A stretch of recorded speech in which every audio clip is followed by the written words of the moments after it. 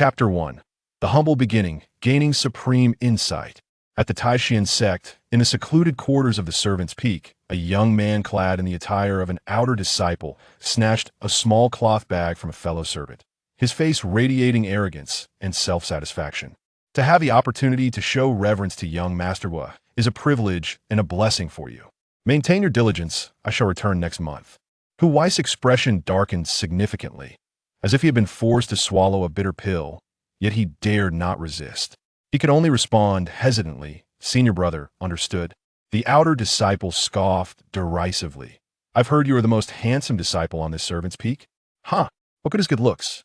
In the path of cultivation, what matters are strength and lineage. You possess merely the most inferior white aptitude." "Ha ha ha," with that, he laughed heartily and departed, exuding an air of utter arrogance. Once the other had left, Hu Wei's expression grew even more grim. Who could comprehend the plight of his family? He had just traversed from the mortal realm, having perished from prolonged nights spent writing, only to face bullying from the sect's disciples upon his arrival. What was even more infuriating was that the 5 low-grade spirit stones he received each month had barely warmed in his hands before they were brazenly snatched away. The pain was excruciating. The suffering was unbearable. This fantastical world he had entered felt utterly inhospitable, even amongst fellow disciples. The sect's overseers and elders turned a blind eye to the conflicts, and he, trapped in his current predicament, could hardly voice any dissent. After all, Hu Wei was merely a servant in the early stage of energy cultivation, with abysmally low aptitude, unworthy even to stand against his oppressor. In such circumstances, how could he possibly contemplate resistance? Did he wish for a premature end? What left Hu Wei in despair was the nagging question: why must every transmigrator start as a mere waste, either burdened with some pitifully flawed spiritual root or possessing abysmal talent? Curse his luck. A waste is a waste, but where was his proverbial golden finger? Or a system? Even a wise old man or a lingering spirit would suffice. Wasn't there a saying that a transmigrator's support might arrive tardily, but would never be absent? Alas, Hu Wei was met with disappointment, as none of his hopes materialized, regardless of the methods he employed. In a moment of desperation, he even discreetly inquired of the chamber pot, "Old man, are you in there?" The day dragged on with the monotonous toil of chopping wood, fetching water, and washing clothes, arduous tasks expected of servant disciples, more exhausting than the labor of beasts. As night fell, Hu Wei returned to his humble straw hut, which contained only a bed and a few daily necessities. His heart felt heavy. At this hour, those servant disciples who had not been robbed of their 5 spirit stones were already immersed in cultivation, drawing the essence of the stones into their bodies to open their spiritual seas. In stark contrast, his own situation was far more grim. The more he pondered, the angrier he became. No, he had only been in this world for less than 2 days. If he allowed himself to be defeated by the theft of spirit stones and forsook his cultivation, how could he endure the days ahead? It was easy to foresee that events far worse than today would transpire, and perhaps one day, his very life might be at stake.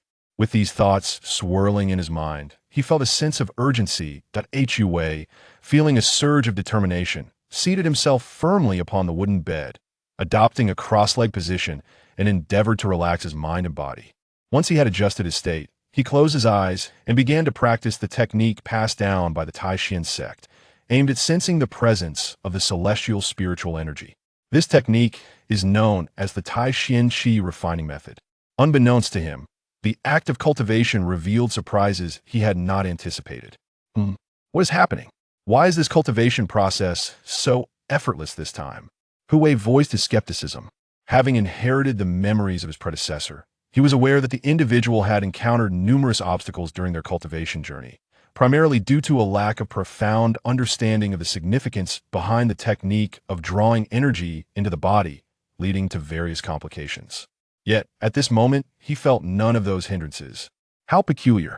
With this puzzlement in mind, Hu Wei continued to operate the method, unwittingly becoming engrossed in the process.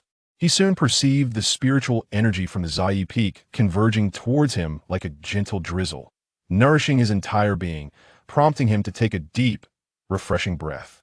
Is this the sensation of spiritual energy entering the body? Countless specks of light rushed towards him, causing his pores to open wide, as if undergoing a thorough cleansing, an exhilarating experience indeed. It is no exaggeration to say that his predecessor had never encountered such a feeling. After all, he possessed merely the lowest tier of white aptitude, and his innate understanding was rather mediocre, rendering him fundamentally unqualified. Wait, understanding? Could it be? To validate his suspicions, Hu Wei hastily intensified the operation of the qi refining method, determined to confirm certain matters.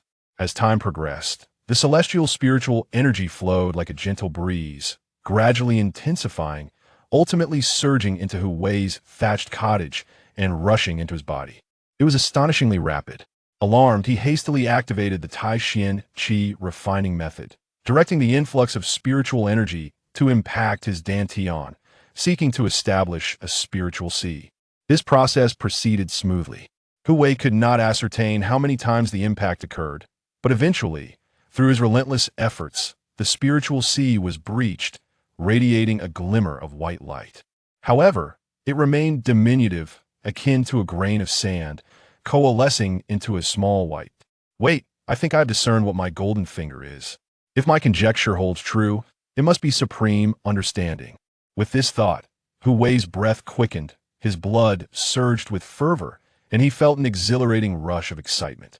To be sure, supreme understanding brings countless advantages. For instance, one could grasp any technique at a mere glance. Furthermore, whatever one touches could be comprehended intuitively. Ah, I am quite fond of this extraordinary ability. Hu Wei gasped in astonishment. Yet, as this exhilaration subsided, he became acutely aware of a new dilemma. As a servant, he lacked the qualifications to enter the Tai Xuan Sect scripture repository according to the memories of his predecessor. Only outer disciples met the criteria, and even then, certain restrictions applied, such as the need for specific items. The situation was similar in other respects. Thus, Hu Wei's aspirations seemed dashed, or at least unattainable in the short term. After much contemplation, only the Tai Xuan qi refining method remained within his grasp. According to previous knowledge, this technique is merely a fragment, specifically a method for cultivating qi. This is not a secret within the Tai Xuan Sect, as it is unlikely for the sect to impart a complete cultivation method to the menial disciples. Instead, they retain certain aspects to filter out the mediocre and strengthen their influence. Hu Wei displayed a contemplative expression, recalling the recent cultivation process. There was indeed something amiss despite operating this method to its fullest extent. He always felt a sense of incompleteness. Perhaps, he thought, he should adjust the operation route of the Tai Xuan qi refinement method. With that notion, he acted upon it. Exceptional comprehension is not to be underestimated. With his eyes closed, Hu Wei began to enhance this rudimentary technique, requiring only a mere thought. Adjustments were made here and there. He added a route of operation in one place and two more in another. With a chuckle, he further branched off a few pathways. Ah, it seemed he had nearly completed the modifications. He decided to test it out. Thus, Hu Wei perfected his exclusive qi refinement method, leading to a remarkable increase in efficiency during cultivation. He absorbed spiritual energy at a faster pace, purifying it, and additionally, it provided a wondrous effect of tempering his physical body. Such extraordinary comprehension, truly astonishing. Even he was taken aback. I now possess a somewhat orthodox method, sufficient for the time being, but I must devise a way to acquire cultivation resources. Chapter 2.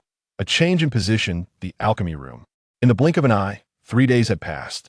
During this time, Hu Wei had not found an opportunity to procure cultivation resources. Instead, he followed the routine, performing menial tasks by day and cultivating by night. There was no alternative. The chores assigned to the servants were predetermined. Unless someone was willing to exchange tasks and seek the approval of the overseer at the menial peak, the arrangement would not be effective. Otherwise, with so many menial workers, the chaos of task swapping would be inevitable. Nevertheless, during this period, Hu Wei did not leave empty-handed. He had expanded the little white of his spiritual seed to a size akin to a grain of rice, sparkling like the stars, making remarkable progress. 3 days to enter the threshold, barely reaching the initial stage of the spiritual. See, what does that signify? A genius? He felt somewhat offended. The so-called low qualifications seemed to have no tangible effect on him. On the contrary, He had become a cultivator without relying on spirit stones or rare materials. Such news would be extraordinary if it spread. It would likely lead to him being prioritized for cultivation. Yet, Hui understood the necessity of maintaining a low profile. A menial worker with white qualifications becoming a spiritual sea cultivator in just a few days would likely be treated as a guinea pig, potentially facing dire consequences. After all, this was a realm governed by power, where life was as insignificant as grass, and menial workers were akin to ants perfectly normal. That evening, in the dining hall of the menial peak, discussions arose regarding a certain individual's demise, which sounded more tragic than any tale of woe. Brothers, you cannot fathom the gravity of the situation. That elder Gua from the alchemy room merely struck out with a hand from afar. Lightly Liang Ping's entire being erupted, his innards spilling onto the ground. A sight so horrifying that it made me retch uncontrollably, recounted a rugged-looking servant, his face pale with terror as he spoke, his expression transforming to one of impending nausea. The listeners, upon hearing his words, experienced a chilling sensation, their faces paling to a shade reminiscent of liver, their stomachs churning inexplicably. Hu Wei, on the other hand, found himself merely disenchanted with the wild vegetable porridge and steamed bun in hand, the ghastly images lingering in his mind, rendering them unappetizing. After a prolonged silence, someone, wearing a countenance of distress, finally exclaimed, "Hey, you still haven't explained why Elder was sought to eliminate Liang Ping?" At this utterance, the crowd awakened from their stupor, their gazes converging on the rugged-faced servant, filled with curiosity and inquiries. Indeed, one must possess a rationale for murder. However, this was merely their assumption. There's no particularly compelling reason if I must provide one. It is simply that Liang Ping did not clean the alchemy furnace adequately. Beyond that, I can't think of nothing else, he replied gravely. His words plunged the group into a heavy silence, each individual exchanging glances, the weight of their shared predicament pressing down on them like a colossal stone, nearly suffocating. The atmosphere was stifling. They felt a sense of camaraderie in their mutual plight, being mere servant disciples. It was only when the rugged-faced servant shifted the conversation that the oppressive mood began to lift. "Brothers, I have no desire to return to the alchemy room. Is there anyone willing to exchange tasks with me?" As soon as the words left his lips, a palpable vacuum formed around him. Many hastily retreated as if fleeing from venomous snakes, exiting the dining hall at a brisk pace. After all, no one is a fool. Why would one willingly walk into a place fraught with the peril of imminent death? That would be sheer madness. Hey, brothers, don't leave. Working in the alchemy room has its advantages, such as those external disciples not daring to exploit the spiritual stones that belong to you. And the rugged-faced servant grew frantic, desperately attempting to persuade them. But unfortunately, most had already departed, leaving him in a state of dismay. Had he known to propose the exchange first, he wouldn't have found himself in such a lamentable situation. As he regretted his misstep, wishing to slap himself in frustration, a calm voice reached his ears. "What benefits are there to working in the alchemy room?" Upon hearing this, Zhang Minghui felt a mix of surprise and joy. He hadn't anticipated that someone remained, eager to inquire about the situation. Seizing the opportunity, as if it were a lifeline, he began to articulate the advantages of working in the alchemy room. For instance, Elder Gua has 3 disciples who regularly engage in alchemy. Their endeavors do not always yield success, and occasionally they ruin batches, leaving behind usable materials that could be salvaged. Moreover, alchemical explosions could occur, and there exists a minuscule chance that the remnants may coalesce into medicinal dregs, which, when consumed, could produce certain effects, thus providing another opportunity to glean benefits. For servant disciples, this represented a considerable fortune or, perhaps, a stroke of luck. Were it not for Elder Gua's unpredictable temperament and eccentric nature, which surpassed even the whims of menopause, leading him to kill without warning, Zhang Minghui would have been loath to leave. Upon learning this, Hui secretly rejoiced, further solidifying his resolve to venture into the alchemy chamber. Naturally, he could not agree outright. Feigning hesitation, Hui remarked, "Is that all? Then, perhaps it's best to forget it. My life is paramount." With that, he pretended to leave. "Hold on, brother. Let me share another secret." Zhang Minghui urgently grasped Hui's arm. earnestly imploring him. If you work as a servant in the alchemy chamber and Elder Gua discovers your talent for alchemy, he will undoubtedly take you on as a disciple. I've heard that some of his current students started as mere servants. Though his words were sweeter than honey, Hui remained unconvinced, shaking his head with a sigh. It's best to leave it be. I am well aware of my limitations and lack the fortune. This declaration caused Zhang Minghui to change color. Gritting his teeth in pain, "Brother, how about this? I'll add 2 spirit stones to our exchange. After all, you wouldn't want your monthly spirit stones to be forcibly taken by those rascals from the outer sect, would you?" Seeing that he had finally relented, Hui feigned a look of deep emotional turmoil, his gaze filled with resentment, and nodded emphatically. "I will make the exchange." Having reached his goal, Zhang Minghui exhaled in relief. His expression one of profound gratitude.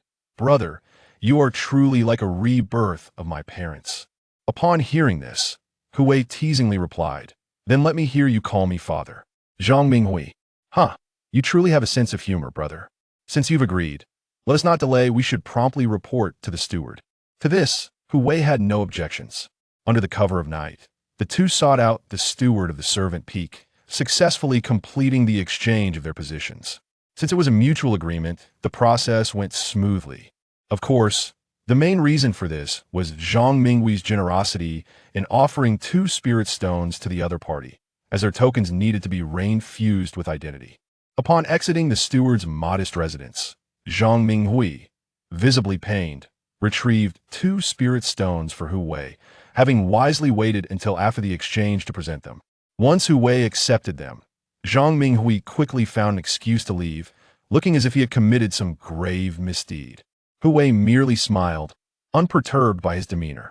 This exchange of positions was a significant gain for him. Not only did he acquire 2 spirit stones, but he also discovered a source for cultivating resources, achieving a dual benefit. As for Elder Gua's notorious temperament, he did not concern himself with it. After all, fortune favors the bold. The thought of beginning his duty in the alchemy chamber the next day filled Hui with excitement. What could be more exhilarating than mastering the art of alchemy? In modern terms, it was akin to learning a new skill. However, for now, he decided to refine the 2 spirit stones first.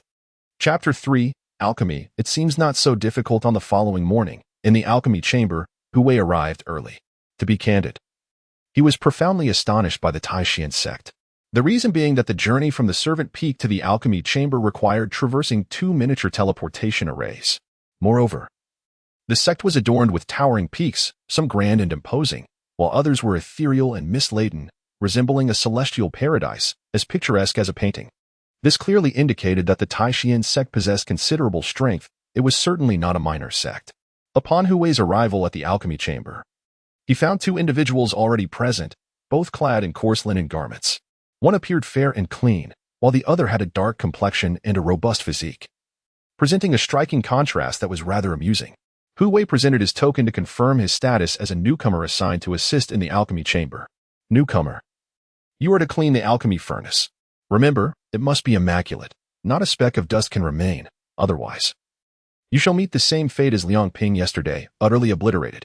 The fair-skinned man barked at Hui, though both were servants. The latter had been in the alchemy chamber longer than Hui, exuding an air of an old hand commanding the novice. Enough of that. Do not frighten the newcomer. In my view, yesterday's incident was not simply due to Liang Ping's failure to clean the furnace. It was merely Elder Gua venting his frustration over an unsuccessful alchemical attempt. Interjected the dark-skinned servant, shaking his head as if to provide an explanation that served as a comforting reassurance.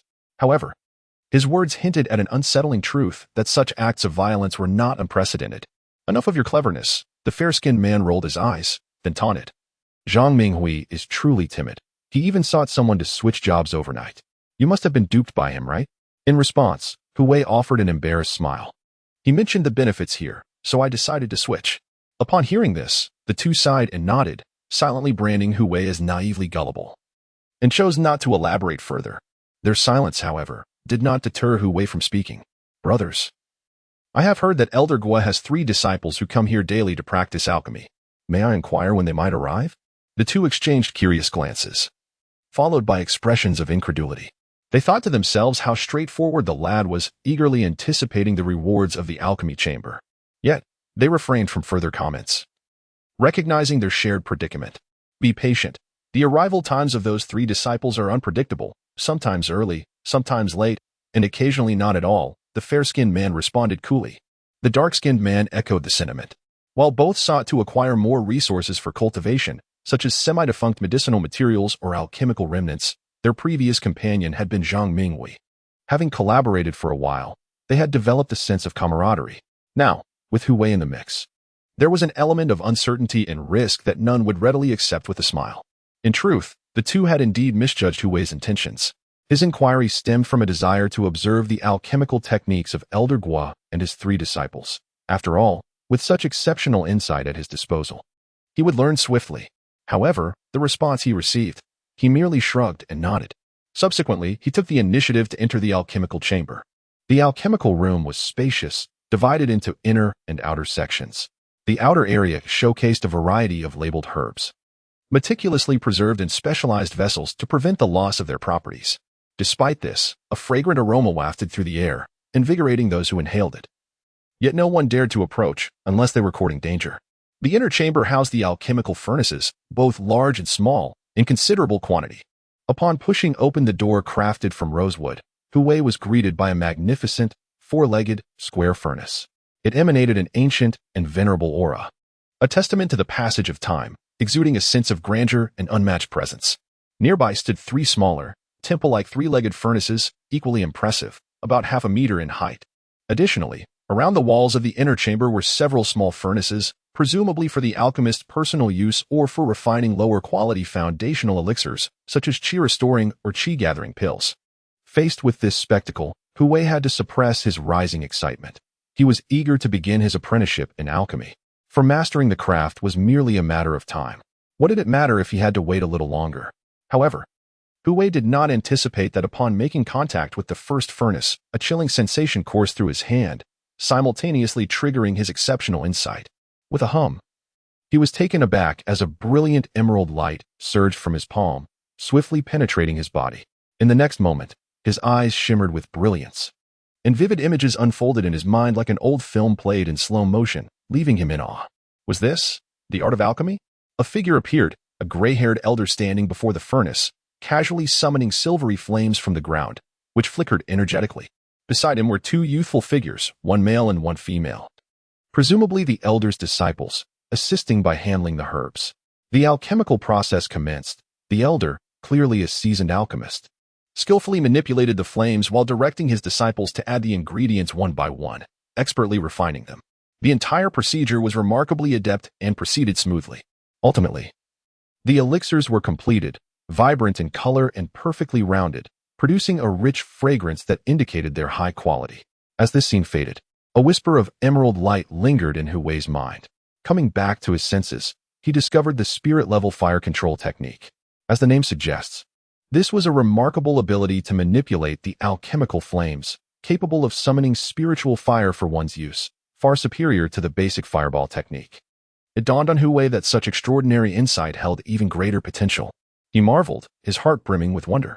As for why the only thing left was the fire control technique, he speculated that it might be due to his complete lack of experience and even basic knowledge in alchemy.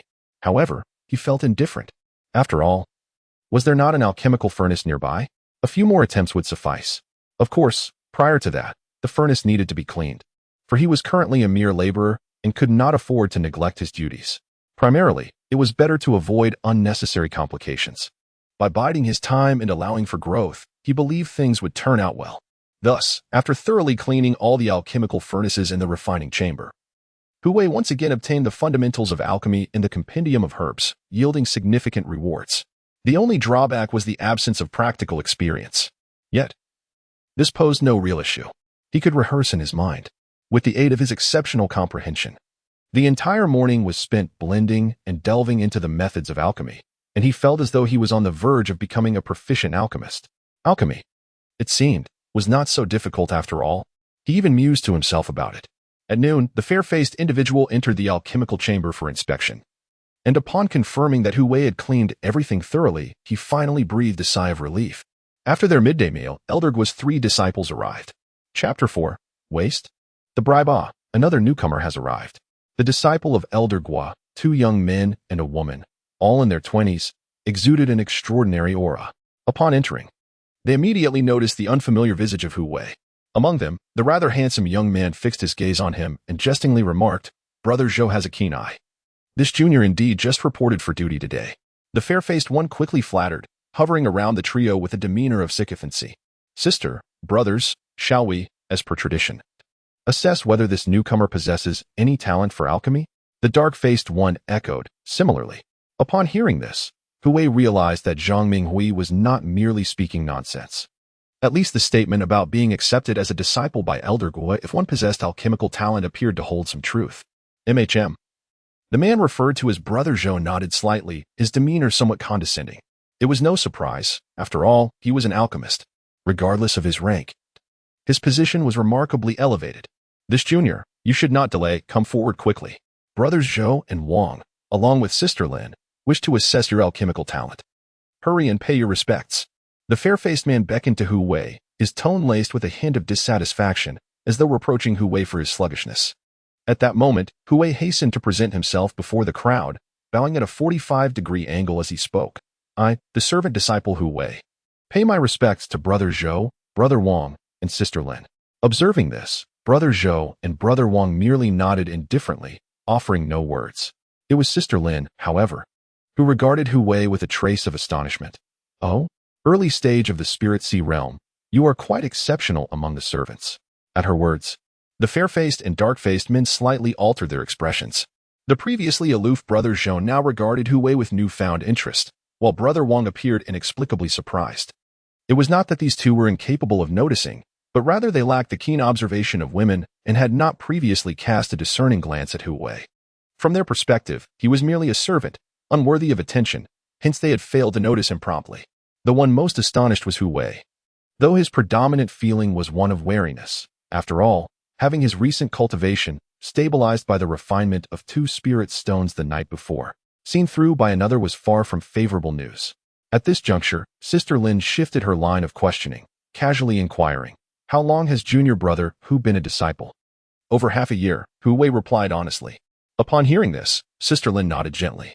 Then, raising her hand, a green light emanated, summoning a translucent diamond-shaped jade stone that floated like amber in midair.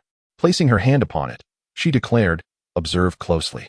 Gazing at the radiant jade stone, Hu Wei understood that this was a testing stone he had seen upon entrance. However, the one before him was not for assessing qualifications, but rather for gauging alchemical talent. Though he lacked practical experience, he had been a disciple for half a day. Surely, it would yield some results, he thought with anticipation. Placing his hand on the diamond jade stone, his bright eyes fixed intently, awaiting the outcome. In the next moment, a sound resonated as the jade stone emitted light, its white radiance dimming. For a moment, there was no change. Witnessing this scene, Senior Brother Zhou, Senior Brother Wang, and Senior Sister Lin all grew cold in demeanor, their attitudes shifting instantaneously. Particularly, Senior Sister Lin wore an icy expression, a white-grade aptitude, utterly devoid of alchemical talent. Senior Brother Zhou scoffed dismissively, "Sister, there's no need to waste our time on such a waste of potential. Let him practice alchemy on his own." The latter nodded, waved his hand to stow away the diamond-shaped jade stone, and left without a backward glance. Senior Brother Wang added, "I truly wonder how this good-for-nothing managed to open his spiritual sea. Did his ancestors strike gold?" With that, he ceased further conversation and strode directly into the alchemical chamber, bypassing Hu Wei and the others. Hu Wei felt as though he had plummeted from heaven to hell. The contrast between his pale face and the darkened countenance of the others seemed to release a breath of relief. They exchanged glances, smirking slightly, as if reveling in his misfortune. Shortly thereafter, the two hurried into the alchemical chamber, presumably to lend assistance. Not that it mattered. Outside the alchemical chamber, Hu Wei managed a bitter smile. Yet, this negative sentiment quickly dissipated. The lack of aptitude and the absence of alchemical talent had nothing to do with his top-tier comprehension. Did it? Would it have any impact? Absolutely not. Shaking his head, he cast aside distracting thoughts and entered to assist as well. His primary aim was to observe the alchemical techniques employed by those few, comparing them with the methods he had practiced in his mind. Confirming that the differences were negligible or merely involved minor details, he would then make adjustments, refine his approach, absorb experiences, and contemplate how he might improve further. Additionally, he pondered how to handle situations involving explosive furnaces or near failures in refining medicinal materials. Ultimately, he devised a couple of strategies. 3 days swiftly passed. During this time, Elder Guo had not made an appearance. It seemed he had ventured out to gather medicinal materials. Hu Wei was indifferent to this, even secretly hoping the elder would remain absent, for his erratic temperament and peculiar disposition could lead to violence when he failed to produce the desired elixirs. It was far better not to encounter him. Of course, his 3 disciples were a common sight, visiting daily to practice alchemy. Hu Wei had also discerned the ranks of alchemists, which ranged from 1 to 9, with the first tier being the lowest and the 9th the highest. Each major tier subdivided into 9 grades. Senior brother Zhou and senior brother Wang were at the 2nd tier, while senior sister Lin appeared to be nearing the 3rd tier.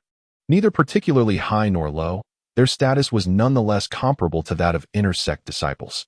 The scarcity of alchemists in the illustrious Xin zone was evident. With only a handful within the vast sect, and due to various reasons, no dedicated alchemical peak had been established, leaving each to their own devices. Aside from this, Hu Wei also learned the names of the other 2 miscellaneous workers. The fair-faced one was named Tai Xuan, while the dark-faced one was Wu Hao. These 2 were barely capable of opening their spiritual seas, lacking in skill but exhibiting notable traits of sycophancy and greed. Over the past 3 days alone, senior brother Zhou had ruined 2 batches of medicinal materials, while senior brother Wang had caused 3 alchemical explosions. However, all the aftermath was handled solely by Tai Xuan and Wu Hao, effectively monopolizing the benefits and leaving little for Hu Wei. The only remnant was a charred spiritual herb, its essence long depleted. Hu Wei chose to disregard this. As he was curious to see just how far these 2 would go, he noted it down for future reckoning. Just when Hu Wei presumed that Tai Xuan and Wu Hao would persist in this manner, on the evening of the 4th day, Tai Xuan approached him, stating that the alchemical furnace, which had been rendered useless by brother Zhou that day, was to be cleaned by him personally, while he and Wu Hao would return to the servant peak. This surprised Hu Wei. Once he confirmed their departure, he realized it was a form of hush money. Well, he thought, he could accept this without guilt, for he genuinely needed it. Moreover, only at the mid-stage of the spiritual sea realm could he project his spiritual energy, at which point he could validate his alchemical prowess or other aspirations. Entering the alchemical chamber, Hu Wei discovered 2 partially damaged spiritual plants within a small furnace. Their vital essence mostly drained, yet still salvageable, while the rest had turned to ash. He collected them and murmured to himself, "I shall keep these for now." Servants are granted a day off each month, essentially a leave of absence, and I will venture out then. Chapter 5. Rest and Trading House Time, Relentless and Unyielding, has advanced another 10 days. During this period, Hu Wei adhered to a monotonous routine, and nothing particularly noteworthy transpired. Tasks were undertaken as required, and indulgences were pursued in equal measure. Everything unfolded in an orderly manner. His cultivation remained stagnant, a deliberate choice. For the woman surnamed Lin possessed the uncanny ability to see through him. Hu Wei, with his meager white aptitude, knew that any visible progress in his strength within such a short span would arouse suspicion. Thus, he chose to store the remnants of pills and subpar herbs he acquired, planning to consolidate his efforts at a later time to break through to the mid-stage of the spirit sea. Elder Guo had yet to make an appearance. Upon learning that his rival had resorted to murder in a fit of rage, Zhang Minghui departed the sect in search of herbs, his face pale and his heart filled with regret. The losses he faced were staggering. Over the course of more than 10 days, he remained oblivious to how many subpar herbs or remnants of pills he could have claimed. The pain was excruciating. He slapped himself twice, lamenting his cowardice at the time, nearly fleeing the alchemy room in terror, and succeeding in doing so, resulting in the predicament he now faced. On this day, Hu Wei, as usual, reported for work. Shortly thereafter, Wu Hao arrived, yet Tai Xuan was nowhere to be seen. "Oh, I forgot to mention, junior brother Kai is on leave today and 1T be coming," Wu Hao casually explained, seemingly perceiving Hu Wei's confusion. Hu Wei nodded in understanding. Curiosity getting the better of him, he inquired, "Senior brother Wu, where do you usually go to unwind during your time off?" At this, Wu Hao chuckled, his demeanor taking on an oddly lecherous quality. "Hiki, naturally. We indulge at the Yichuan courtyard, living in blissful debauchery." Hu Wei was momentarily speechless. After a brief contemplation, he asked, "Aside from Yichuan courtyard, are there any other places worth visiting?" Wu Hao pondered for a moment before responding, "There's the trading house, a must-visit for the miscellaneous disciples. It offers a plethora of goods, cultivation techniques, pills, spiritual artifacts, talismans, and more. One can transact with spirit stones or other equivalent exchanges. Very well. I shall request leave tomorrow to explore the trading house, Hu Wei declared decisively. Suit yourself, Wu Hao replied, his eyes lighting up. At noon, Zhou Ping, Wang Yong, and Lin Xiangyu returned to the alchemy room, a daily occurrence for them over the past fortnight, each time contributing a significant amount of pill remnants and subpar herbs. This day was no exception. Zhou Ping failed twice in his attempts. Wang Yong's attempts resulted in 3 explosions, while Lin Xiangyu fared poorly as well. Failing once and experiencing an explosion, his expression far from pleasant. Once they departed, these fly meat resources were gleefully divided between Hu Wei and Wu Hao. Moreover, Hu Wei was well aware that the reason behind the relentless diligence of these 3 was their desire to elevate their alchemical skills. After all, an alchemist must not only enhance their cultivation but also improve their proficiency in the art of alchemy. The method of advancement lies in the continuous challenge of refining elixirs of a rank superior to one's own, which inevitably results in frequent instances of explosions or failures in the refining process. In this sense, it could be considered a boon for Hu Wei and his peers. At night, upon returning to the servant peak, Hu Wei paid a visit to the steward's modest residence, successfully securing a day of respite in exchange for a semi-defunct medicinal herb. The following day, at the foot of a mountain belonging to the Tai Xuan Sect, lay the bustling trading square. This mountain, situated near the outer gate peak and not far from the servant peak, was a designated area for the sect's disciples. Hu Wei had little recollection of this place, as his previous incarnation had been exceedingly reclusive. Even when granted leave, he remained cooped up in a thatched hut, venturing nowhere. In truth, his former self bore a striking resemblance to social anxiety. After serving as a servant for over half a year, he had yet to forge any friendships belonging to that slower-witted category of individuals. Otherwise, he would not have succumbed to blatant threats. At the mountain's base, Hu Wei arrived at a scene of lively commerce. Gathering cheap pill, a first-grade second-tier elixir, 5 pieces for just 1 spirit stone, a remarkable bargain. Vendors called out, showcasing an array of exquisite spiritual artifacts, sharp enough to slice through iron as if it were clay, enticing even the most reluctant to take a look. Talisman treasures, possessing a variety of attributes. Come quickly to acquire some. The cacophony of shouts filled the air, emanating from the various stallholders. This place was a veritable hive of activity, teeming with people, creating a veritable human wall. Hu Wei's eyes widened in wonder. He gazed left and right, resembling a country bumpkin visiting the city for the first time, everything appearing novel and fascinating. Young brother, take a look. Exceptional martial techniques, crafted by the inner disciples of our Tai Xuan Sect at the creation peak. All at the lowly rank of human tier low grade. Miss this opportunity, and you shan't find another. A vendor, noticing Hu Wei's unfamiliarity, enthusiastically engaged him. In response, Hu Wei shyly replied, Boss, may I first take a look at the techniques?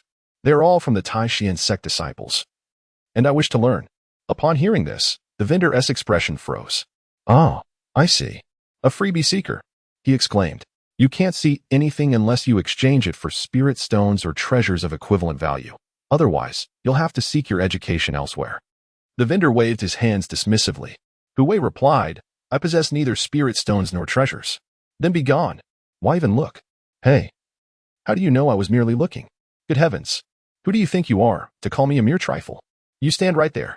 Hu Wei slipped away as smoothly as an eel, leaving the vendor fuming, his face contorted in anger, rolling up his sleeves and glaring. Yet the throngs of people rendered him powerless. Bah, I am Hu Wei, the audacious Hu Wei.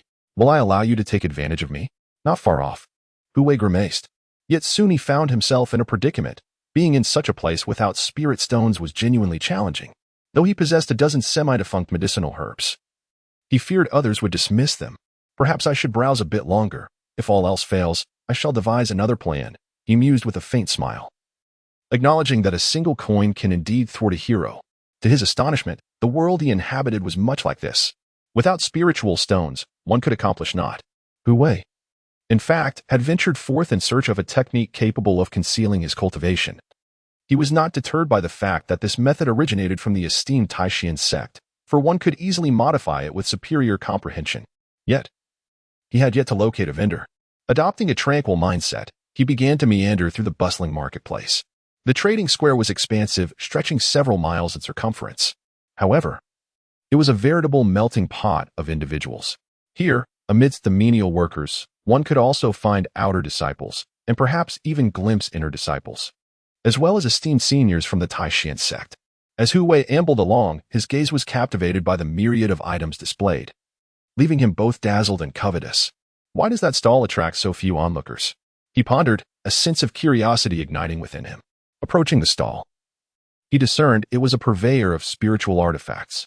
The proprietor, an elderly man with one eye clouded over, sat at the stand with his hair disheveled, his eyes half closed, exuding an air of indifference. "May I take a look?" Hu Wei inquired with a smile, crouching down to the stall. The old man, noticing him, replied with a tone that was anything but warm. "What can a fledgling in the spirit sea realm like you discern?" Taken aback for a moment, Hu Wei soon donned a confident smile. "Perhaps I can." As he spoke, the old man sighed and nodded in acquiescence. With permission granted, Hu Wei placed his hand upon a rusted sword that lay before him. In the next instant, a resonant hum echoed forth. Chapter 6. The Heavenly Rank Sword Technique. Golden sword chi with a hum, Hu Wei grasped a sword, instantly triggering a peak level of comprehension. In that moment, he saw a figure standing with a sword, suspended in the void, radiating a golden brilliance, surrounded by formidable demons. The atmosphere was terrifying, with the demonic aura overshadowing the sun. Yet, that figure shone like the blazing sun, resplendent and magnificent. In the next instant, the demons roared, intent on tearing the figure apart. The figure moved as well, executing a strike devoid of flamboyance. With a single, direct swing, it unleashed a power as radiant as the sun itself, dazzling and sharp.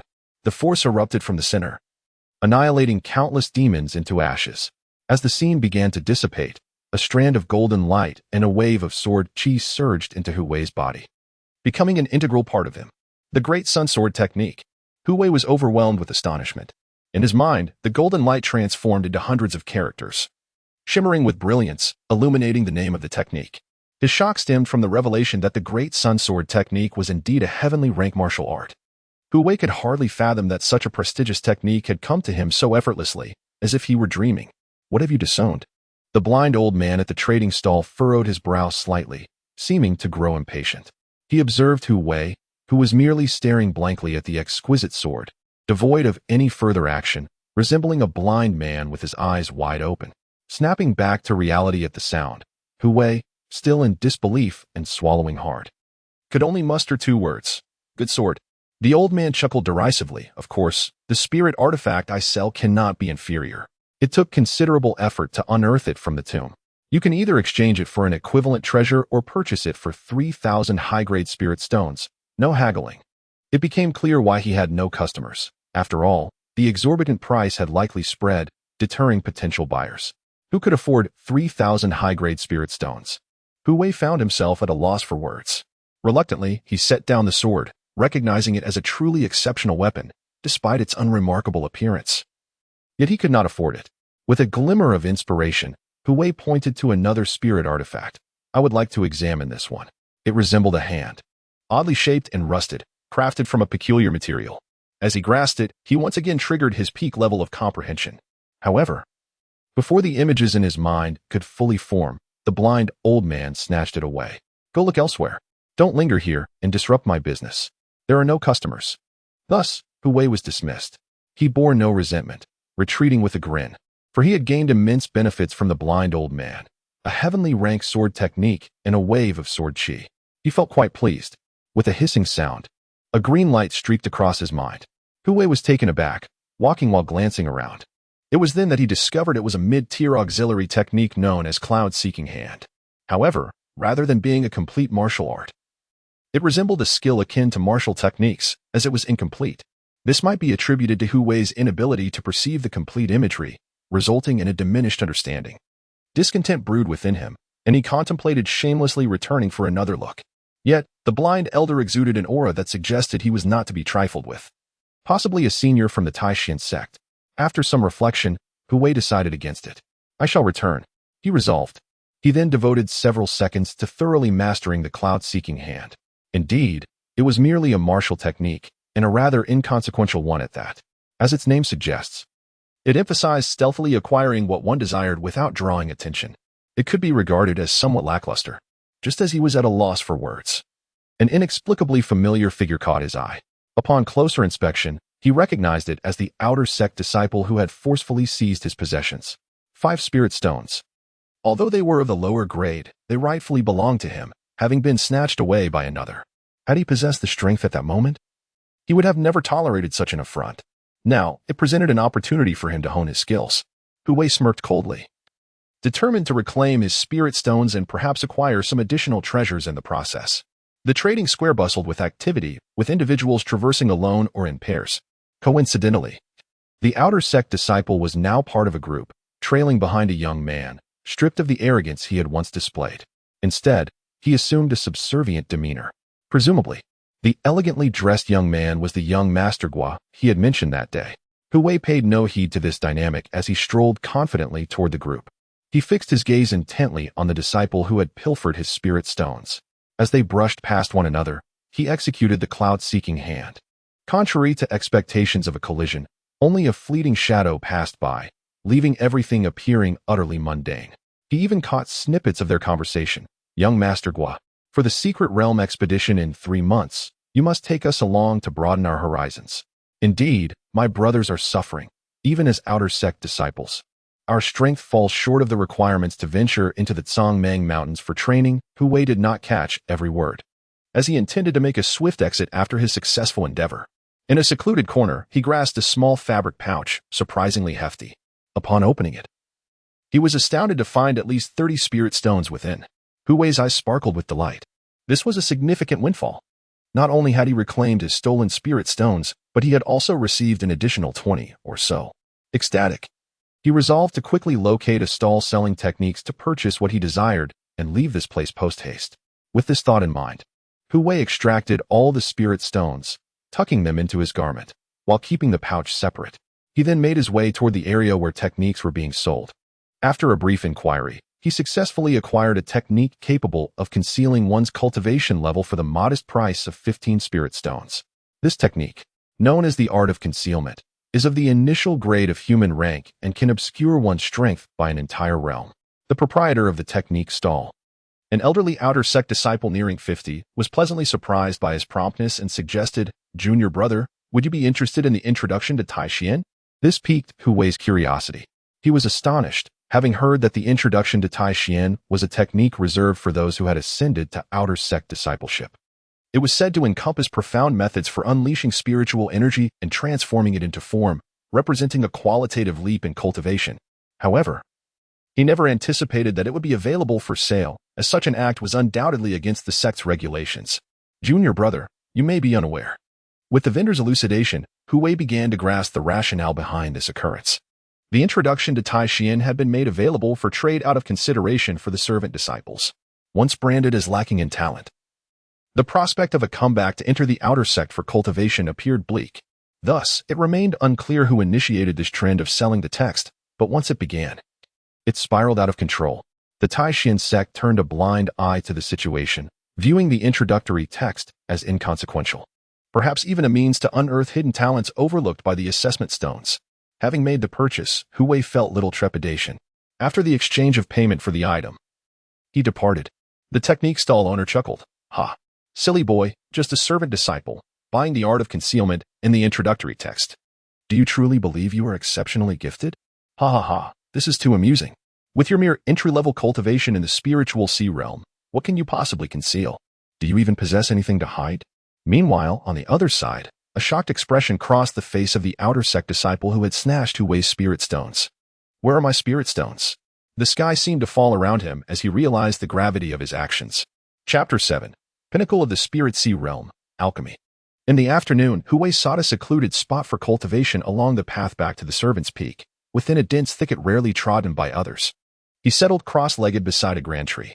The techniques of concealment and the introduction to Tai Xuan had been deeply imprinted in his mind. These two disciplines were simple enough for him to master in mere seconds. He modified their operation routes, enhancing them from simplicity to complexity until he was thoroughly satisfied. Remarkably, the results were apparent. For instance, after perfecting the concealment technique, it could now mask 2 major realms of power, an increase from the previous one, effectively doubling its efficacy. As for the introduction to Tai Xuan, he practiced while simultaneously refining it, promptly addressing any inefficiencies that arose. When he could improve it no further, Hu Wei retrieved several semi-defunct medicinal herbs and numerous alchemical residues, consuming them with fervor before entering a state of cultivation. Thunderous roars echoed around him.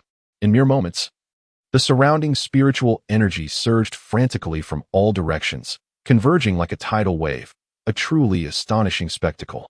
Gradually, it coalesced above Hu Wei's head into a small vortex of spiritual energy, flooding into his being as if bestowing enlightenment. At that instant, he felt a tremor course through his powerful physique, for alongside the influx of vast amounts of spiritual energy, the semi-defunct herbs and alchemical residues began to exert their potency, transforming into a formidable spiritual force that surged through his body.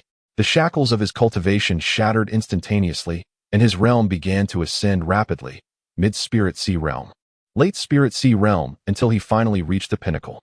The obstacles between minor realms seemed to dissipate, as if they had never existed. He was astonished to observe that his white Spirit Sea, which had once been as small as a grain of rice, had expanded dramatically, resembling a translucent lychee, radiating with luminous white light brimming with abundant spiritual power. Furthermore, Hu Wei noticed that the very center of his Spirit Sea was bubbling with countless white orbs. And deep within, a vortex was slowly taking shape. Should he succeed in unblocking it, he would ascend to the Spirit Spring realm, thereby gaining a continuous source of spiritual power, making the execution of minor supernatural abilities significantly more effortless. With this thought in mind, Hu Wei began to attempt the breakthrough to the Spirit Spring realm. However, after several unsuccessful attempts, he paused and fell into contemplation. Haste makes waste, he mused. Realizing that having suddenly elevated 3 minor realms, his body had reached a state of saturation. Under such conditions, even the immense influx of spiritual energy would result in significant loss, leaving only a small fraction to nourish his physical form. So, he resolved to allow himself a period of consolidation, planning to attempt the breakthrough again in 10 days to half a month. With this decision made, Hu Wei opened his eyes only to be startled. What? Is it already dawn? The day had brightened considerably, heralding the arrival of a brand new morning. Most crucially, time was of the essence. He was running late. Hu Wei chuckled wryly, acknowledging that time flies when one is absorbed in cultivation, and promptly sprang to his feet. Dashing towards the alchemy chamber with the agility of a swift bird, he swept past like a gust of wind. One cannot help but acknowledge the extraordinary prowess of a cultivator at the pinnacle of the Spirit Sea realm, with the augmentation of spiritual energy coursing through his legs. He moved as if in flight. Moreover, other faculties had also seen enhancement. His vision, hearing, spiritual perception, reflexes, and physical strength, among others, adapted to his own circumstances. Hu Wei was a blend of surprise and delight, and thus he ought to arrive promptly. As fate would have it, when Tai Xuan and Wu Hao arrived, Hu Wei was right behind them. "Oh, Hu Shitty, where have you been gallivanting about, looking so disheveled?" Tai Xuan jested.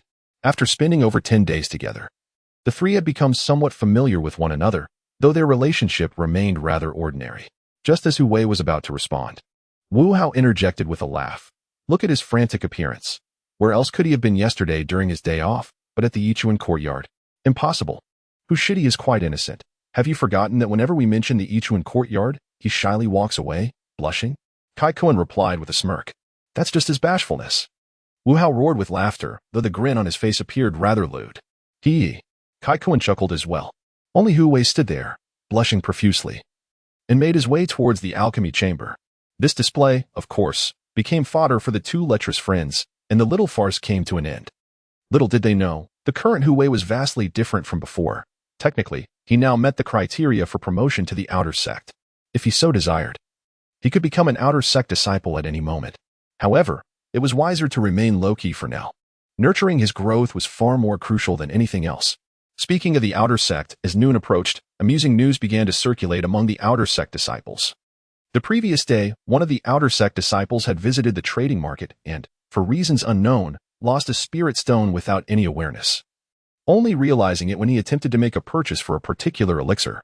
Once this incident spread, it incited a wave of covert ridicule among the outer sect disciples, many of whom found it quite satisfying. If it had been someone else who lost their spirit stone, they might have felt sympathy, considering they were all fellow outer sect disciples, acquaintances without enmity. Yet the unfortunate soul was none other than a lackey of young Master Gua, who often wielded power unjustly and bullied others. Many bore grudges against him for having forcibly seized spirit stones from others. Thus, when he encountered this embarrassment, it was only natural for many to rejoice. In fact, several outer sect disciples even felt a sense of fondness and gratitude towards the one who pilfered the spirit stone, openly declaring, "Well done." Naturally, Hui was oblivious to these happenings. At this moment, while he remained in the alchemy room, he finally discerned the cultivation levels of Elder Guo's 3 disciples. Zhou Ping was at the early stage of the spirit spring realm, Wang Yong was at the mid-stage, and only Lin Xianyu, the sister, was at the peak of the spirit spring realm. It was no wonder her instances of furnace explosions or failed concoctions were relatively rare. Furthermore, Hui also learned from the trio that Elder Guo would return to the Tai Xuan Sect in the next couple of days. After all, it had been over half a month. The other party should have gathered the medicinal materials by now. Speaking of which, Hui has yet to meet this individual. It is not that he particularly desires to, but rather that an encounter is inevitable. Since it is destined to happen, he might as well come to terms with it. He can only prepare himself mentally. As night fell, Hui and his 2 companions began to divide the spoils. He received a cauldron of medicinal materials that had been rendered useless. After scrutinizing it for a moment, he recognized it as a second-tier, third-grade body refining pill. Once Kaikuan and Wu Hao departed, Hui channeled the spiritual energy from his spiritual sea and activated the spirit-level fire control technique. Summoning a silvery gray flame from the depths of the earth, he intended to refine pills. To be precise, he aimed to forcibly refine the discarded medicinal materials, merging them anew to create a second pill. Should he fail, there would be little loss to him. However, if he succeeded, it would validate his prior thoughts, and he would possess a body-refining pill of his own. Moments later, with beads of sweat dotting his forehead, Hui shouted, "Congeal for me." The next second, the white light enveloping the alchemical furnace suddenly contracted, and a faint aroma of the pill wafted from within the furnace, invigorating him with a single breath. Chapter 8. Transforming Waste into Treasure or an Illusion. Ha ha ha, I have succeeded. In the alchemy chamber, Hui laughed heartily. The door was tightly shut, allowing him to revel in his joy without fear of being overheard. It is worth noting that this was Hui's first attempt at alchemy, and he had successfully refined a second-tier elixir from materials others had deemed worthless. The news of his success would undoubtedly astonish and dismay many who claimed to be alchemists, leaving them feeling inadequate. This accomplishment was indeed a remarkable innovation and feat, although the body-forging elixir he produced was irregular in shape, somewhat square, and of mediocre color, indeed. A subpar product, it was, nonetheless, a success. More astonishing was the fact that Hui had not yet reached the spiritual spring realm. Yet he had managed to concoct an elixir suitable for that level. Perhaps this was a sign of extraordinary talent. With a smile, Hui tossed the body-forging elixir into his mouth, treating it like a candy, crushing it between his teeth before swallowing it whole. Soon, he felt its effects. Despite being only half as potent as desired, he could distinctly sense a surge of energy fortifying his bones and enhancing his physique, rendering his body more robust. After a quarter of an hour, Hui's eyes sparkled with delight. What a marvelous substance. In the future, I shall refine my own elixirs to enjoy his treats. After returning to the servant peak and having dinner, he hurried into his thatched cottage to commence his training in the Great Sun Sword technique. Yesterday, he had been preoccupied with 2 other practices and had neglected this sword technique, as well as the golden sword aura that resided within his spiritual sea. Now that he finally had the time, he would not treat any aspect with less regard. Truly, the heavenly tier sword technique was profound and inscrutable. Were it not for my exceptional comprehension, I fear I would gain little from it, Hui mused. He discovered that the Great Sun Sword technique was divided into 9 levels, each possessing unparalleled power and increasing difficulty, culminating in a sword that resembled the radiant sun. With his supreme understanding, Hui swiftly mastered this sword technique, but due to insufficient strength, he was unable to unleash its full potential. Meanwhile, the golden sword aura in his spiritual sea began to show signs of affinity, becoming a reliable ally at his command. 2 days later, Hui finally encountered Elder Guo. The elder, around 60 years of age, donned a gray robe, and even his hair was gray. He exuded an aura of authority that commanded respect. Upon entering the alchemy room, he cast several glances at Hui. The intensity of his gaze was unmasked, piercing through to Hui's very core, causing him to feel an inexplicable unease. Master, this servant is newly assigned. His surname is Hu, and his given name is Wei. His aptitude is lacking. Yet his performance over the past half-month has been relatively commendable, Zhou Ping reported, somewhat puzzled as to why his master was fixated on a mere servant. Did his master disapprove of him? First impressions are indeed significant. It matters not. Seeing him appear unfamiliar yet handsome reminds me of my own youth. Alas, time spares no one. Now I can only relish those memories through you young ones for a moment longer. Elder Guo spoke in a nonchalant manner. Upon hearing this, Zhou Ping and his companions exhaled deeply, while Kai Kuan and Wu Hao felt an immense weight lift from their hearts, experiencing a profound sense of relief. The temperament of Elder Guo was notoriously eccentric and capricious, rendering his thoughts inscrutable. They feared that a moment of misjudgment might lead to dire consequences. Hu Wei, too, felt as if a heavy stone had been set down. Just moments before, he had been engulfed by a terrifying sensation, as if each second stretched into an eternity. Cold sweat dampening his back, a realization that now washed over him. It was truly frightening. For the first time, he felt as though his innermost self had been laid bare, exposed and vulnerable, with all his secrets on display. Elder Guo's cultivation was undeniably profound, at least above the level of the spirit spring. Hu Wei suspected that the elder could see through his facade and discern his concealed true strength, yet for reasons unknown, he chose not to expose him. Of course, this was merely his speculation. He hoped it was nothing more than a figment of his imagination. Go and refine your elixirs. I wish to see whether you 3 disciples have made any progress in the past half-month. Elder Guo shifted his tone. Yes, master. Lin Xiangyu and the others replied in unison. Naturally, Hu Wei and the others could not remain idle. They followed Zhou Ping and the others into the alchemical chamber. Although this was not their first experience in such a setting, the presence of Elder Guo added an undeniable layer of discomfort, enveloping them in an invisible pressure. Hu Wei, however, managed to calm his nerves and attended to his tasks, such as pouring the essential medicinal liquid, a milky substance with a fragrant aroma, into the alchemical furnace, as well as assisting with the necessary herbs. In essence, he played a supporting role, and the 3 of them followed the same procedure. Before long, the alchemical chamber was suffused with heat. Beneath the 3 towering alchemical furnaces, silver-gray flames erupted, dancing vibrantly in a dazzling display. This fire, drawn from the earth, possessed spiritual energy and essence, making it ideal for alchemical processes. Hu Wei assisted Zhou Ping, and at the moment the latter executed his fire control technique, causing the medicinal liquid to boil, he quickly handed over the first herb. This seemingly simple task was, in fact, most challenging in terms of timing. Receiving the herb, Zhou Ping placed it into the furnace and immediately channeled his own spiritual power, unleashing a brilliant green light from his hands that melded with the fiercely burning flames to refine the herb. The green quality was exceptional, elevating both his spiritual C and spiritual power above that of a white quality.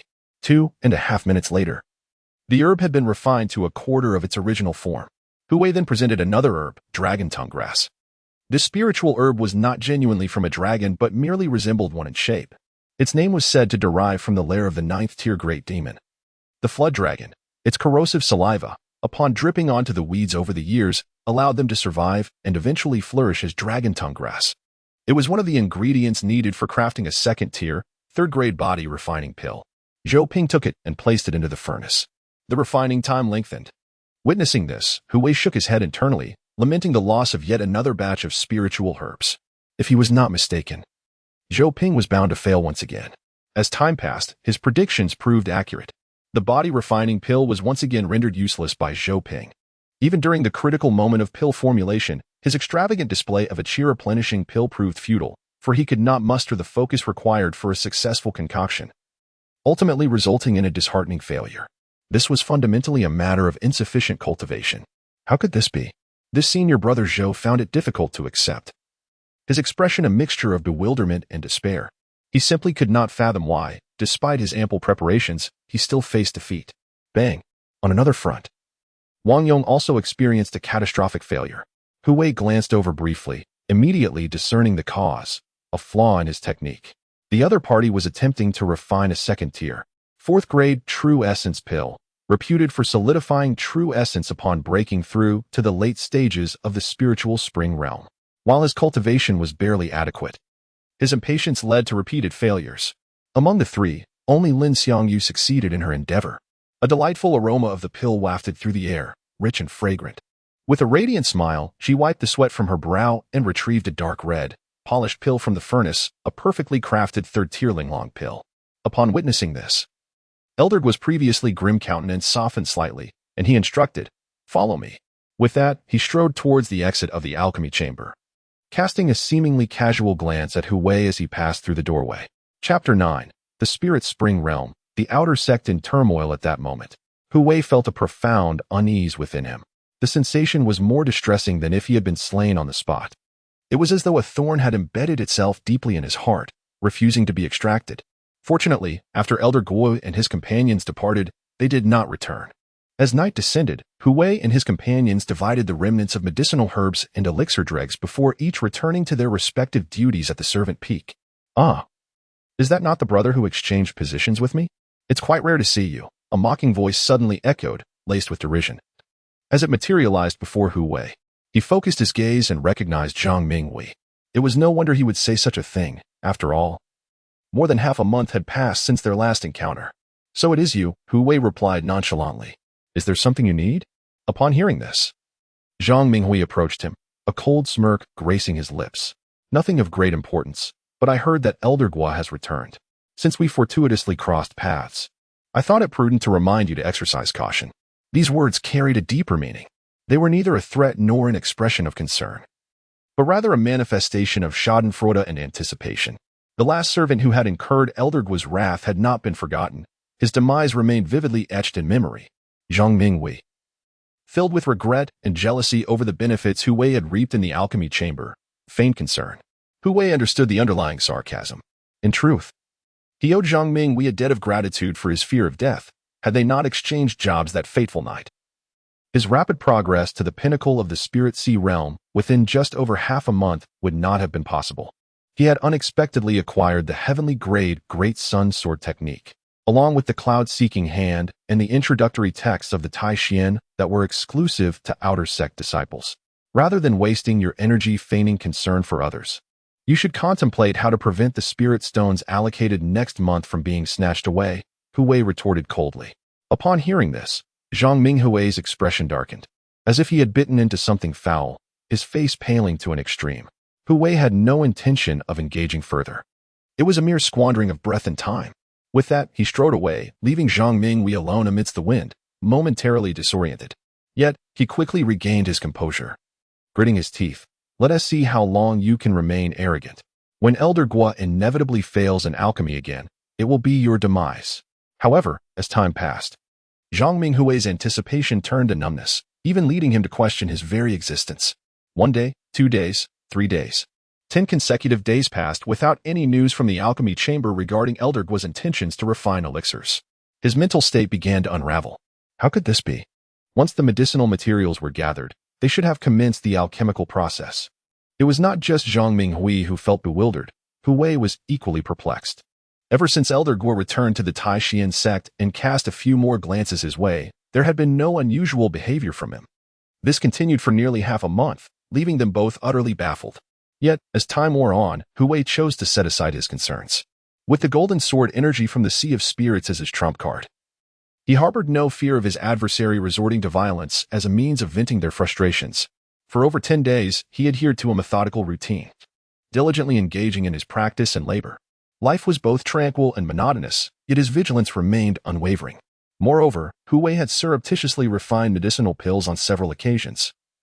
Exercising utmost caution, each time, he utilized those discarded materials or the remnants of failed concoctions to forcibly condense the pills. The process was remarkably smooth, albeit labor-intensive. He could assure that no one was aware of his endeavors. On this particular night, Hu Wei did not return to the servant's peak. Instead, he sought a secluded spot to cultivate, determined to break through to the spiritual spring realm, for after a period of contemplation, the time had come. He returned to the same location as before, nestled within a dense forest between the trading pavilion and the outer gate peak. This time, however, he discovered a cave.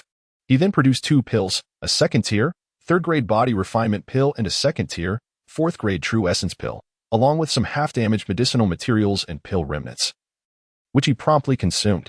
As he felt these spiritual substances coalesce into a formidable force surging within him, he swiftly activated the modified Tai Xuan entry manual, channeling his mystical techniques and entering a state of cultivation. Moments later, brilliant white light erupted within the cave, and the surrounding spiritual energy of the heavens and earth surged violently, swirling towards Hu Wei's crown. He inhaled sharply. The sensation was utterly exhilarating. Every pore in his body seemed to open, breathing in unison, while his meridians and bones were thoroughly cleansed by the influx of spiritual energy and medicinal potency, leaving him in a state of euphoric buoyancy.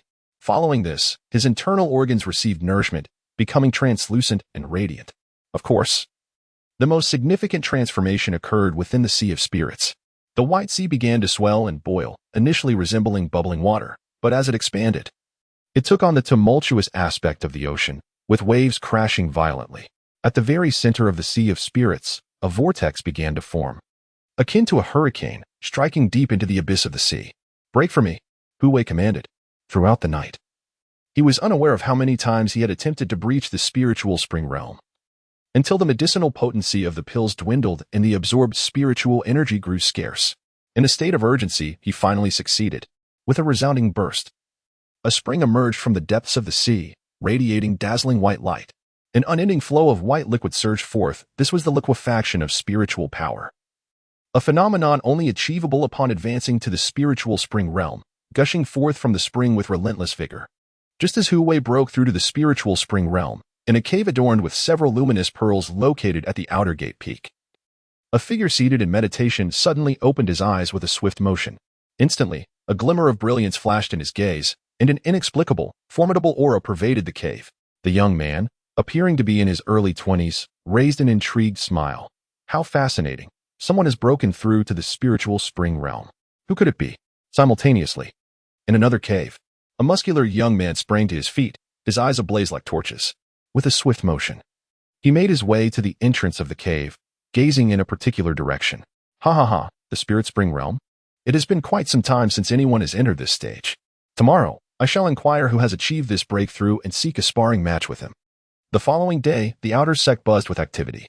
Numerous disciples engaged in animated discussions, for news of someone breaking through to the spirit spring realm had spread overnight. Though the identity of this individual remained a mystery, leading to rampant speculation. Could it be Mu Qing, ranked fourth on our outer sect's combat leaderboard? They pondered. It cannot be him. Otherwise, the second-ranked berserker would have already sought him out for a challenge. That battle fanatic would never miss such an opportunity. It was indeed puzzling. Someone had achieved a breakthrough, yet no one knew who it was, and they couldn't even locate the person. After all, how vast could the outer sect be? It was strange, exceedingly strange. Initially, the crowd assumed this was merely a temporary mystery. However, as time wore on, it became evident that the entire outer sect could not find the individual who had broken through the previous night, leaving them utterly dumbfounded. Chapter 10. Refining Alchemy Again. Seeking a master at this moment, Hu Wei remained blissfully unaware of the absurdity surrounding him. Even if he were to know, he would find it amusing. A mere servant breaking through while they search diligently for someone among the outer sect? It certainly provokes laughter. At this very moment, in the alchemy chamber, the day was drawing to a close, indistinguishable from any other. Zhou Ping, Wang Yong, Lin Xiangyu, and Elder Guo gathered to engage in alchemy. To be precise, it was the first three who were refining while Elder Guo offered guidance. This had been the routine for over 10 days, resulting in a noticeable improvement in their alchemical skills. At the very least, their success rate for producing a higher tier of elixirs had risen to around 30 to 40%. However, Lin Xiangyu's efforts were an exception, as she was attempting to concoct the delicate third-grade Linglong pill, which often resulted in failures or explosions. Out of 10 attempts, she would fail 8 times, succeeding only twice. Today was one of those disastrous occasions when her concoction exploded. The other two, however, managed to produce elixirs, which made Elder Guo's expression somewhat more favorable. Later, he departed with his 3 apprentices. Once they left, Kai Kuan and Wu Hao became animated. Unfortunately, today, it was only Lin's explosion, while both Zhou and Wang successfully concocted elixirs, leaving them with little to boast about. Indeed, it was fortunate that they would be able to collect spirit stones from the steward tonight. Otherwise, their situation would be dire. The two exchanged idle chatter, their expenses being quite extravagant, often visiting the Yichuan courtyard to study the Kuan techniques. Despite their efforts in cultivation, their mediocre talents had only allowed them to reach the early stage of the spirit sea. In truth, the resources within the alchemy chamber were insufficient to support their lavish spending. After all, indulgence in pleasures and music would lead to generous and lavish expenditures when intoxicated with merriment. Let us go collect our spirit stones. The remnants from the explosion will benefit Hu Shidi, Kai Kuan suggested. Agreed. After collecting the stones, we shall venture into Yichuan courtyard. This time, I aim to take on 3. Wu Hao replied with enthusiasm. Ha ha ha, so do I. As they watched Kai Kuan and Wu Hao depart, Hu Wei entered the inner chamber of the alchemy room, closed the door, and prepared to refine the remnants of the exploded elixir, striving for a second condensation. He was well practiced in his preparations, this time adding more medicinal liquid. Although half-destroyed materials and exploded remnants were similar, there were distinctions. The former, though rendered ineffective, retained a fraction of its spiritual essence, while the latter lost the majority due to the explosion during the condensation process. With a swift motion, Hu Wei employed his spiritual-level fire control technique, channeling the liquefied spiritual energy within his spirit sea. The silver-gray flames danced vigorously, imbued with a white divine light akin to furnace fire. In a short while, the medicinal liquid began to boil, the temperature rising. Upon reaching a critical point, Hu Wei formed a hand seal with one hand while projecting a continuous stream of spiritual energy with the other, uttering a soft command, "Congeal." In the next moment, a thunderous explosion erupted from the alchemy furnace. Simultaneously, the flames and white light were drawn inward by a formidable suction, retreating into the furnace in an instant. After a brief pause, the fragrance of the elixir wafted through the air, rich and intoxicating. A single breath invigorated his spirit. Success, Hu Wei chuckled. Affirming his genius, even the failed or exploded pills could be salvaged, refined anew. Who else could accomplish such a feat? He opened the alchemical furnace and retrieved a small, dark red pill, reminiscent of a plastic pearl, half of it crystalline and translucent. Cradling it in his palm, he examined it closely. Suddenly, a series of sharp claps pierced the silence, resonating with unexpected force. From a shadowy corner of the alchemical chamber emerged a figure, none other than Elder Gua, who had long been absent. Hu Wei's expression shifted in astonishment. No one could have anticipated the return of Elder Gua, especially after witnessing him depart with Zhou Ping and the others. Elder Yu. Ah, no need for alarm, Elder Gua interjected, his demeanor unexpectedly amiable as he waved his hand dismissively. It was difficult to reconcile this geniality with the man known for his ruthless temper and icy indifference. He seemed a different person altogether. You are quite remarkable, although your aptitude is merely of the lowest white grade. Your talent for alchemy is the highest I have ever encountered. My eyes have truly been opened during this period. Hu Wei stood in stunned silence, bewildered. What did he mean by this period? Perhaps sensing his confusion, Elder Gua continued, from the moment I returned, I took note of you. Initially, I suspected you might be a spy from another sect, but it appears I was mistaken. In mere seconds, Hu Wei felt as though he were on a roller coaster, experiencing extreme highs and lows. Such exhilaration was overwhelming. He finally understood why Elder Gua had scrutinized him so closely upon his return to the alchemical chamber. His concealed cultivation had been effortlessly discerned, revealing the Elder's unfathomable strength, at least 2 realms above his own at that time. Terrifying. Utterly terrifying. Reflecting on the past half-month, Hu Wei realized that despite his efforts to discreetly refine elixirs a second time, Elder Gua had observed everything. The thought sent a chill down his spine. What instructions do you have for me, Elder Gua? Having been cleared of suspicion, Hu Wei felt somewhat at a loss. Though he posed the question, he remained poised to unleash a strand of golden sword energy at any moment. He was confident that if the Elder harbored ulterior motives or made excessive demands, he could strike with lethal precision. Very simple, Elder Gua replied, adopting a benevolent demeanor. Your name is Hu Wei, is it not? Your alchemical talent is extraordinary.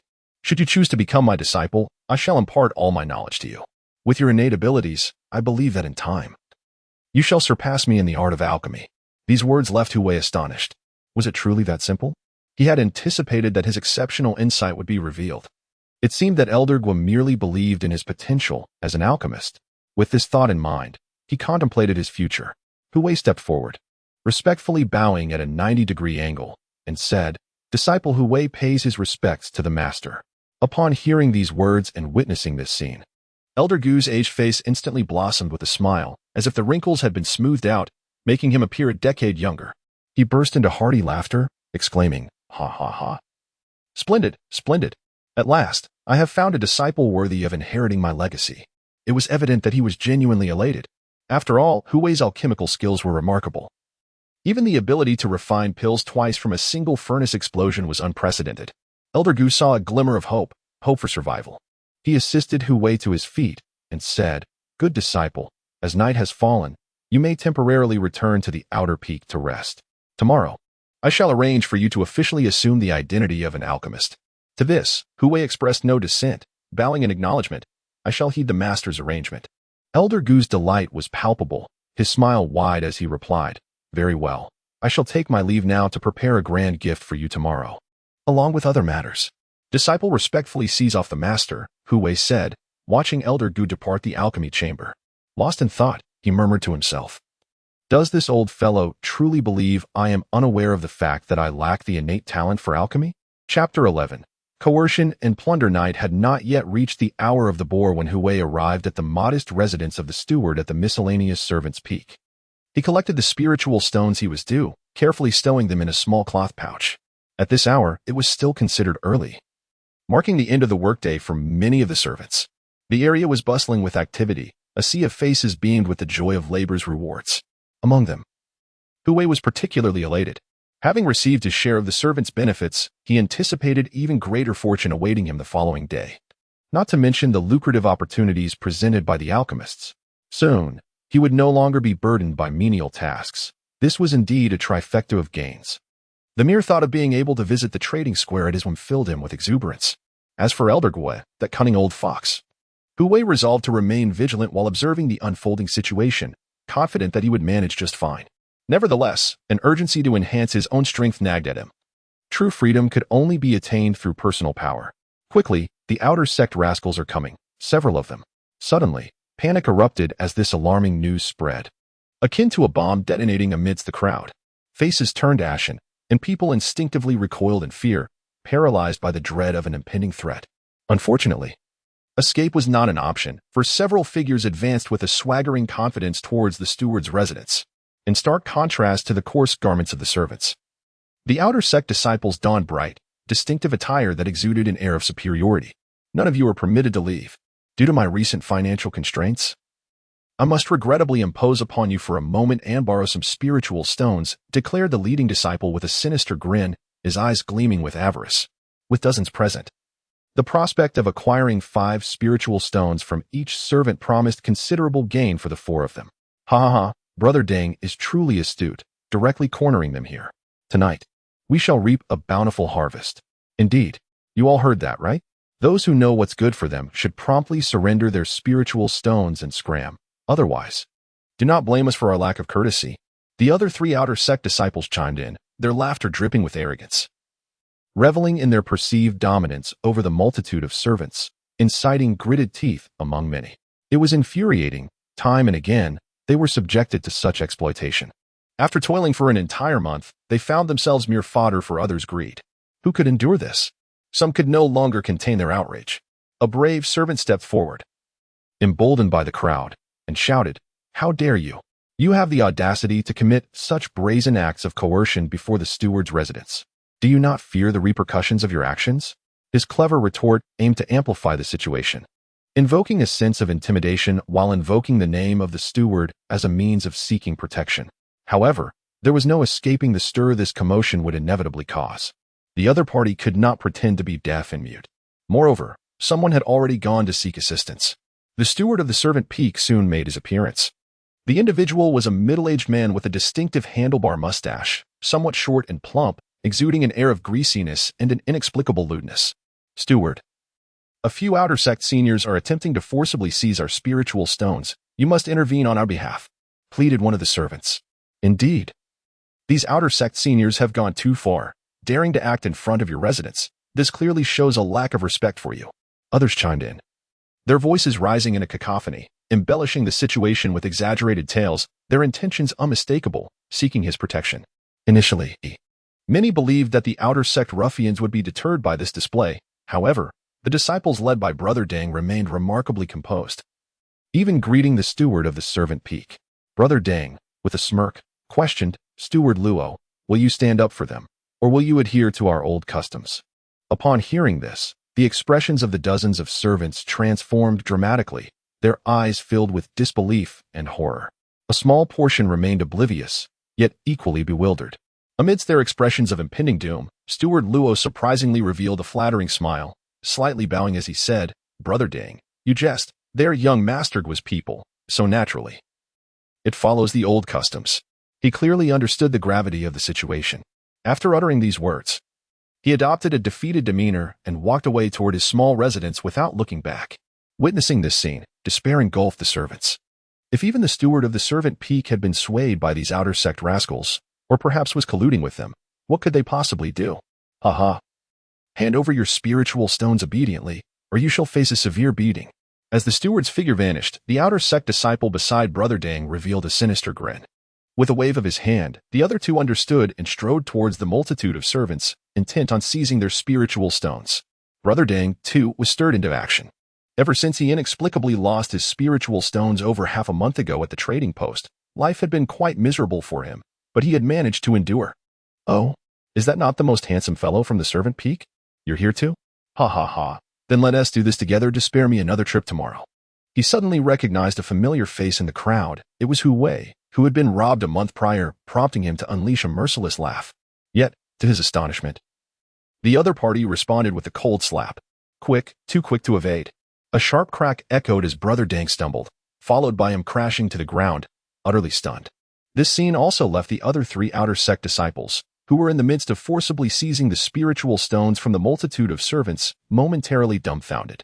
They had assumed Brother Dang was merely teaching a random servant a lesson to frighten others. Little did they expect him to be the one struck. What a reversal of fortune. Get lost. In the astonished gazes of dozens of servant disciples, Hu Wei coldly issued a reprimand, retracting his hand. Had it been a month prior, he would have been utterly at the mercy of others. However, as the saying goes, a man can change remarkably in just 3 days. Presently, he is no longer the same individual, and naturally, he will not stand idly by and allow himself to be forcefully taken. You seek your own demise. In the next instant, Senior Brother Dang leapt from the ground, his fury erupting in a thunderous roar. His entire being radiated a brilliant green light, which coalesced in his right fist, striking fiercely towards Hu Wei's chest. This punch, imbued with tremendous force and ferocity, was executed with the prowess nearing the late stages of the spiritual sea realm. Should it connect, it could potentially incapacitate him on the spot, or even cost him his life. The laborers trembled in fear, while 3 outer disciples sneered derisively. Yet, soon enough, they appeared as though turned to stone, frozen in place. Hu Wei casually waved his hand, as if shooing away a mere fly. In an instant, a flash of white light illuminated the scene. Senior Brother Dang found himself struck as though by a powerful blow, hurtling backward and crashing onto the ground 10 meters away, where he lay motionless for an extended period. Hiss. What is this? Chapter 12. You have perished, you, a mere servant, at the pinnacle of the spirit sea realm. How is this possible? In the courtyard outside the steward's modest residence, 3 outer disciples stood frozen, their faces pale with terror, as if they had encountered a ghost. This was undeniably a shocking revelation. To be classified as a servant was akin to receiving a death sentence. Such individuals possessed abysmal talents, and throughout history, few have ever defied this norm. Yet here, a servant had remarkably distinguished himself. How could this not astonish them? Not only were the 3 disciples startled, but even the dozens of other servants present were left dumbfounded, their expressions reflecting sheer horror. It was indeed a terrifying spectacle. Among the servants, someone had secretly broken free from their shackles, whether by sheer luck or great fortune. It was inconceivable that one could elevate their cultivation to the pinnacle of the spirit sea realm. Such prowess had long surpassed the criteria for acceptance among outer disciples. Yet the individual in question seemed utterly unconcerned. Had it not been for the encounter with these outer disciples seeking to impose their will, he might never have revealed his true capabilities. You, audacious fool, how dare you injure Senior Brother Dang? Do you know who we are? Young Master Guo is not someone you can offend lightly. Indeed, even if you have reached the pinnacle of the spirit sea realm, injuring Senior Brother Dang is tantamount to slapping young Master Guo in the face, sealing your fate. You shall not witness the sunset of tomorrow. If you possess any sense, come forth to apologize, bow your head in contrition, and offer spirit stones. Perhaps this may salvage your life. After regaining their composure, the 3 outer disciples hastily invoked their powerful connections, threatening Hu Wei with hollow bravado. Upon hearing these threats, the dozens of servants trembled in fear. It was only at this moment that they comprehended the gravity of the situation, that they were dealing with an individual they could not afford to offend, young Master Guo. Though he was an outer disciple, his connections were immensely formidable. It was said that young Master Guo's granduncle was an alchemist of the Tai Xuan Sect, his grandfather a master craftsman within the inner sect, and his parents were esteemed elders, placing him in a position of great privilege. This was the reason for his audacity. and those who accompanied him were equally arrogant. Is that so? Hu Wei replied coldly. Considering I've already struck young Master Gua, I wouldn't mind delivering a few more slaps. With that, he unleashed a light palm strike from a distance. 3 swift strikes in succession. In an instant, the 3 outer disciples' expressions changed dramatically. Even from a distance, they could sense a terrifying force surging toward them, too powerful and swift to evade. You. No. Ah. In the next moment, anguished cries echoed 3 times as the 3 of them were sent flying, crashing to the ground like defeated dogs, unable to rise again. Hu Wei had rendered them crippled. This fate was far worse than death. It must be understood that for any cultivator who has successfully embarked on the path of cultivation, their cultivation level is paramount, often valued above life itself. They would rather perish than have their spirit sea realm destroyed. At this moment, as Hu Wei realized that no one could impede his ascent, he wore a nonchalant expression and prepared to return to his thatched cottage for further cultivation. However, a trembling voice interrupted him. Turning around, he found it was Manager Luo. It appeared that the shrieks had lured him from his residence. And upon witnessing the situation spiral beyond control, he was utterly flustered. The formidable prowess of Hu Wei undoubtedly contributed to his alarm. After all, he was merely a lowly servant, yet he had silently cultivated to such a formidable realm. This was indeed suspicious. You cannot leave. As a servant with white aptitude, you've reached the pinnacle of the spirit sea realm. I have every reason to suspect you are a spy sent by another sect. Moreover, you have incapacitated several disciples of the Tai Xuan Sect. You must not escape. Manager Luo declared with a stern countenance, bracing himself as if he possessed some hidden support. In response, Hu Wei casually unleashed a palm strike, channeling his spiritual energy into a tangible form while discreetly enhancing the Great Sun Sword technique. The white spiritual energy transformed into a blade of sword chi, cleaving through the air with devastating force. In that moment, Manager Luo's expression shifted drastically. However, as a cultivator at the pinnacle of the spirit sea realm, he reacted swiftly. He expelled a green light from his mouth, which rapidly morphed into a rusted shield, expanding to half a person's height as it shielded him. Almost simultaneously, the white sword chi collided with the shield, its might overwhelming. With a resounding crash, the shield began to crack, while the sword chi dimmed and dissipated. Yet, Manager Luo coughed up blood, propelled backward by a formidable shockwave, leaving deep impressions with each step he took. This spectacle left many of the servant disciples in shock.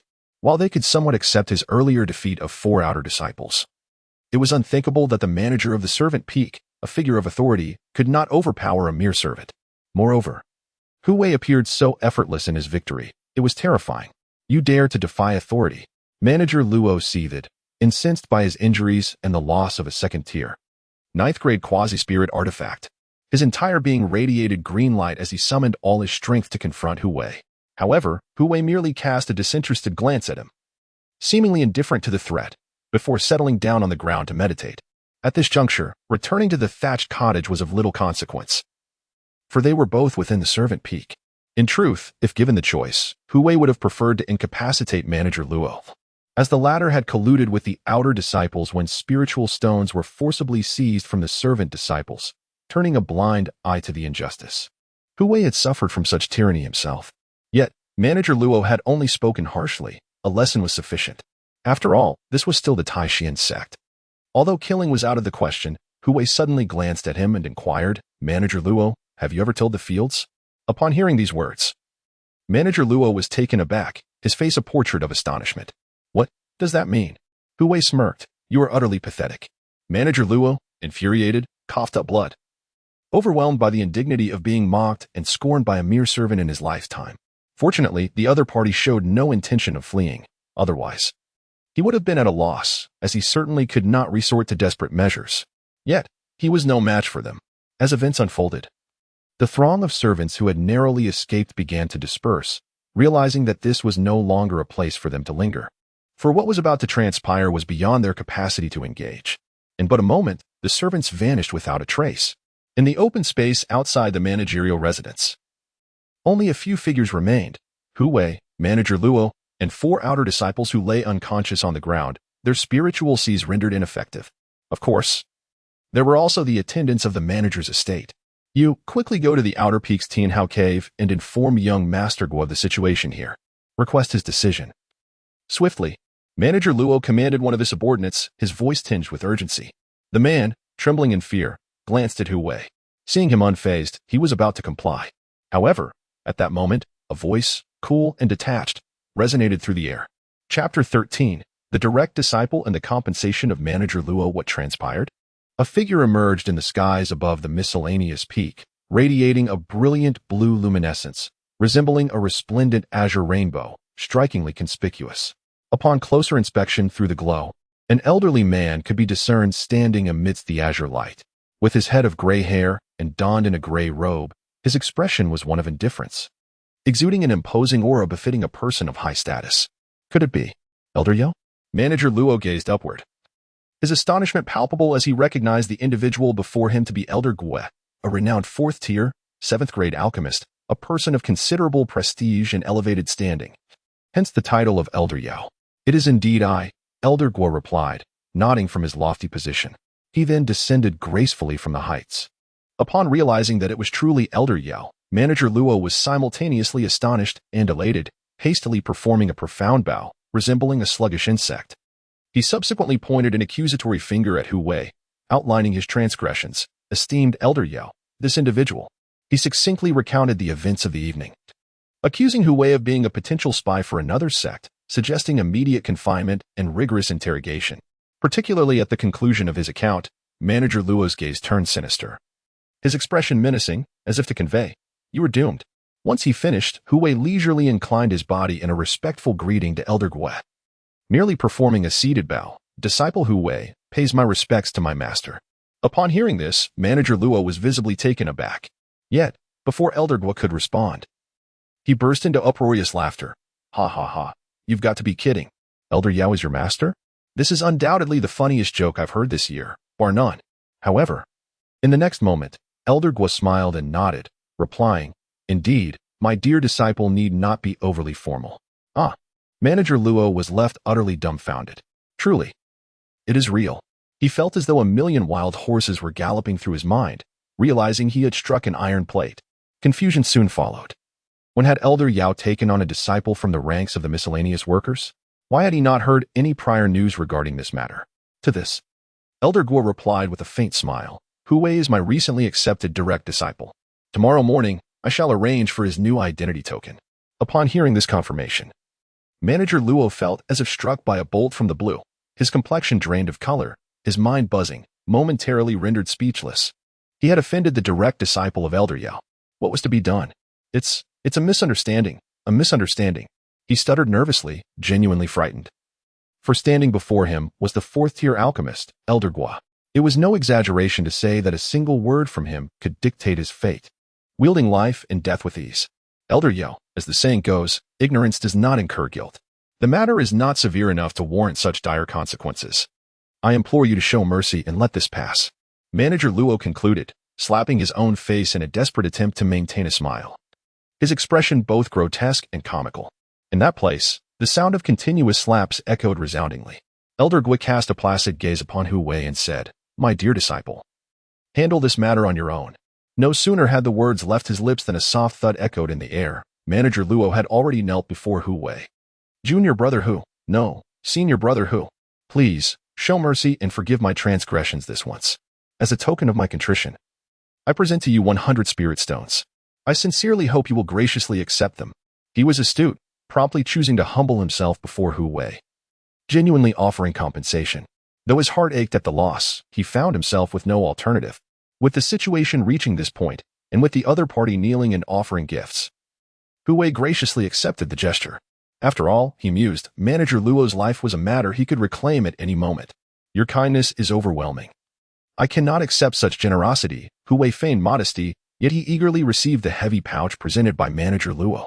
A smile crept across his face, and he felt a wave of satisfaction wash over him.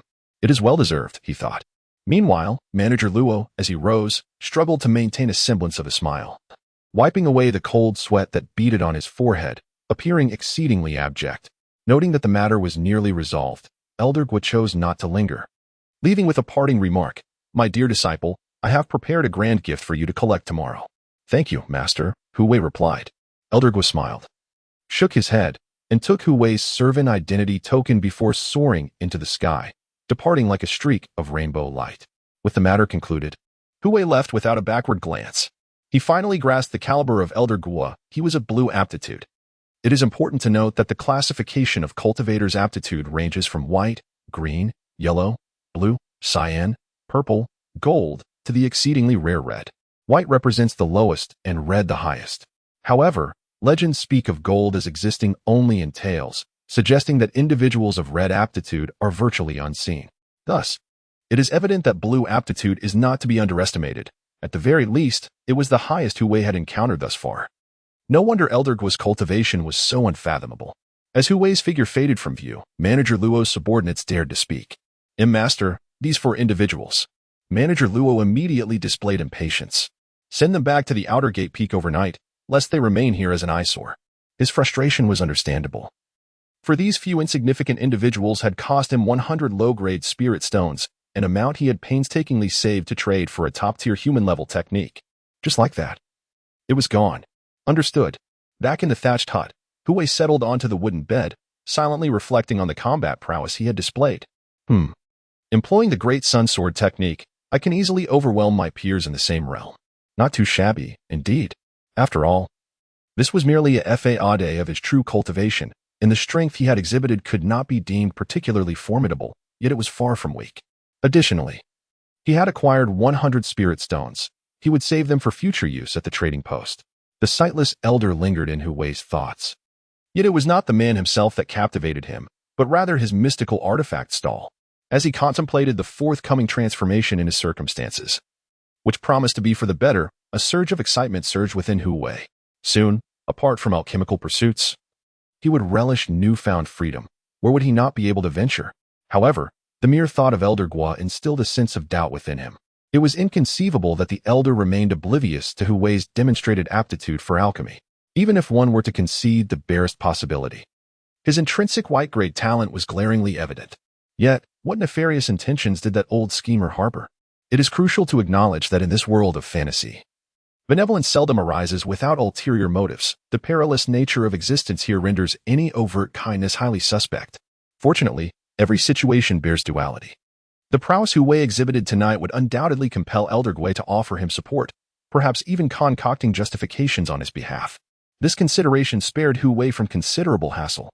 Shaking his head, he steadied his emotions, calming his mind to enter a state of cultivation. Chapter 14. The shock of Sister Lin and others the following day, at dawn.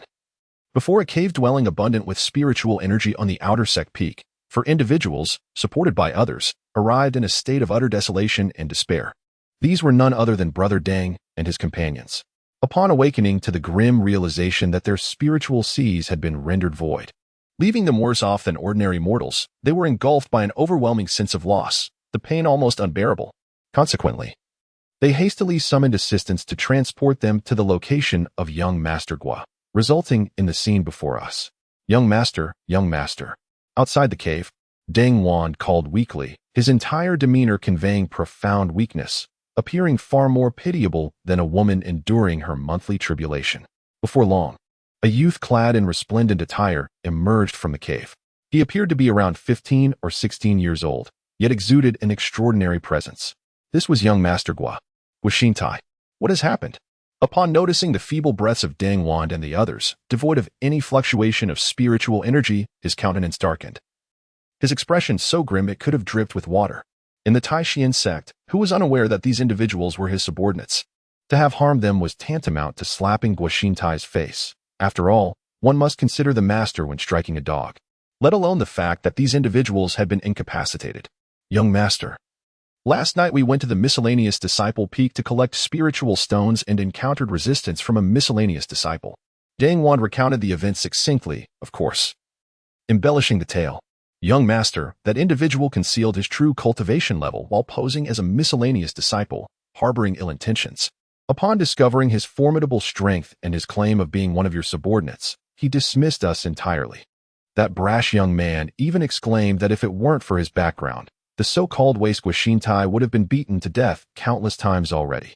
Guaxintai's eyes gleamed with a fierce glint, seeking death. Deng Wan added, I uttered something similar at the time, only to be incapacitated by him. After that, the pain overwhelmed me, and I lost consciousness, knowing nothing more. The other 3 echoed, same here, with a grim expression. Guo Xintai's eyes radiated an unrestrained aura of murderous intent to the miscellaneous disciple peak. Their speed was remarkable, reaching the miscellaneous disciple peak in less than a quarter of an hour. However, during this interval, Hu Wei had already proceeded to the alchemy room. Fortunately, there remained a lead. Dozens of miscellaneous disciples had witnessed the incident last night, and capturing one for questioning would suffice. By sheer coincidence, Dang Wan apprehended Zhang Mingwei, who happened to be one of the many miscellaneous disciples present that night. The latter was utterly astonished and disturbed by the events he had witnessed. He could hardly fathom that Hu Wei's prowess was so formidable. Several outer sect disciples had not even managed to withstand a single blow from him. Zhang Mingwei was in a daze, plagued by the suspicion that perhaps Hu Wei had ventured to the alchemy room and thus became so powerful. Regret consumed him, and he wished to bash his head against the wall, yet he realized that even seeking death now would be futile. Greetings, brothers. I know that brat. His name is Hu Wei, and he works as a handyman in the alchemy room. Feel free to seek him out to settle the score, Zhang Mingwei declared, adopting a sycophantic demeanor. Dang Wan did not rush to depart. Instead, he coldly inquired, "What transpired after we lost consciousness?" The latter paused momentarily and replied, The steward of the miscellaneous peak made an appearance, and after that, I am unaware of what transpired. It is not something that the disciples of the miscellaneous could continue to observe." Upon hearing this, Dang Wan nodded, contemplating for a moment before bowing to Guo Xintai and saying, "Young master, do you wish to summon Steward Luo for clarification? After all, such a significant incident occurred, and that young man emerged unscathed. It must be quite extraordinary." "There's no need for that." Guo Xintai decisively rejected the idea, his countenance darkening as he continued. "Do not forget, even if he merely assisted in the alchemy chamber of my granduncle, what of it? I trust that he would not allow me to be wronged because of a single disciple." By the end of his statement, Guo Xintai's expression had become chillingly fierce, a grotesque visage that belied his youth, evoking a sense of dread in those around him. Understanding this, Dang Wan felt a surge of elation. The other three were equally invigorated. Yet, turning his attention, Dang Wan extended his menacing grasp towards Zhang Mingwei, commanding, "You, hand over the spirit stones." Zhang Minghui's expression soured. At that very moment, within the alchemy chamber, an astonishing event was unfolding. Disciple Hu Wei, paying respects to master. Hu Wei reverently bowed to Elder Guo, who was surrounded by all present in the outer chamber. Their mouths gaped in astonishment, regardless of whether it was Kai Kuan, Wu Hao, or Zhou Ping, Wang Yong, or Lin Xiangyu.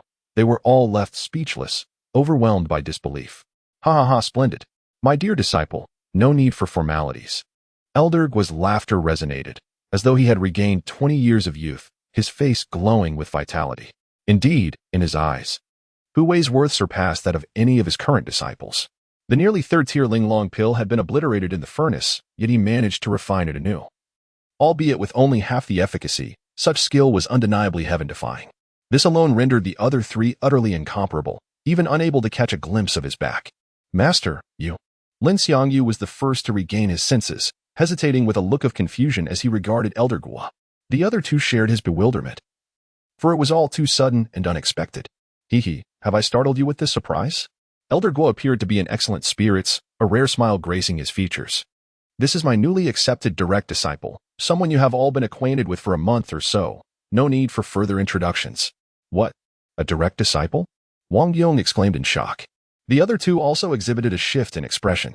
However, Zhou Ping quickly questioned, "But master, we assessed Hu Shidi's alchemical talent on his very first day, and it was non-existent. How can you?" Wang Yong and Lin Xiangyu nodded in agreement. "Oh, is that so?" Elder Guo expressed mild surprise before calmly responding, "You still possess a limited perspective. Some things are beyond measurement, such as the latent talents hidden within a person's body. Your Hu Shidi is a prime example." Upon concluding his statement, he observed the three, Zhou Ping and the others, still caught in a web of skepticism. "Enough," he said with a dismissive smile. "Since you refuse to believe, I shall demonstrate Hu Wei's alchemical prowess, so that you may comprehend the hierarchy of talent and the vastness beyond." Upon hearing this, Lin Xiangyu and her companions immediately cast their defiant gazes upon Hu Wei, unable to accept the existence of someone who posed a threat to their own status. After all, he was a direct disciple. Should he solidify this identity, it would reflect poorly on their own capabilities. The thought of a mere servant surpassing them, trampling upon their pride, was unbearable. The mere rumor of it would be the subject of mockery. "Let us create the Linglong pill," My dear disciple, Elder Guo interjected. Lin Xiangyu's pupils constricted. No one understood better than she the formidable challenge of crafting a true third-tier Linglong pill. Thus far, she had only succeeded once or twice in 10 attempts. Yet, this newly initiated Hushidi was daring to tackle the highest difficulty right from the outset? Was this not utterly outrageous? Just listen to the master. Hu Wei finally spoke, having uttered only a single sentence without defending himself. This revelation struck the hearts of the other three like a thunderclap, leaving them momentarily stunned. However, as Kai Kuan and Wu Hao went to gather the necessary ingredients for the alchemy, an unexpected group burst in. Chapter 15. Humiliation and the Art of Alchemy. Young Master. The Method of Alchemy. Upon encountering Hu Wei, Dang Wanda's emotions surged with agitation, his eyes reddening instantly, and his teeth clenched in fury. However, the words he had intended to shout were abruptly suppressed. He appeared utterly deflated, akin to a wilted eggplant. The cause was none other than Elder Guo's presence. They held an innate fear of this elder in charge of medicinal affairs, for he was known to be ruthless and merciless, having taken countless lives. In deference to Elder Guo, Dang Wanda and his companions knelt in trepidation, their hearts racing with anxiety, fearful that a mere displeasure from him could lead to their demise. Greetings to Uncle Gong. At that moment, Guoxin Tai respectfully saluted Elder Guo, for he was the elder's legitimate grandson, and such respect was due. With his presence diverting attention, the earlier disrespect could be overlooked. In truth, Elder Guo would not harbor any resentment, as he was in high spirits that day. Oh, Elder Guo acknowledged with a faint nod. He cast a glance over the group and remarked, I am already aware of your intentions. You may return.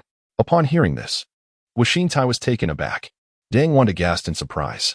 Only Zhou Ping and a few others were left puzzled, yet they observed with eager anticipation, awaiting the next words from the young master.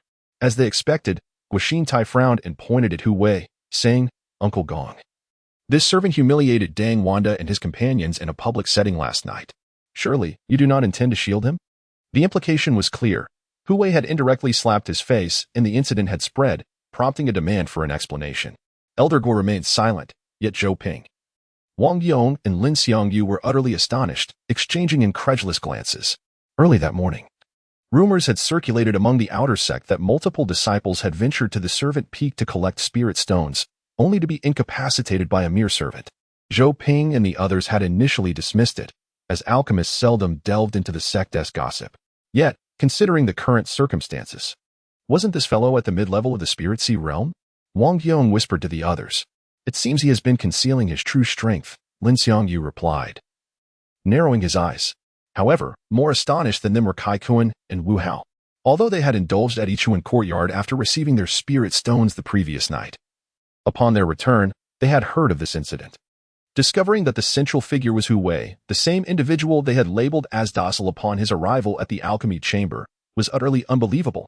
At this juncture, regaining his composure, Zhou Ping took the opportunity to interject with a tinge of sarcasm.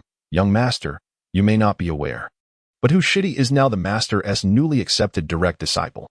We are eager to witness his miraculous alchemical skills. With these words, what? A direct disciple? Guoxin Tai's expression shifted dramatically.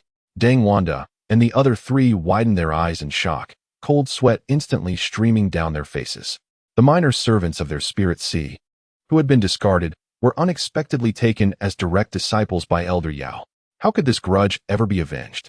It seemed far more likely that they would seek revenge against them. Contemplating this, the four of them trembled in fear. Return now. You are well aware of the nature of your own people. I was present last night, and the fact that Hu Wei was not slain on the spot was already a concession on my part, Elder Guo remarked, his words imbued with an undeniable authority. Knowing his temperament all too well, Guoxin Tai could only respond begrudgingly with a bow. Yes, this was merely a minor disturbance. Once Guoxin Tai and his group departed, the gazes of everyone shifted towards Hu Wei, filled with astonishment, surprise, and a complex array of emotions, especially from Lin Xiangyu and the others. From that moment onward, they ceased to harbor any disdain. Only Hu Wei maintained an unperturbed demeanor, exuding an air of tranquility, as though he were an outsider, completely unaffected by the unfolding events. You too, go and procure a supply of Linglong Dan's medicinal ingredients for junior brother Hu, Wang Yong instructed Kai Kuan and Wu Hao. The two, not daring to delay, promptly set about their task with clear roles assigned. Linglong Dan primarily required two main ingredients, Qixing grass and Linglong flower, along with several auxiliary herbs such as xingxian root, lingxian fruit, yujica grass, and 8-petal orchid essence. These were all second and third-tier spiritual herbs, not particularly difficult to find. Given that the Tai Xuan Sect had dedicated personnel for their collection, it is worth noting that the third-tier Linglong Dan possesses the effects of enhancing one's appearance and consolidating one's spirit and consciousness. It refines the primordial spirit and gathers spiritual awareness, making its concoction quite challenging, a fact Lin Xiangyu was acutely aware of. Before long, the necessary ingredients were assembled, and the group moved to the alchemy room. "Let us begin, junior brother Hu," Zhou Ping said with an indifferent tone, under the watchful eyes of the others. Hu Wei casually approached a half-person height alchemical furnace, and, to Tai Xuan's bewilderment, he seized the ingredients from his hands and poured them all into the cauldron at once. Coincidentally, Wu Hao had already poured an adequate amount of medicinal liquid into the furnace, and witnessing this scene left him momentarily dazed. Not only were the two of them astonished, but the others also appeared somewhat taken aback. Lin Xiangyu, Zhou Ping, and Wang Yong, even Elder Gui, standing nearby, was slightly stunned. Hu Wei's approach was entirely beyond his expectations, not even in the slightest. Despite his confusion, Elder Gui remained composed, opting to observe rather than intervene or inquire. Although he had witnessed Hu Wei refine discarded or exploded medicinal materials into second-phase elixirs on more than one occasion, he had never seen an authentic alchemical process. And this was indeed his first experience. Nevertheless, he maintained his composure, unlike his disciples. "Ha ha ha. Are you certain you know how to concoct elixirs, junior brother Hu?" Zhou Ping was the first to break the silence, his laughter dripping with scorn and derision. In truth, he nearly laughed himself into a fit. Wang Yong and Lin Xiangyu also smirked, finding Hu Wei's actions utterly amusing. Who would recklessly dump all the ingredients like that? With merely a sideways glance at the few individuals, Hu Wei chose silence over debate, completely disregarding them. In the next moment, a tremendous roar erupted as he summoned his fire manipulation technique. A silvery gray flame surged from the ground, dancing vigorously, its temperature searing. Furthermore, Hu Wei wielded the spiritual energy from his spiritual sea, transforming it into Dan fire, which he sent forth towards the alchemy furnace, continuously infusing it with energy. "You are at the spiritual spring realm."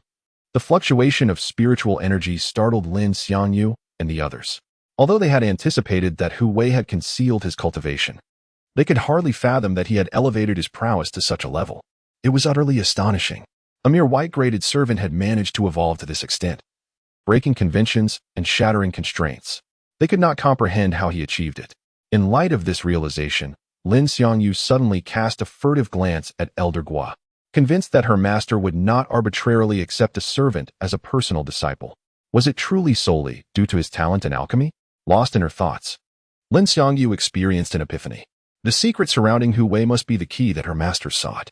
As the fog of confusion lifted, there was a sudden clarity. Chapter 16. The Pill Patterns. Alchemy is not difficult in the alchemy chamber. A sudden brilliance of white light erupted. It was Hu Wei refining medicinal materials, astonishing everyone present.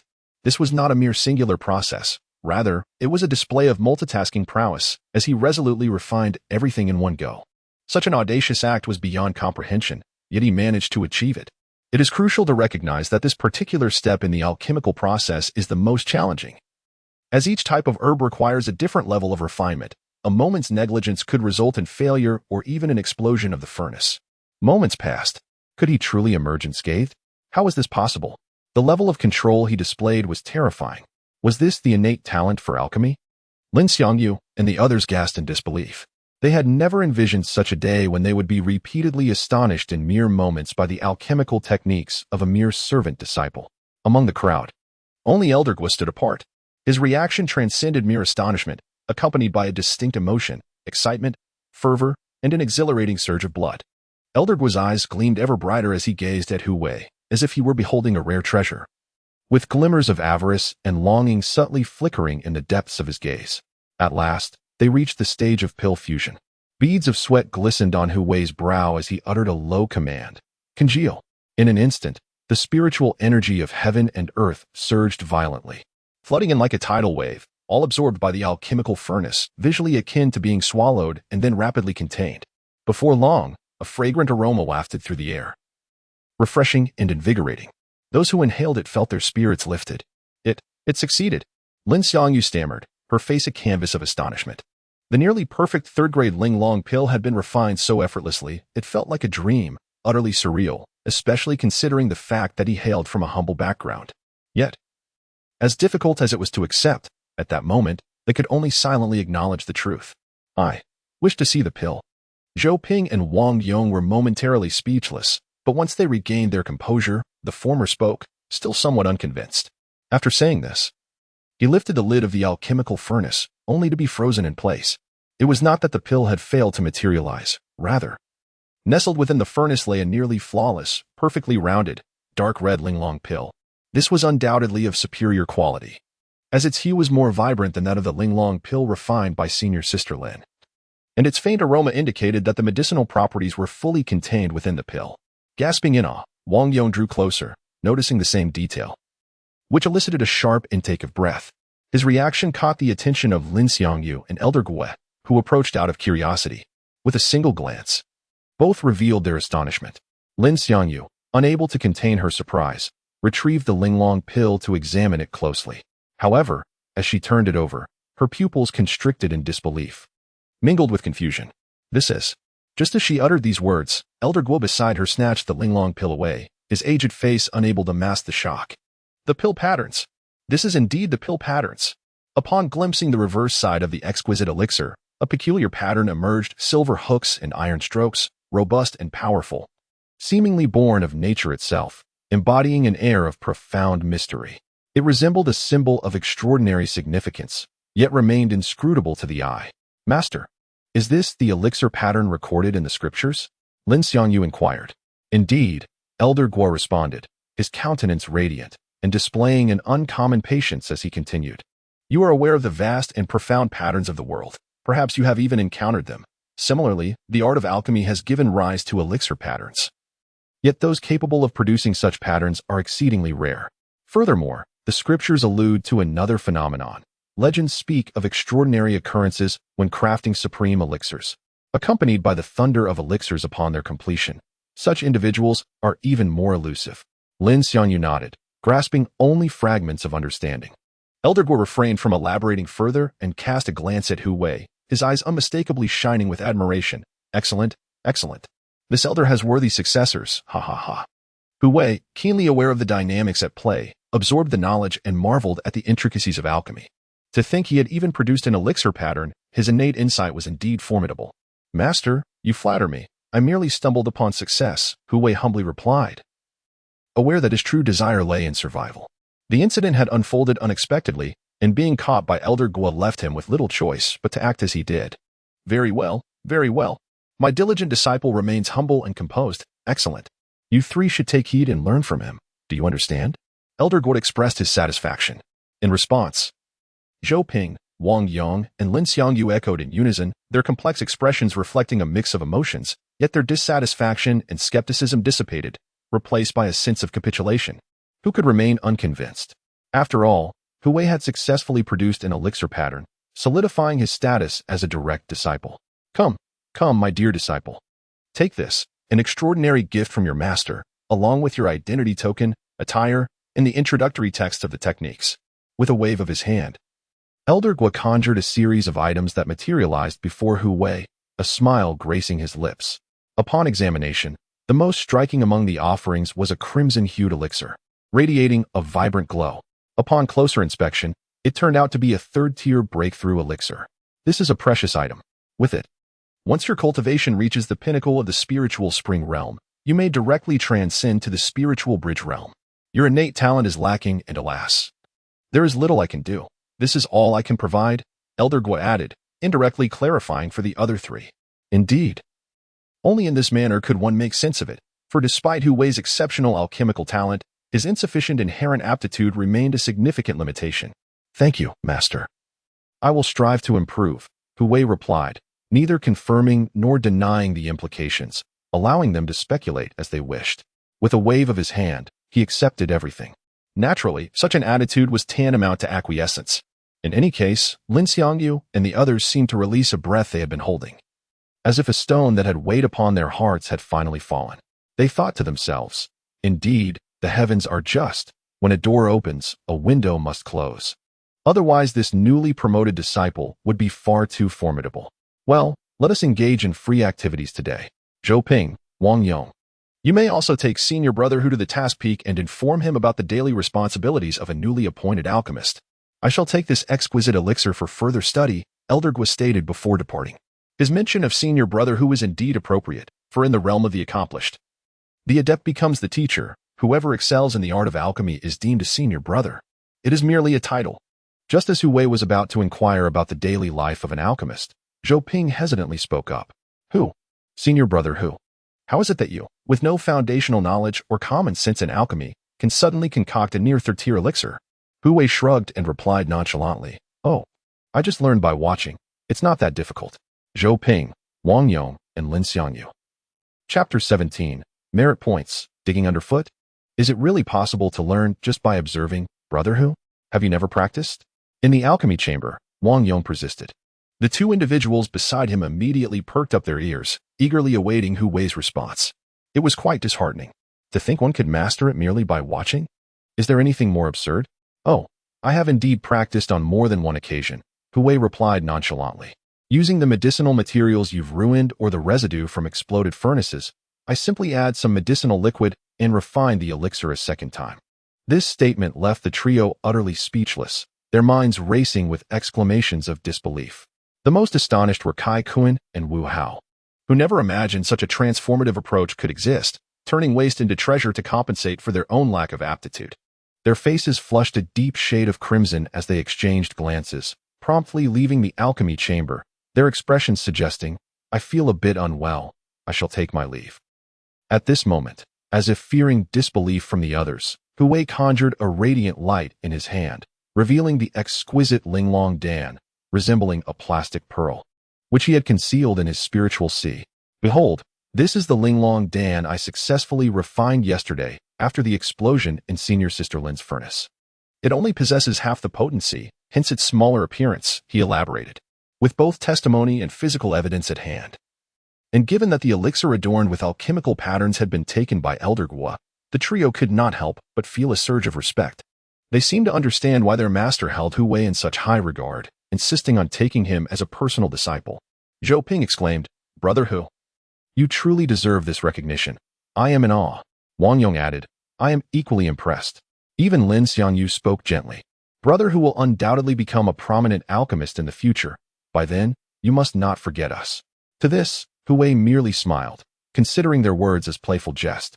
He then inquired about the tasks Elder Gua had mentioned earlier, and the others shared their knowledge openly. Essentially, upon becoming an alchemist, one is required to complete a certain number of tasks for the Tai Xuan Sect each month, submitting a specified quantity of elixirs.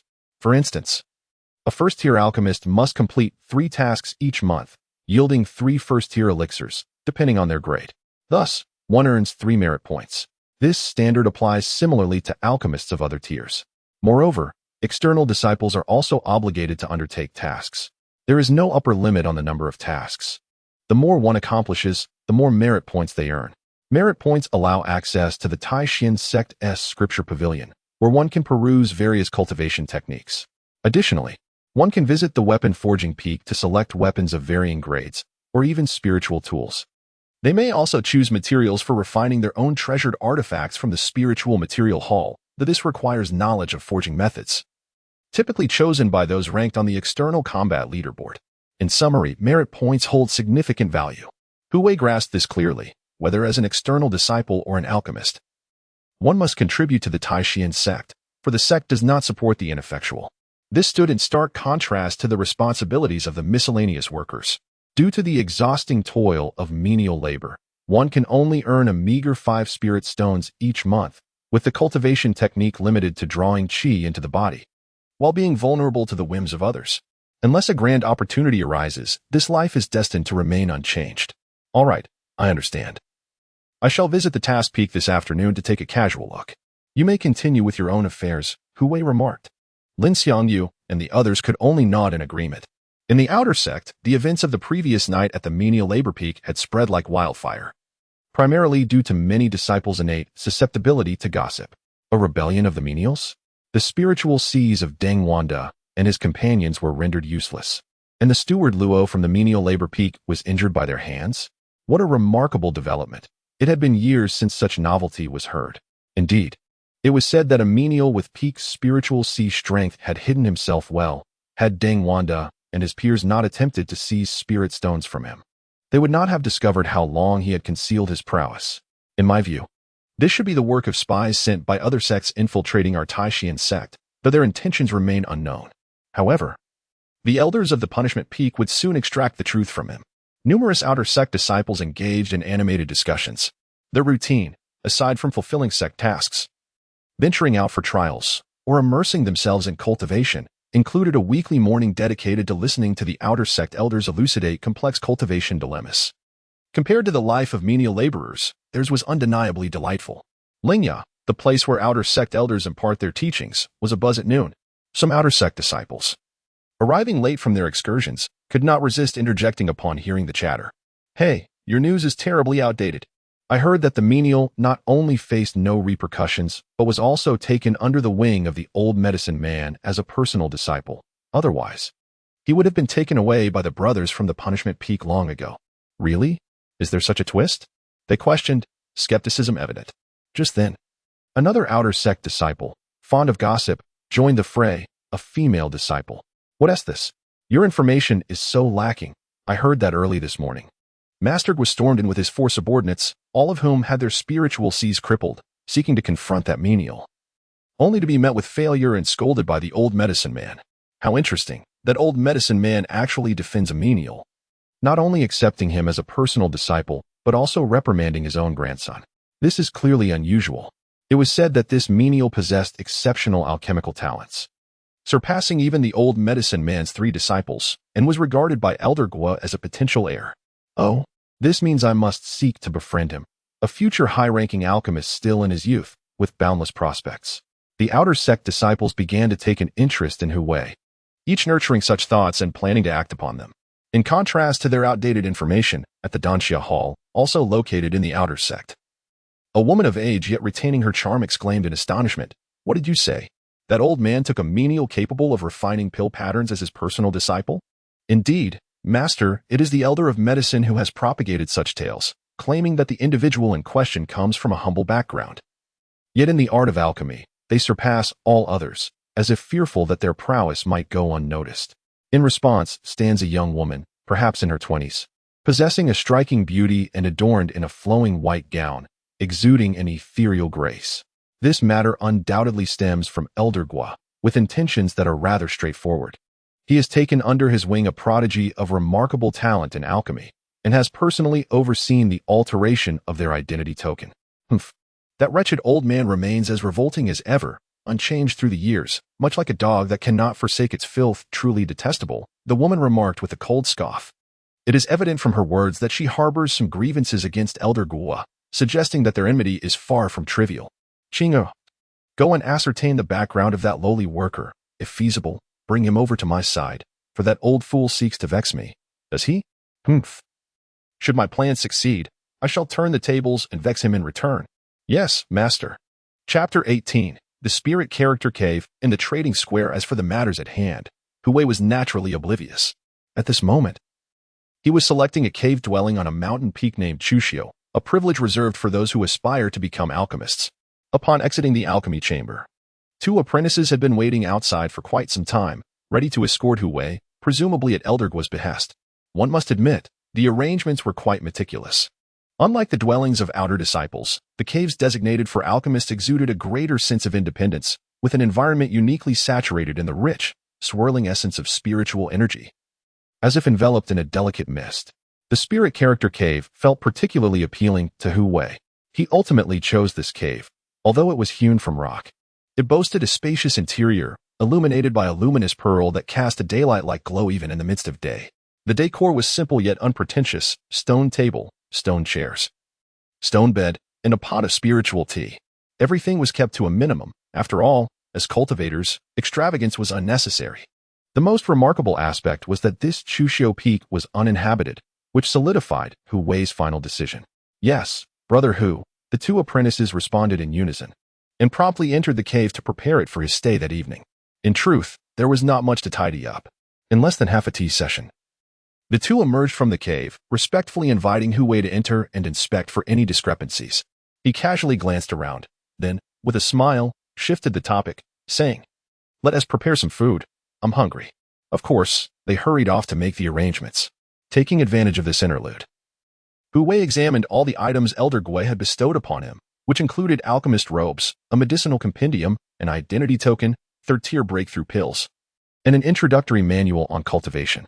His focus lay upon the last item, a beast-hide ancient scroll, a handwritten manuscript containing only a few hundred characters, detailing the essence of externalizing spiritual power and transformation. This level was already mastered by Hu Wei. He sought to discern whether it diverged significantly from the Tai Xuan introductory manual he had procured at the trading square. The outcome, of course, was that there was no substantial difference. However, upon reviewing it again, he mused, this introductory manual is indeed inferior to my revised version. As he spoke, he seemed to have an epiphany. Regrettably, the references were too scant. Even with exceptional comprehension, the scope for improvement was limited. This was undeniably true. It was akin to the rare prodigies of a previous life, who might have been admitted to Tsinghua or Peking University as mere middle school students. But with one caveat, they had been exposed to a vast array of knowledge. What Hu Wei currently lacked was knowledge, particularly in various cultivation techniques. Such knowledge was not easily acquired. He could only rely on himself to address this formidable challenge. "Brother Hu, please dine." The two apprentices announced as they returned with the food, only to find Hu Wei engrossed in the medicinal compendium. "Thank you for your hard work." Hu Wei acknowledged with a nod, then began to devour the meal with great enthusiasm. Once he finished, one of the apprentices took on the responsibility of clearing the dishes. Another individual addressed Hu Wei, saying, "Senior Brother Hu, Elder Gui has instructed me to inform you that in 2.5 months, it will be time for the secret realm training. All outer disciples who have reached the spiritual spring realm are required to attend, so please make the necessary preparations." Hu Wei revealed a look of confusion, pondering, what does Master mean by this? Shouldn't an alchemist dedicate themselves to the alchemical chamber, diligently studying the art of alchemy? Why the sudden notification to participate in some secret training? Elder Gui remarked, "Without growth, one is merely a flower in a greenhouse. Moreover, such opportunities are rare. The Elder will personally lead the expedition to ensure your safety, along with the other 3 senior brothers and sisters." The young medicine attendant replied succinctly, "Understood, I will prepare." Hu Wei nodded slightly, rising to point at a page in the pharmacopoeia, stating, "I shall step out briefly. You two prepare a large wooden tub and gather the herbs listed here. I shall return for a medicinal bath." Upon hearing this, the 2 medicine attendants exchanged glances before bowing in unison, "Yes, Senior Brother Hu." Thus, Hu Wei gracefully exited the cave dwelling, intent on utilizing every resource at hand to enhance himself. As he ventured outside, on his way to the task peak, he mused, "The old fellow is quick in his actions, ostensibly assigning 2 individuals to serve me, yet in reality, it's surveillance, fearing I might escape." He whispered to himself, feeling a chill in his heart.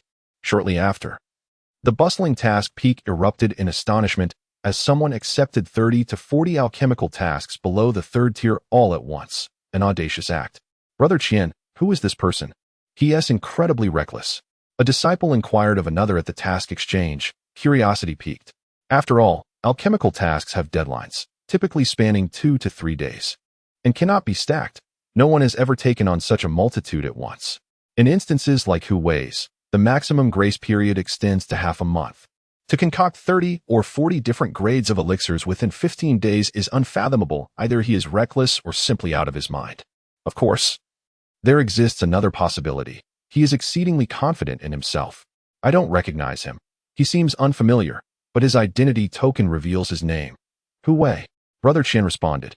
I haven't heard of him. However, given his status as an alchemist, he must either belong to Elder Gui or the Danxia Hall. Most of those disciples are familiar to us, but wait. Could he be the direct disciple recently accepted by Elder Yao? Based on your assessment, that seems likely. Goodness, that's impressive. In the trading square, having accepted his tasks, Hu Wei arrived here. Familiar with the surroundings from previous visits, he had a clear objective. Heading straight to the stall of the blind old man. As he approached, he noticed another person present. From a distance, he could see the blind old man seated at his stall, while before him stood a young man in his 20s, handsome and refined, with striking features and sharp brows. What surprised Hu Wei further was the group of 3 to 5 people nearby, pointing and discussing him. Look, it's Qin Chuan, ranked first on the outer disciple strength list. Wasn't he supposed to be out training? He has returned, but one can only fear that this individual has reached an even higher level of cultivation. For I cannot perceive any fluctuations of spiritual energy emanating from him. Is that Qin Chuan? Indeed, he possesses an extraordinary aura. What, I wonder, is he doing squatting there? Upon hearing these voices, Hu Wei could not help but cast several glances at the young man, Qin Chuan. As expected, he could sense no energy fluctuations from him, which caused his eyes to narrow in contemplation. Such an occurrence could only indicate that the other party's cultivation had surpassed his by a significant realm, truly deserving of the title of the first on the outer sect's battle rankings. Shaking his head, Hu Wei dismissed his distractions and advanced forward, soon arriving at the stall. Grinning and waving, "Old senior, I have returned." In response, the blind old man rolled his eyes, seemingly recognizing the voice. He recalled the audacious manner in which this young man sought to observe his exquisite spiritual artifacts and chose to ignore him completely. Yet, beside them, Qin Chuan looked at Hu Wei with surprise and uttered a perplexing remark. "Senior, can he see you?" Chapter 19. The Hidden Master, the Hand of Providence. What is happening? Another one? Is there anyone in that position? A person? Not even a shadow of a ghost.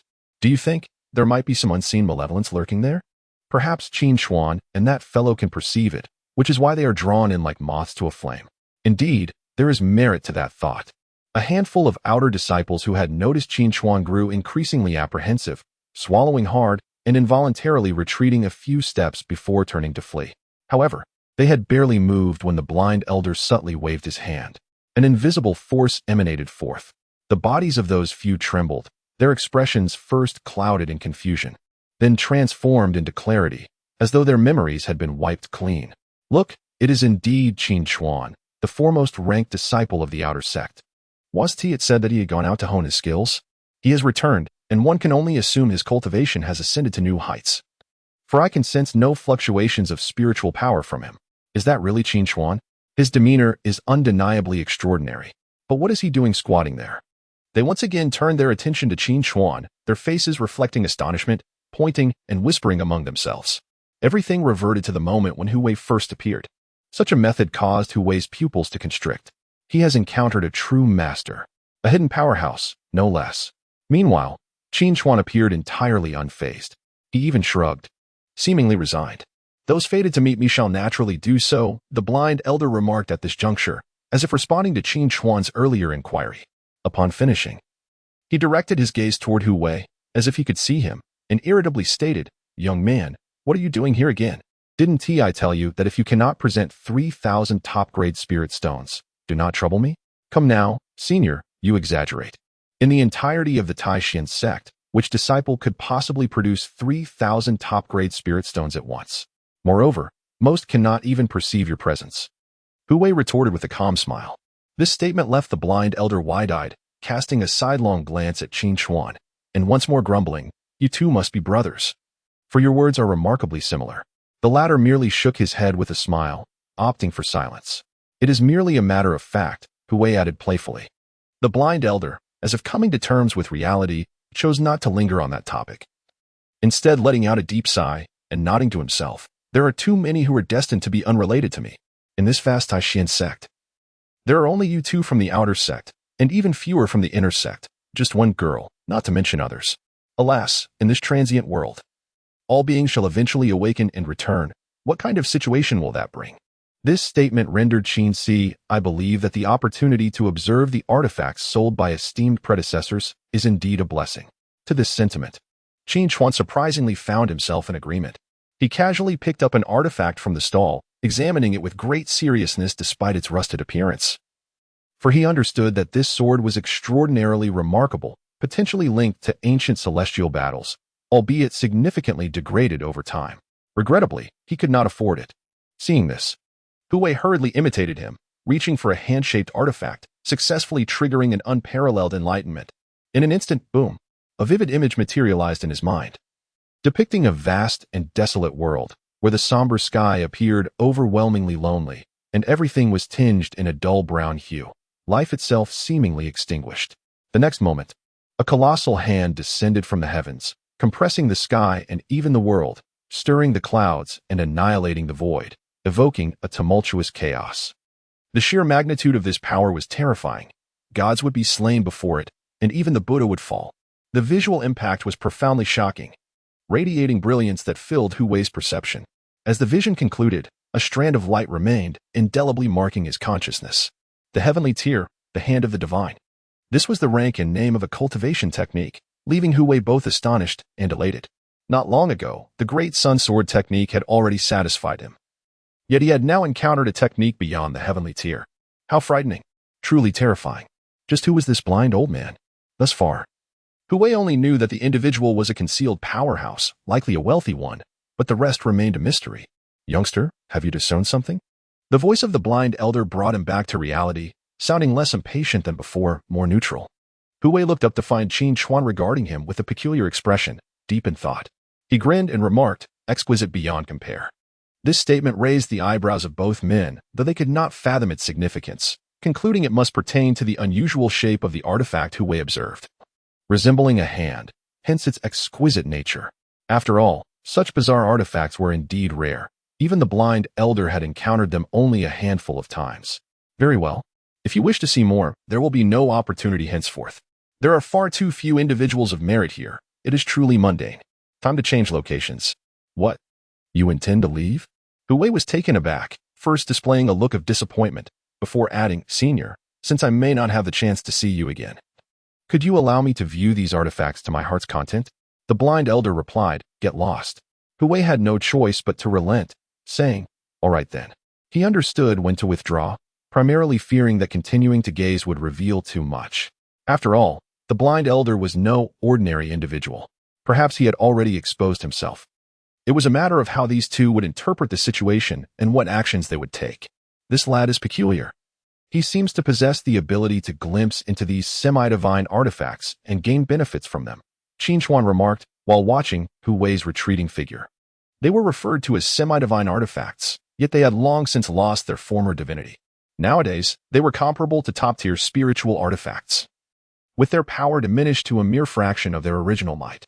Perhaps, indeed, that fateful battle eons ago claimed far too much. Yet there are always those fortunate enough to evade disaster, and you are one such individual. That young man may very well be akin to you. The blind elder nodded with a serene indifference. In response, Tai Xuan appeared pensive, furrowing his brow after a prolonged pause as he remarked, I have no recollection. My memories are but fragmented shards.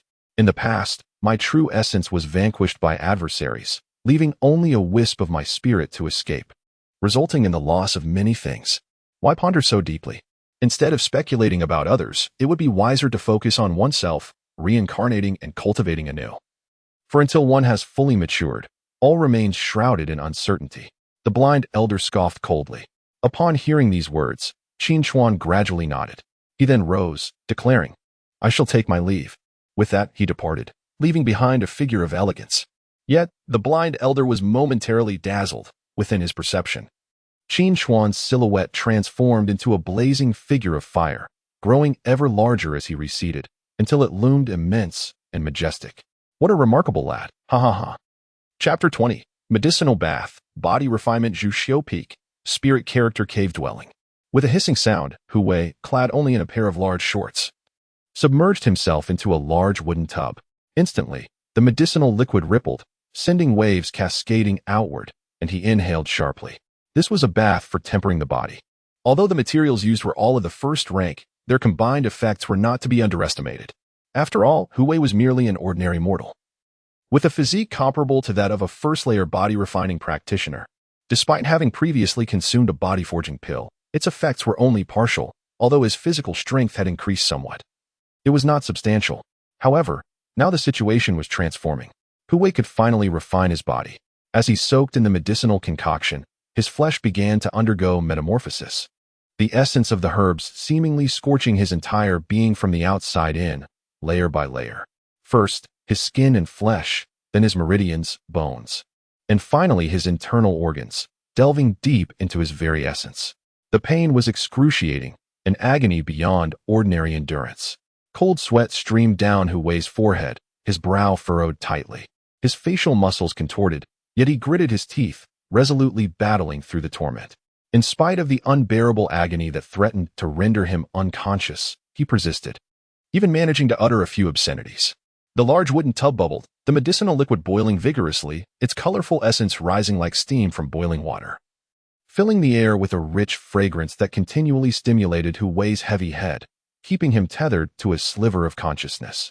Unfortunately, he lacked a body-refining technique. Hu Wei's expression turned regretful, but then he recalled that since he had nothing to lose, he might as well practice the Tai Xuan entry chapter. With that thought, he proceeded. Moments later, the spiritual energy of heaven and earth converged, flowing like a gentle stream, enlightening his mind. The liquid in the wooden tub surged, and a vast amount of medicinal efficacy, following the modified route of the Tai Xuan entry chapter, surged into Hu Wei's body, refining him further. Yet, the pain intensified, akin to being engulfed in raging flames. Where the power coursed, flesh withered, blood evaporated, meridians shattered, and bones were obliterated. Yet, within this chaos lay a glimmer of vitality, leading to the rebirth of severed meridians, the reconstruction of shattered bones, the regeneration of flesh, and the reconstitution of blood, resulting in a complete transformation. This cycle continued, causing Hu Wei's already distorted expression to twist further, taking on an unrecognizable ferocity. He experienced the sensation of living hell as he fainted and revived multiple times, truly tasting the bitterness of existence. At last, it came to an end. After an entire night in the medicinal bath, Hu Wei shed a layer of old skin, floating in the now grayish liquid of the wooden tub. Upon closer inspection, the medicinal concoction had turned to wastewater. He sat there, the water level nearly submerging his chin, with a layer of half-sunk, half-floating, pale human skin on the surface. Indeed, body refinement was not something that just anyone could endure, yet he had successfully taken the first step. Exhaling a sigh of relief, Hu Wei rose from the tub and quickly noticed significant changes in his body. His skin was delicate yet firm, brimming with vitality. His pure physical strength was estimated to be around 1,000 pounds. Dressed in the attire of an alchemist, Hu Wei left his cave dwelling, his spirits soaring as he made his way towards the alchemical chamber. The large wooden barrels would be managed by others, and the cave itself would also be tidied up. Having accepted 3 to 4 dozen alchemical tasks, it was imperative for him to fulfill them. Otherwise, the consequences of missing the deadline imposed by the sect would be dire. The repercussions could range from the revocation of his eligibility to earn merit points to the complete eradication of his cultivation, condemning him to a lifetime as a menial worker in the Tai Xuan Sect, serving as a cautionary example. Such severity could hardly be overstated. Not long after, 2 young apprentices arrived, one to tidy the cave, and the other hastily bearing a layer of Hu Wei's old skin to report to Elder Guo. In a valley abundant with spiritual herbs and medicines, upon seeing that layer of skin, Elder Guo could not help but laugh heartily. Excellent, excellent. Body refinement is indeed a worthy pursuit. His laughter echoed eerily, reminiscent of a morning owl, sending chills down the spine. Yet, it abruptly ceased. Did my dear disciple, aware of the stagnation in his cultivation, resort to the perilous path of body refinement? With this thought, Elder Guo widened his eyes, his expression one of incredulity. No, this is not the outcome I desire. The cultivation of my dear disciple must be elevated, even if it requires the use of pills to achieve the spirit bridge realm. He instructed that Hu Wei could utilize any grade of medicinal materials. Whatever he required must be provided, and if not readily available, they must find a way to conjure it. The apprentices trembled in fear. Understood. After dismissing them, Elder Guo muttered darkly to himself, whether I can be reborn hinges upon this dear disciple of mine. In the alchemical chamber, Hu Wei arrived to discover a familiar face among the menial workers. It was Zhang Mingwei. Greetings, Brother Hu, called Kai Kuan and Wu Hao in unison.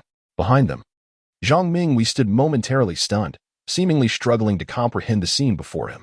After all, successful transformations from menial workers were rare, and to witness someone he had previously looked down upon now achieving such heights was a stark contrast, difficult for anyone to accept.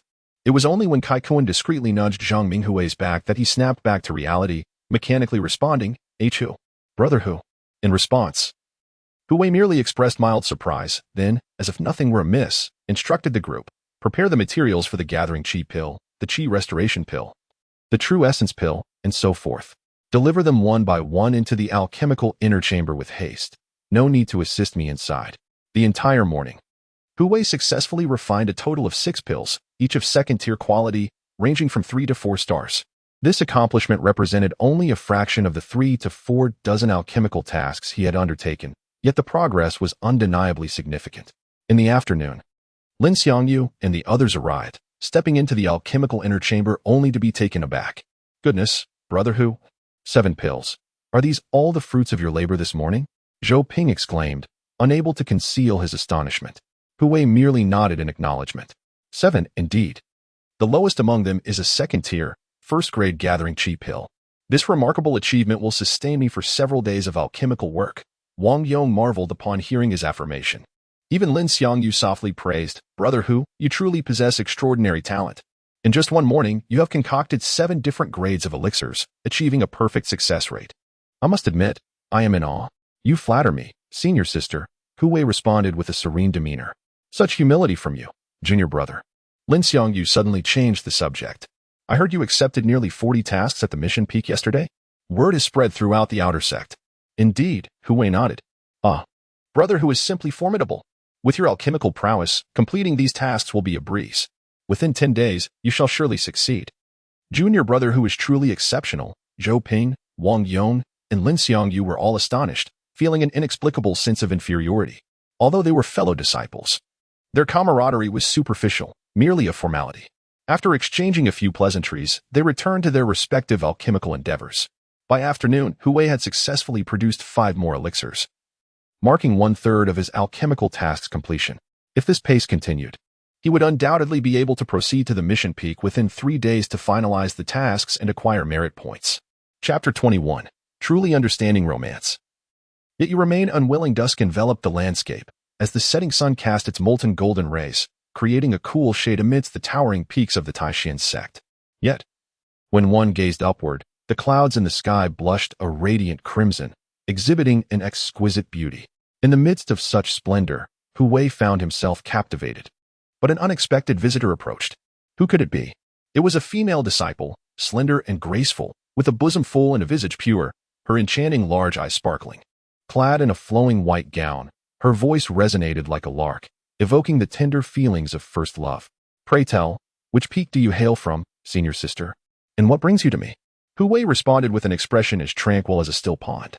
It truly is you, she exclaimed, her face a blend of astonishment and delight. I have long heard tales of your exceptional handsomeness, Hushidi, even amidst the hundreds on the servant's peak. You are the epitome of attractiveness. Seeing you in person, it is indeed as they say. Noticing her lips glistened as if coated in honey, Hu Wei furrowed his brow. His wariness heightened. The adage no one offers flattery without an ulterior motive rings true for all, irrespective of gender. You flatter me, Hu Wei replied coolly. But you have yet to reveal your peak. Is it truly that important? The woman in white retorted, pouting and feigning a hurt tone. I profess my admiration for you. And yet you insist on questioning my origins. How unromantic of you. As her words fell, Hu Wei acted decisively. In a swift motion, he embraced her slender waist with one hand, the other resting on her fragrant shoulder, his chest pressing against her back, their intimacy palpable. Ah, what are you doing, Shitty? In the next moment, the woman in white felt a rush of confusion, her body tensing like a startled rabbit, squirming restlessly. See, I truly understand romance. Yet you seem unwilling, Hu Wei chuckled as he released her, allowing her to escape his grasp. The young woman turned beet red, scarcely able to utter another word, her chest heaving as she struggled to regain her composure. At that moment, Hu Wei took a deep breath, inhaling her intoxicating scent, a charming smile gracing his face. Senior sister, you smell delightful. It must be the fragrance of maidenhood, no? Her cheeks flushed with both embarrassment and indignation, yet she refrained from retaliating. For she was there to pursue him. Uninterested in further entanglement, Hu Wei turned and walked away. Hey. As night fell, Hu Wei continued his medicinal bath, enduring the excruciating pain. Yet, the results were undeniably significant. His skin remained delicate, yet his physique had solidified, strength augmenting by approximately 200 pounds. Although the effects had somewhat diminished, the enhancement was still distinctly perceptible. Additionally, he had grasped the transcendent technique known as Heaven's Hand, an intricate and profound practice. However, with his exceptional aptitude, he managed to glean understanding, albeit struggling to unleash its full potential. Heaven's Hand was divided into 3 forms. First technique, Celestial Hand Seal. Second technique, Celestial Hand Seal Pro. Third technique, Ultimate Celestial Hand. Due to Hu Wei's current level of cultivation, he could barely perform the Celestial Hand Seal, which was sufficient for the time being. The following day, he continued refining alchemical pills, yielding 12 pills once more, completing 2/3 of his alchemical task. In the evening, he resumed his medicinal bath, but his body began to develop resistance. This time, he would not faint again, yet the enhancement he gained was minimal, adding merely 100 or so pounds of strength. On the third day, Hu Wei astonishingly broke through during the alchemical process. Since it occurred in the afternoon, it startled Lin Xiangyu and the others. Ultimately, Hu Wei provided a reasonably adequate explanation: 3 days of intensive alchemy, combined with prolonged absorption of the spiritual energy contained within the fire essence, had allowed him to make a small breakthrough, thus entering the mid-stage of the spiritual spring realm. Naturally, this elevation in cultivation was a positive development. Hu Wei also discovered that deep within his spiritual sea, a mist-like phenomenon began to manifest, indicating the condensation of true essence, commonly understood as the source of his power. Once he stabilized his realm and the true essence took form, he would be able to master the divine rainbow, allowing him to fly through the skies. The so-called divine rainbow is actually the luminous manifestation of a cultivator's innate divine light bursting forth from their spiritual sea. For instance, Elder Guo's divine light is blue, while Hu Wei's is naturally white. With the improvement of his cultivation, Hu Wei found himself refining pills with greater ease, both in skill and control. This enabled him to surpass the alchemical tasks that would have taken until the next day, completing them by the afternoon. In other words, on the third day, Hu Wei concocted 17 pills. 17. Although they were all of the second tier and various grades, the sheer quantity left Zhou Ping, Wang Yong, and Lin Xiangyu utterly astonished. A true alchemical maniac. Brother Hu is simply too impressive. Brother Hu truly serves as an exemplary model for us alchemists. Though I share the same quasi-third tier status as him, I find myself lacking. In a secluded valley, Elder Guo learned of Hu Wei's breakthrough and could hardly contain his joy. The shadows that had clouded his expression for days vanished entirely. Ha! My obedient disciple has indeed been favored by the heavens, and I as well. I eagerly await the day he ascends to the spiritual bridge realm. In recent days, Elder Guo had not visited the alchemical chamber, yet he remained vigilant, particularly monitoring Hu Wei's progress, with even the minutest details reported to him promptly.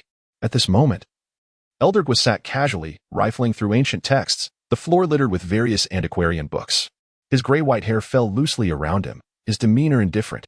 Have you clarified the situation? In the expansive valley, only Elder Guo and a young alchemist were present. Indeed. I have learned that the white-clad woman who approached Brother Hu a few days ago is Lin Qinger from the Danxia Hall. She likely intended to cultivate a connection, but her efforts were in vain, resulting in her being teased instead. Upon hearing this outcome, Elder Guo let out a cold chuckle, and a closer examination of his wrinkled old face would reveal a distinct expression of triumph. Cackling softly, the mischievous disciple indeed deviated from conventional behavior. Lin Qinger, as the esteemed senior sister of the Danxia Hall, was renowned for her beauty within the Tai Xuan Sect, yet he seemed unimpressed. The young alchemist lowered his gaze and remarked, Brother Who possesses a rather capricious nature, one can never predict his intentions. Who would undertake 30 or 40 alchemical tasks in one go? That would be madness, hence his response. However, Elder Guo, having lived for centuries, held a different perspective. With a peculiar grin, he proclaimed, What my dear disciple seeks is evident to me. He merely aspires to acquire merit points to gain access to the scripture repository. Continue your surveillance, and irrespective of the magnitude of the events, be sure to inform this elder at the earliest opportunity.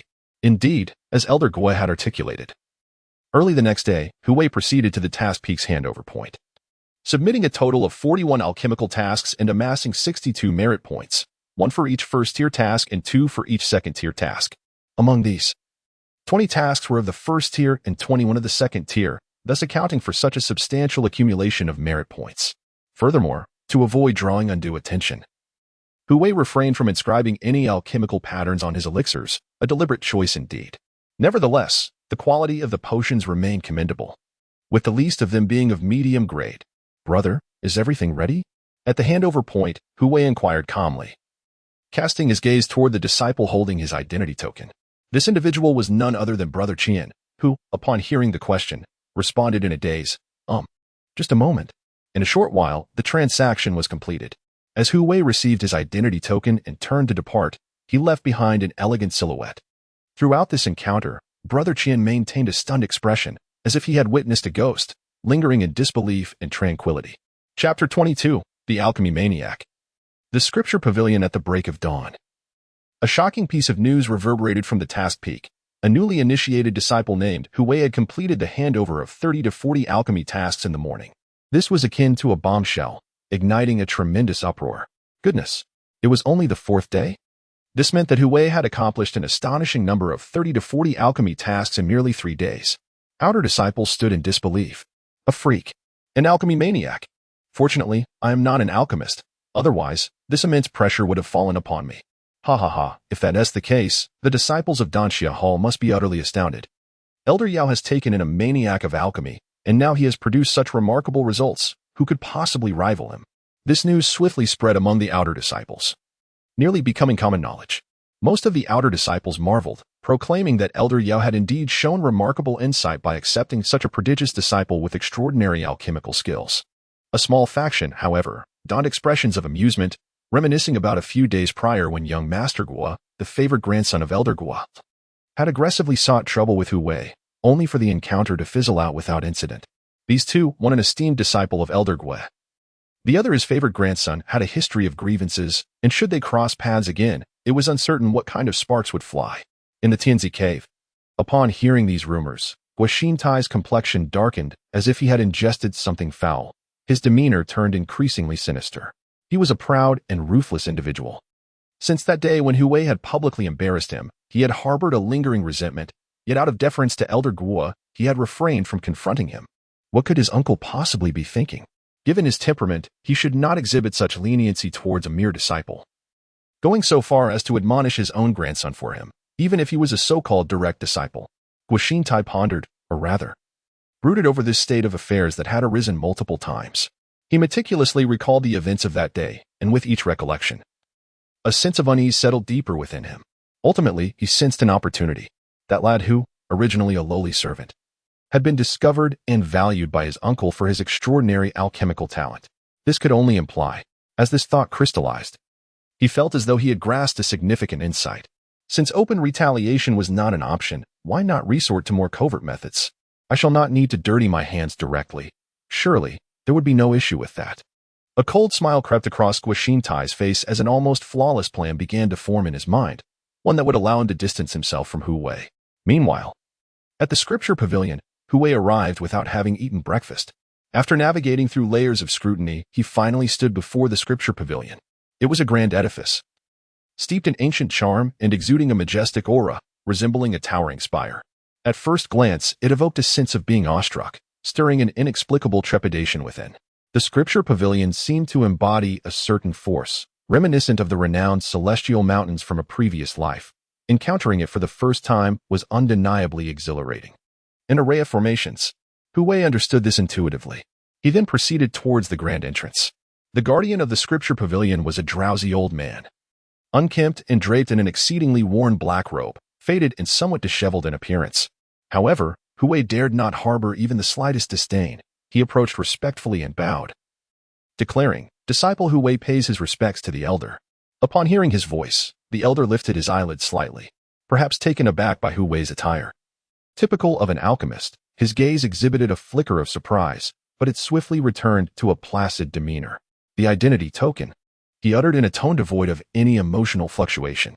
Hu Wei promptly presented his token with both hands. The elder took it, and with a sweep of his spiritual awareness, he delved into the token, instantly gleaning all pertinent information. Since when has the old ghost of medicine taken you as a direct disciple? He mused, intrigued. It is indeed curious. I have known him for many years, yet have never encountered you in this capacity. How fascinating, truly fascinating. Hu Wei replied, my master treats me exceedingly well. That makes it all the more interesting. The elder chuckled with interest, then shifted his tone. Young man, are you aware of the rules of the scripture pavilion? Recognizing his own limited strength, Hu Wei understood he could not act recklessly. He responded dutifully, this is my first visit. I kindly ask the elder to enlighten me. The elder succinctly explained, it is quite simple. The rules of the pavilion consist of two types. One exchanges merit points for techniques, and the other exchanges them for time. He elaborated briefly. These two concepts are quite comprehensible. For instance, the first type allows you to exchange 10 merit points for a low-grade human-level fireball technique or windblade technique. The second type permits the consumption of merit points to extend the time spent within the pavilion. For example, 30 merit points grants you 1 hour during which you may peruse all the techniques and scriptures. Of course, there is a prerequisite.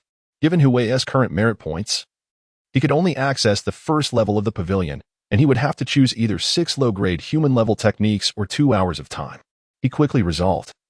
Thank you for your guidance, Elder. I choose the time. With exceptional comprehension at his disposal, he deemed the time choice to be more advantageous. Oh? The Elder expressed mild astonishment, for as the overseer of the pavilion, he was well aware that few opted for the latter choice. 2 hours, even for one with a photographic memory, how much can one truly absorb? And should one misremember, leading to confusion and cultivation or even falling into madness? Would that not be a loss greater than the gain? In contrast, possessing 6 low-grade human-level techniques seems far more tangible, as what one holds in hand is undeniably real. Remember, you have only 2 hours. Once the time elapses, the mysteries of the pavilion will usher you out. The Elder did not inquire further, but merely issued a command. And with a wave of his hand, a resounding bang echoed, as if a certain restriction had been lifted. The grand doors of the scripture pavilion swung open. Thank you, Elder. Hui bowed again, then strode confidently inside. With a whoosh, his figure vanished, a flash of brilliance marking his departure. As Hui traversed what seemed like a realm apart, he found himself surrounded by towering bookshelves, or perhaps one might call them steles. Imbued with an aura of antiquity, a testament to the passage of time. Neatly arranged upon the shelves were numerous ancient texts, some yellowed with age, while others appeared remarkably pristine. Likely hand-copied manuscripts. It was no wonder, for how many ancient tomes could one truly expect to find? Hui did not dwell on this. Knowing that time was of the essence, he needed to swiftly locate what he sought, allowing himself leisure to explore other volumes thereafter. The first floor of the scripture repository was naturally organized into categories, and he quickly identified the section dedicated to body refinement. Among the texts, he discovered the human-rank low-grade golden bell shield, which claimed that upon reaching mastery, one's body would be as resilient as a bell, boasting invulnerability. What nonsense! There was also the iron cloth shirt, another low-grade technique, which promised a physique akin to steel upon achieving full proficiency. Surely these were merely fillers. After perusing several volumes, Hui could not help but express his disdain. Fortunately, he did not intend to entirely replicate these body refinement methods. So he patiently continued to leaf through each one. Alas, despite exhausting the entire collection on body refinement, he found nothing that truly resonated with him. Though he did gain considerable insight from the myriad of references. Shaking his head, he conceded that the first floor of the scripture repository held little promise. To discover a body refinement technique that truly suited him, he would have to await another opportunity. With this thought in mind, Hui turned his attention to another category. Chapter 23, Profound Benefits in Eldergua's Intentions. This pertains to the art of refining tools. Now that Hui has reached the mid-stage of the spiritual spring realm, the endeavor of forging his own innate magical artifact can no longer be postponed. Naturally, Hui does not wish to forge his spiritual instrument in a haphazard manner. His ambitions are grand, and he aspires to adopt an alternative method of casting tools within the spiritual sea. This is a unique technique of refining, wherein liquefied spiritual energy or primal essence serves as nourishment, supplemented by specialized refining materials, which are then assimilated into his body. The two elements complement each other and meld into the desired form of the spiritual instrument, achieving perfection through relentless hammering and trial. Was it truly this easy to discover? With a casual flip, he came across an ancient tome detailing this method of refining. Hui's face lit up with joy. He observed intently, fearful of missing any detail. His seriousness palpable. Furthermore, he perused other texts on refining, drawing inspiration, extracting the essence while discarding the dross. There was no harm in this. After a brief span of half an hour, Hui gleaned what he sought. Next on his agenda were ancient texts or collections related to alchemy.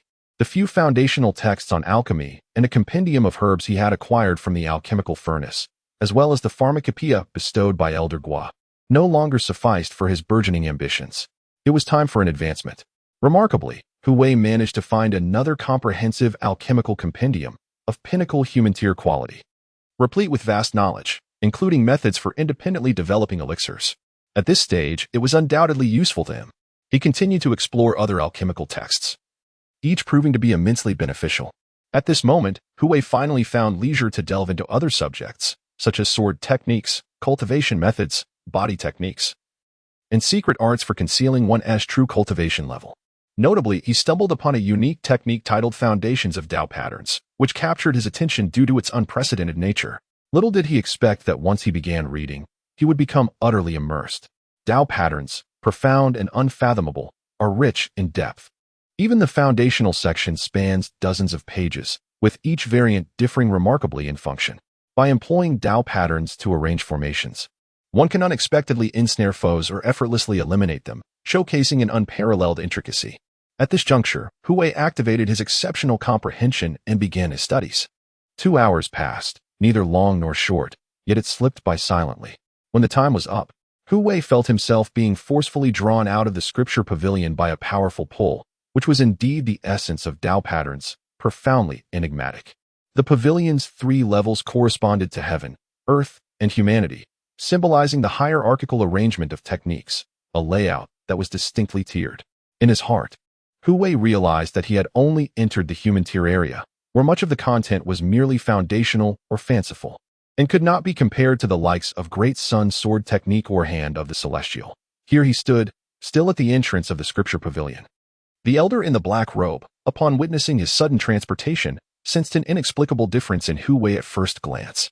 However, upon further inspection, he appeared as ordinary as any mortal, leaving the elder at a loss to articulate what had altered. In response to this, Hu Wei merely offered a courteous bow. Subsequently, he sought to reclaim his identity token, having already incurred a deduction of merits, leaving him with a meager 2 points. Beyond this, he did not venture to the alchemy chamber, but instead hurried back to his cave dwelling. Seizing the moment, he entered seclusion to contemplate the insights gained over the span of 2 hours, employing his exceptional comprehension. Firstly, he would not focus on body refinement. Secondly, he would not delve into weapon crafting. Lastly, he would not ponder the intricacies of Tao patterns. Rather, his attention turned to the cultivation technique of concealing one's cultivation level. Hu Wei resolved to make substantial revisions. Since the last encounter where Elder Gui had effortlessly discerned his true cultivation level, he had silently vowed to elevate the modified concealment technique by 2 tiers whenever an opportunity arose. It was imperative that the elder could not see through his facade. And now, that moment had arrived. After a brief period, he succeeded. The advanced version of the concealment technique was perfected, boasting the capability to obscure his strength by 2.5 realms. In other words, only cultivators surpassing the spiritual shore realm would be able to perceive the authenticity of Hu Wei's power. His trip to the scripture repository had not been in vain. He exhaled a sigh of relief, then concentrated his thoughts to temporarily set his power at the mid-stage of the spiritual spring realm. Thus, even as his actual cultivation level rose, his outward prowess would remain unchanged. Having completed these preparations, Hu Wei began to delve into body refinement methods. He integrated the essence of the various techniques he had encountered in the scripture repository, amalgamating their strengths and compensating for their weaknesses into a cohesive practice. This task was not particularly arduous. Rather, it was the specific attributes that posed a challenge. Generally, body refinement techniques possess distinctive characteristics. For instance, one such method, known as the thick earth technique, required practitioners to bury themselves in the ground, exposing only their heads. Initially, they must endure the pressure of the earth. But as they gradually acclimate and sense the power of the earth attribute, they would then operate the technique to absorb its essence, thereby achieving the goal of body refinement. In simpler terms, it was merely a matter of differing attributes. Hu Wei displayed a contemplative expression, and after a moment, he mused, friction generates electricity or light, sunlight, or any form of energy will suffice. In truth, this was not unlike the creation of a new technique. One must commend the prowess of exceptional comprehension. However, no matter how remarkable it would not exceed the human tier, as all his references were confined to that level. Thus, Hu Wei embarked on his experimentation. 3 days swiftly elapsed.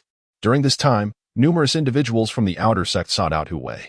Their intentions were not to provoke him, but rather to forge connections. After all, a genius who could complete 3 to 4 dozen alchemical tasks in just 3 days was someone anyone would wish to befriend. For example, should one require a specific elixir, they could provide the necessary materials and request Hu Wei's assistance in concocting it, of course, with a modest compensation. This exemplified the essence of interpersonal relationships. Establishing a rapport with Hu Wei and nurturing it meant gaining a considerable advantage. In fact, others had already begun to do so, though not with Hu Wei, but rather with other alchemists. However, in this present day, none can compare to Hu Wei. Naturally, the objective must shift towards him. Unfortunately, for 3 consecutive days, he remains elusive. In the valley, Elder Gu wore a cheerful smile. My dear disciple has been in seclusion for so many days.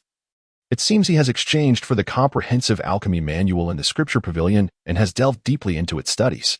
He felt a sense of satisfaction. After all, with Hu Wei's innate talent for alchemy, once he reaches the appropriate realm, he will surely be able to concoct the 5th-tier life extension pill, which would prolong the Elder's lifespan. This is precisely why Elder Gu holds Hu Wei in such high regard. In other words, his very longevity relies upon Hu Wei's abilities. Moreover, there is another matter, the 5th-tier breaking through pill. This is something Elder Gu urgently requires. After all, he has been trapped at the pinnacle of the spirit bridge realm for over a century, and that delicate barrier, akin to a membrane, remains unbroken, proving exceedingly difficult to shatter. Within the valley, chaos reigned. Ancient tomes lay scattered across the ground, creating a scene of utter disarray. Elder Gu's brow furrowed deeply. Strange. I have scoured all the texts, yet I still cannot locate that esoteric record. I vaguely remember having it in my collection. At this point, he seemed to recall something, his eyes narrowing slightly. Could it possibly reside within one of the forbidden tomes? Chapter 24, The Great Sun Forging Technique. Ranked 10th on the battle power list the following day, in the Spirit Character Cave.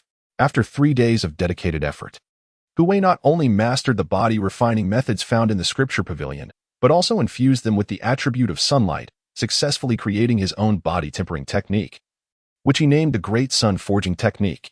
However, its level was only at the late stage of the human rank, with effects that could be considered commendable. Yet it still required gradual refinement.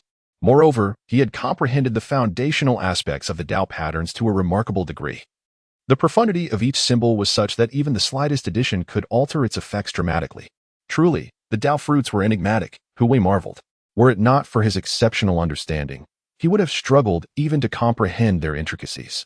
However, the challenge lay in the engraving of Tao patterns, which demanded immense physical and spiritual energy, along with the consumption of spiritual materials, such as spirit stones, to serve as mediums for their efficacy.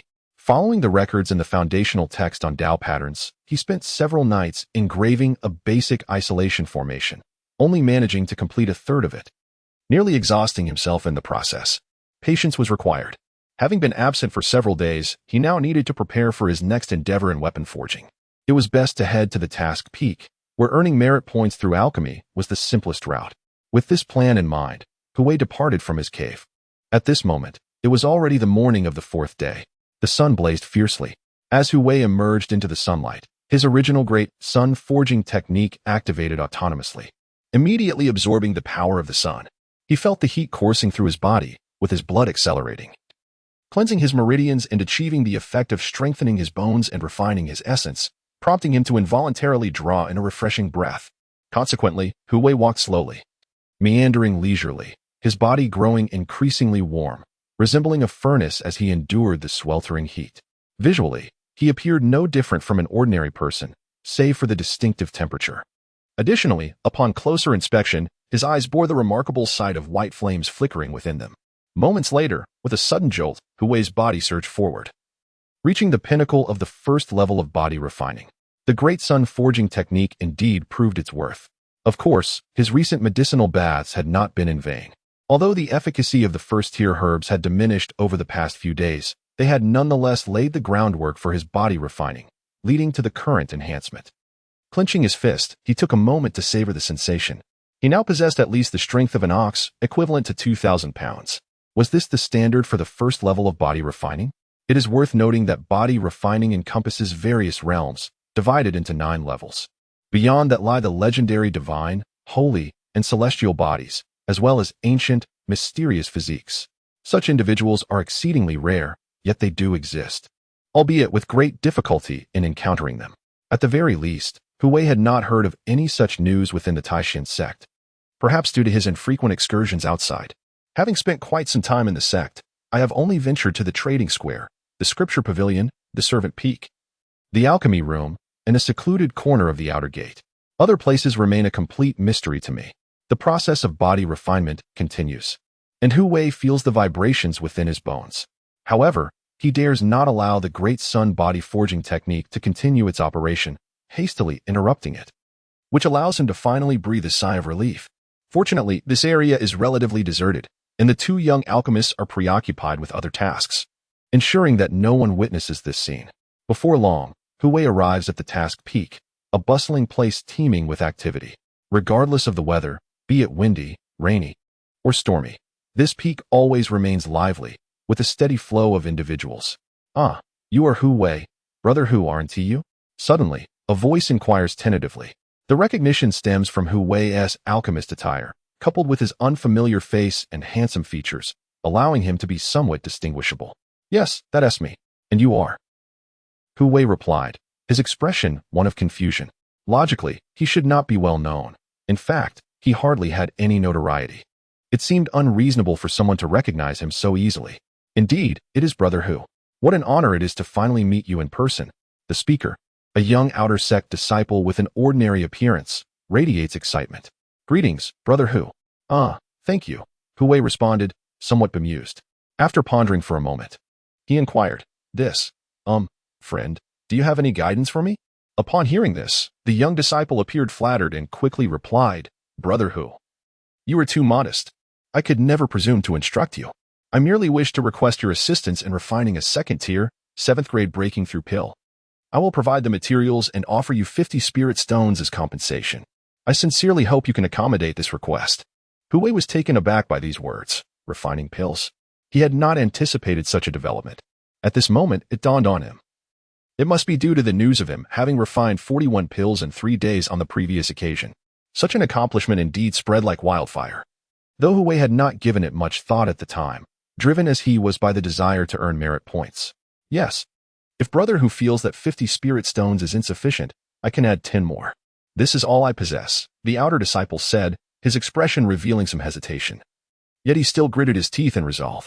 This statement astonished Hu Wei. He raised an eyebrow in surprise but did not immediately agree.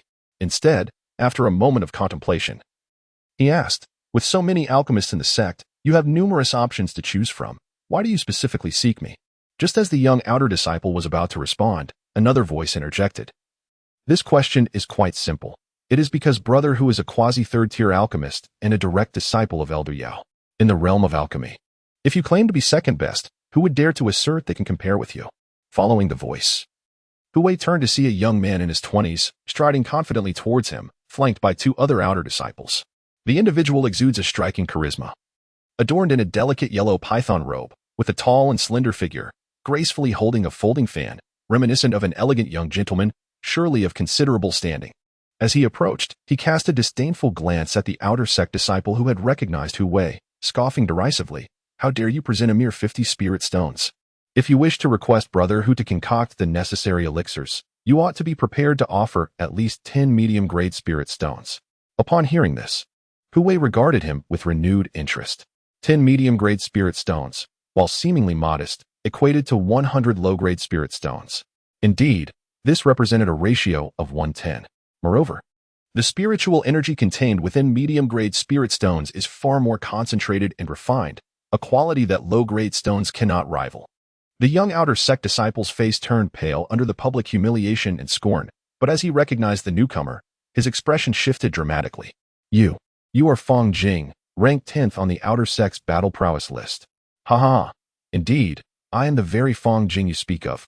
The man in the python robe replied, laughing heartily, his demeanor somewhat arrogant. After a brief pause, he turned to Hu Wei with a smile, saying, I am fortunate to have come to the task peak for a handover, and I have encountered brother Hu. I would like to earnestly request you to concoct the exquisite Ling Long pill imbued with spirit patterns. Might I inquire if you would be able to fulfill my request? Chapter 25. Just as one wave recedes, another rises, the second on the battle ranking, task peak. The appearance of Hu Wei drew considerable attention from the outer sect disciples, and his vicinity was crowded with onlookers. It is human nature to be drawn to the spectacle. Even those who typically shun the limelight, driven by curiosity, would steal a glance before casually departing. However, this was not the crux of the matter. The key point was the hushed conversations among the crowd, speculating whether this was indeed the Hu Wei who had recently gained notoriety. Rumor had it that he completed 30 to 40 alchemical tasks in just 3 days. Could this possibly be true? Surely, it couldn't be false. This news was initially relayed by senior brother Qian, stationed at the task transfer point, hence its credibility. One might wonder if it were possible that Hu Wei had bribed senior brother Qian to promote him, thereby gaining fame. While such reasoning held some merit, few would resort to such tactics, understanding that genuine accomplishments cannot be fabricated and falsehoods cannot be legitimized. Engaging in deceit could lead to ruin, and no one wishes to lose their standing within the sect. This is a universally acknowledged truth.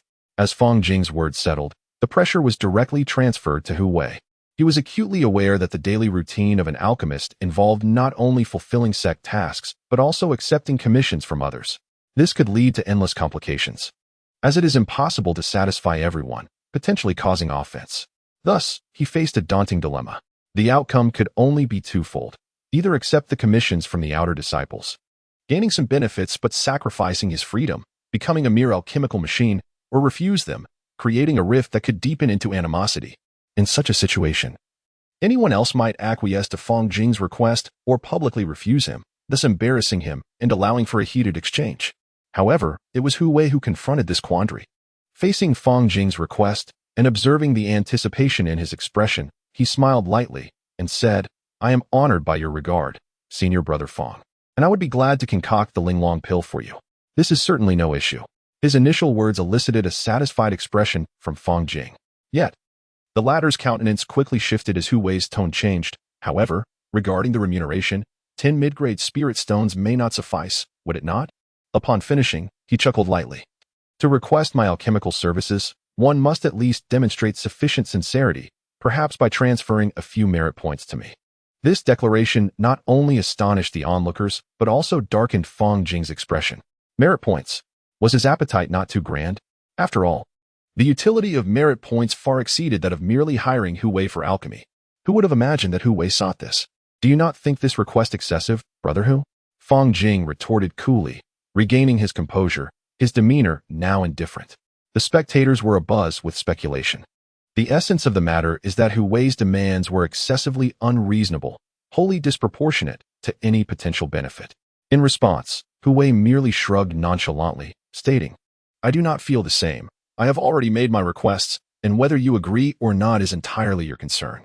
Upon hearing this, Fang Jing found himself momentarily speechless, his mouth opening in vain as he struggled to refute Hu Wei's words, feeling an overwhelming sense of awkwardness. As if he wished to retreat into a 3-bedroom apartment, he was caught in a dilemma, unable to decide whether to stay or leave. Naturally, he would not be foolish enough to use his merit points for alchemy, knowing he would gain nothing in return. Observing the silence that lingered between them, it became evident that this negotiation could not reach a conclusion. With a resigned sigh in his heart, Hu Wei acknowledged the loss of potential merit points to transfer, a slight regret settling within him. However, he did not press the matter further and instead maneuvered through the crowd, calling out, "Please, make way." As he departed, Fang Jing's expression darkened. Although Hu Wei had not publicly rejected him, the nature of his request had nonetheless left Fang Jing feeling humiliated, a sentiment he found intolerable. It was solely because Hu Wei was a direct disciple of Elder Yao that Fang Jing refrained from lashing out on the spot. Yet he made a mental note of this grievance. Humph. With narrowed eyes gleaming with menace, Fang Jing let out a low grunt before sweeping away in a huff. Meanwhile, within the throng of onlookers, several figures were observing Hu Wei as he approached the designated handover point, seemingly eager to undertake some alchemical tasks. One among them hastily remarked, "Brother Kuang, that fellow is Hu Wei. The subsequent proceedings are yours to handle." Upon hearing this, Brother Kuang nodded and scoffed. "He is merely at the mid-stage of the Spirit Spring realm, quite easy to deal with. Watch me." With that, he cracked his neck, producing a series of popping sounds akin to frying beans, and then flashed a sinister grin as he strode towards Hu Wei with an air of indifference.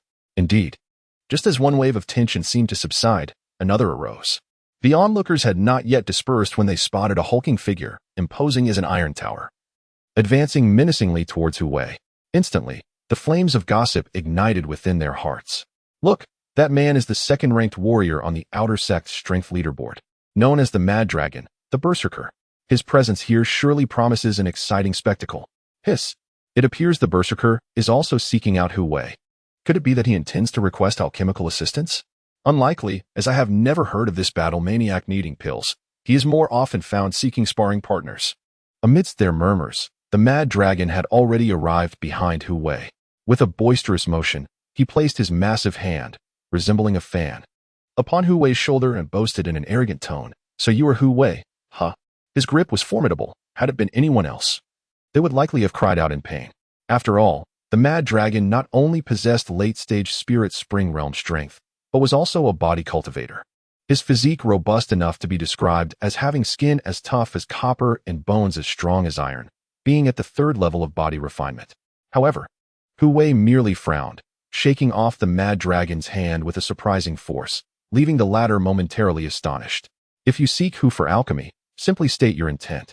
Should you dare to extend your hand again, rest assured that not only will you find yourself blacklisted, but I shall also respond with utmost severity.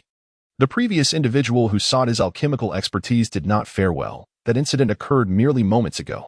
Thus, Hu Wei, with a stern countenance, turned away and admonished in such a manner. "Ha, splendid, splendid." The wild dragon, momentarily taken aback, erupted into exuberant laughter. As a body cultivator, he had just assumed that Hu Wei was of the same ilk. How could he not revel in this? A natural warrior at heart, he now encountered another body cultivator, one at the mid-stage of the spiritual spring realm. Naturally, he yearned to engage in a contest. "Hu Wei, I challenge you. Do you dare?" The wild dragon cast a provocative gaze towards Hu Wei, bloodlust glinting in his eyes as he licked his lips. This truly took Hu Wei by surprise for a fleeting moment, yet he quickly grasped the situation. The murmurs around them swelled, with remarks such as a spectacle is about to unfold, and the last challenger to Wild Dragon lasted mere minutes, and then lay incapacitated for months. This was indeed a formidable individual, ranking second on the external combat power list, reputed to have mastered the Starshine body refinement technique, achieving the third level of physical cultivation. Who could withstand such prowess? Upon hearing this, Hu Wei was enlightened. The surrounding voices seemed to resurrect Wild Dragon's illustrious achievements, leading him to boastfully declare, "Hu Wei, do you dare to accept my challenge?" In response, Hu Wei maintained an air of nonchalance, stating, "I must respectfully decline. What combat prowess could a mere alchemist possess?" The wild dragon shot him a sidelong glance and muttered, "But you are a body cultivator. And so what?" Hu Wei shrugged. "As an alchemist, is it not reasonable to engage in a few medicinal baths?" After a moment of reflection, he added, "I would not be opposed to a duel, provided you transfer 100 merit points to me. Only then would I reluctantly accept your challenge." Wild Dragon? Chapter 26, Shameless? The schemes of Dang Wanda in the vicinity of the Task Peak handover site, Hu Wei's audaciousness left the crowd astounded. Previously, he had solicited contributions of merit points for alchemy, and now he brazenly proposed a challenge for 100 merit points. How shameless! Such unparalleled audacity. The outer disciples expressed their astonishment, having never encountered anyone so unabashed. Even the face of the proud Long turned a deep shade, akin to that of a liver. It was his first encounter with someone who played by no rules, utterly indifferent to the opinions of others. It was a disheartening sensation, akin to striking a fist into a pile of cotton. "I have laid my terms before you. Should you wish for me to accept your challenge, then present 100 merit points.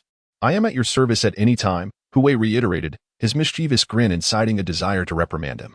He cared little for the notion of shamelessness, bolstered by Elder Guo's support, who dared to confront him directly.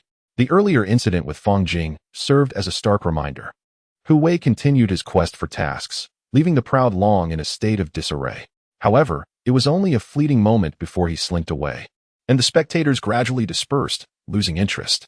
"That cunning lad demands 100 merit points before accepting my challenge. You all figure something out," he muttered to his companions in a secluded corner, his words laced with frustration.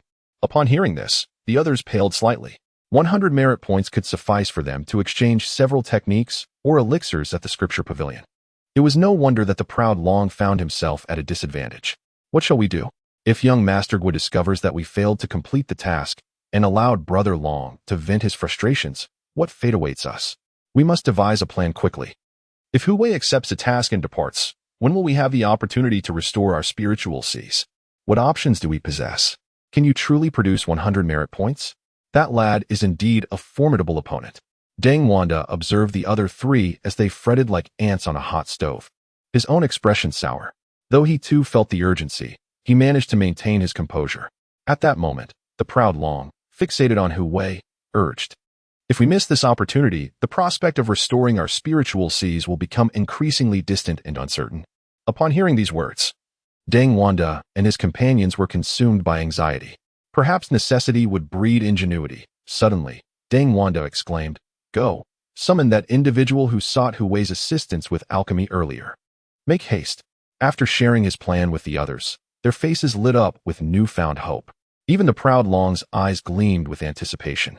It was evident that this stratagem could bear fruit. Meanwhile, not far from the handover site, Xiachun frequently glanced at Hu Wei, his expression revealing a struggle and hesitation. He desperately required a second-tier, 7th-grade breakthrough pill.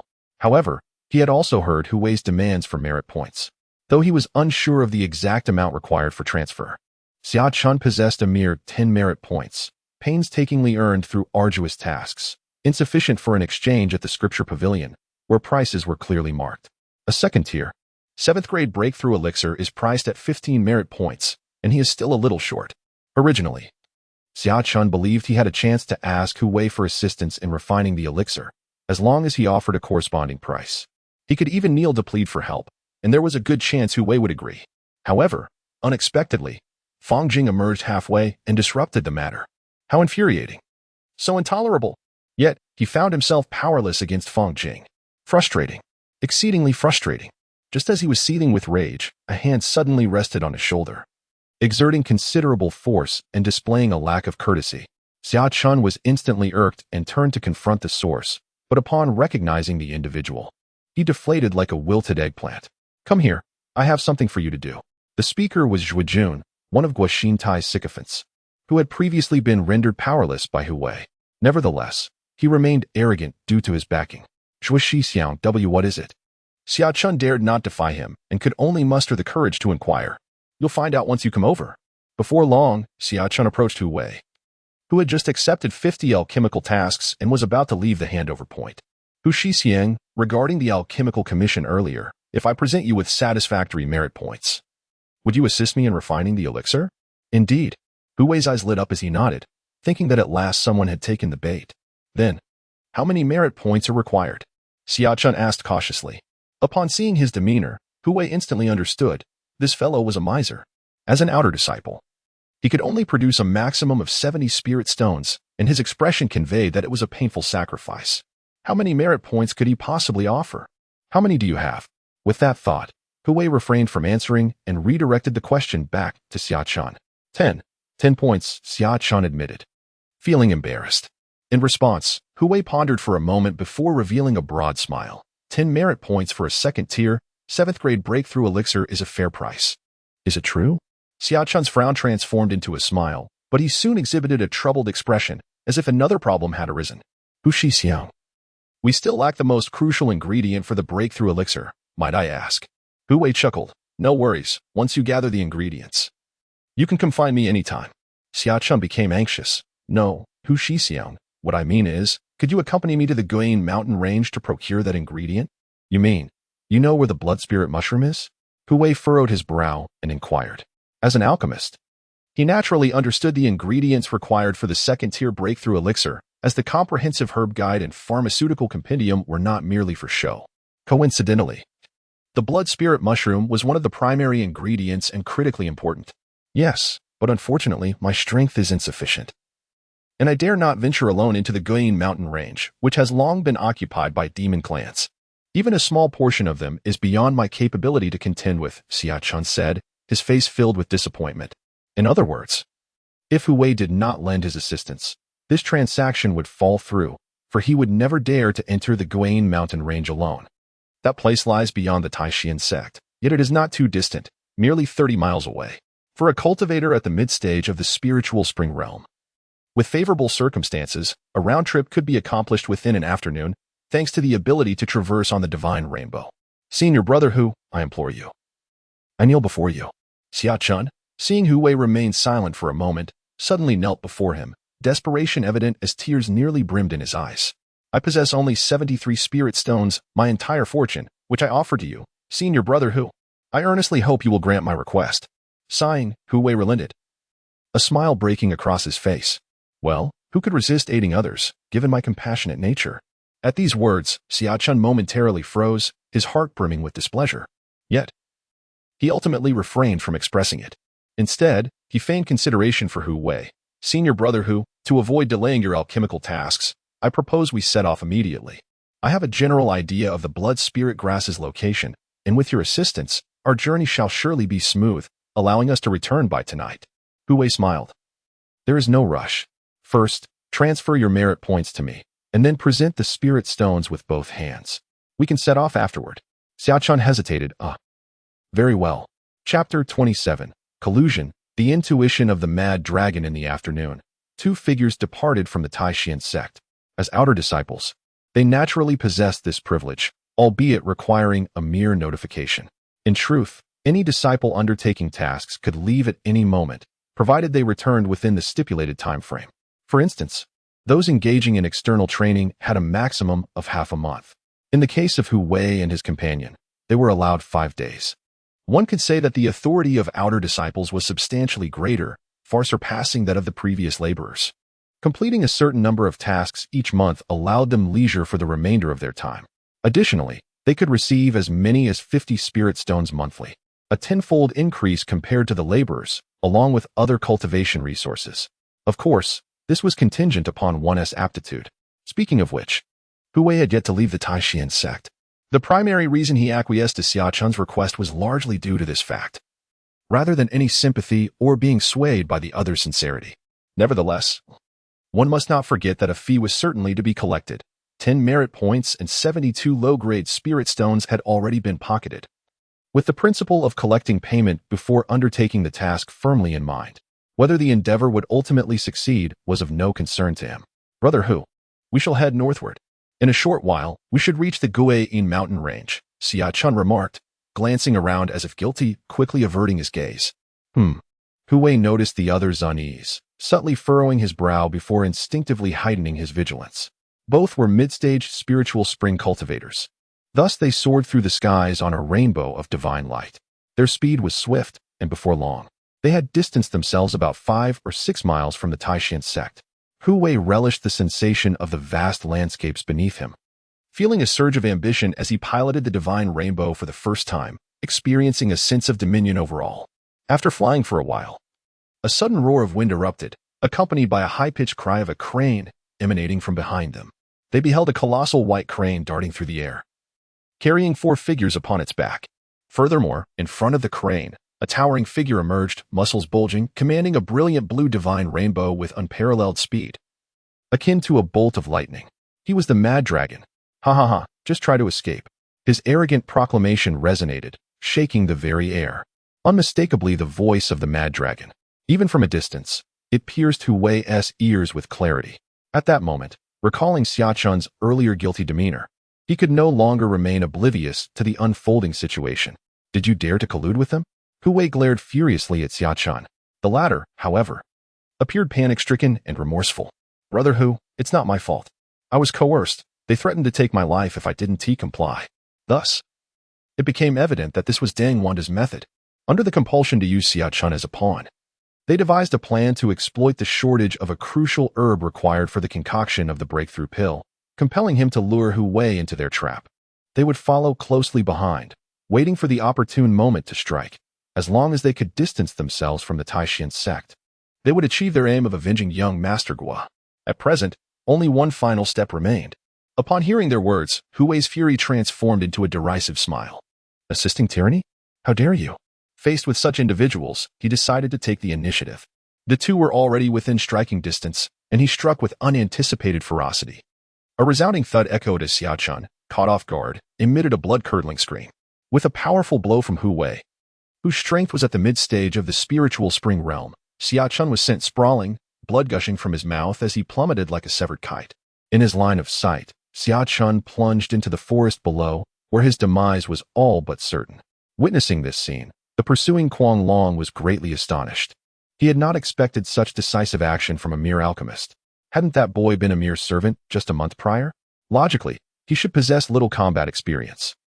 Could he be hiding an unknown side? In mere moments, Kuang Long reached this extraordinary conclusion. Although somewhat absurd, it must be acknowledged that his instincts were remarkably accurate.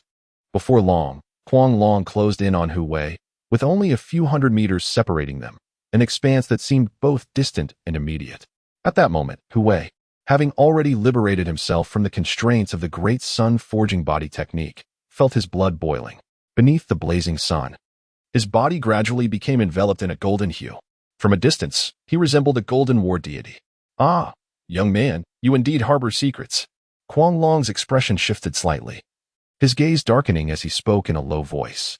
It seemed that he could only deliver either a cripple or a corpse to young Master Gua. As the distance closed further, Hu Wei stood suspended in midair, bathed in golden radiance. His blood pulsed rhythmically within him, his bones resonating in harmony as he exuded a formidable aura, blending with the surrounding white light and reflecting a transcendent golden brilliance. A few worthless individuals could hardly present any significant leverage to command the second-ranked outer sect powerhouse, Brother Kuang. "It appears young Master Gua has promised you numerous benefits for your compliance, hasn't he?" These words caused Kuang Long's eyelids to twitch.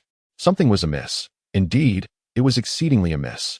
The calmness displayed by his adversary was unnerving. Not only did he see through their intentions, but the composed demeanor he exhibited was far beyond that of an inexperienced alchemist. Was Elder Gua standing behind him? Or did he possess the confidence of true strength? Kuang Long fervently hoped it was not the latter, for that would be utterly terrifying. As for Elder Yao, he felt no concern. After all, it was at the behest of his own grandson that he targeted Hu Wei, and it was entirely unrelated to him. Of course, there remained a third possibility, that Hu Wei was merely posturing. "Hu Wei, you ought to temper your arrogance. Young Master Gua regards you as worthless. Were it not for Elder Gua's slight favor towards you, you would have long since met the King of Hell." Just as the fierce dragon was about to respond, another voice resonated from the side. With a sideways glance, he beheld Deng Wanda atop the spirit crane. His teeth clenched in anger. "Brother Deng speaks the truth. You have rendered the spiritual seas of several of us impotent." Which is tantamount to slapping young Master Gua in the face, a transgression he cannot abide. "Today shall mark the day you pay the price." Zhuo Jun echoed with a malevolent expression. "To prevent any further complications, let us implore Brother Kuang to take action and suppress this brat, allowing us to vent our frustrations," said a third individual, bowing respectfully to Kuang Long, his voice laced with resentment. Upon hearing these words, Hu Wei's eyes turned icy, and he struck out. His fingers splayed, unleashing beams of white light, his spiritual power manifesting as sword-like energy, directed with lethal intent toward Deng Wanda and his companions.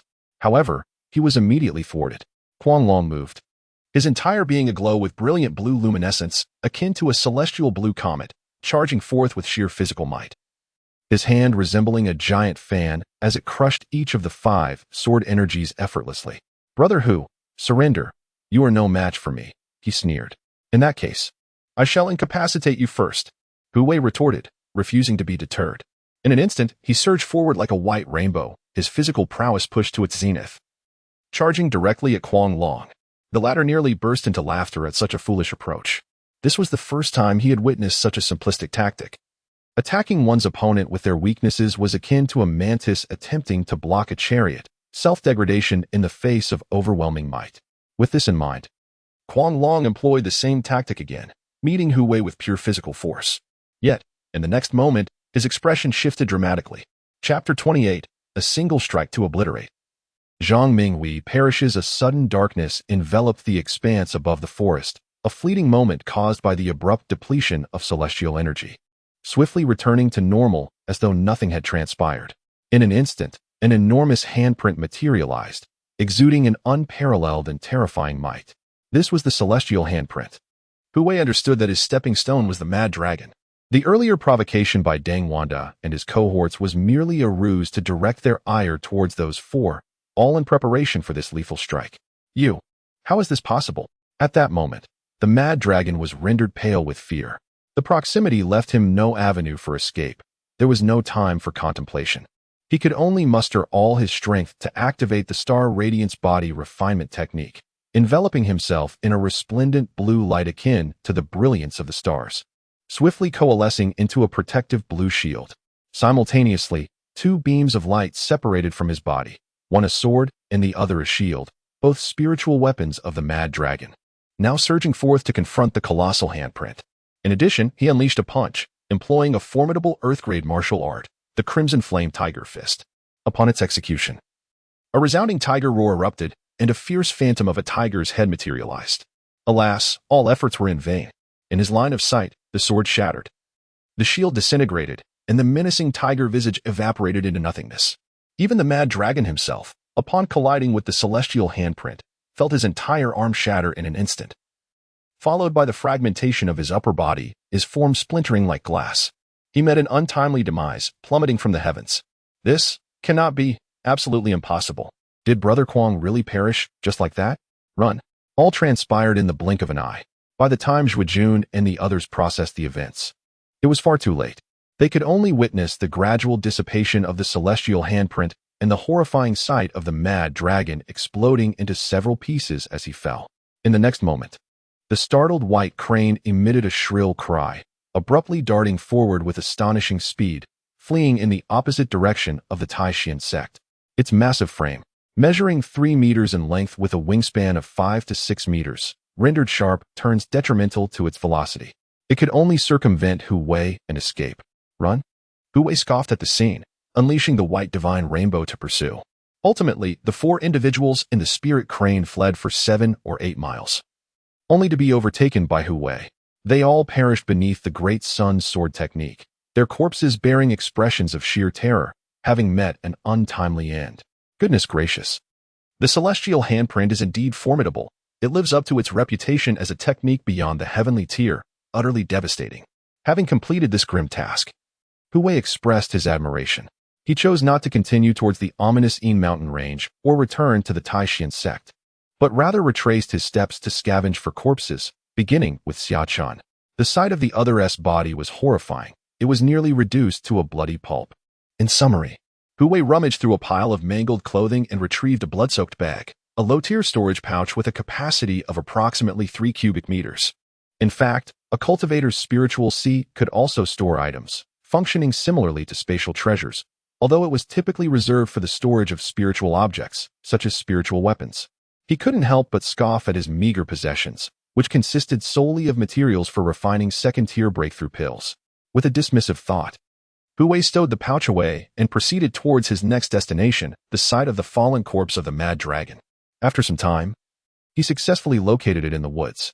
There, atop a tree, he continued his search of the corpse. This time, the outcome pleased him. It was another storage pouch, but this one boasted a much larger capacity of around 10 cubic meters.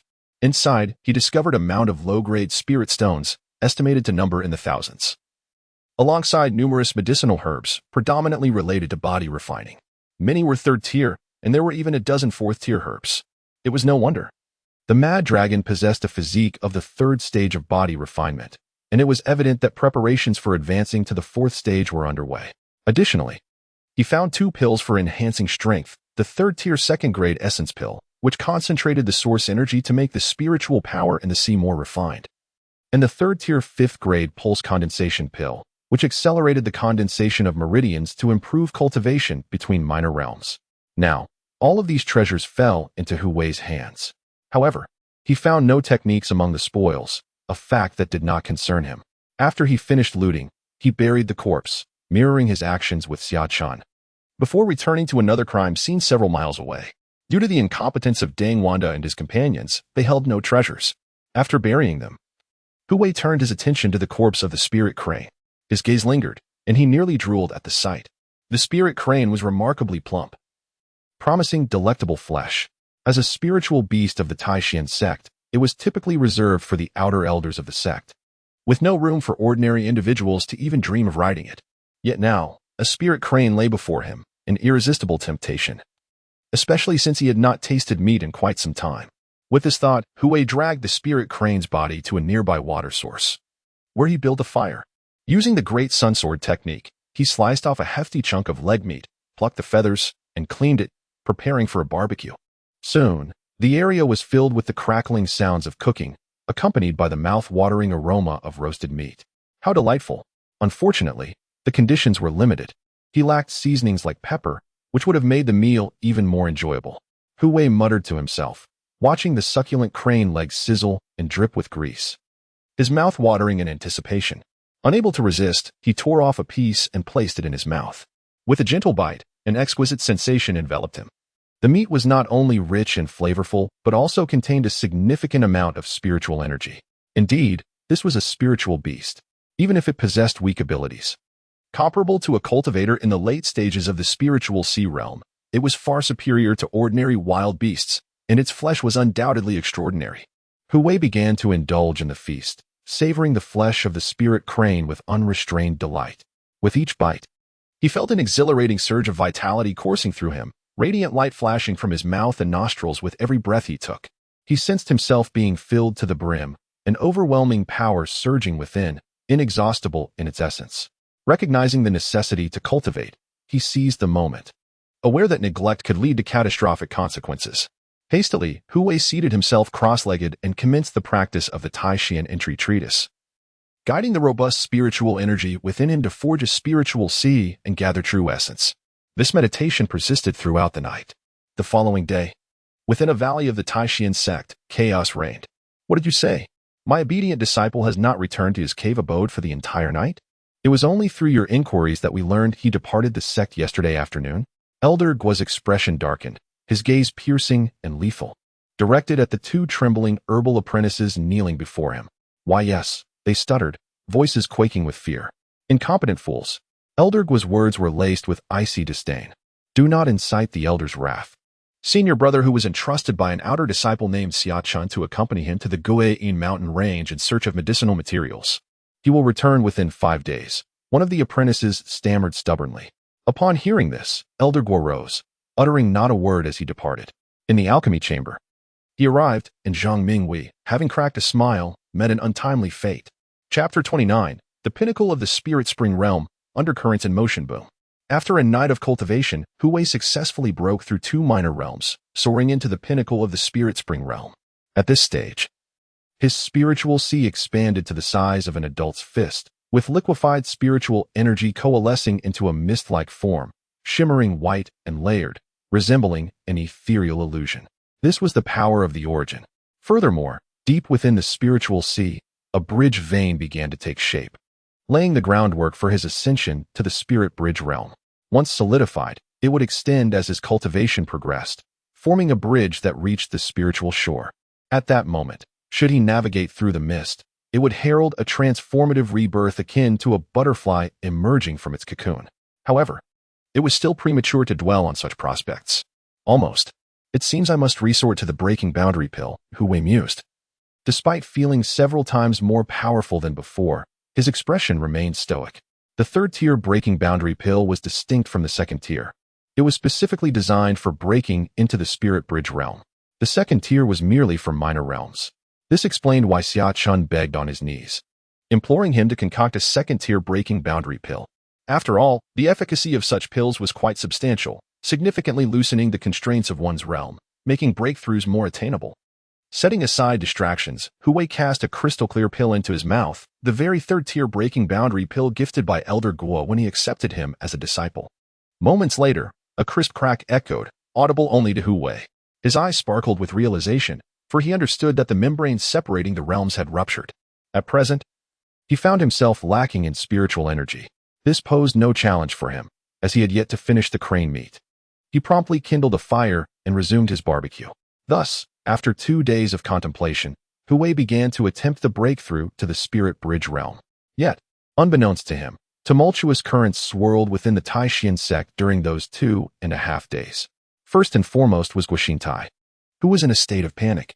Why had the person he sent to teach Hu Wei a lesson not returned? Not even a whisper of news reached him. It was crucial to note that he had sought out the Mad Dragon, a fierce individual ranked second in the outer sect's combat prowess, a minor master in the late stages of the Spirit Spring realm. Who could contend with him besides Qin Chuan and the inner sect disciples? However, Guoxintai found it perplexing that the opponent seemed to have made a lot of noise with little follow-through. Since the afternoon when news broke of the challenge against Hu Wei, there had been no further developments. Even the likes of Deng Wanda and his incompetent companions appeared to have vanished without a trace, daring not to report back to him on the matter's progression. Something was amiss, very amiss. After some contemplation, Guoxintai crushed a communication talisman, a low-tier spiritual talisman used to summon his sycophants, in the entire outer sect. He was one of the few who possessed such a tool. Soon, an outer sect disciple arrived. "Go, investigate the whereabouts of Deng Wanda and the Mad Dragon, and ascertain the status of the situation. Whatever news you gather, inform this young master immediately," Guoxintai commanded. "Yes," the disciple responded respectfully. On the other side, an elder of the outer sect was in a fit of rage, the cause being his favored disciple, who had not only failed to pay him a visit in recent days but had also made the audacious decision to challenge an alchemist, only to be mocked by the latter. Indeed, in the elder's eyes, it was nothing short of mockery. To accept the challenge of the wild dragon, one was required to offer 100 merit points. What kind of logic was that? Ultimately, it was merely the wild dragon's apprehension of the opponent's status that had prevented him from swiftly dispatching him with a single blow. Humph. The old alchemist had taken on a cunning and treacherous disciple. It was high time to find an opportunity to teach him a lesson. The benevolent-looking outer sect elder narrowed his eyes, harboring a narrow-minded disposition. It was strange. The wild dragon should have received my message by now. Why has he neither returned nor responded? He pondered aloud. Unfortunately, the mark he had left on the wild dragon exceeded his perception range. Otherwise, he would not have had to worry about any of these issues. Could there be an unforeseen circumstance? This thought emerged, causing Elder Xianjun to furrow his brows. A sense of inexplicable unease stirring within him. Go, have someone investigate the recent activities of your senior brother Kuang Long. I wish to be informed of everything, regardless of its significance. As an outer sect elder, he was never lacking in attendance. Upon his command, someone immediately responded, yes. Once the person departed, Elder Xianjun raised his gaze to the heavens, murmuring to himself, it is time for him to enter seclusion. The period of trials in the Tsongmang mountain range is fast approaching, and soon thereafter, the grand outer sect competition will commence. My dear disciple, my advancement to the inner sect hinges upon your performance. Not long after, both Guoxintai and Xianjun received the answers they sought. A group led by the wild dragon had ridden spirit cranes directly out of the sect, bursting forth with fervor as if on some urgent mission. Tracing their movements was not particularly challenging. However, once they left the Tai Xuan Sect, their subsequent whereabouts became exceedingly difficult to ascertain, like a cow sinking into the sea. Investigate. Conduct a thorough inquiry. Elder Xianjun bellowed. I refuse to believe that the wild dragon could perish at the hands of a mere alchemist. In contrast to his fury, Guoxintai felt a chill run down his spine, his heart racing with dread. He had never anticipated such a turn of events. Although the truth of the matter remained unclear, it was inconceivable that 5 individuals could simply vanish without a trace, especially when one of them was a late-stage spirit spring cultivator. A lesson in humility was all that was needed. What warranted 2.5 days? The answer was becoming glaringly evident. Impossible. Absolutely impossible. Guoxintai exclaimed incredulously. The wild dragon was the second strongest on the outer sect's combat ranking, and he had achieved dual cultivation. It was said that he had already reached the 3rd level of body refinement. Even against a peak spirit spring cultivator, he would not falter. This thought provided him with a modicum of reassurance. Could they have perished together? That notion arose within him, especially since Hui had also fallen silent. Yet, it felt unreasonable. Investigate. Follow the route to the Ghost Een mountain range and conduct a thorough search. Meanwhile, over 20 miles from the Tai Xuan Sect, beside a babbling brook and within the woods, Hui was enveloped in a radiant aura, a luminous energy emanating from his mouth and nose, resembling twin columns of white vapor that undulated with his breath. This was undoubtedly the power derived from the flesh of the spirit crane. Although the quality of the spiritual energy was mediocre, its abundance was undeniable. At this moment, Hui was making his 3rd attempt to break through the shackles of the spirit bridge realm. The boundary-breaking pill served merely as an auxiliary aid, loosening the constraints of his current state. Whether he would succeed depended solely on his own efforts. Furthermore, he was utilizing the Tai Xuan entry manual to absorb the ethereal energies of heaven and earth. Above his head, a small vortex began to form, with a tremendous force surging like a mighty river, as if a leviathan were drinking deeply from the cosmos. Such colossal energy would be insurmountable for any other individual. Fortunately, Hui practiced both internal and external cultivation, allowing him to channel this overwhelming force to break through his limitations while simultaneously employing the Great Sun body refinement technique to temper his physical form. His body shimmered with an ethereal glow, and the attire of an alchemist he wore began to disintegrate into ashes. Unable to withstand the intense heat generated by the body refinement technique, this deterioration was confined to his upper body for the moment. In fact, 2 days prior, during the morning and while confronting the raging dragon, the Great Sun body refinement technique had already incinerated 2 sets of alchemist ropes. Had Hui not possessed a reserve, he would be left utterly exposed at this juncture. As it stood, he was left with only this remaining outfit. It was nearly time. Sensing the moment was right for a final push to transcend the constraints of the spirit bridge realm, he focused the vast reservoir of spiritual energy within him, preparing to launch a decisive assault. Yet, at that very instant, someone arrived.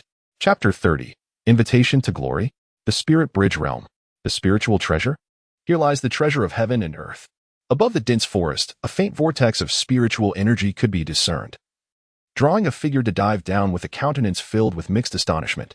However, upon closer inspection, the expression of this individual shifted dramatically. Ningbo was left speechless. He never anticipated that such a phenomenon would be caused by a youth of similar age to himself. According to ancient texts, the appearance of a spiritual energy vortex is most likely an omen heralding the emergence of a heavenly treasure.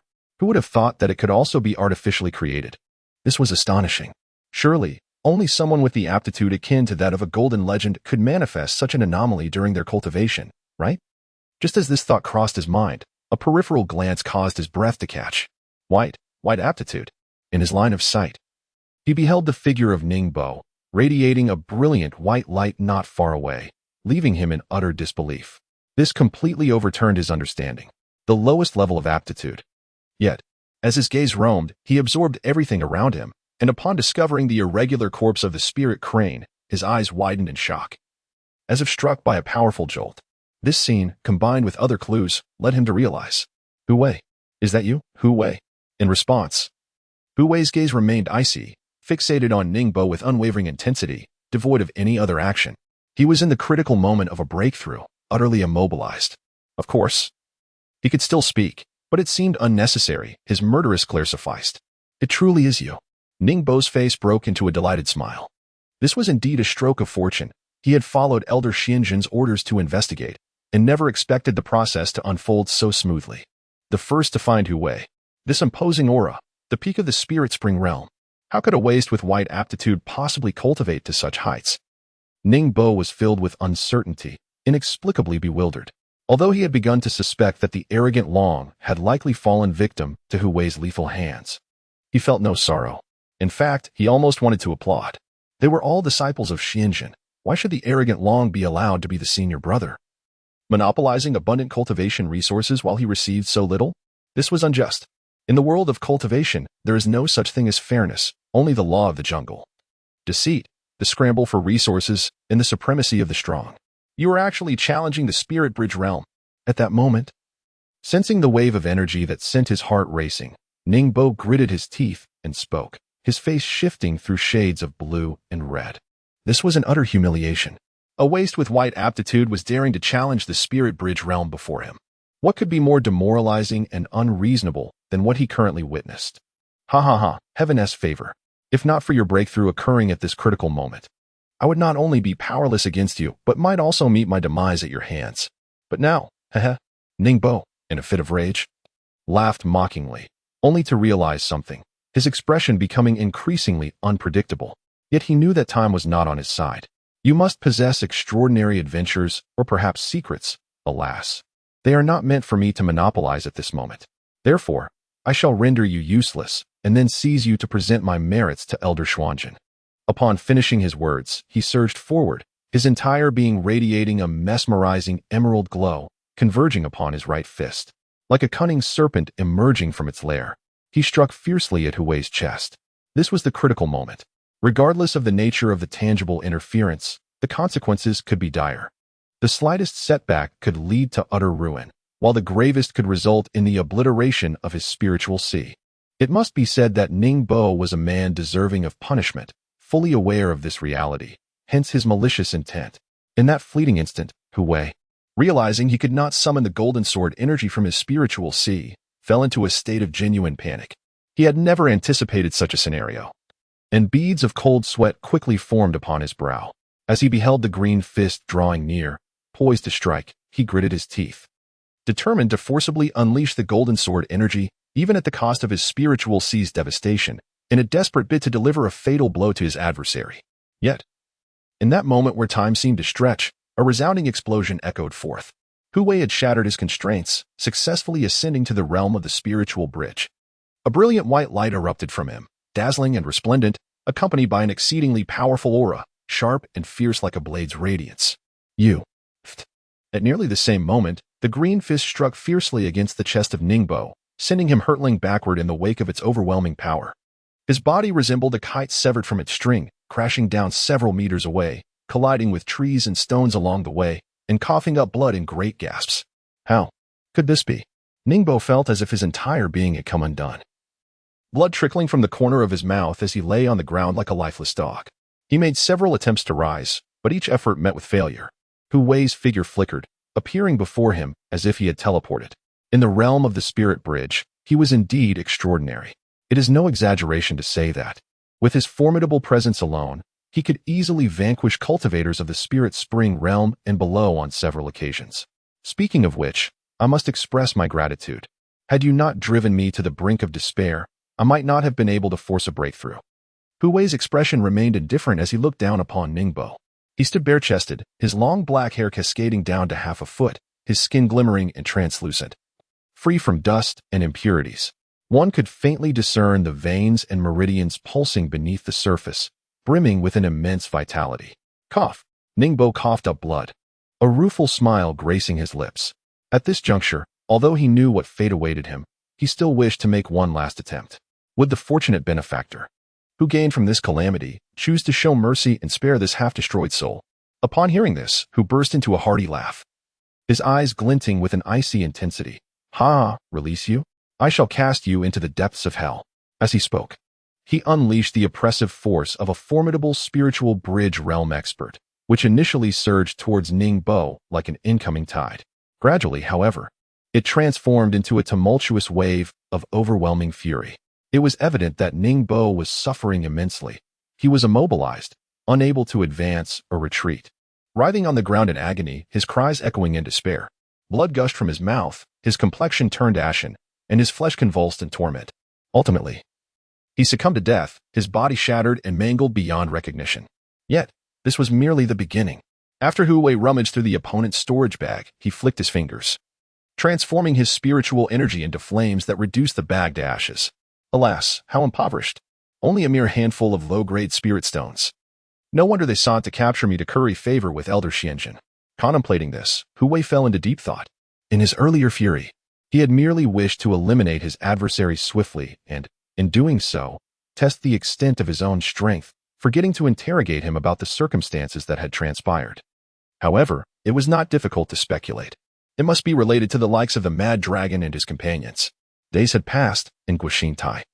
Upon realizing their absence and the inability to contact them, would undoubtedly send someone to search. After all, there are no impenetrable walls in this world.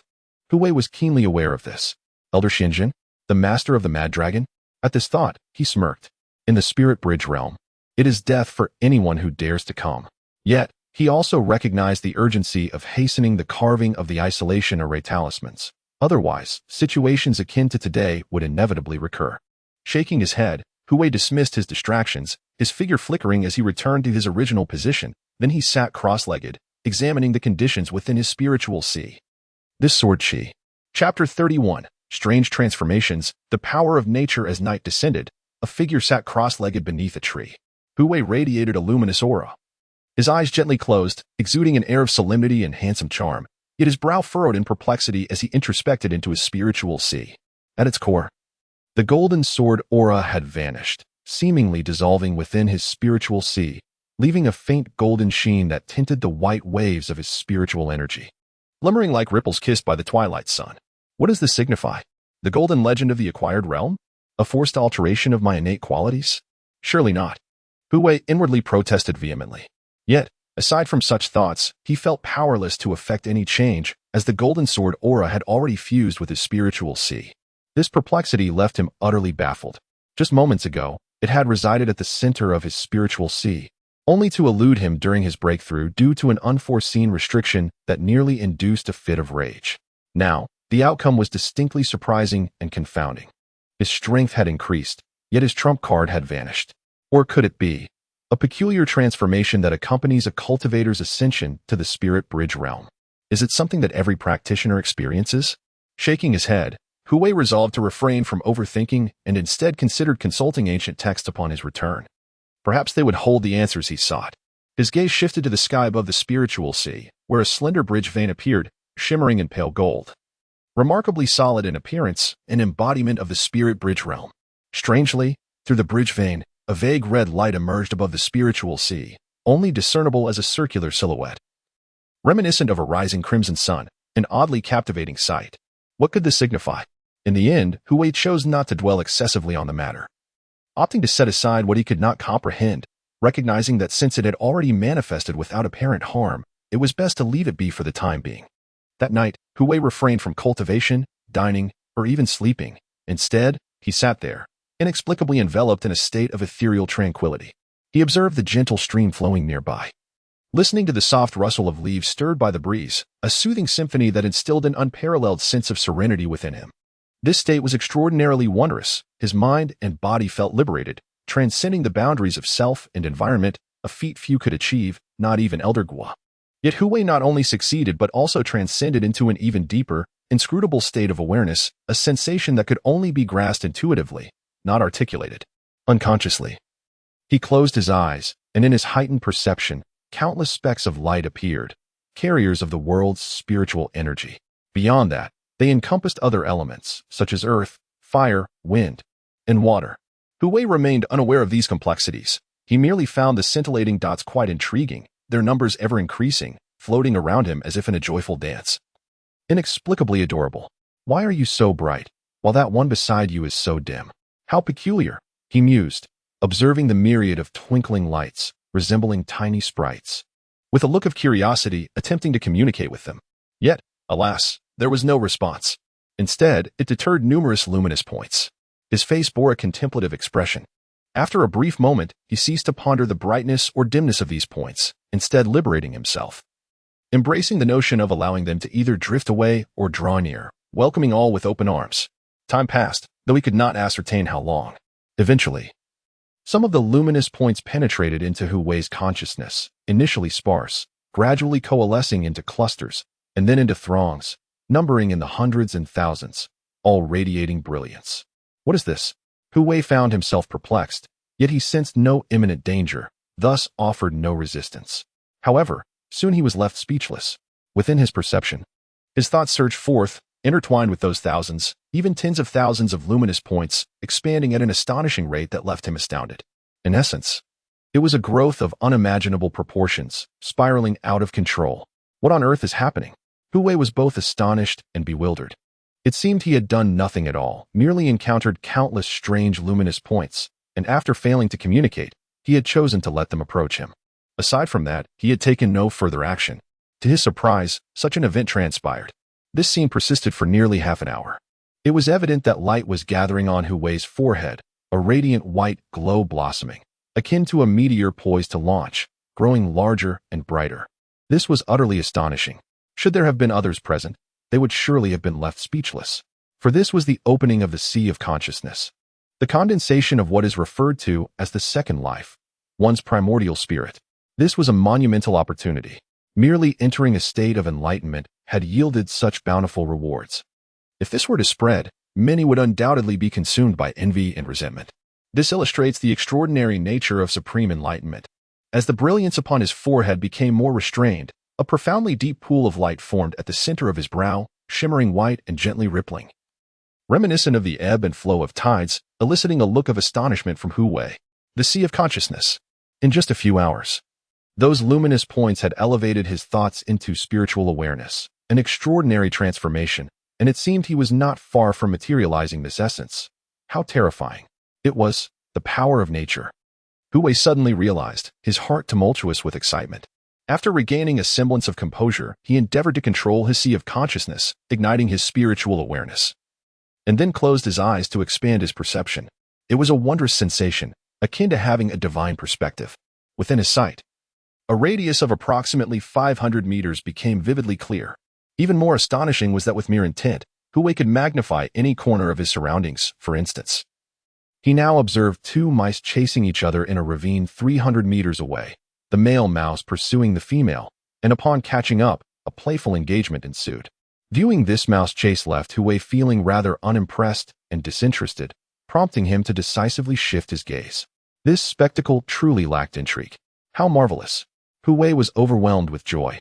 If the spiritual sea of a cultivator is regarded as the primary dantian, then the sea of consciousness serves as the secondary, both being of utmost significance and indispensable. At present, he possesses both, which can be considered an additional layer of security. If one were to insist on identifying a deficiency, it would be the absence of a personal life weapon, for only then could one truly be deemed a cultivator. However, this is not an urgency, as it necessitates the procurement of refining materials, which are rather elusive. Since I am capable of comprehending the forces of nature, I must not squander this opportunity.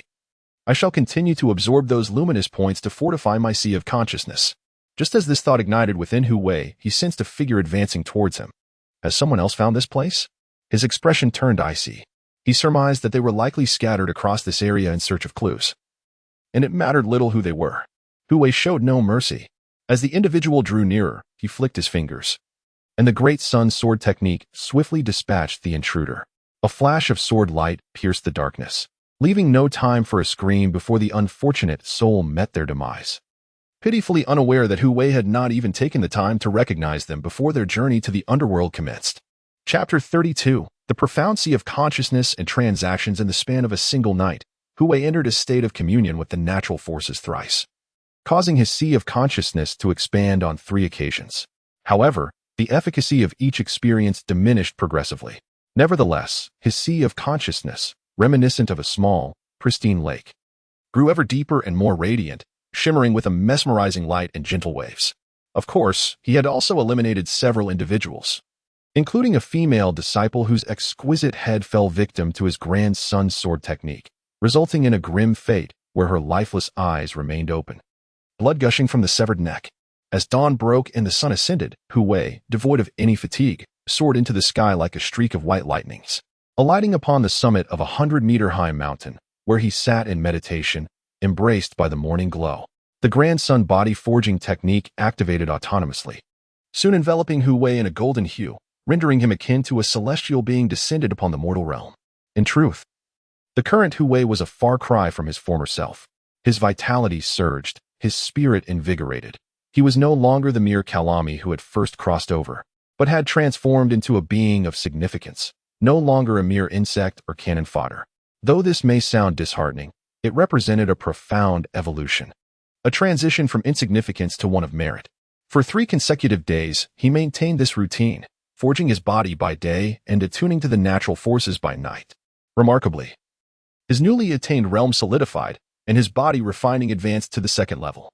Meanwhile, at the Tai Xuan Sect's outer sect, Guoxintai was in a state of panic. Few of those dispatched had returned in recent days, a circumstance that was deeply unsettling. At the very least, it indicated that Hu Wei was still alive, which was a terrifying prospect for him. Uncle! Guoxintai's heart raced with apprehension, sensing impending doom. He hastily made his way to the valley in search of Elder Guo. As for why he did not seek out his parents first, who, in times of trouble, turns to their parents immediately? He barged in, his demeanor fraught with anxiety and cold sweat, approaching Elder Guo. In his flustered state, he seemed anything but composed. The elder, finally at peace with his eyes closed, lifted his eyelids slightly upon hearing the commotion and said in a nonchalant tone, "Grandson." "Grandson is terrified.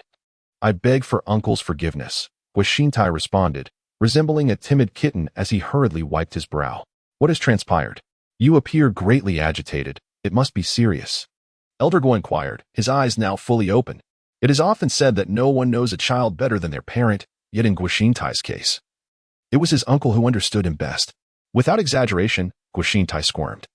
And Elder Guo could discern whether he wished to relieve himself or share a burden, almost as if he could read his mind. It is.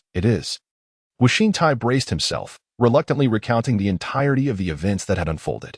Having concluded his account, he felt a chill creep over him and cautiously glanced at Elder Guo, who, as anticipated, promptly reprimanded him. "Who permitted you to act on your own accord?" Elder Guo's brows furrowed, and his expression darkened, resembling a lion poised to unleash its fury. "Uncle, please quell your anger." Guoxintai, terrified, fell to his knees. The young master, who previously strode through the outer gates with an air of arrogance, treating human life as mere trifles and displaying a ruthless disposition, now appeared as docile as a lamb, trembling with trepidation. Observing this, Elder Guo's expression softened slightly, yet his words remained sharp. "From this day forth, you must not only refrain from touching this person, but also maintain a respectful distance." "Yes." Guoxin Tai responded obediently, then hesitated. But uncle, what if he seeks vengeance upon my return? Upon hearing this, Elder Guo fell silent for a moment. That is unlikely. Even if he suspects or has confirmed your involvement, he will not hastily trouble you. Do not forget, I am his master. These words acted as a soothing balm, awakening Guoxin Tai to the realization that he was not alone. Besides his uncle, he had his parents and his grandfather, renowned as a master craftsman within the inner sect, forming an undeniably formidable background. He had merely momentarily succumbed to panic, allowing unsettling emotions to cloud his judgment. Uncle, that fellow must harbor secrets. How else could he have vanquished the formidable dragon of the combat rankings? He possesses strength equivalent to the late stages of the spiritual spring realm. In response, Elder Guo cast a sidelong glance at his grandson, his silence conveying more than 1,000 words. Guoxin Tai promptly fell silent, realizing that his venerable uncle, with his wisdom and prowess, was undoubtedly aware of Hu Wei's dubious nature, merely biding his time. My clever disciple has concealed himself quite well. Were it not for this incident, even I would have been nearly deceived into believing he possessed only alchemical talent. Elder Guo rasped, his weathered eyes slowly shifting. In recent days, he had been sifting through his memories. Having lived for a century or two, many details had become muddled, and with age, his recollections had deteriorated, rendering his mind rather chaotic. At this moment, he turned his gaze towards Guoxin Tai. As he observed, a fragment of memory seemed to awaken, causing his once cloudy eyes to gleam with clarity. Could it be that? Meanwhile, Elder Xianjun harbored doubts regarding Hu Wei's demise. His situation mirrored that of Guoxin Tai, as few of the disciples dispatched had returned. They were said to be missing, but it was far more likely that they had perished. Infuriated, he resolved to take matters into his own hands. Departing from the Tai Xuan Sect towards the direction of the Ghost Shadow Mountains in pursuit of Hu Wei, eager to exact swift retribution to assuage his wrath. However, he fortuitously encountered Elder Guo and Guoxin Tai, who intercepted him. The former jested, Isn't this Elder Xian? Why does your face appear so dark? Are you off to commit murder? Upon hearing this, Elder Xian's countenance darkened further, becoming ominously grim. He chanced upon the root cause of his beloved disciple's misfortune, this very youth. With a sardonic tone, he remarked, Old alchemist, you've certainly acquired a fine disciple. And your grandson has grown up, developing his own ideas. Quite commendable indeed. Elder Xian's praise was misplaced, for everyone grows in their own way. Guoxin Tai responded with calm indifference. It is often said that one who receives wealth must also bear the burdens of others. However, should any unforeseen misfortune arise during this process, it would be unjust to attribute the blame to me, would it not? Upon hearing these words, Xianjun felt a surge of anger, especially as he noticed Elder Guo standing silently at the side, clearly favoring his own grandson, which only fueled his indignation further. Very well, if that is the case, I shall seek out the perpetrator who has harmed my beloved disciple and ensure that he experiences a fate worse than death. This declaration caused Elder Guo's eyelid to twitch, but he remained composed, waiting for Xianjun to distance himself before speaking. Old Ghost Xian, do you not desire to become an intersect elder? I possess a means to assist you. Upon hearing this, Xianjun, who was just about to take flight on his rainbow, abruptly halted and turned back in disbelief. As dusk fell, Hu Wei returned to the Tai Xuan Sect. Today marked the 5th day since his departure. According to the reported schedule, he was due to return. He first went to the task peak to report in, casually informing Xia Chun that he had escaped from the Ghost Een Mountain, with only himself returning. Seeing Hu Wei in such tattered clothing, even if his claims were met with skepticism, they had to be accepted, as it was better to avoid unnecessary complications. Indeed, there were not few outer disciples who faced misfortunes during their missions. It was not uncommon for someone to fail to return every so often. After that, Hu Wei did not head to the alchemy chamber, but instead made his way directly to his own cave dwelling, instructing 2 young apprentices to prepare a second-tier medicinal bath. Chapter 33. 2 characters. Oh, how insufficiently exhilarating this is. In the second-tier medicinal bath, Hu Wei, having stripped down and seated himself within the large tub, discovered that the effects of the medicine did not impact him as significantly as before. It was far less agonizing than during his initial experience. He recalled that time vividly, when he had lost consciousness from the pain. Now, he merely furrowed his brow. The sensation of discomfort was no longer as intense as it once had been. Of course, the efficacy was temporarily adequate. The Great Sun body forging technique was indeed more formidable than typical body tempering methods. However, having only recently entered the second level of body refinement, The effects of the second-tier medicinal bath had diminished considerably. Hu Wei smiled faintly. His heart compelled to marvel at the wonders of his exceptional comprehension. Yet, there remained room for enhancement and perfection. It was merely the second level of body refinement. The pure physical strength he possessed was just over 2,000 pounds. His bodily resilience was merely robust but still had considerable potential for growth. The crux of the matter lay here. The Great Sun body forging technique was merely a late-stage human-tier body tempering technique. Relying on it to break through to the third level of body refinement seemed unrealistic. However, this was not a significant concern. Once he completed the 50 alchemical tasks over the next few days, he would be able to return to the scripture repository. The following day, Hu Wei arrived early at the alchemy chamber. Before even stepping through the door, he heard voices in the distance. It was quite alarming. Zhang Mingwei had died just like that. I recall that Elder Guo's expression was quite grim that day, fortunate that misfortune befell him. Indeed, he merely smiled, and yet his life was lost. Who would have thought this fellow could not escape such a fate, meeting the same end as the previous errand boy, Liang Ping? This revelation astonished Hu Wei. Zhang Mingwei had perished? Moreover, at the hands of Elder Guo. Per soul. He had previously fled once, and afterward, due to envy, had enjoyed more than half a month of peace, accumulating numerous alchemical remnants and semi-damaged medicinal materials, even feigning kindness to offer warnings. After that, Hu Wei had been taken as a disciple by Elder Guo, while Zhang Mingwei returned to the alchemy chamber. Who could have anticipated that just a few days later? One could only say, it was indeed tragic. Nevertheless, death was death. Perhaps it was a form of liberation, having no bearing on Hu Wei whatsoever. With this thought, he entered the outer alchemy room. The conversation between Tai Xuan and Wu Hao abruptly ceased, a remarkable synchronicity. After a brief moment of surprise, they immediately beamed smiles. Hu Shixiang has returned, exclaimed the former, quickly pouring spirit tea and presenting it to Hu Wei. The latter inquired warmly, Hu Shixiang, I heard you ventured to the Ghost Yin mountain range with another outer sect senior. How did it go? Was it successful? Before Hu Wei could respond, Tai Xuan, having prepared the spirit tea, approached and remarked, what a question to ask. With Hu Shixiang's prowess, success is surely guaranteed. Yes, I spoke out of turn. I should reprimand myself. Wu Hao hastily corrected himself, raising his hand to slap his own mouth without hesitation. This comical scene elicited a bemused smile from Hu Wei. Indeed. He admired them. Their survival thus far was no small feat, as they had certainly mastered the art of flattery. In truth, however, these two bore feelings of discontent within. They harbored an intrinsic aversion towards Hu Wei, not due to any personal grievances, but rather because he possessed the uncanny ability to transform waste into treasure. With his return, their opportunities for gain would inevitably diminish.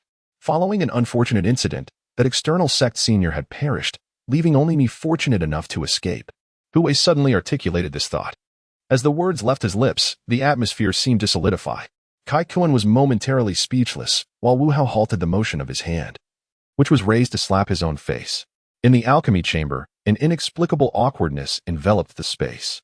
However, Tai Xuan soon swallowed hard and shifted the conversation. Brother who truly embodies wisdom and valor, blessed with great fortune, to have escaped the perilous Ghost Shadow Mountain. One can only commend him as a direct disciple of Elder Guo. Wu Hao chimed in, indeed. Hu Wei could not help but chuckle at their flattery, and subsequently instructed the two to procure the alchemical materials he required, albeit only 10 portions for the time being. After all, he had undertaken 50 alchemical tasks. Although 5 days had already elapsed, progress would be made gradually, one step at a time.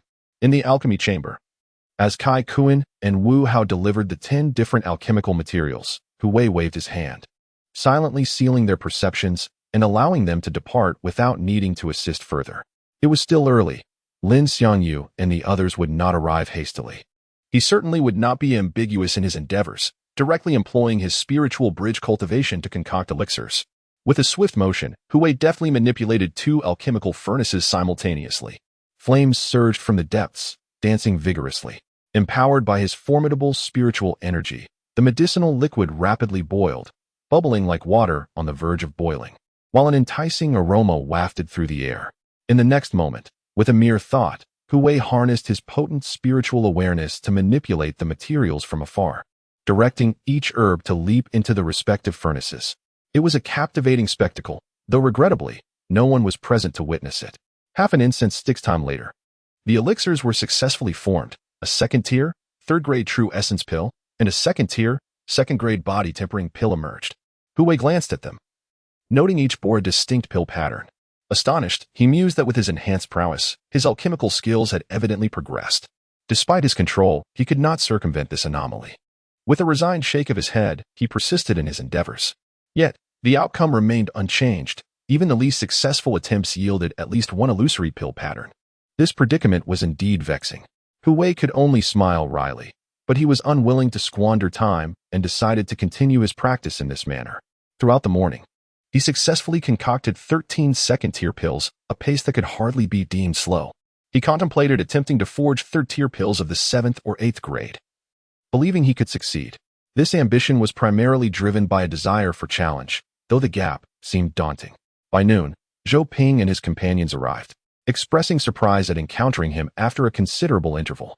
They exchanged pleasantries, though the words were trivial and inconsequential. Subsequently, Wang Yong inquired, "Brother Hu, have you heard any news during this period?" Hu Wei shrugged, stating, "I just returned at dusk yesterday, and I came to refine elixirs at dawn. I am utterly unaware of the circumstances."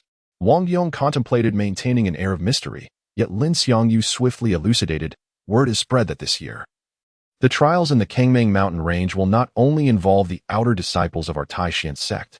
Several other prominent sects have also chosen this locale." Zhou Ping nodded in agreement. Hu Wei, puzzled, inquired, "Which sects?" "The royal family of Wei, the Xiantian Sword Sect, Lingshu Gate, and Xiang Cave Heaven, among others. It is said that these factions will send their representatives to pay us a visit during this period," Lin Xiangyu elaborated, adding, "In truth, they come to probe our strengths." Upon hearing this, Hu Wei slightly nodded. Knowing oneself and one's adversary ensures victory in 100 battles. Although we are far from that level, it allows us to gain preliminary insights about our opponents and take preventive measures accordingly. After all, it is inevitable that we shall encounter one another in the Kangming mountain range. Preparing in advance is certainly prudent. Reflecting on this, Hu Wei posed a question that had long lingered in his mind. Chapter 34. A burst of inspiration. Elder Guo's Forbidden Secret Techniques. Junior Sister Lin. What are the daily responsibilities of the inner disciples? Hu Wei inquired. Since becoming a disciple of the Tai Xuan Sect over 6 months ago, he had seldom heard others discuss the inner disciples, thus his curiosity was piqued. Lin Xiangyu paused briefly, then playfully blinked her eyes. There are distinctions among inner disciples. Their responsibilities vary. Which type do you wish to know about, junior brother Hu? Hu Wei smiled gently. All of them. Upon hearing this, Lin Xiangyu rolled her eyes, perhaps finding Hu Wei somewhat unrefined, then continued, "From what I understand, the duties of inner disciples are divided into 2 categories. One primarily involves the exploration of spirit stone mines, while the other pertains to cultivation and external relations. Exploration," she clarified, entails both discovery and excavation. Having once served as a labor disciple, Hu Wei was aware that some were assigned to mining tasks. He felt fortunate that his previous life had not subjected him to such a fate. Otherwise, even with exceptional talent, it would have been rendered futile. He had heard that labor disciples sent to the mines, though rewarded generously, seldom returned alive. As for the latter category, he did not fully grasp its significance. Cultivation was straightforward, but external relations seemed peculiar. However, Lin Xiangyu did not elaborate, leaving Hu Wei to suppress his confusion. Junior brother Hu, there is no need to envy the inner disciples. In fact, as alchemists, we are akin to half-inner disciples, and our circumstances are decidedly more comfortable, Zhou Ping interjected, a hint of pride in his voice, as if being accepted by Elder Guo conferred some superior status.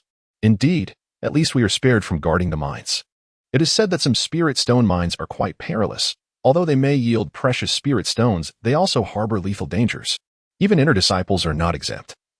Wang Yong added. Hu Wei nodded, somewhat understanding but still puzzled. It is difficult to engage in conversation on topics one has neither experienced nor witnessed. He considered it a learning opportunity. Now that he had attained the spirit bridge realm, if circumstances permitted, he truly wished to leave the Tai Xuan Sect and explore the world beyond. However, such thoughts could wait until after the external trials, during which he intended to continue enhancing his strength. In the afternoon, the group focused on their alchemical pursuits. With their presence, Hu Wei naturally slowed his pace, controlling his spiritual energy fluctuations to the mid-stage of the spirit spring realm. After all, this was not a trivial matter. Fortunately, no mishaps occurred. Despite the slower pace, he successfully concocted 6 second-tier pills, bringing his total to 19 when combined with the 13 from the morning. Time swiftly passed, and as the day came to a close, Hu Wei did not rush to depart. After Kai Kuan and Wu Hao took away the remnants of explosions and semi-destroyed materials, leaving in high spirits, he continued his alchemical work, effectively over time. Several hours later, he had produced an additional 11 second-tier pills. Thus, Hu Wei accomplished the remarkable feat of crafting 30 second-tier pills in a single day. If this news were to spread, it would surely cause more than just a ripple among the outer disciples. Shortly thereafter, he returned to the Lingzaheo cave dwelling and settled into a second-tier medicinal bath. Hu Wei's mind began to race with ideas. Most elixirs were auxiliary in nature, such as body-tempering pills and true essence pills, yet there seemed to be a lack of offensive options. As he stroked his chin, deep in thought, a revelation struck him. In his past life, there were bombs, though they came in various models with differing power. They all followed a similar pattern, thrown with a countdown before exploding. Could elixirs not function in a similar manner? The more he pondered, the deeper his thoughts delved, until he was startled by an exhilarating idea that sent a shiver down his spine. Explosive pills, sword energy pills. Could they be feasible? A vivid image formed in his mind, in battle, throwing out elixirs that would explode or unleash sword energy. The mere thought was electrifying. Yet, when it came to materials, Hu Wei scoured the compendium of medicinal materials, the elixir canon, and even the grand compendium of alchemy, only to find scant resources relevant to his pursuit. He could only recall a single explosive fruit. It was a challenging endeavor, but he was resolute. His eyes gleamed with determination. Realizing that the medicinal materials failed to meet his requirements, he decided to explore other avenues. Dao patterns. After much contemplation, he concluded that this was his only option. He had already mastered the foundational aspects of Dao patterns, though the process of engraving them was exceedingly laborious and could easily lead to exhaustion. Nevertheless, if successful, these challenges would be inconsequential. With this in mind, Hu Wei began to think and practice, attempting to devise a method of operation. As night deepened, within the inner sanctum of the Tai Xuan Sect, halfway up a mountain, stood an exquisite palace with courtyards and ancestral halls, akin to a half-Guo residence, and undeniably unique. In a concealed chamber, Elder Guo laughed heartily as he held a piece of beast hide, for it contained the record of a forbidden secret technique, devouring spirit to rebirth. He had long forgotten how he obtained it. Beside him, Guoxin Tai glanced at it and staggered back in shock. "Uncle, you." In response, the elder merely cast a fleeting glance at him before resuming his earnest examination. Soon, Elder Guo discovered a flaw within the forbidden technique. Although it promised devouring spirit to rebirth, it was rather selective. According to the recorded content, devouring spirit was divided into two categories. The first pertained to those with blood ties. The closer the relationship, the more completely one could absorb the other, thereby usurping everything, including lifespan, with virtually no side effects. The second category involved outsiders, where one could only consume half, leaving the other half. This would necessitate a fusion with the remaining spirit of the other, and it was crucial to remember that it was a fusion. Only through this could one inherit all aspects, including lifespan, albeit at a significant reduction, approximately half. Naturally, the spirit of the caster must hold absolute dominance. Otherwise, not only would all previous efforts be in vain, but it could also lead to death. The risks were substantial, yet the potential rewards were equally great. Elder Guo, akin to a treasure newly acquired, was overwhelmed with excitement, even to the point of delirious joy. "Excellent, excellent. Ha ha ha ha ha ha." His laughter echoed like the mournful cries of a night owl, resonating with an eerie terror reminiscent of a vengeful spirit, sending shivers down the spine of Guoxin Tai, who stood nearby. "Hehehe, my dear disciple, I shall soon uncover your secret."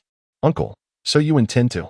"Indeed, having obtained this method, my dear disciple shall be my first subject of experimentation. Should it prove successful, we shall each pursue our own paths henceforth." The following afternoon, Hu Wei had completed 50 alchemical tasks before he could leave the alchemy chamber to head for the scripture pavilion. He overheard Zhou Ping and Wang Yong discussing their encounter with the master at noon, noting that he seemed disinclined to visit this area. After all, it was already the hour of Shin, around 4 o'clock in the afternoon. Moreover, Zhou Ping discreetly inquired of Hu Wei, "Senior brother Hu, have you yet met with the master since your return?" Hu Wei shook his head in response. Zhou Ping slapped his thigh in realization.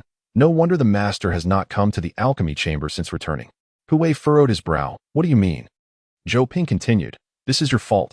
Senior brother Hu, when you departed the sect last time, you surely did not inform the master, did you? Not at all. Hu Wei replied, shaking his head. Upon hearing this, Zhou Ping's expression transformed into one of sudden understanding. No wonder the master took such drastic action against Zhang Minghui the following day. Hu Wei. Chapter 35, Respect for Teachers and the Way? Re-entering the Sutra repository. What? The death of Zhang Minghui. Why should I care? He was utterly perplexed, yet soon came to a realization. An act of vengeance. Before long, through Zhou Ping's elucidation, Hu Wei finally grasped the situation. In essence, it boiled down to two words: respect. As an esteemed disciple of Elder Gua, it was indeed inappropriate to leave the sect without notifying him. Moreover, it had been nearly 2 days since returning to the Tai Xuan Sect, and he had yet to pay his respects to Elder Gua. This too was improper. Such actions conveyed a lack of reverence for one's teacher and the moral path. While this may seem trivial, others observing would perceive it differently, judging his conduct as improper and his character suspect. I understand. I will handle matters with my master, Hu Wei declared before departing the alchemy room. Upon hearing this, Zhou Ping nodded in appreciation. A smile graced his face, reflecting a sense of fulfillment for having timely reminded Hu Wei, thus averting potential discord between the master and disciple. However, the reality was that Hu Wei promptly made his way to the sutra repository. Agreeing was one matter, when to act was another entirely. The immediate priority was to complete the handover at the task peak. Subsequently, he intended to ascend to the second level of the sutra repository. As he understood, accumulating 100 merit points granted eligibility for 50 second-tier alchemy tasks, precisely 100 in total. As for Elder Gua, visiting tomorrow would suffice. And Hu Wei was eager to ascertain the extent of his master's cultivation. At the task peak, Hu Wei's arrival stirred a minor commotion. Having been absent for 5 days, the outer disciples speculated that he had fallen prey to the battle-crazed maniac, Mad Dragon. After all, the events of that day were witnessed by many. At the very least, there was Fong Jing, a formidable presence ranked 10th on the outer sect's combat list, who, having been publicly rebuffed, might seek to trouble Hu Wei. The fact that he was still alive and well raised questions, had the battle maniac not found an opportunity to teach him a lesson? It was uncertain. However, it had been several days since anyone had seen Brother Quang. Perhaps he was out training or in seclusion. Both possibilities were plausible, especially as preparations were underway for the expedition to the Songmang Mountain's secret realm. The outer disciples engaged in animated discussions. At the handover point, Brother Qian, upon seeing Hu Wei's arrival, promptly rose to greet him. Ah, it is Brother Hu. Have you completed your alchemy tasks once again? Hu Wei smiled and replied, Indeed, I have brought 50 second-tier elixirs for your inspection. With that, he produced a small cloth bag. Qian Shaojun accepted it, and the rich aroma of the elixirs dazzled his senses, indicating that these 50 elixirs surpassed the quality of the previous 41. As he picked one up to examine, he paused. The reason for his hesitation was that Qian Shaojun noticed that the second-tier elixir in his hand bore a mysterious pattern, albeit faint, yet undeniably present. He suddenly displayed a look of astonishment. By heavens, this appears to be the Dan pattern recorded in ancient texts. As a disciple of the task peak, one must possess a comprehensive knowledge, and the Dan pattern is precisely one of those vital pieces of information. Thus, upon seeing it, he was instantly reminded. A second-tier quasi-exquisite Dan pill, hissing. If all 50 of these are of such caliber, according to the rules, it would likely grant an additional 50 points of merit.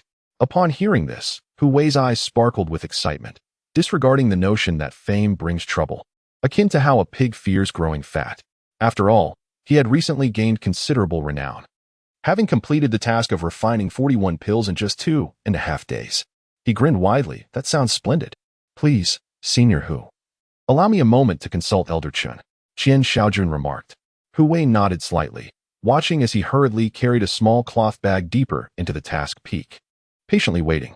Before long, Qian Shaojun returned with another individual, who was presumably Elder Chun, an elderly man of approximately 70, sporting a goatee, exuding a shrewd yet amiable demeanor, brimming with vitality.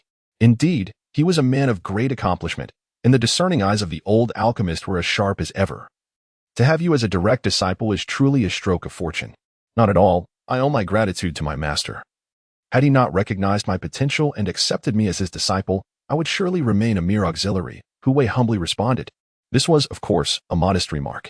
Even without Elder Gui, Hu Wei would still rise, albeit at a slightly slower pace. However, such sentiments were best left unsaid. Ah, indeed. The old alchemist is quite fortunate to have such an unpretentious genius in alchemy as his disciple. He must be waking up in laughter from his dreams, Elder Chen remarked, seemingly genuinely envious. After exchanging a few words with Hu Wei, he took his identity token and recorded the 150 points of merit using a special method. Thank you, Elder.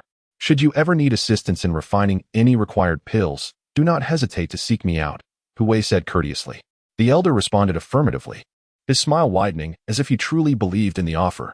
Once Hu Wei and Elder Chen departed, Qian Shaojun turned to another outer sect disciple. His face filled with shock and exclaimed, "Incredible!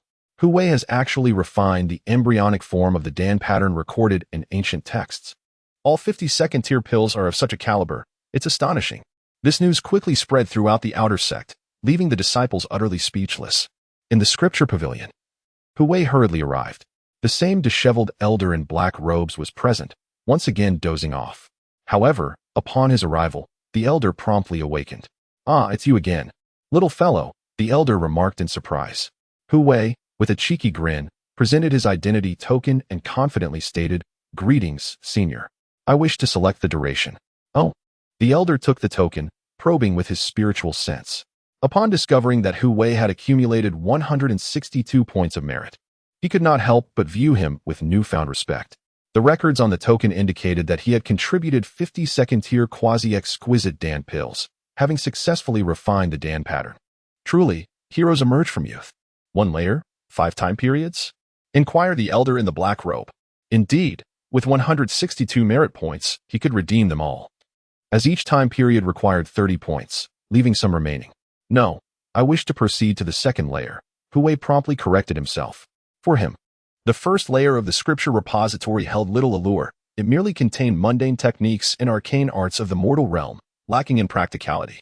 This statement astonished the elder in the black robe, who mused that this young man was truly ambitious beyond his means. Yet, it was not his place to intervene. After all, disciples visiting the scripture repository could enter whichever layer they desired, provided they met the requisite conditions. Very well. But entry to the 2nd layer requires 50 merit points per time period, and there are gravitational restrictions. One must overcome these to ascend. Hu Wei, upon hearing this, felt a flicker of uncertainty but nodded nonetheless. "I appreciate your guidance, Elder." With a swift motion, the doors of the scripture repository opened. "Go forth," the Elder commanded. After bowing respectfully, Hu Wei hastened inside. Chapter 36. The method of transformation from cocoon to butterfly. Hu Wei stepped into the first level of where the surroundings remained unchanged. As he ascended the ancient stone stairs to the 2nd level, he distinctly sensed a formidable resistance upon placing his right foot on the first step. It felt like an invisible pressure, equivalent to the peak of the spiritual ocean realm. Is this the gravitational restriction? Hu Wei was astonished and quickly realized this was the power of the Tao patterns, at least of the introductory chapter level, mysterious and profound, manifesting as resistance. Intriguing. The stone stairs to the 2nd level consisted of only 3 steps. He pressed on. The force of the peak's spiritual spring realm surged like colossal waves, crashing fiercely against him. Hu Wei's body swayed momentarily, but soon regained stability. He refrained from channeling the spiritual energy from his spiritual ocean to resist. Instead, he relied solely on the strength of his physique. Admittedly, the pressure was considerable, yet he endured it. Hu Wei's body glowed with a radiant sheen as he maximized the Great Sun forging body technique, preparing to ascend the 3rd step. In the next instant, an overwhelming gravitational force, akin to raging torrents, assailed him. The sheer might was terrifying. Even though Hu Wei was prepared, he felt as if struck by lightning, nearly toppling over. He stumbled. But the narrowness of the space, flanked by gray-brown walls, allowed him to brace himself with his hands, barely stabilizing his form.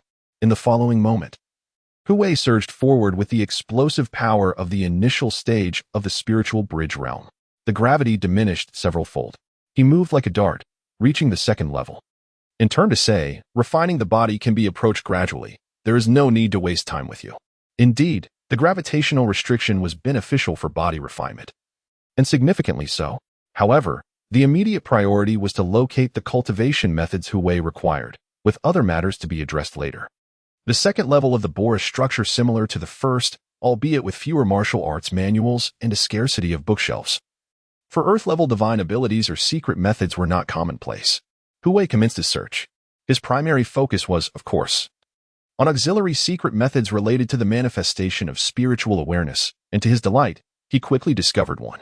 It was an early-stage Earth-level cultivation method known as transformation of spirit, which emphasized transforming spiritual awareness into various weapons, such as swords and halberds. Quite promising.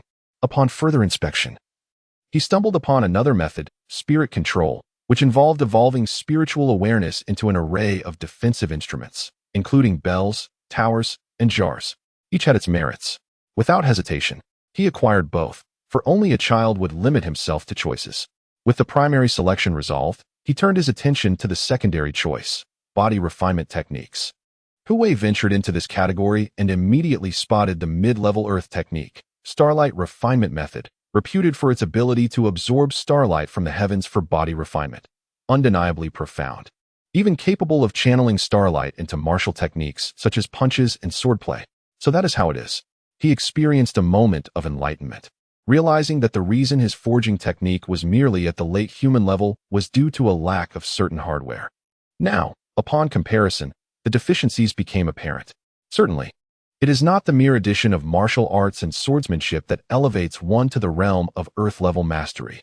These are but embellishments. The true distinction lies in the scriptures and essences that exist between the two, akin to rune pages which are categorized into low, medium, and high levels. The primary disparity is in the configuration, which varies significantly. Presently, Hu Wei has acquired a reference point that enhances his configuration, allowing him to make substantial modifications.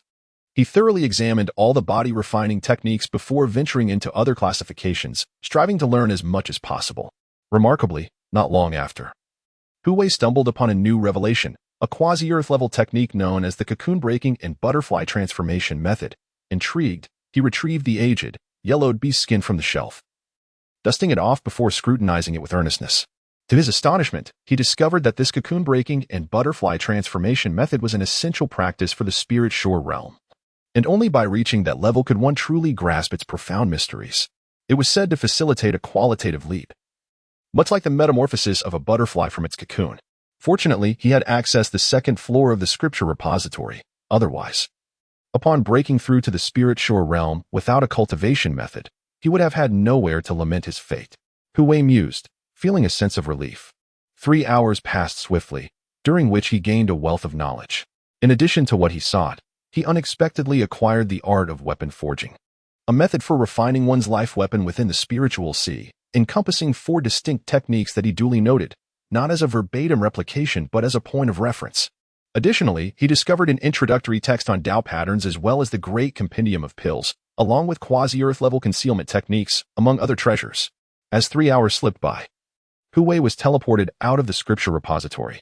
He retrieved his identity token, bid farewell to the elderly man in the black robe, and headed straight to Shuxiu Peak, his own spiritual abode, intending to enter a period of seclusion for cultivation. Once he departed, the old man in the black robe murmured to himself, with great aptitude. He has reached the spirit bridge realm and refined his corporeal form to the second level. A true genius. Could it be that, as ancient rumors suggest, great aptitude is the foundation of a cultivator? How else can one explain this young man's rise? The following day, just before noon, a spirited Hu Wei arrived outside a valley, intending to pay his respects to Elder Gua and, in the process, use his formidable spiritual perception to discern the elder's true cultivation level. However, he was informed by the attendant that the elder was in seclusion and would not be emerging anytime soon. Well, it seems his visit was in vain. Yet, this afforded him additional time for his own seclusion, as he still had numerous cultivation methods from yesterday's findings that required refinement to meet his satisfaction. Hu Wei retraced his steps back to his cave dwelling, bypassing the alchemy room, resolutely following his own path. To his surprise, midway, he encountered several outer sect disciples. "Oh, you are Hu Wei, brother Hu?" one inquired with a tone of uncertainty. After all, he was attired in the garb of an alchemist, exuding an impressive demeanor. Yet he appeared unfamiliar, resembling the person depicted in rumors. The latter nodded, affirming, "I am he." Upon receiving his confirmation, the outer sect disciples displayed expressions of delight. "Brother Hu, I have heard that you possess the remarkable ability to refine elixirs that manifest pill patterns, tantamount to the level of quasi-sublime medicinal concoctions. Is this true?" Hu Wei was momentarily taken aback by the inquiry and responded with a question of his own. How do you know? The word has nearly spread throughout the outer sect, claiming that you have submitted 50 second-tier alchemical tasks, all of which possess the nascent form of pill patterns. Truly astonishing. Pill patterns. According to ancient alchemical texts, they signify a portent of auspiciousness and are said to be a hallmark of premium elixirs. To possess them, even if merely second-tier, would undoubtedly elevate one's stature. I have also heard that you mentioned requiring merit points for alchemical commissions. May I inquire as to how many merit points one would need to prepare? That is a rather straightforward matter. A minimum of 10 points is required, and the specific number will depend on the tier and quality of the elixir you wish to refine. The group engaged in animated conversation, their eyes shining brightly at Hu Wei, as if they were gazing upon treasures. Hu Wei felt an unexpected pang of self-reproach, akin to dropping a stone on his own foot. However, such an opportunity to earn merit points was not one to be overlooked. Indeed, I have spoken thus. Yet, if you wish to have elixirs refined, in addition to providing the necessary materials, the fee for merit points is as follows: 10 points for first tier, 20 points for second tier, 30 points for third tier, and so forth. You are most welcome to inquire further. Chapter 37, Resource Allocation of the Sect, the Third Great Explosion Pill. The four individuals gathered the necessary medicinal materials. Hu Wei remained at Shuxiafeng, instructing them to prepare everything before returning to him. Who on earth has such a loose tongue? He furrowed his brow, feeling inexplicably displeased, yet it was within a tolerable range. For every disadvantage comes with its advantages. The news of the Danwen spread, significantly enhancing his notoriety. Those seeking his alchemical skills would inevitably come forth. Although he preferred to stay low-key, solely focusing on his cultivation, this situation was unavoidable. Moreover, it had already transpired, and he had no choice but to accept it. After exiting seclusion, he would settle accounts. Hu Wei muttered as he departed. In the blink of an eye, 5 days had elapsed. During this period, apart from numerous individuals attempting to locate Hu Wei, nothing particularly noteworthy occurred in the outer sect. It was said that even some elders from the outer sect wished to meet Hu Wei, yet they hesitated, fearing a loss of dignity, thus sending their disciples in their stead. Furthermore, the news of Hu Wei's ability to refine Danwen reached the inner sect, stirring the interest of several influential figures, including a few inner sect elders. In truth, they had heard whispers of this already. However, Hu Wei's cultivation rank was too low, reportedly only at the level of a quasi-third grade. Although he could refine Danwen, its significance was minimal to these figures, prompting mere curiosity rather than an invitation for a personal audience. Once again, the remarks from an inner sect elder were akin to this: the disciple of the old ghost? His alchemical talent is commendable, among the best, yet still insufficient. It was noted that he only possessed white-level aptitude, but such talent could still be deemed exceptional.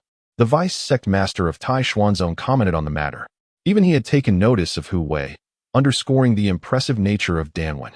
The old ghost's initial notion was indeed astute. Establishing the alchemy chamber in the outer sect significantly reduced the likelihood of overlooking talented individuals.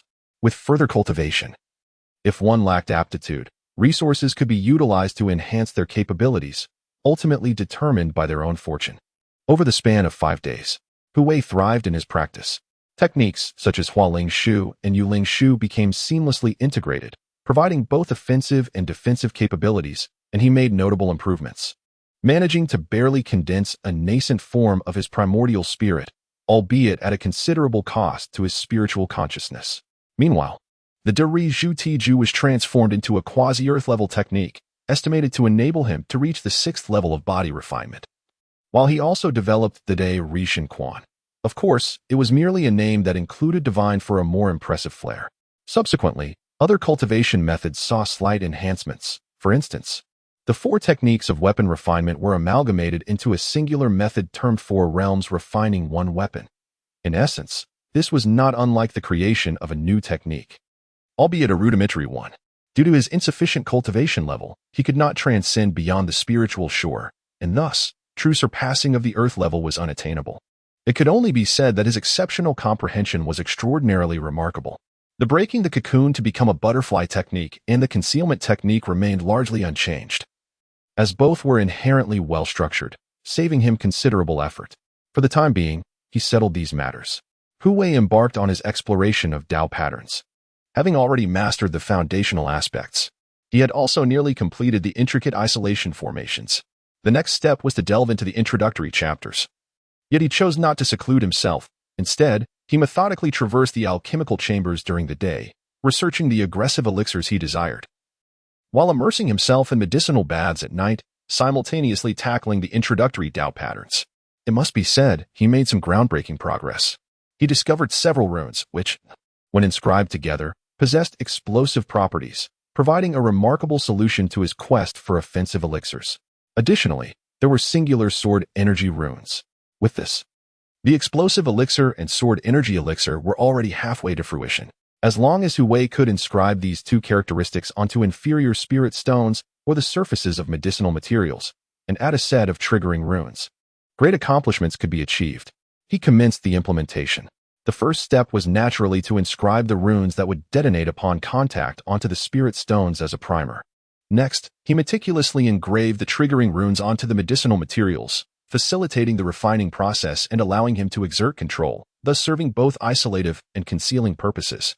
Following this, he proceeded to concoct the elixir. As for the type of elixir, it mattered little. After all, its nature had transformed. Hu Wei began his attempt at refining. On the first try, boom, the furnace exploded. His failure to control the combination of explosive runes during the condensation process led to the mishap. Oh, has Brother Hu also had a furnace explosion? The tremendous noise attracted the attention of Zhou Ping and others, who were astonished and intrigued, casting curious glances. After all, in their eyes, Hu Wei's alchemical talents were formidable, and such an incident seemed unexpected. I was refining a third-tier breaking-through elixir, and an accident occurred during the condensation process, he replied with an awkward smile. Only then did the others display expressions of relief. Zhou Ping and Wang Yong were somewhat envious, remarking that here was Hu Wei, with mid-stage spiritual spring prowess, refining a third-tier elixir, while they struggled with even a second-tier sixth-grade one. Truly, where there is comparison, there is suffering. Lin Xiangyu candidly expressed, Brother Hu, how can we bear such a disparity? To this, Hu Wei responded nonchalantly, Sister, you jest. This one has not succeeded, after all. Upon hearing this, Lin Xiangyu replied softly, with your talent, I believe you will succeed soon. At which point should I refer to you as brother or Brother Hu? Titles matter little. It is all the same to me. Hu Wei chuckled. She sighed lightly and did not continue the conversation. Hu Wei resumed his alchemical endeavors, relieved that he had prepared adequately, with multiple inscribed medicinal materials and spirit stones at his disposal. After a brief contemplation, he set to work once more. The second attempt also ended in failure. It was not until the third attempt that he finally succeeded. Congratulations, Brother Hu, on your elevation to a third-tier alchemist. Zhou Ping was the first to speak, albeit with a rather constipated expression. Brother Hu, you are impressive. I shall go buy a chicken to celebrate. Wang Yong's expression was similarly unflattering. Only Lin Xiangyu offered a gracious smile, stating, Congratulations, Brother Hu. Hu Wei waved his hand dismissively. Indeed, he had successfully refined a third-tier elixir. It merely adopts the exterior of the breaking realm pill while possessing the explosive effects of the detonation pill. It serves as a mere illusion. Furthermore, it is significantly more challenging to concoct than the breaking realm pill. After all, in terms of Hu Wei's alchemical prowess, third-tier elixirs are a trifling matter. With a cultivation level at the spirit bridge realm, he is capable of refining third-tier, third-grade elixirs, and with exceptional comprehension, that capacity could be doubled. He is simply feigning incompetence.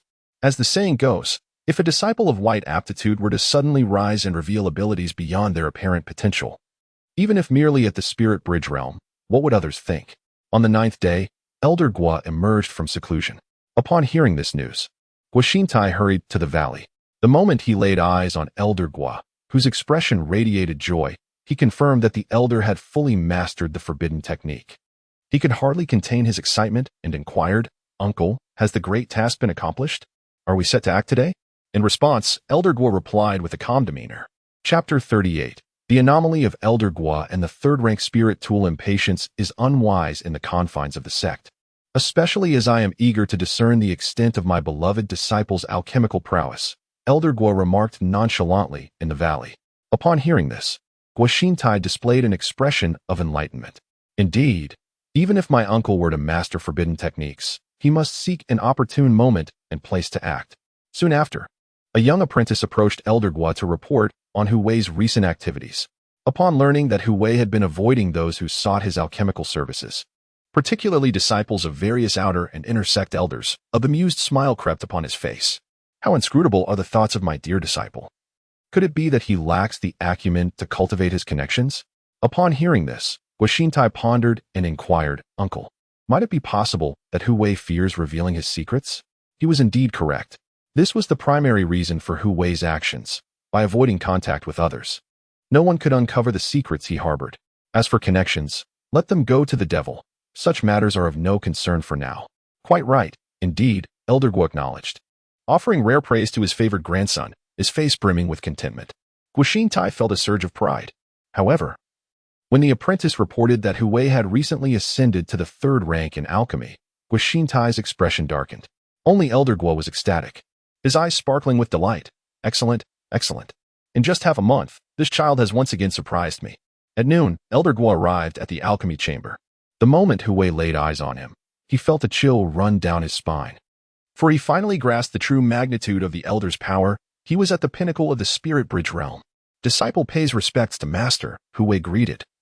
Along with his companions, Lin Xiangyu, Zhou Ping, and Wang Yong knelt on one knee, while Hu Wei merely performed a slight bow, leaving the others perplexed and bewildered. It seemed they had never witnessed Hu Wei earnestly paying his respects. Is this the distinction of a direct disciple? Indeed, Elder Guo bore no semblance of reproach. Instead, he appeared in high spirits, smiling broadly as he raised his hand. Haha, there is no need for formalities. Rise, all of you. Despite his words, his gaze remained fixed intently on Hu Wei, his eyes betraying a mix of joy, greed, fervor, and a hint of possessiveness, all well concealed. Nevertheless, Hu Wei sensed it. His formidable spiritual awareness was exceedingly acute. He could detect any fluctuation in Elder Guo's emotions, causing a chill to settle within him, as if facing a formidable adversary. Could this old fellow be a cunning predator? He found himself pondering what exactly the elder sought from him. The secret of his exceptional comprehension was undoubtedly a factor, but the means by which the elder intended to exploit it eluded him. The unknown is the most terrifying of all. Hu Wei also noticed that Elder Guo regarded him as one would appraise a coveted treasure, as if wishing to claim him for his own. Reflecting on this, he felt a shiver of unease. He realized something, and his heart trembled. It was at this moment that Elder Guo chuckled and spoke. I have heard that my dear disciple has ascended to the rank of a 3rd-tier alchemist. Indeed, it is thanks to Master S' blessings that I have managed to concoct the breaking boundary pill, Hu Wei replied nonchalantly. But have you managed to produce any pill patterns? Elder Guo inquired with an eager expression. Well, not yet, Hu Wei shook his head. Haha, no need to worry, just keep striving, all right? News of your ability to create pill patterns has reached the inner sect, astonishing many esteemed elders and even the vice sect leader, Elder Guo revealed. This revelation left Lin Xiangyu and others gasping in shock, their faces reflecting envy and admiration toward Hu Wei. Even Hu Wei himself was taken aback, never expecting that matters would escalate to such a degree that it would draw the attention of prominent figures. However, he quickly dismissed the thought, realizing that in comparison to the exorbitant sword techniques and transcendental cultivation methods, pill patterns seemed trivial. Akin to a grain of rice competing with the brilliance of the full moon, utterly incomparable. At that moment, Elder Guo waved his hand, and a blue radiance blossomed. Several beams of different hues then separated and floated before Hu Wei, dazzling and replete with a rich fragrance of pills. These are all 4th-tier elixirs. A reward from the sect. The vice sect leader lamented upon learning of your white-grade aptitude and hopes these pills will assist you, he added. This was indeed an unexpected delight.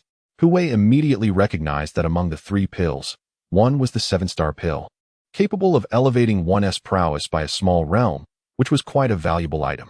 Please convey my gratitude to the vice sect leader for me, master. I shall strive diligently, Hu Wei expressed, bowing respectfully. Elder Guo nodded and waved his hand again, this time revealing a sword. The blade was crystal clear, wreathed in wisps of white mist, emanating a chilling aura. It was certainly no ordinary weapon. This sword, named White Rainbow, is a 3rd-tier spiritual weapon, and it comes with a human-tier sword technique. Consider it my heartfelt gift to you, dear disciple, he declared. Thank you, master, Hu Wei said, bowing once more, before accepting the gift with gratitude. Before long, Elder Guo took his leave. Hu Wei cast a glance at the expressions of Zhou Ping and the others, noticing their faces were awash with dismay, as if they could draw water from them, and they were utterly silent. He paid them no mind and proceeded to concoct explosive pills. The more of these little gadgets he had, the better. They were incredibly effective in combat, catching enemies off guard. Thus, the day passed uneventfully. The following day was much the same, until in the evening, a young woman appeared. "Oh, isn't this Sister Fengqing? What's this? Are you here for another embrace?" Hu Wei recognized her and offered a teasing smile. It had been several days, almost half a month, since their last encounter. Following the failure of their previous negotiations, Lin Qing'er, now under pressure, sought out Hu Wei upon hearing of his promotion to third-tier alchemist, which had caught the attention of the Danxia Hall. And thus, the current scene unfolded. "Congratulations, Brother Hu, on your advancement." Lin Qing'er performed a courteous bow, disregarding Hu Wei's teasing, which only served to enhance her composure. With a graceful flick of her delicate, fair hand, a soft yellow light blossomed, revealing a palm-sized brocade box that materialized in her grasp. "This is a token of goodwill from my lady, and I kindly ask Master Hu not to refuse it, in hopes of fostering a positive relationship with my Danxia Palace." She once again explicitly stated her identity. This revelation left Hu Wei momentarily taken aback, and he soon comprehended the reason behind her repeated attempts to approach him. She was indeed affiliated with the adversary of Elder Guo. He cast a glance at the brocade box, but did not reach for it. Instead, he pondered aloud. "I am quite curious about the enmity between your lady and my master. What could have transpired to create such irreconcilable conflict?" Lin Qing'er's expression revealed her unease. After a moment of hesitation, she gently shook her head. "I am not well versed in the events of the past. All I know is that they were once siblings in the same sect, but for reasons unknown, they turned against each other, ultimately leading to the present circumstances." "Oh," Hu Wei replied thoughtfully, suddenly recalling his first encounter in the alchemy chamber, where he had glimpsed an elderly figure alongside a man and a woman. It was likely a vision of the young Elder Guo and the lady of Danxia Palace.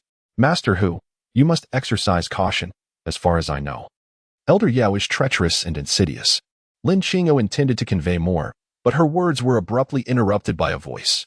"Chapter 39, isn't it just about the elixirs? Come and take them." "Haha, Brother Mu, look. I never expected that Lin Qing'er, renowned for her purity and grace in the Danxia Hall, would secretly meet with someone here. This is quite the news." A sharp voice suddenly pierced the air. For a fleeting moment, Lin Qing'er appeared as startled as a frightened rabbit, her delicate face slightly changing. Hu Wei frowned and turned his gaze. He soon spotted a group approaching, led by Feng Jing, whom he had encountered previously, ranked 10th on the combat list. He still found him insufferable, though seemingly elegant. He exuded a cunning demeanor. Beside him stood another person, who possessed an impressive appearance and distinguished bearing. However, Hu Wei did not recognize him, having never seen him before, and was oblivious to his identity. What brings Feng Jing, ranked 10th, and Mu Qing, ranked 4th, to this place? Lin Qing'er furrowed her brow, her musings serving as an answer to Hu Wei's confusion. He dismissed it, saying casually, "So what? Can others not pass by?" Lin Qing'er. "Over here." Mu Qing was scrutinizing Hu Wei. Their presence here was solely due to Feng Jing's desire to teach Hu Wei a lesson for the previous public humiliation he had suffered. The reason they waited until now was that Feng Jing had been in seclusion since then, striving to enhance his strength in preparation for entering the secret realm of the Congmeng Mountains. Indeed, he had succeeded, advancing to the late stage of the spiritual spring realm.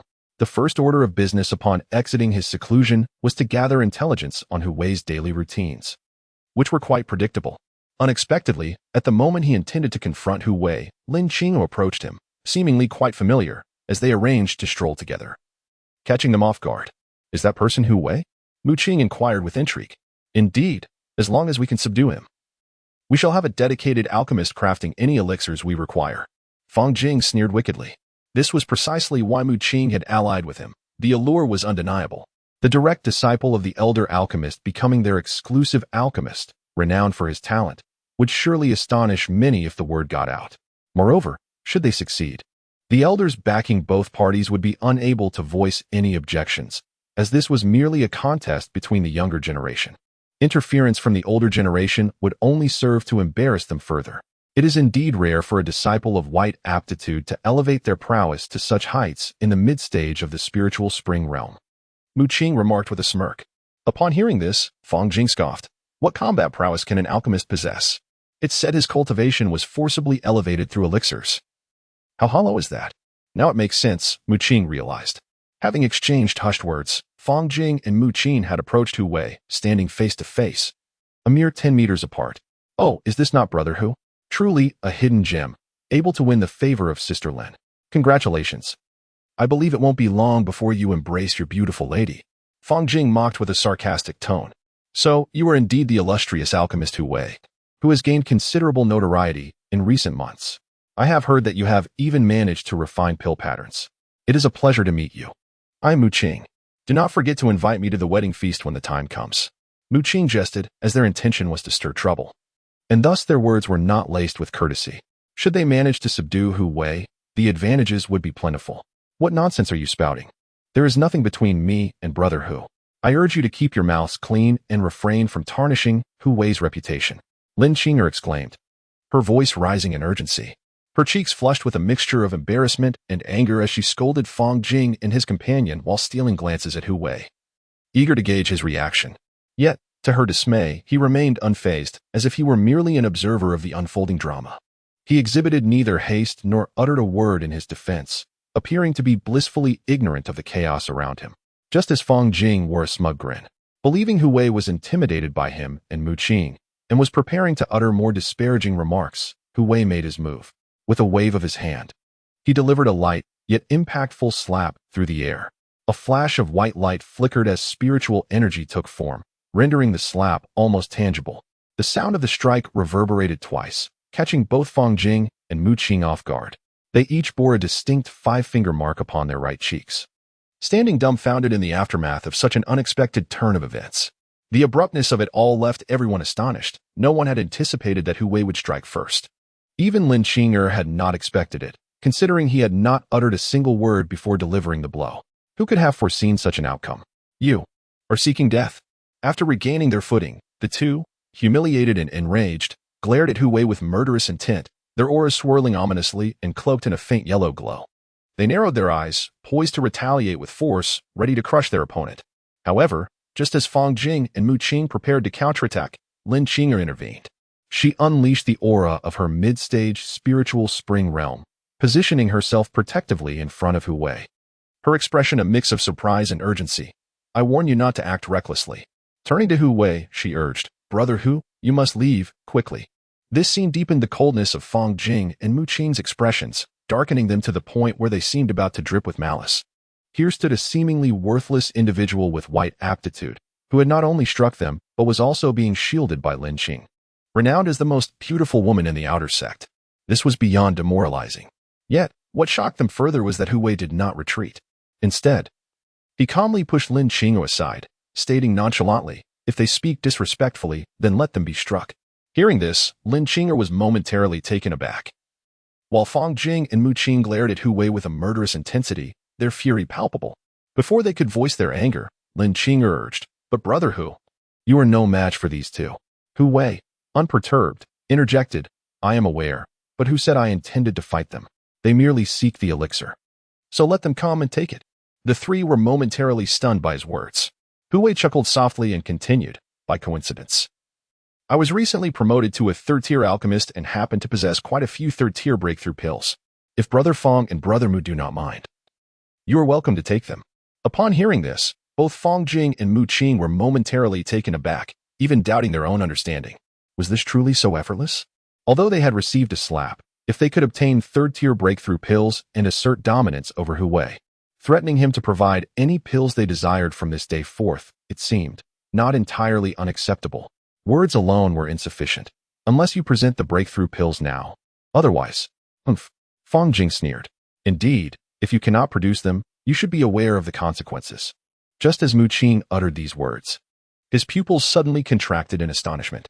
Hu Wei, with a mere wave of his hand, produced 2 pills inscribed with mysterious patterns, casting them forth without hesitation, exuding an aura of boundless wealth. Instantly, their spirits soared with joy. Eagerly, they reached out to grasp the pills, their expressions betraying a palpable anxiety, as if fearing they might miss out or have them snatched away by others. Chapter 40. The power of the explosive pill on the way back to the cave dwelling. Hu Wei found himself in a predicament, confronted by Fong Jing and Mu Qing, both adept cultivators at the late stage of the spiritual spring realm. Reluctantly, he surrendered 2 third-tier breaking realm pills. This action filled Lin Qinger with profound disappointment. Brother Hu, you. After all, he had the opportunity to flee. Who would have thought that Hu Wei, in a fit of self-preservation, understood the adage that one could escape the monk but not the temple, ultimately choosing to concede? Indeed. In her eyes, this was nothing short of capitulation or a display of ineptitude. However, in the next moment, calamity struck. Not good. Mu Qing's expression shifted dramatically. But it was already too late. Boom. Boom. The two resounding explosions echoed as the breaking realm pills detonated upon contact, unleashing countless shards that transformed into lethal projectiles. Akin to a barrage of tiny blades raining down mercilessly. It was utterly terrifying. The threat was imminent, and there was no escape. The sight would instill dread in anyone. For the explosion of a medicinal pill was wholly unexpected and impossible to guard against. The area erupted in a cacophony of anguished cries. Fang Jing and Mu Qing bore the brunt of the explosion, and their henchmen were also caught in the chaos, suffering injuries of varying severity in that fleeting moment. Yet, compared to the two primary targets, their injuries were relatively minor. Fang Jing resembled a hedgehog, his visage smeared with blood, his body riddled with holes, some penetrating through entirely. Others embedded deeply within. The sight was ghastly. Mu Qing's condition was similarly dire. How could this be possible? By sheer luck, the two survived. Enveloped in a protective divine light at the crucial moment, shielding their heads with their hands. However, even so, they were gravely wounded. Their lives spared only by a hair's breadth. At that moment, they were utterly dazed, rendered senseless by the explosion. The force of the blast was equivalent to a strike from a mid-stage spiritual spring cultivator. It was an experience beyond comprehension, unprecedented and unfathomable. Lin Qinger, who shared their plight, was equally stunned, her mind in disarray. As a fellow alchemist, she could hardly fathom the existence of a pill that could explode. Just then, a voice echoed in their ears, tinged with a hint of regret, akin to a thunderclap. Hu Wei remarked, "The power is still insufficient. It didn't even kill anyone. There are plenty more breaking realm pills. Do you want more?" With this statement, Fang Jing and his companions were nearly paralyzed with fear. "Let us go."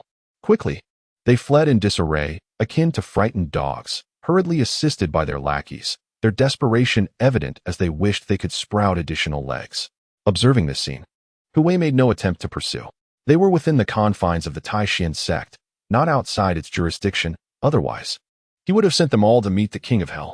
The explosive pills require further refinement. It's astonishing that they failed to cause fatalities at such close range. It was only at this moment that Lin Qinger seemed to grasp something. Her face a mask of shock and disbelief, as she self-deprecatingly muttered, "I truly am foolish, indeed." She has only now come to the realization that Hu Wei's apparent display of weakness stemmed from his perception of Fang Jing, Mu Qing, and others as mere pawns rather than a sign of incompetence or voluntary submission in gifting the breakthrough elixir. This man is utterly terrifying. With an effortless nonchalance, he manipulates everyone, including herself, at his whim, and his alchemical prowess is astonishingly profound and inscrutable. Indeed, it is foolishness. At that moment, Hu Wei surprisingly nodded earnestly and added, "In the future, do not casually position yourself before a man. If you truly wish to protect, why bother cultivating the Tao?" Upon hearing this, Lin Qinger nodded in a daze. She had not thought too deeply at the time. Her sole intention was to allow Hu Wei to evade a calamity, which also served her selfish desire to have him indebted to her, paving the way for future alliances. "Alas, please convey my gratitude to your esteemed wife. Tell her I appreciate her goodwill and shall take my leave now," Hu Wei said before departing. This was merely a minor disturbance.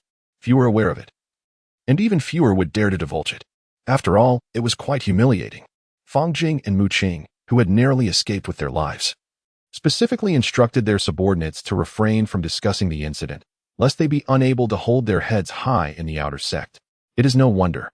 If it were to be known that the 4th and 10th ranked individuals on the battle prowess list were severely injured by 2 pills, how many would find it laughable? They could barely entertain such thoughts. They could only suppress their anger, contemplating how to take revenge on Hu Wei, and once their injuries healed, they would seek retribution to alleviate their grievances. Of course, that would have to wait until they had fully recovered. As night fell, Hu Wei began to employ a 3rd-tier medicinal bath. He dismissed 2 of his attendants and, with a flick of his wrist, set up a barrier formation. Spirit stones shot forth, precisely landing in designated positions. Soon, the cave began to fill with swirling mist, enveloping the space in an ethereal haze. The surroundings began to shift. becoming elusive and indistinct, rendering them difficult to discern. The barrier formation isolated everything. Hu Wei became the master within the formation. No movement escaped his perception as he sat cross-legged in the large vat, retrieving his stockpile, over 10 varieties of third-tier medicinal herbs, to commence the bath. One cannot deny that the experience was intensely invigorating. After all, Hu Wei was merely at the second level of body refinement, yet he was utilizing a third-tier medicinal bath. The outcome was painfully evident, yet the benefits were remarkable. Moreover, to avoid drawing attention, he deliberately set up the barrier formation and personally provided the necessary herbs, without drawing from the alchemical chamber's resources. Furthermore, during the subsequent days, Hu Wei utilized the 7-star elixir, transformative pills, and azure spirit pills bestowed by Elder Gui to elevate his cultivation to the pinnacle of the spirit bridge realm. At last, he could rest easy, for he now stood on equal footing with Elder Gui in terms of strength, yet his overall capabilities far surpassed him, perhaps by dozens of times. Old man. Should you dare to harbor any ulterior motives, let us see who prevails. The expedition into the Kangmang Mountain Range's secret realm should be almost guaranteed now. The following day, Hu Wei made a special trip to the trading hall, expending a considerable amount of spirit stones to procure third-tier medicinal materials for the purpose of preparing herbal baths. Regrettably, he did not encounter the blind old man. Thus, for over half a month, his routine remained quite simple. He spent his days refining elixirs and his nights indulging in herbal baths. He also assisted the previous 4 individuals in crafting elixirs imbued with Dan patterns, charging them in merit points, thus earning 80 points. However, despite gaining some notoriety, few sought Hu Wei's expertise in alchemy, primarily due to the exorbitant merit point fees, which many outer sect disciples found unacceptable. Hu Wei was indifferent to this and redirected his focus towards Dao patterns. In addition to the basic isolation array, he also worked on the sealing array, sword array, spirit gathering array, and teleportation array, among others. With his peak strength at the spirit bridge realm, inscribing the Dao patterns was no longer as strenuous as before. He could complete a basic array in approximately 3 days. 5 arrays took precisely half a month to finish, a prudent measure indeed. Furthermore, his physical cultivation realm had also advanced to the 3rd level. His pure physical strength surged to over 7,000 pounds, and his body's hardness resembled that of granite, barely qualifying as copper skin and iron bones. If one were to say that the first level of physical cultivation possessed a strength equivalent to 1 cauldron, amounting to 1,000 pounds of might, then the second level would see this strength multiply, though the precise effect varied from person to person. For someone like Hu Wei, who not only practiced physical cultivation but also regularly utilized comparable tier herbal baths, his cultivation had kept pace, granting him several hundred pounds more strength than the average second-level cultivator, approximately around 2,500 to 2,600 pounds. As he reached the 3rd level, this disparity became even more pronounced, widening significantly, even exceeding 1,000 pounds. His physical resilience was also slightly superior to that of other cultivators at the same tier. Such news would be quite astonishing if it spread. After all, he had merely reached the 3rd level, while the physical cultivation realm comprises 9 levels, with even higher tiers such as the King Body, Divine Body, Holy Body, and Celestial Body, leaving him acutely aware of how far he still had to go.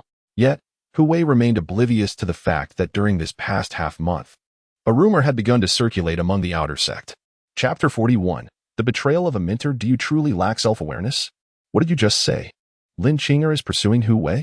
Are you certain you witnessed this with your own eyes? My goodness, this is monumental news. One is renowned as the most beautiful woman outside the sect, while the other is the cherished disciple of the medicinal elder, a prodigy skilled in alchemical patterns. If these two were to unite, they would indeed make a splendid match. Nonsense. Are you unaware that the medicinal elder and elder Danxia are bitter adversaries? Their enmity runs deep, to the point of complete estrangement. Well, I have heard whispers, yet the specifics elude me. If that is the case, then a relationship between Lin Qinger and Hu Wei is utterly improbable. Obviously, it is said that the medicinal elder committed patricide in his youth and established his own sect. Elder Danxia is his junior sister, and they were both taken in by their master from outside the sect, leading to their eventual parting and an enduring rivalry. Incredible. The external sect. Following the dissemination of rumors regarding Lin Qinger pursuing Hu Wei, numerous disciples began to speculate, unearthing tales from the past that inspired an inexplicable reverence. However, the prevailing sentiment among the external disciples is skepticism regarding this purported romance, as their masters are sworn enemies. This obstacle is insurmountable. In the Danxia Hall. Upon hearing these rumors, Lin Qing'er was so incensed that she could not eat for an entire day, her cheeks puffed in frustration. Devoid of any motivation, she was certain that this mischief was instigated by those two detestable individuals. Though she knew the truth, she refrained from rushing to refute it. Lin Qing'er awaited Hu Wei's response. "Sister, is it true that you were involved with that Hu Wei?" At that moment, a young girl peeked in with a playful demeanor. "Oh, how bothersome." Shortly thereafter, Hu Wei also caught wind of the gossip.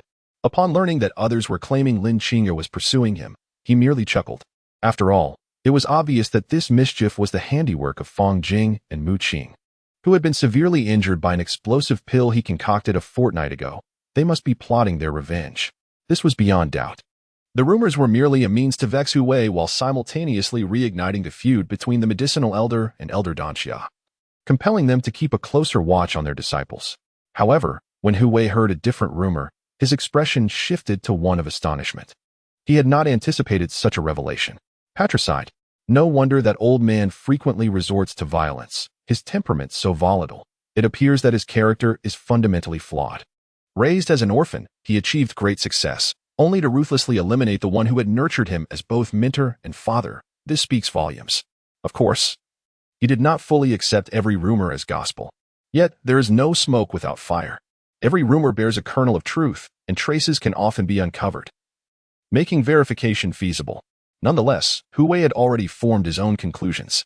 This step could be bypassed. What an admirable respect for one's teacher, he mused with a cold smile, though his voice remained icy. The following day, Lin Qing'er approached him with a charming demeanor. It is evident that Elder Guo's act of slaying his master is not a mere fabrication. This matter was substantiated yesterday by Madame Danxia and Elder Dan, confirming its authenticity, thus urging him to exercise utmost caution. In response to this revelation, Hu Wei expressed his gratitude, his unassuming demeanor surprising Lin Qing'er, as if he were already aware of the truth behind Elder Guo's actions, hence his calm disposition. Upon returning to the Danxia Hall, she found Elder Dan waiting for her. "Have you clarified everything?" the elegant woman inquired upon seeing Lin Qing'er. The latter nodded slightly and hesitated before asking, "Master, is it inappropriate for us to exploit rumors to create a rift between Hu Wei and Elder Guo?" Elder Dan cast a nonchalant glance at her, replying, "Of course not. I recall when Guo Juqing successfully sought out his relatives, he brought only those of exceptional aptitude to the sect, leaving the less talented kin to fend for themselves in the mundane world. It was then I realized that my senior brother possesses a naturally cold disposition and questionable intentions." Lin Qing'er listened quietly, nodding in agreement without interjecting. Elder Dan continued, "This detachment from family during his youth may have contributed to his current state." Decades later, when Guo Deyuan was caught practicing forbidden techniques, it was my master who apprehended him, nearly stripping him of his cultivation. At that time, Guo Deyuan had already become an inter-sect elder with remarkable talent in alchemy. Upon hearing the news, he rushed to plead for his brother, and my master, reluctant to tarnish his reputation, allowed him to escape due to a moment of compassion. However, the seeds of hatred had already been sown, taking root and eventually culminating in a tragic end at the hands of his own brothers. Such a pity, such a lamentable fate. Now, do you believe it is better for Hu Wei to remain by Guo Juqing's side, or for their master-disciple relationship to become strained and ultimately fracture?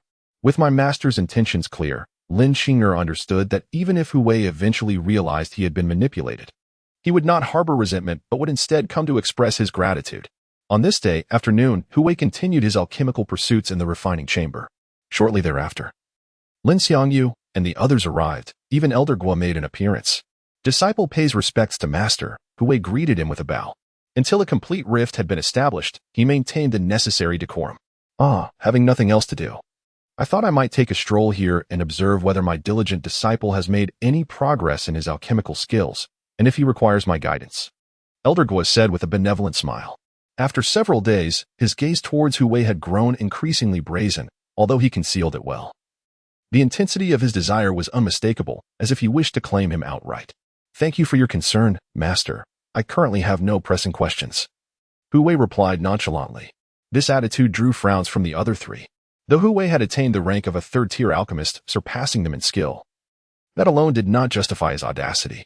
Did he truly believe he had no inquiries?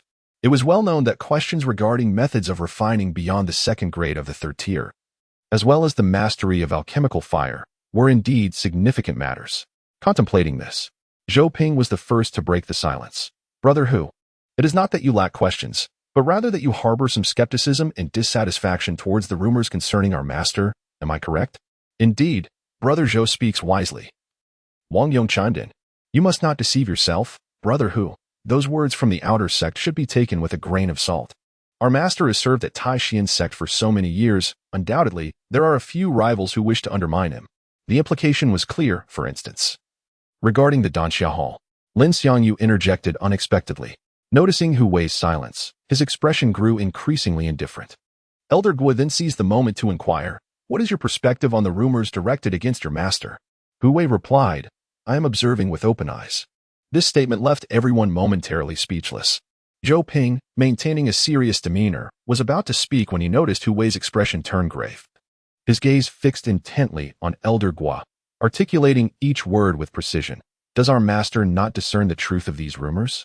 At this, Elder Guo's countenance darkened. Chapter 42. Taking action without hesitation, the alchemy room an inexplicable and eerie atmosphere descended.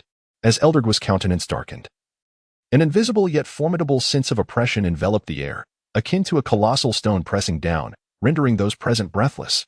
Lin Xiangyu and his companions' expressions shifted dramatically, for they were somewhat acquainted with Elder Guo's temperament and instantly recognized that their master was enraged. This was indeed perilous, given the elder's notorious history of violent outbursts. First, Liang Ping had met his demise at the elder's hand, followed by Zhang Mingwei, both due to Elder Guo's unrestrained fury. Now, with a third occurrence looming, one could only speculate who would ultimately bear the brunt of his wrath. Just as Lin Xiangyu was on the verge of reprimanding Hu Wei, urging him to bow to their master and admit his fault, Elder Guo unexpectedly transformed his mood from stormy to sunny. He clapped Hu Wei on the shoulder and said with a jovial smile, rumors are merely rumors. My diligent disciple must focus on enhancing his prowess and refining his alchemical skills, especially as the day of our expedition to the Kangming Mountains approaches in just a month. The elder's ability to suppress his murderous rage genuinely astonished Zhou Ping and the others, who had anticipated a spectacle but now found themselves somewhat disillusioned. Since Hu Wei became the elder's direct disciple, the presence of the others had faded significantly, inevitably breeding jealousy and resentment among them. Particularly irksome was the fact that Hu Wei, a mere white-grade talent, was favored by the sect, even receiving training resources allocated by the deputy sect leader himself. In light of this comparison, who could remain unperturbed? Who could feel at ease? Indeed, Hu Wei replied nonchalantly. Even he was taken aback by the elder's restraint from impulsive violence, suggesting that there were grander designs at play regarding him. Thus, the minor farce came to an end. Elder Guo was swift in his arrival and equally swift in his departure, showing little inclination to linger in the alchemy room. Almost instantaneously after turning away, his expression darkened once more, a surge of murderous intent boiling within his gaze, his fist clenched tightly, nails piercing his flesh without causing him pain. Once he had completely departed, a heavy silence enveloped the alchemy room. The atmosphere grew oppressively dense, leaving everyone feeling uneasy and even breathless. No one uttered a word, nor did they exchange glances. It wasn't until Hu Wei resumed his alchemical endeavors with nonchalance that the other three began to feel a modicum of relief. As the following day dawned, Hu Wei sensed a shift in dynamics. Zhou Ping and Wang Yong gradually adopted a demeanor of cold indifference, even subtly revealing their malice towards him. Only Lin Xiangyu seemed to maintain an aloof stance, as if he wished to remain uninvolved in the brewing turmoil, adopting a position of neutrality. In summary, the atmosphere within the alchemy room became increasingly bizarre. Moreover, the external whispers intensified, rife with speculation that Lin Qing'er had been clandestinely meeting Hu Wei, casting a shadow over their so-called secret affair. On the third day, Zhou Ping and Wang Yong audaciously directed sarcastic and mocking remarks at Hu Wei. Brother Wang, how could there be such a useless person occupying so many cultivation resources? The sect even allocated some fourth-grade pills to him, yet his cultivation remains stagnant, and his alchemical skills show little progress. Moreover, he dares to question our master. Zhou Ping scoffed derisively. Such a person is no different from a treacherous wolf. I truly cannot fathom how he has the audacity to remain here. Perhaps relying on his thick skin? Wang Yong murmured in agreement. Indeed, were it not for the great favor our master has shown him, his situation would be worse than that of the most wretched servant. The two of them exchanged banter, their words echoing each other as if rehearsed. Hearing their remarks, Hu Wei's expression darkened. He strode towards Wang Yong in a swift motion, seizing the latter's collar with a powerful grip. With a swift motion, he delivered 2 resounding slaps, executing the entire sequence seamlessly, embodying a fluid grace that emphasized action over idle chatter. Wang Yong, momentarily dazed from the blows, quickly regained his composure. For he was a mid-stage cultivator of the spiritual spring realm, channeling his own energy to fortify his body. He concentrated it into his right fist and struck out at Hu Wei. The impact resounded as it struck Hu Wei's abdomen. Yet the sensation was akin to hitting a steel wall. The recoil sent a jolt of pain through Wang Yong, his eyes widening in shock as tears welled up from the agony. He blurted out, "A body refiner." The sight of this shocking spectacle caused the other two to change their expressions, as it was indeed a startling revelation. Lin Xiangyu, however, quickly turned away, adopting an attitude of "I saw nothing, please continue," choosing to ignore the unfolding drama. In contrast, Zhou Ping's face fluctuated between various emotions. The sudden revelation of someone he frequently encountered displaying such hidden depths was truly alarming, a thought that sent chills down his spine. In the next moment, another loud thud echoed as Wang Yong was effortlessly knocked down by Hu Wei's fist, collapsing like a limp ragdoll.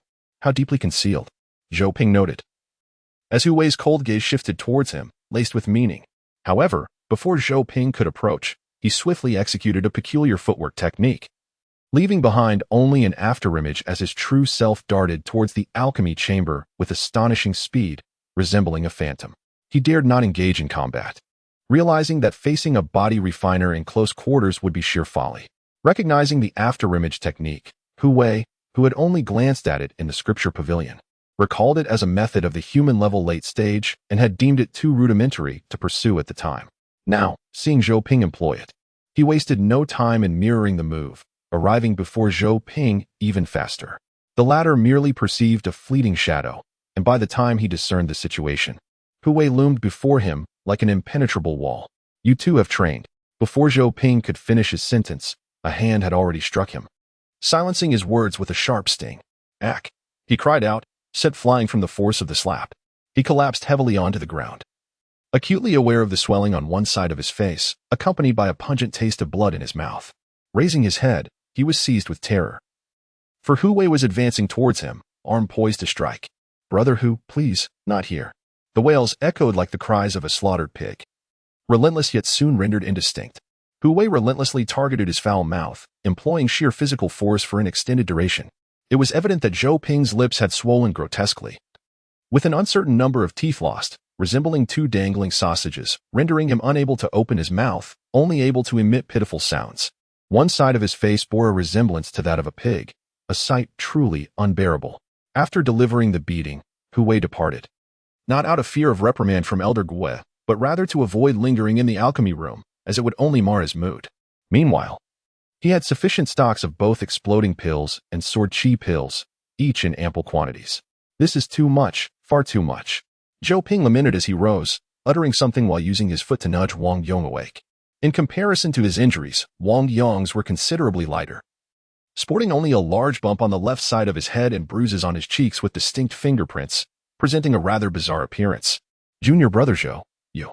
Wang Yong gasped, momentarily startled as if he had seen a ghost, but quickly recognized Zhou Ping through his attire, his mind still dazed. "Hurry. Follow me to inform Master about Hu Wei's true strength." Chapter 43. The Shortening of Distance. The Black-Wind Demon Wolf in the Valley. Zhou Ping and Wang Yong arrived to report to Elder Gue about Hu Wei's formidable prowess.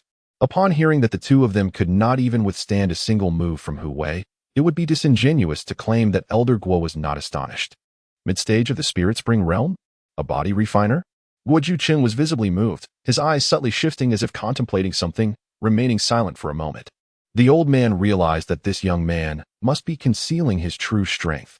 He was at least in the late stage of the Spirit Spring realm, possibly even at its pinnacle. As for his physique, he likely possessed the second level of body refinement. With these thoughts, Elder Gue even altered his address, indicating his growing desire to employ the forbidden technique of devouring spirit to regain life on Hu Wei to seize all that he had. However, he deemed the timing not yet right. He believed that his beloved disciple could not possibly grow stronger. Even if the other possessed secrets, they would not meet his expectations.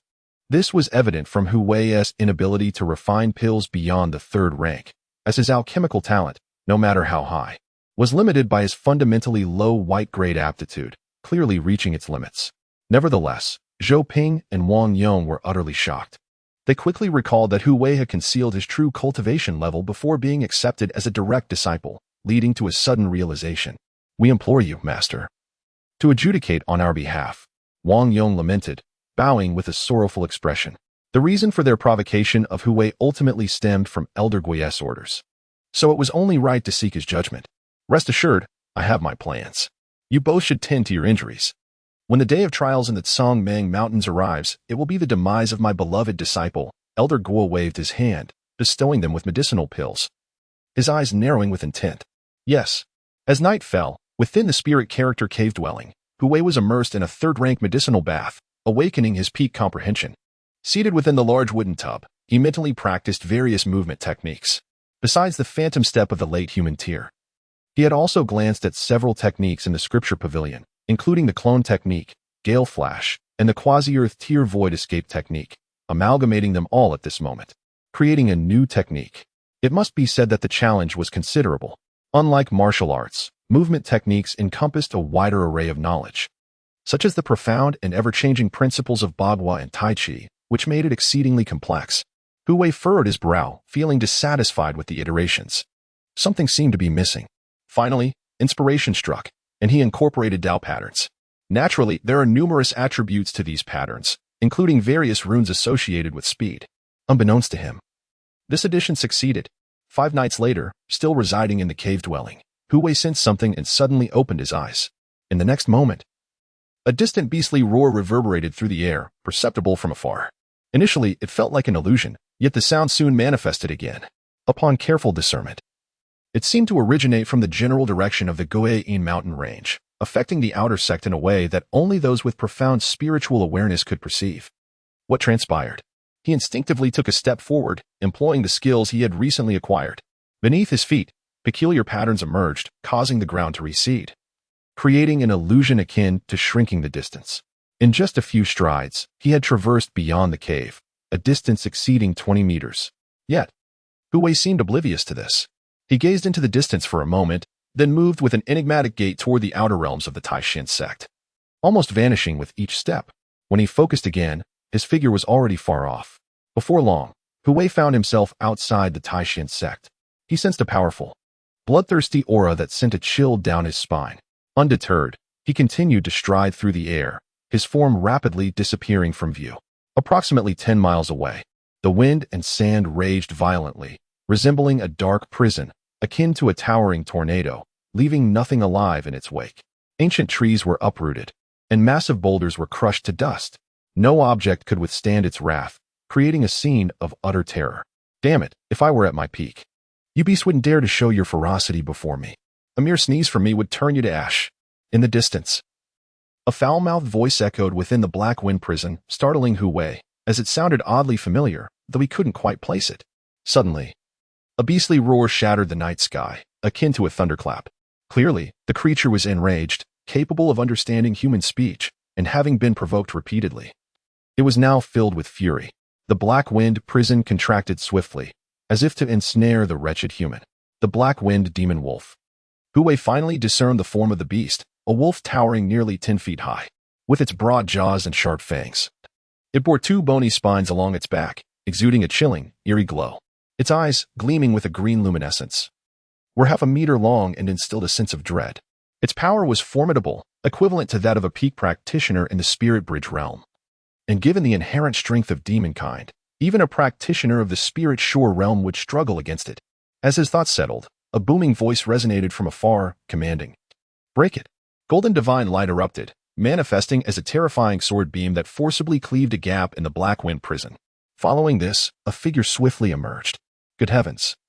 A Spirit Bridge realm practitioner with golden aptitude. Hu Wei was taken aback, his expression shifting dramatically. The individual was none other than Qin Xuan, the top-ranked warrior of the Outer Sect. How could it be him?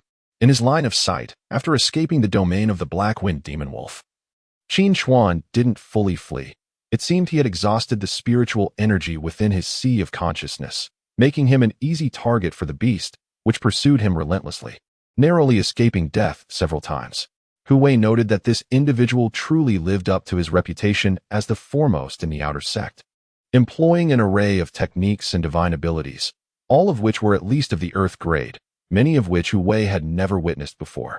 This raised the question, had he disturbed the lair of the Black Wind Demon Wolf, or was he perhaps responsible for harming its matriarch? What an intense determination to eliminate this individual without respite. What piques Hu Wei's curiosity even more is that the ghostly Ain Mountain lies a full 30 miles away.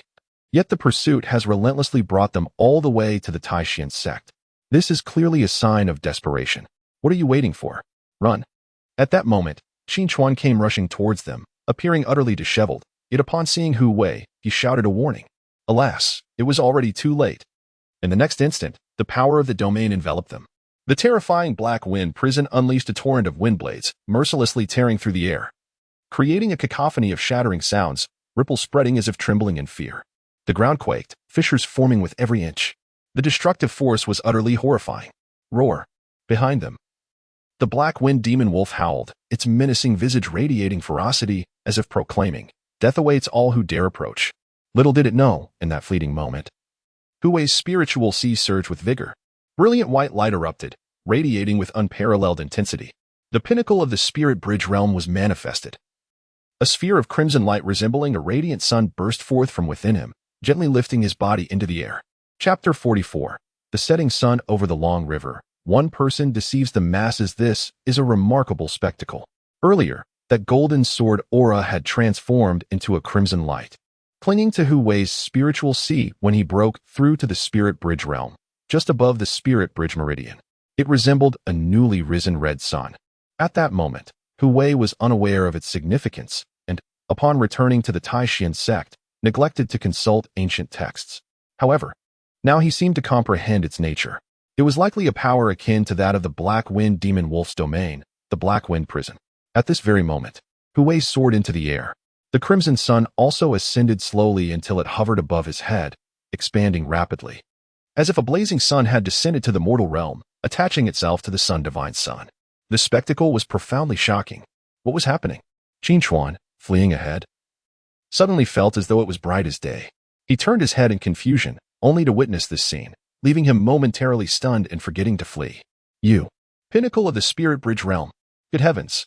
And you've awakened the ancient phenomenon, the setting sun over the long river. How is it possible for someone with a white aptitude to manifest such a spectacle? In contrast to his astonishment, the Black Wind Demon Wolf's eyes nearly bulged out of its sockets, for it realized that its Black Wind prison domain could not inflict even the slightest tangible harm upon Hu Wei. On the contrary, as the sunlight emerged, countless blades of wind dissolved, as if darkness encountered light, inherently restrained and expelled. Moreover, the great sun radiated a brilliant glow, its golden divine light spreading forth like a tide, exuding unparalleled and terrifying might. The sheer force was formidable, unstoppable, and capable of obliterating all in silence. The air became chaotic, and the earth began to melt under its overwhelming power. Before long, the Black Wind Prison could not withstand even a glance. It crumbled into dust as if it had evaporated. The towering Black Wind Demon Wolf widened its chilling eyes, its body melting away like ice cream under the blazing sun, disappearing in the blink of an eye, reduced to ashes. Simultaneously, within the Tai Xuan Sect, an ancient phenomenon had manifested, the setting sun over the long river. My heavens! This is one of the phenomena sharing a name with the bright moon over the sea. Quickly, investigate who has ventured out on a mission. I must take this individual as my disciple, as my true successor. Nonsense. Old Ghost Yen, do not compete with me. I can tell at a glance that this young man is fated to be my disciple. It is destined, and no one else will do.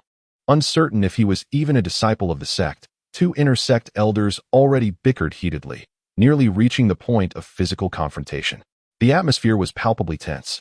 It was no wonder they reacted this way, for from the lofty heights of the Tai Xuan Sect, one could barely discern a figure standing mid-air. A colossal red sun suspended behind him, as though the sun divine sun had descended to the mortal realm. The visual impact was utterly breathtaking. Who could remain unmoved by such a sight? How is it, Huang Lao Guai? You wish to seize the disciple I had first set my eyes upon? What a lack of reason. Are you deliberately seeking a quarrel? Yin Lao Gui's gaze sharpened. How absurd. Just because you laid claim first, does that make them yours? If that were the case, would you not have become the sect leader after a mere stroll around the Tai Xuan Sect? Huang Lao Guai retorted with a smile that did not reach his eyes. As these words hung in the air, a palpable tension filled the atmosphere, as if it were on the brink of explosion. Come, let us engage in a duel.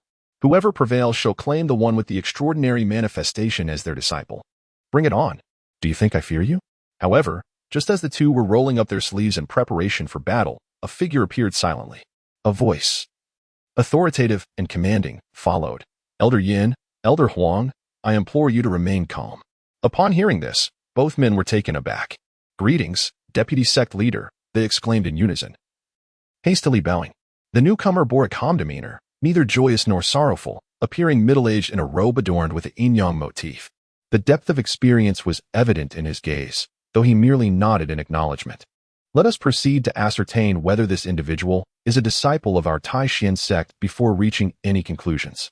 At this, the previously belligerent Elder Yin and Huang Laoguai instantly transformed into docile kittens, responding in unison, yes. The trio traversed the skies towards the Tai Xuan Sect, drawing the attention of an increasing number of onlookers, including several esteemed inner disciples. Ah, Li Shidi has also come to join the commotion. Have you touched the threshold beyond the divine palace realm, seeking to take on a disciple? One elder jested, directing his teasing at an elderly man whose expression appeared somewhat dazed. Although his hair was gray, he was called Shidi, despite being significantly older than most. Not yet. I shall see, he replied, his demeanor rather wooden. The elder who mocked him chuckled heartily. It had been years since they last met, and not only had Li Changshuo's longevity faded, but his once modest cultivation had even begun to regress. Achieving such a state in his cultivation journey was indeed unique. Just as he was about to deliver another jest, his gaze suddenly sharpened, for he noticed the bright sun in the sky rapidly dimming, vanishing into nothingness in the blink of an eye. This is not good. In that moment, all those hastening towards the Tai Xuan Sect several miles away changed color, for the disappearance of the extraordinary manifestation heralded the imminent departure of the individual. They contemplated another possibility. The one possessing the manifestation might not be a disciple of the Tai Xuan Sect. Realizing this, everyone accelerated their flight. The spectacle of divine light streaking across the night sky was truly magnificent. Naturally, the first to arrive was the deputy sect leader. What he beheld was a young disciple bowing deeply in a specific direction. I bid farewell to my senior brother, expressing my gratitude for your life-saving grace. Should the opportunity arise in the future, I shall certainly pay my respects. This was the voice of Qin Chuan. He played his part to perfection, bowing thrice, exhibiting no signs of deceit. At the very least, the deputy sect leader was convinced by half of it. For as he gazed towards the direction in which Qin Chuan knelt, he could discern a faint glow flickering several miles away. Soon, others arrived in quick succession. One could more or less perceive this. The onlookers stood high above, shrouded in mist, yet their expressions betrayed a sense of urgency, particularly evident on the faces of Elder Huang and Elder Yin. Could it be that they are not disciples of the sect? The pain, oh the pain. It was akin to being jolted awake from a sweet dream at the most critical moment. Listening to their murmurs, especially that peculiar metaphor, none among the crowd could muster a smile. Suddenly, their ears pricked up as they heard Qin Chuan muttering to himself, how impressive. The ancient phenomenon, the sun setting over the long river, so terrifying. This senior from the sacred land of Yaoguang is truly formidable. If only I possessed half of his strength. The spectators in the heights were left speechless. Yet, at that moment, they began to grasp the situation, believing his words a little more. Deputy Sect Master, shall we pursue? Someone inquired. The Deputy Sect Master shook his head. What's done is done. What would pursuing achieve? Can we truly confirm he is a disciple of the sacred land of Yaoguang? And then what? It seems of little significance now. Alas, having narrowly escaped death, I must devote myself to training upon my return. Below, Qin Chuan continued to speak earnestly to himself. Upon hearing this, even those who still harbored doubts could not help but believe. You may disperse now, the Deputy Sect Master said calmly. The 10 or so elders, both inner and outer sect, revealed expressions of disappointment, with some even letting out a sigh, before following him back to the Tai Xuan Sect. As they departed, only Li Changshuo cast a lingering glance at a mound of earth near Qin Chuan, though he quickly averted his gaze. Meanwhile, Qin Chuan, barely sensing the rapid, dissipating waves of over 10 formidable spiritual energies, finally relaxed his anxious heart. He slightly tilted his head toward the mound of earth and could not help but muse inwardly, that young man, from this day forth, among the younger generation of the Eastern Wilderness South region, you shall undoubtedly carve out a place for yourself. Damn it. Chapter 45, Rebirth and Recultivation. witnessed the fate of the deer in the dead of night. An eerie silence enveloped the surroundings. Time seemed to stretch indefinitely. Suddenly, a hand broke through the earth. Should anyone have witnessed this, they would undoubtedly have been terrified, for it was undeniably a scene of horror. Spitting out dirt, Hu Wei emerged from the ground. His visage smeared with grime, yet he felt a sense of relief as the formidable threat had passed. The adage that the most perilous places can also be the safest held true in his case. He had concealed himself in the soil near the flattened terrain, suppressing his aura to the utmost, resembling a lifeless corpse, and thankfully, he had evaded detection. It remained true that a person with white aptitude reaching the pinnacle of the spirit bridge realm was already a matter of suspicion. Not to mention the awakening of an ancient phenomenon, the setting sun over a long river. If discovered by that group, Hu Wei was acutely aware of the grim fate that awaited him, one that would render existence worse than death, perhaps even transforming him into a vessel for others to comprehend martial arts. Qin Chuan was no ordinary individual. Reflecting on him, Hu Wei felt a shiver. This person was indeed distinct from others. As for the specifics of this difference, Hu Wei could not articulate. It was simply an instinct, a man's seventh sense. In his prime, it bore a striking resemblance to the tales of rebirth and recultivation from his past life. At that moment, recalling something Qin Chuan had once said caused him to draw in a sharp breath. Terrifying. Utterly terrifying. How could such a situation even arise? Hu Wei found himself at a loss for words. Moments later, he shook his head. After this experience, he and Qin Chuan had become like two grasshoppers on the same rope, silently understanding each other, ensuring that their secrets remained undisclosed. A fortunate circumstance indeed. It was precisely for this reason that Qin Chuan had aided him in concealing the truth, thus repaying a debt of gratitude. Yet, this was not sufficient. As dawn approached, Hu Wei dared to sneak back to his spiritual abode. He was no longer the naive youth who had been caught red-handed by Elder Gua. As he traversed the path, he unleashed his formidable spiritual awareness to ensure no one was spying on him before finally letting down his guard. Time flowed like water, and half a month slipped away in the blink of an eye. During this period, nothing of particular note transpired. Aside from the discussions that arose following that day regarding the ancient phenomenon of the setting sun over a long river and speculations about the identity of the disciple from the radiant light sacred land, there was little else. Even the rumors surrounding Hu Wei's clandestine affair with Lin Qing'er gradually subsided, with fewer and fewer mentions as tranquility returned to the land. Qin Chuan had not reappeared, and Hu Wei speculated that he was recuperating. He also learned that his own ancient phenomenon, the setting sun over a long river, was not yet complete, as his cultivation was insufficient to attain transformation and unleash its true power. Indeed, after manifesting the phenomenon that night, he had felt as though the spiritual energy in his sea of consciousness had been entirely drained, leaving him with little remaining. Thankfully, he had managed to evade disaster. Nevertheless, one must acknowledge that the power of the phenomenon was immensely formidable. It was more than enough to deal with ordinary cultivators at the spiritual realm, and with proper execution, it could easily vanquish them. Should one attain perfection, the mind dares not fathom the extent of its ferocity. Such a formidable trump card indeed. He marveled at this notion. The outer sect had descended into a profound tranquility. In truth, it was high time for such stillness, as the period of trials within the Kangmang Mountains was drawing near. Within the Tai Xuan Sect, a palpable atmosphere of ambition and diligence began to permeate, compelling many outer disciples who had reached the spiritual spring realm to devote themselves to rigorous cultivation. Thus, where would they find the energy to engage in idle gossip or slander others?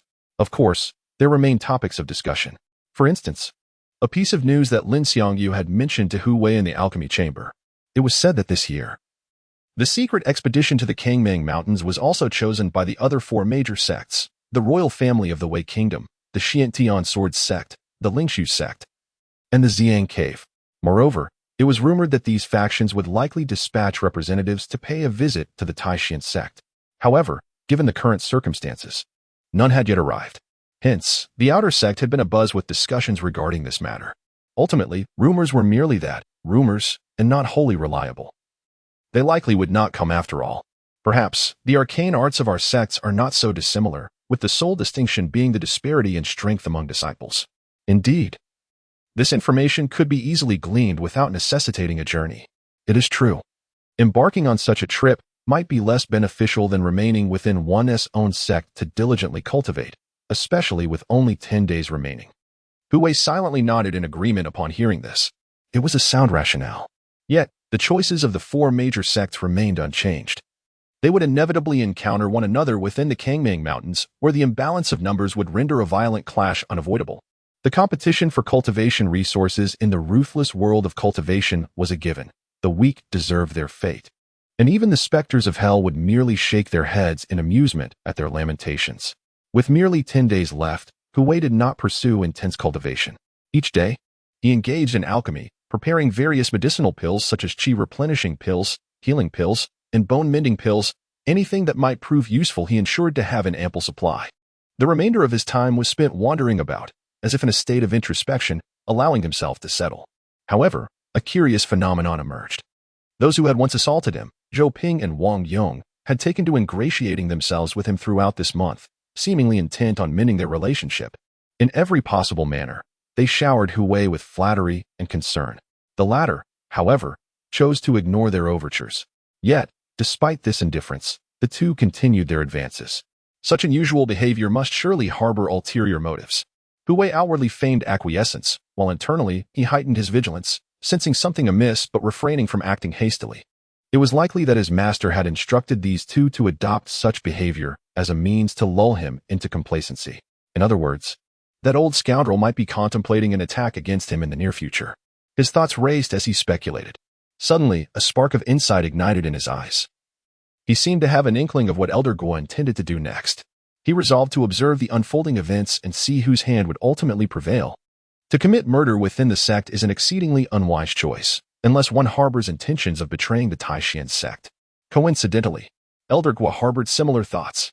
As the days drew closer to the journey to the Tsongmang Mountains, whispers began to circulate within the outer sect regarding the emergence of various individuals, including the formidable Zhuo Xiaoshuang, ranked 3rd on the combat list, Tian Feng, 5th, and Xin, 6th, among others. These individuals had sequestered themselves for 2 months, and it was inevitable that they would emerge with some gains. Fang Jing and Mu Qing also made their reappearance. Having narrowly escaped death after being grievously injured by Hu Wei's explosive pill, they had devoted their recuperation period to intensive training and meditation. Hu Wei, I shall see how you meet your end. The moment they emerged from their seclusion, they convened to strategize on how to exact their vengeance. And a plan quickly took shape. Elder Guo also harbored intentions of eliminating Hu Wei. Within the valley, he was filled with anticipation. For tomorrow marked the day of their expedition to the secret realm, where he would be reborn and uncover all of Hu Wei's secrets. The reason for the delay until now was that Elder Guo needed to vanish, and perishing within the secret realm presented itself as the most opportune and flawless alibi.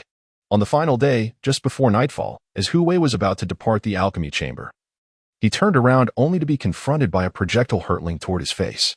Chapter 46. The Intricacies of Deception with a Swift Motion. Hu Wei caught the paper ball that was thrown to him. Upon unfolding it, he recognized it was tossed by Lin Xiangyu, who had lingered behind as Zhou Ping and Wang Yong departed. As he examined the contents, he found an elegant script inscribed with 9 striking characters. Beware of Elder Guo. Destroy after reading. A flicker of astonishment crossed Hu Wei's face, not due to the message itself, but because he pondered Lin Xiangyu's motivations for such a clandestine warning. Did she not comprehend the grave peril she could face if Zhou Ping or Wang Yong discovered her actions? A veil of confusion clouded his thoughts. He could not fathom the reasoning behind her decision. In the next moment, the flickering flames ignited the paper ball, reducing it to ashes. Hu Wei, indifferent to further contemplation, had little inclination to waste his mental faculties on matters shrouded in mystery. Yet, as he gazed at the rapidly disintegrating paper, a new insight emerged. The focal point was merely 3 words, Elder Guo. The fact that Lin Xiangyu, as a disciple, discreetly warned Hu Wei to be wary of this individual without addressing him with the title of master was indeed peculiar. Intriguing, he thought. A smile of curiosity spreading across his face. Suddenly, a bold notion took shape in his mind. Could it be that Lin Xiangyu had more than one master? In other words, she might be an agent of the Danxia Hall embedded within this alchemy chamber. After all, both Lin Qing'er and Lin Xiangyu bore the same surname, suggesting a potential kinship, perhaps sisters. The thought of an intricate web of intrigue sent a shiver of excitement through him.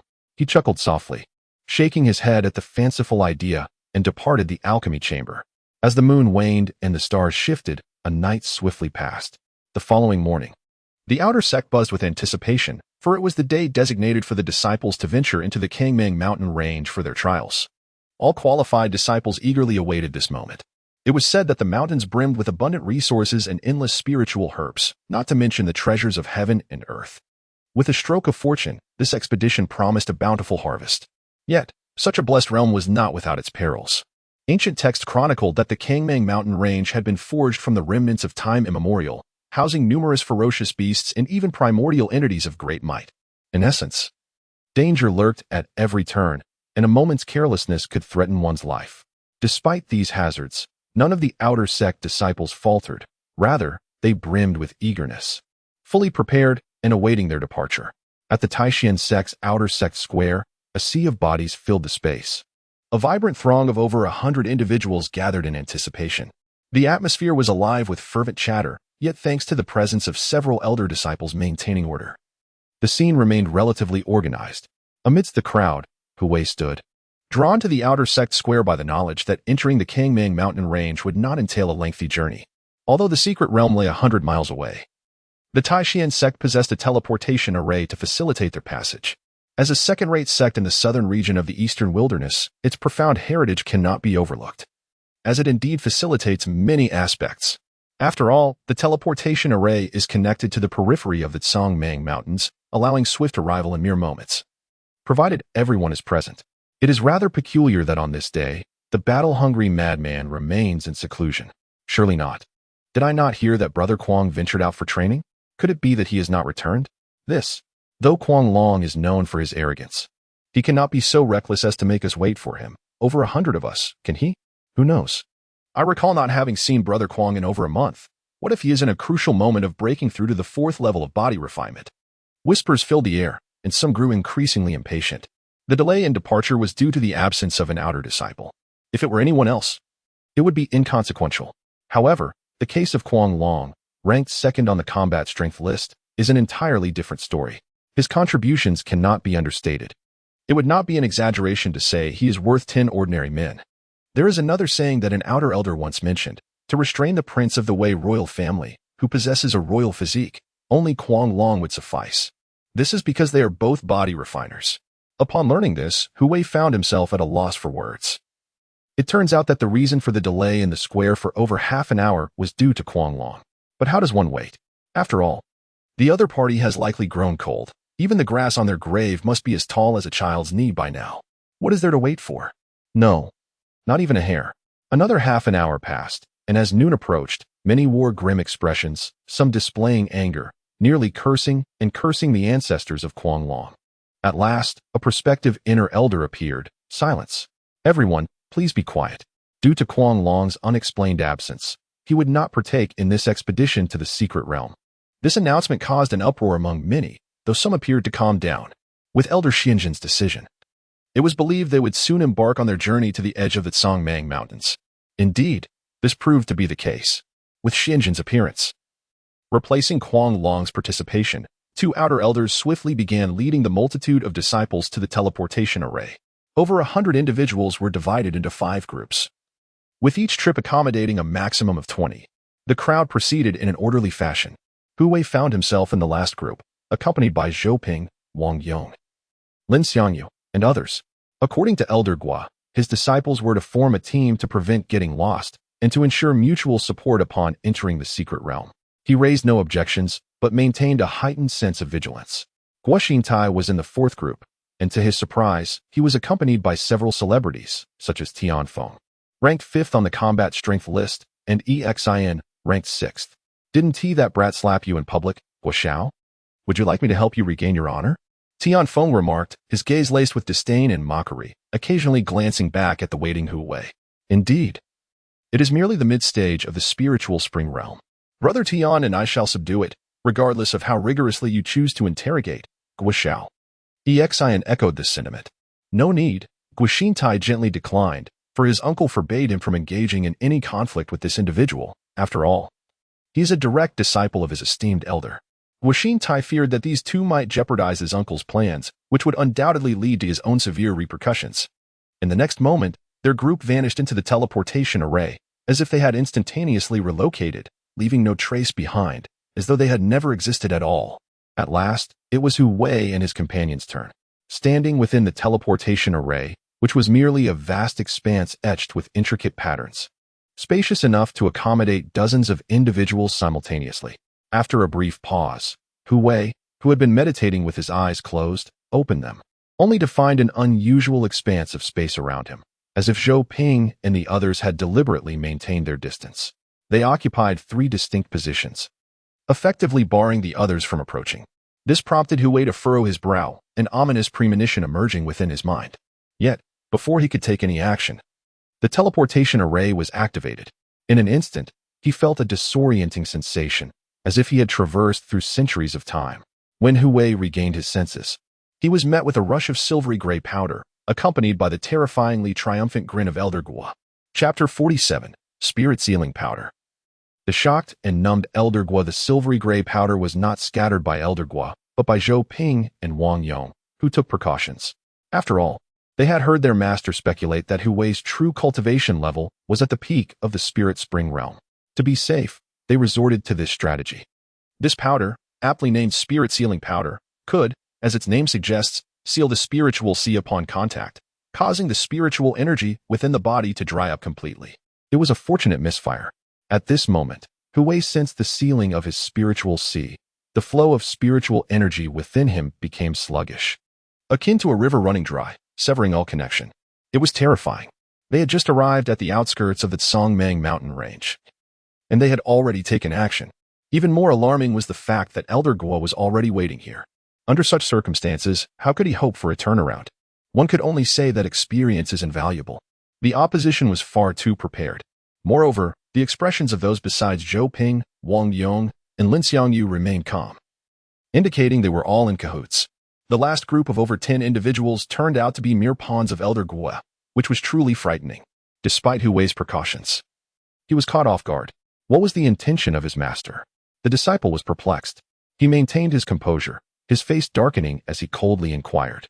Before Elder Guo could respond, Zhou Ping interjected with a sneer. Enough with the pretense. You defied master. You should have anticipated this outcome. Had you not gained some notoriety in the outer sect, attracting the attention of the vice sect leader, who couldn't simply let you disappear? Would master have allowed you to live this additional month? Wang Yung added with a sinister grin. Since ancient times, one should never oppose their master, let alone rebel against him. You should prepare for your fate. Lin Xiangyu spoke with a hint of reluctance. I truly wish it were different. Upon hearing these words, Hu Wei knew that claiming to be unperturbed would only be self-deception. After all, with his cultivation sealed, even with a physique at the 3rd level of body refining, he could not withstand the lethal grasp of a peak spirit bridge realm expert. He endeavored to calm himself, casting a cold gaze at Elder Guo, his voice hoarse. If that is the case, please grant me a swift end, master. This was not an acceptance of fate, but rather a probe. Just as Zhou Ping and the others eagerly anticipated the outcome for Hu Wei, Elder Guo finally spoke. You all shall go and train. Remember to seek out the rare herbs I desire. Upon finishing, he radiated a blue light that enveloped Hu Wei, lifting him into the air and speeding away in a particular direction. This scene left Zhou Ping and Wang Yong momentarily stunned. Perhaps they were disappointed that Hu Wei was not simply struck down before them. It was not surprising. They were unaware of Elder Guo's true intentions, merely following his orders to act against Hu Wei, with no right to know more. Alas, Lin Xiangyu sighed in regret. Ultimately, he could not escape calamity. Under Zhou Ping's urging, the group entered the Songmeng mountain range, splitting into 2 teams to search for the rare medicinal herbs that Elder Guo required. A beam of blue divine light surged like lightning, racing across the primordial landscape of the mountains and forests, illuminating the figures of Elder Guo and Hu Wei. From a lofty vantage point, one could observe the colossal ancient trees, so immense that even a handful of people could not encircle them with outstretched arms. The old vines twisted and coiled around the mountains, equally robust, resembling a gigantic python lying in wait, an awe-inspiring sight. Time seemed to stretch indefinitely. Hu Wei, guided by Elder Guo, arrived at a naturally formed cave. Upon entering, he flicked his wrist, releasing a flurry of white light that, upon closer inspection, revealed itself to be spirit stones. The other party promptly set up a barrier to isolate them. Observing this, Hu Wei, initially tense, felt a sudden relaxation wash over his serious demeanor, though a look of perplexity crossed his face as he awaited Elder Guo's next move. Once assured that the barrier was functioning effectively, Elder Guo's cautious expression finally eased, and he shed his disguise, revealing a dangerously frenzied side to Hu Wei. He. My dear disciple, soon I shall uncover all your secrets. At that moment, Elder Gua's countenance became grotesque. His gaze fixated on Hu Wei with an intensity that radiated greed, as if appraising a cherished possession. You. Hu Wei recoiled in shock. For a fleeting instant. He was genuinely terrified, chills coursing through him, as the elderly figure before him bore the visage of a vengeful spirit escaped from the underworld. He. I shall invade your sea of consciousness and explore at will. With that declaration, Elder Gua erupted in radiant blue light. In an instant, the cave was aglow. The eerie azure luminescence resembling ghostly flames, swiftly enveloping Hu Wei, rendering him immobile as it surged toward his forehead. The scene was profoundly unsettling, the visual effect terrifying. Before long, a face formed from the ethereal blue glow materialized in Hu Wei's mind. It was Elder Gua, yet in a different state, manifesting as a nascent primordial spirit, no larger than a child's hand. As a peak practitioner of the spirit bridge realm, one must acknowledge his formidable prowess, having condensed his primordial spirit, albeit imperfectly, into merely a visage. Elder Gua rushed forward, delving deep into Hu Wei's sea of consciousness, navigating unobstructed while simultaneously viewing fragments of Hu Wei's memories. What? At such a young age? You have already attained the pinnacle of the spirit bridge realm a mere month ago. Elder Gua was taken aback, his mind reeling. He could hardly fathom that a once deemed white-gifted waste could perform such miracles in alchemy and cultivation alike. You truly astonish me, young lad. Were it not for Zhou Ping and Wang Yong inadvertently sealing your spirit sea with spirit sealing powder, causing your spiritual energy to dry up, my endeavor would not have proceeded so smoothly. He exhaled deeply, yet soon his primordial spirit's visage trembled with excitement, a distortion of emotion betraying his exhilaration. Oh, how fortunate I am, blessed by the heavens, to encounter a hidden genius like you in the twilight of my years, when my lifespan is but a flicker. Ha ha ha. The laughter abruptly ceased, for Elder Gua had once again glimpsed another fragment of Hu Wei's astonishing memories. In disbelief, he exclaimed, What on earth? The heavenly tier sword technique. What? There's even a technique beyond the heavenly tier. All of this was acquired from a one-eyed old sage in the trading square. How could this be possible? In just a fleeting moment, Elder Gua had been shocked 3 times in succession. His countenance, in a state of ethereal presence, appeared somewhat dazed, seemingly unable to fathom that his obedient disciple's fortune could be so extraordinary. Of course, the subsequent revelations left him numb with astonishment, for he discovered that Hu Wei could even innovate his own techniques, such as the near-earth tier Great Sun forging body technique, the art of shrinking space, and the 4 realms refining one device method. Each of these, when considered individually, rivaled or even surpassed any cultivation method of the same tier from the Tai Xuan Sect. Good heavens! An ancient anomaly. The mysterious being who unleashed the long river-setting sun that night was none other than you. Elder Gua was rendered speechless. Having lived for hundreds of years, he had never encountered such absurdity, as if all good fortune were monopolized by this singular individual. It seemed utterly unjust. How astonishing! Could it be that my beloved disciple is indeed a child of destiny? How else could one explain the myriad of blessings he has received? At this very moment, he had ventured deep into Hu Wei's sea of consciousness, mere steps away from consuming the fragile essence of his awareness and replacing it. Yet just then, a radiant white light surged forth, dazzling and resplendent, akin to an ocean, emitting blinding rays that rendered Elder Gua unable to open his eyes. Chapter 48, A Bountiful Harvest. Let him call me grandfather. What transpired? Deep within Hu Wei's sea of consciousness, an unforeseen event left Elder Gua astounded. His eyes blinded by a brilliant light as he staggered backward, though retreat was futile. In a bid to lure the enemy deeper, Hu Wei unveiled all his secrets, gradually guiding his opponent to the very heart of his consciousness, where he erected a barrier with his spiritual force before making his presence known. Disciple has awaited master for quite some time. The sea of spiritual consciousness surged and roiled, and at the center of a small lake, a writhing form coalesced, Hu Wei himself. Indistinguishable from his true form, if one were to discern a difference, it would be that he radiated a luminous, pure white. He stood above the center of the small lake, casting a cold gaze upon Gua Juqing, as though observing a lifeless corpse. How could your spiritual awareness be so formidable? Elder Gua exclaimed in shock, his once ashen face now betraying a human-like astonishment. To this, Hu Wei responded with a faint smile, because I have comprehended the power of nature and absorbed that strength to fortify my consciousness. Otherwise, I would not have survived this day. You concealed such memories? Elder Gua questioned in a suddenly cold tone. Indeed, Hu Wei nodded. If not, how could you have arrived here, accompanied by those fragments of memory, delving into my sea of consciousness? Upon hearing this, Elder Gua nearly spat out an expletive through clenched teeth. Cunning brat. He could never have fathomed that a novice in cultivation, who had only been training for less than a year, could ascend to such heights in mere months, surpassing him in every aspect. It was terrifying. In his 300 years of life, Elder Gua had never encountered such a person. For the first time, he found the term genius insufficient to describe him. If one were to praise him, the only fitting term would be monstrous talent. Thank you for the compliment, Hu Wei replied indifferently. Before his expression turned grim with murderous intent, disciple bids master farewell. With that, he ceased all further discourse. His entire being soared into the air, transforming into a small white dragon, claws bared and fangs bared, lunging towards Elder Gua. No, given your sealed cultivation, I implore you to spare my life. The latter cried out in terror. Die? Hu Wei retorted, his anger intensifying. Such mercy was out of the question. Furthermore, Elder Gua's primordial spirit power could not possibly compare to Hu Wei's. They were not even in the same league.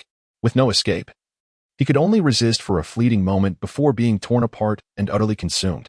Time passed, though how long it lasted is uncertain. In the cave, a figure opened his eyes. It was none other than Hu Wei. In stark contrast, Elder Gua remained forever in that standing position, though his eyes were open. He had irrevocably lost all vitality and would never awaken again. Before long, his hair turned completely white, his face grew increasingly haggard, until he withered away. Poor Elder Gua, who, until his last breath, failed to comprehend Hu Wei's true secret. Perhaps he vaguely guessed something through those fragments of memory, but ultimately could not confirm his suspicions. As consciousness returned, Hu Wei, having narrowly escaped danger, exhaled a sigh of relief. Without the time to integrate Elder Gua's primordial spirit, he hastily began to search the lifeless body. The sealing spirit powder, of which he had some knowledge, could suppress one's cultivation for 3 days and nights. However, this substance was not without a remedy, and it was now a matter of whether that old fellow had it on him. Otherwise, he would have to wait. Fortunately, Hu Wei indeed found the antidote concealed within the Elder's storage pouch.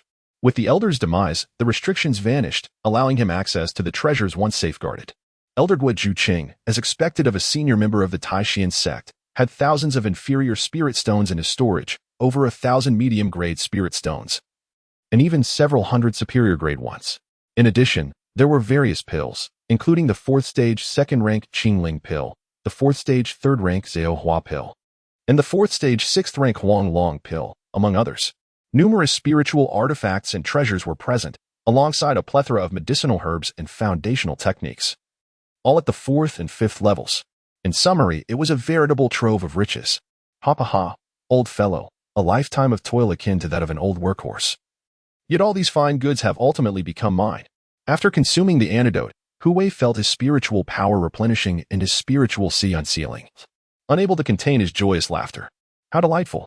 If only his strength were sufficient, robbing these elderly figures would be a sure way to amass wealth quietly. Yet, such thoughts were merely fanciful. Soon after, having merged with Elder Gua's primordial spirit, Hu Wei murmured to himself, "So, the old man did not initially attempt to seize my body, as he deemed my talent too lowly. Little did he know of my exceptional comprehension and my ability to cultivate as effortlessly as drinking water." Shaking his head, he began to digest the elder's memories. The adage that the elderly become cunning was but one aspect. The intricacies of myriad events filled his mind. These, Hu Wei gradually comprehended. The forbidden technique of devouring spirit with spirit. Even if one could briefly draw strength through overextending their primordial spirit, or even exploit other mysterious aspects, it was ultimately of little use. The disparity was too vast, and death was inescapable. He chose to obliterate this knowledge, deeming it unnecessary. Life is singular, and one's cultivation level relies solely on oneself rather than such nefarious practices. Furthermore, Hu Wei gleaned Elder Gua Juqing's network of relationships, discovering that he had an elder brother and other direct blood relatives, which he quietly noted down. After the trials concluded and he had become sufficiently powerful, he could seek an opportunity to reunite them.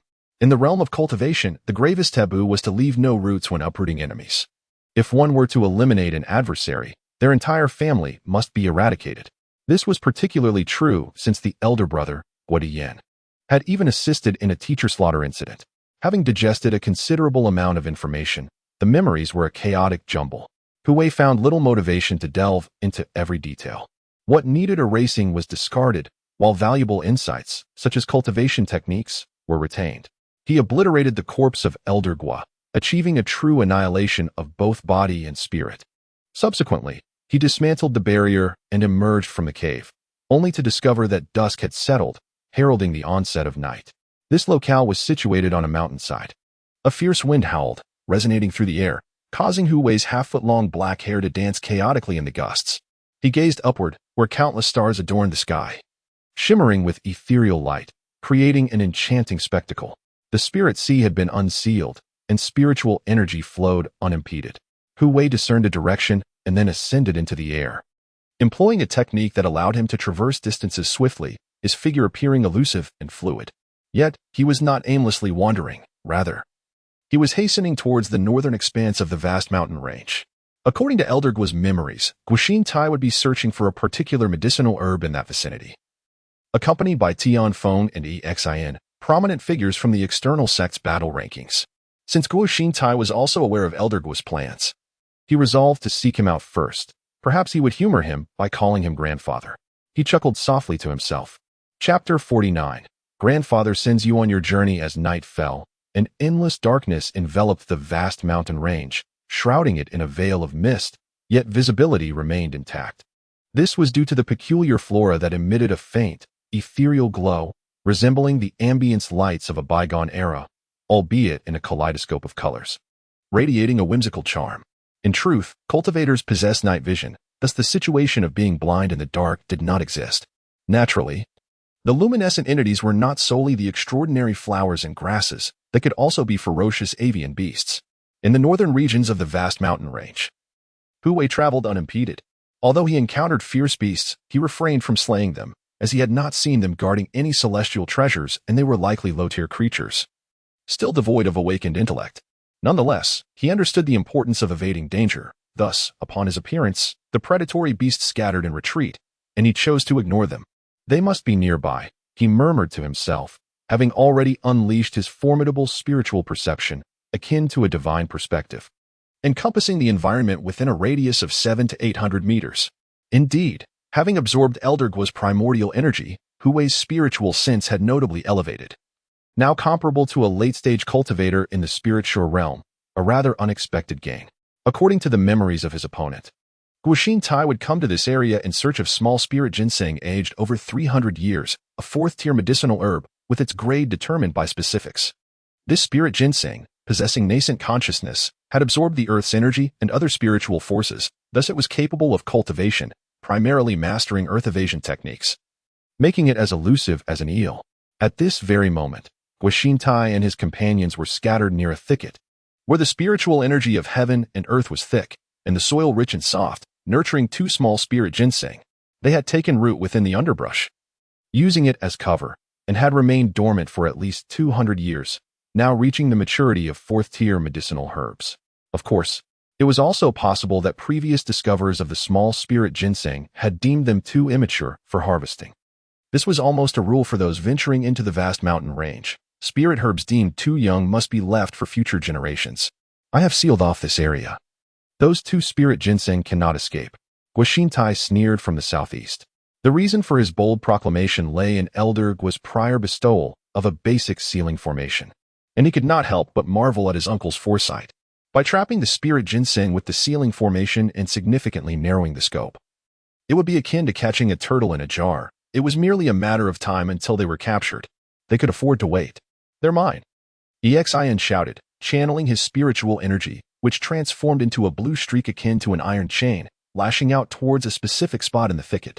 In the next moment, soil flew in all directions as he missed his mark. Damn it, it went your way, Tian Feng exclaimed, quickly gathering his spiritual energy to his ears, allowing him to clearly hear a faint yet rapid rustling sound. It was the spirit ginseng moving swiftly. He squinted, fixating on the thicket. Make a prediction, then strike with lightning speed. A brilliant azure energy sliced through the air like a bolt of lightning, plunging straight into the earth.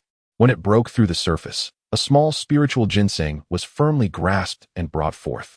Haha, I've caught it. Truly impressive. Given your prowess at the late stage of the spiritual spring realm, the Xin teased, his tone tinged with a hint of envy. After 2.5 months of seclusion, while he had made some progress in his cultivation, he had not ascended to a higher level.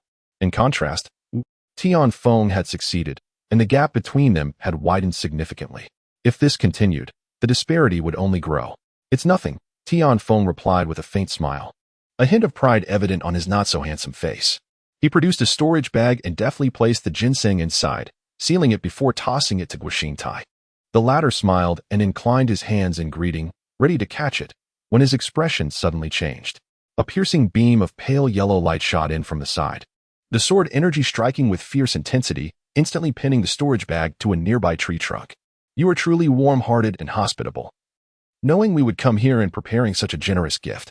In that case, I humbly accept," said a young man in his 20s. Dressed in white and brown attire emblazoned with a sword insignia, flanked by several figures. Upon witnessing this scene, Guoxin Tai and his companions furrowed their brows. Recognizing the assailants as disciples of the Tai Xuan Sect, their distinctive attire unmistakable. Anger flared in their eyes. Guoxin Tai had always been the one to seize others' possessions, and he could not tolerate such blatant robbery. "Brother Wang, it appears to be the spiritual ginseng," one of the Tai Xuan Sect disciples remarked, reaching out to retrieve the pinned storage bag. "You seek death," Guoxin Tai roared in fury, just as he was about to summon a treasured item gifted by his grandfather. A flash of white light erupted, sending the Tai Xuan Sect disciple flying far away, as if struck by a powerful blow.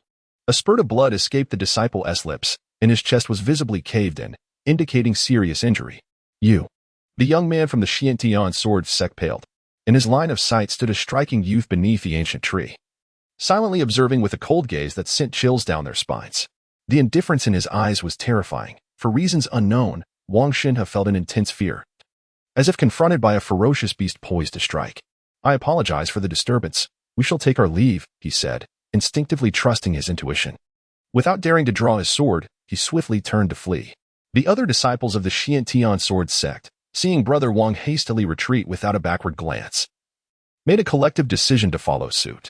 They hurriedly assisted their injured companion and left in haste. Once they vanished from sight, Guoxin Tai, with a slightly pale expression, turned to Hu Wei, asking, "Brother Hu?" Upon hearing this, Tian Feng and Xin were momentarily taken aback. The two individuals simultaneously cast their gazes toward one another. It would be an understatement to claim that their expressions were anything but peculiar, particularly given that Guo Xiao and Hu Wei had a history of enmity. Why then? Was he addressing him as Brother Hu? In response, Guoxin Tai chose to disregard this perplexity, instead furrowing his brow as he scrutinized Hu Wei. A sudden realization dawning upon him, igniting a mix of astonishment and joy within. You are my great uncle?" This declaration left Tian Feng and Xin utterly bewildered, exchanging glances filled with confusion. Hu Wei was his great uncle? What nonsensical notion was this? What do you think? Hu Wei attempted to mimic Elder Guo's tone, a sinister smile playing on his lips as he evaded a direct answer. "Indeed, it is true. He is truly my great uncle." Guoxin Tai's excitement rendered his voice tremulous. After all, his great uncle had succeeded in achieving rebirth, a momentous occasion for the Guo family. "Call him grandfather." In a swift motion, Hu Wei appeared beside Guoxin Tai, reaching out to pat his head as though he were a mere pup. The latter, feeling somewhat uncomfortable, especially with others present, opened his mouth as if to protest. Hurry, call out." Hu Wei unyieldingly interrupted. "It is." Guoxin Tai felt a profound sense of awkwardness, yet his fear of Elder Guo's authority compelled him to acquiesce, his words barely above a whisper. Grandfather. Louder. Grandfather." Meanwhile, Tian Feng and Xin stood nearby, utterly flabbergasted, their expressions akin to that of a bewildered monk. Their minds buzzing as if a million wild horses were galloping within. Ha, my dear grandson, you truly are a good grandson of mine. Grandfather shall now send you on your way. Chapter 50. The Secrets of the Kangmang Mountains, 4th rank, 5th grade Qingmu seal, in the thicket here. Guoxin Tai was momentarily taken aback before his complexion turned ashen, although Elder Guo was exceedingly strict with him and sometimes quite heartless. He had never uttered such terrifying words of sending him on his way. Thus, he quickly realized that the person before him, Hu Wei, was not his great uncle, which meant he had just grasped this realization when, in the next instant, a resplendent blue light erupted from Guoxin Tai's body, coalescing into a protective shield that lifted him into the air. "Oh," Hu Wei exclaimed in surprise. He was delighted to discover that his touch could trigger supreme enlightenment and was about to channel his spiritual energy to extinguish the other's life when an unexpected turn of events occurred. The protective divine light from the Lingyan realm enveloped him, and sensing the formidable surge of divine power, he focused intently. Once a cultivator has undergone the baptism of the breaking the cocoon to become a butterfly method, their spiritual energy undergoes a qualitative leap, transforming into increasingly pure divine power. Preparing for future cultivation. Is this protection merely temporary, or will it last a lifetime? Hu Wei chuckled coldly. In truth, even Guoxin Tai was unaware that he bore such a life-threatening restriction that would activate of its own accord, as he regained his composure. He quickly understood that it was set by his grandfather while he was off guard, using a jade pendant as a medium. Quickly escaped, hearing Guoxin Tai's urgent warning. Tian Feng and Xin, two unfortunate souls who were completely bewildered, exchanged looks of confusion. Escape? Why should they flee? It was just Hu Wei, a mid-stage Lingquan cultivator. They genuinely did not understand what there was to fear. Rest assured, young Master Guo, I can easily handle this waste, Xin boasted confidently. Eager to earn Guoxin Tai's favor. With one move, I can bring him down. You, run quickly. The mad dragon met its demise at Hu Wei's hands. He's very likely hiding. Unfortunately, Guoxin Tai's words were not fully spoken when a swift sound cut through the air. A flash of white light appeared. And before Xin could act, his head was severed and soared 3 meters high, blood gushing forth like a fountain, a scene most horrifying. Bang! Soon after, the head fell heavily to the ground, rolling thrice before revealing Xin's incredulous expression of disbelief in death.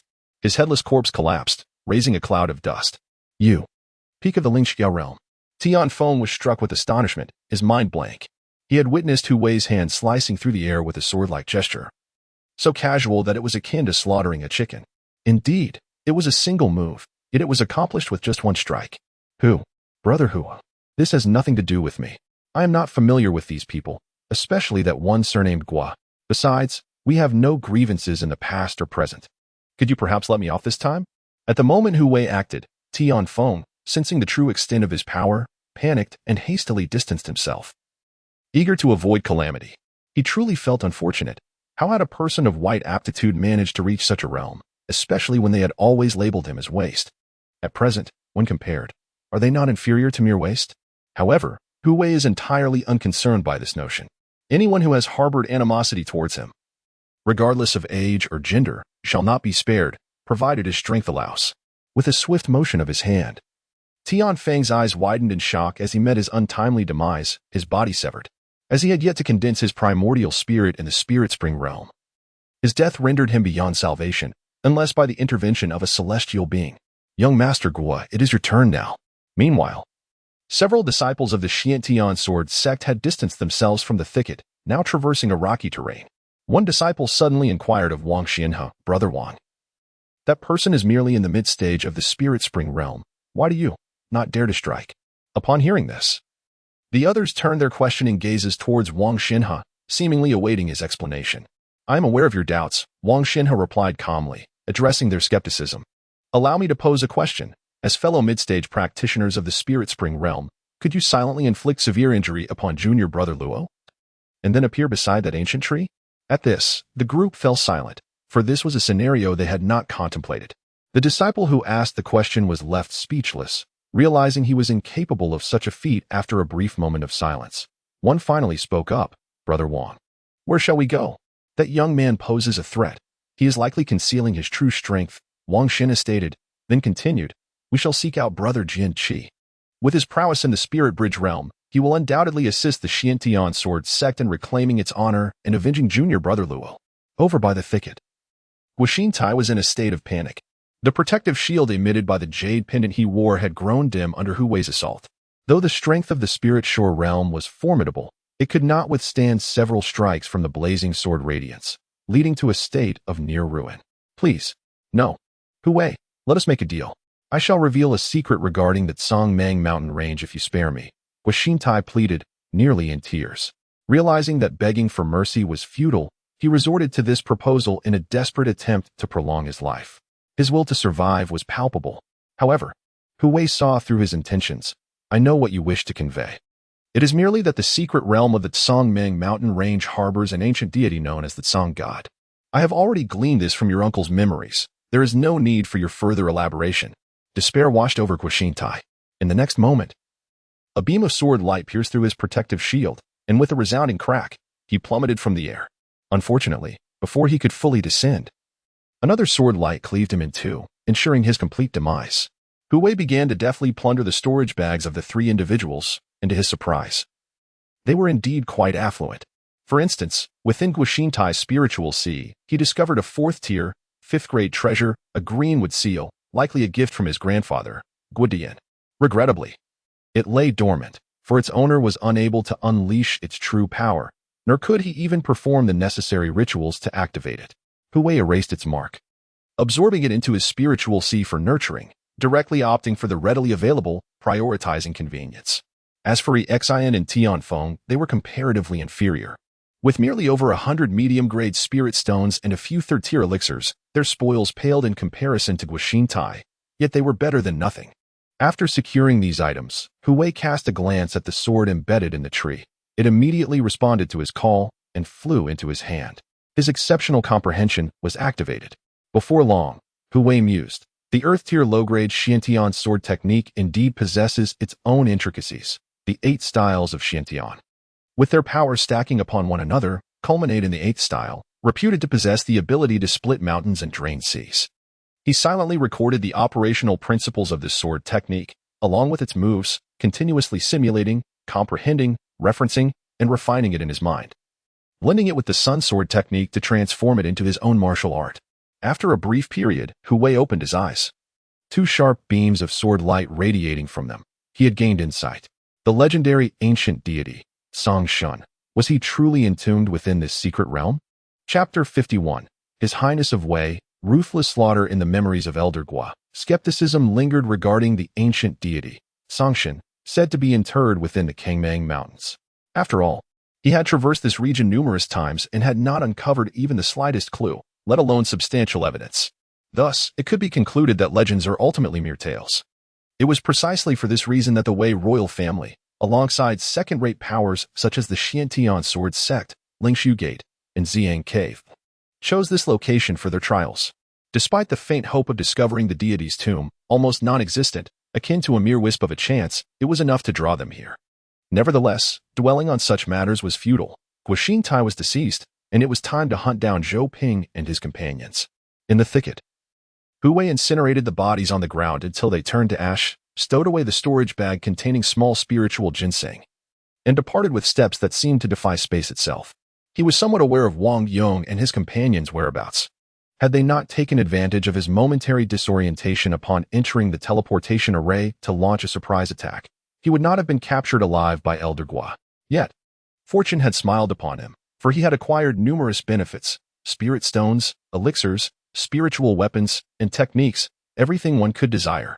Deep within the western reaches of the Kangmang Mountains, Hu Wei proceeded towards that direction. Meanwhile, in another part of the mountains, a solitary figure navigated through the towering forest. Qin Chuan, having just dealt with a group of disciples from Lingshu Gate, pondered aloud, the ancient Songshan? I seem to have a vague recollection of him. Has that being, known for executing divine punishment on behalf of the heavens, truly fallen? If this is indeed his final resting place, there must be a core location, however. This vast expanse conceals it well, and with my current strength, I can hardly hope to discover it. Alas, I shall first seek other opportunities. At this very moment, in the northwest direction, a middle-aged man clad in armor, clearly a guard, led a group forward and spoke, Your Highness. The people from Tai Xuan Sect are not far ahead. Upon discovering their trail, and I dared not disturb them and hastened to inform you. Under the cover of night, the group arrived at their destination. A young man, aged around 17 or 18, donned in a pale yellow robe adorned with 9 patterns, was surrounded by others like a moon encircled by stars. He walked with the grace of a dragon and the might of a tiger, exuding an extraordinary presence. This was Wei Wu, the innate royal body. There is a disciple from Tai Xuan Sect, proficient in both inner and outer cultivation, known as Mad Dragon. It is said he can rival our esteemed sect. Have you encountered him? Ah, I truly did not notice, replied the subordinate. Wei Wu chuckled lightly, waving his hand dismissively. No matter. Let us teach them a lesson and have the Tai Xuan Sect inform Mad Dragon to come seek me. Your Highness is wise. As soon as he finished speaking, another middle-aged man named Nyo suddenly twitched his ears and sharply turned toward a specific location. Your Highness, someone approaches. Upon hearing this, everyone shifted their gaze, only to witness a figure moving with an elusive gait, vanishing with each step, appearing almost like a specter, and in the blink of an eye, materializing elsewhere. Oh, what a marvelous technique of movement. Wei Wu was momentarily taken aback, his eyes sparkling with intensity as he fixed his gaze upon the individual before him. Which sect does this disciple hail from? He inquired. No sooner had he spoken than someone chimed in, Your Highness. It appears this attire belongs to the alchemists of the Tai Xuan Sect, suggesting that this individual is a solitary disciple of theirs. Upon hearing this, Wei Wu's eyes gleamed with excitement. He had intended to confront the disciples of the Tai Xuan Sect, compelling them to relay a message to the Mad Dragon. Little did he expect a disciple of the sect to arrive at his doorstep. Seize him. We shall interrogate him about the profound techniques of the mystical steps. And then he shall convey our message to the Mad Dragon. Yes. In the next moment, the space around Wei Wu cleared, as 3 or 4 guards sprang into action, leaving only an elder unmoved. Old he, what manner of movement technique is that? Seizing the opportunity, Wei Wu lowered his tone to inquire of the elder.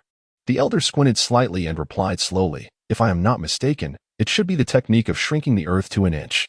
Excellent. This is precisely the kind of extraordinary technique I lack, Wei Wu beamed, seemingly confident in his impending mastery of the technique of shrinking the earth to an inch, especially as he observed the 4 formidable guards encircling the solitary disciple of the Tai Xuan Sect. His delight only deepened. Meanwhile, Hu Wei found himself abruptly obstructed by the quartet. Caught off guard, he had not yet unleashed his formidable spiritual perception, as he deemed it unnecessary to expend his energy without a clear direction. Who would have thought that someone would block his path? Disciple of the Tai Xuan Sect. Our prince has inquiries for you. We hope you will cooperate willingly. Otherwise, do not blame us for resorting to force, said Inyo, his words laced with a subtle threat. In truth, had it been anyone else, they might have quailed before such intimidation. After all, these were the personal guards of a prince from the Wei royal family, seasoned from countless battles, accustomed to subduing powerful beasts, radiating an aura of lethal intent that could chill one to the bone upon approach. Moreover, all 4 possessed the initial to mid-stage cultivation of the spirit bridge realm, and their mere presence was enough to instill trepidation. The prince? Questions? Hu Wei first narrowed his eyes, then quickly grasped the source of their origin, his expression darkening. Anyone would find it disconcerting to be accosted in such a manner. The Wei kingdom certainly wields considerable arrogance, presuming to command as if the Songmang Mountain still lay within your palace's reach. Upon hearing this scornful remark, Anyo narrowed his eyes. It seems you have chosen to provoke us into action. At this, Hu Wei erupted in cold laughter. Ha, just you few worthless souls from the Wei kingdom. His audacious demeanor darkened the expressions of Anyo and his companions, awakening a terrifying bloodlust within them. To be belittled by a sheltered flower was intolerable, especially with the term worthless directed at them.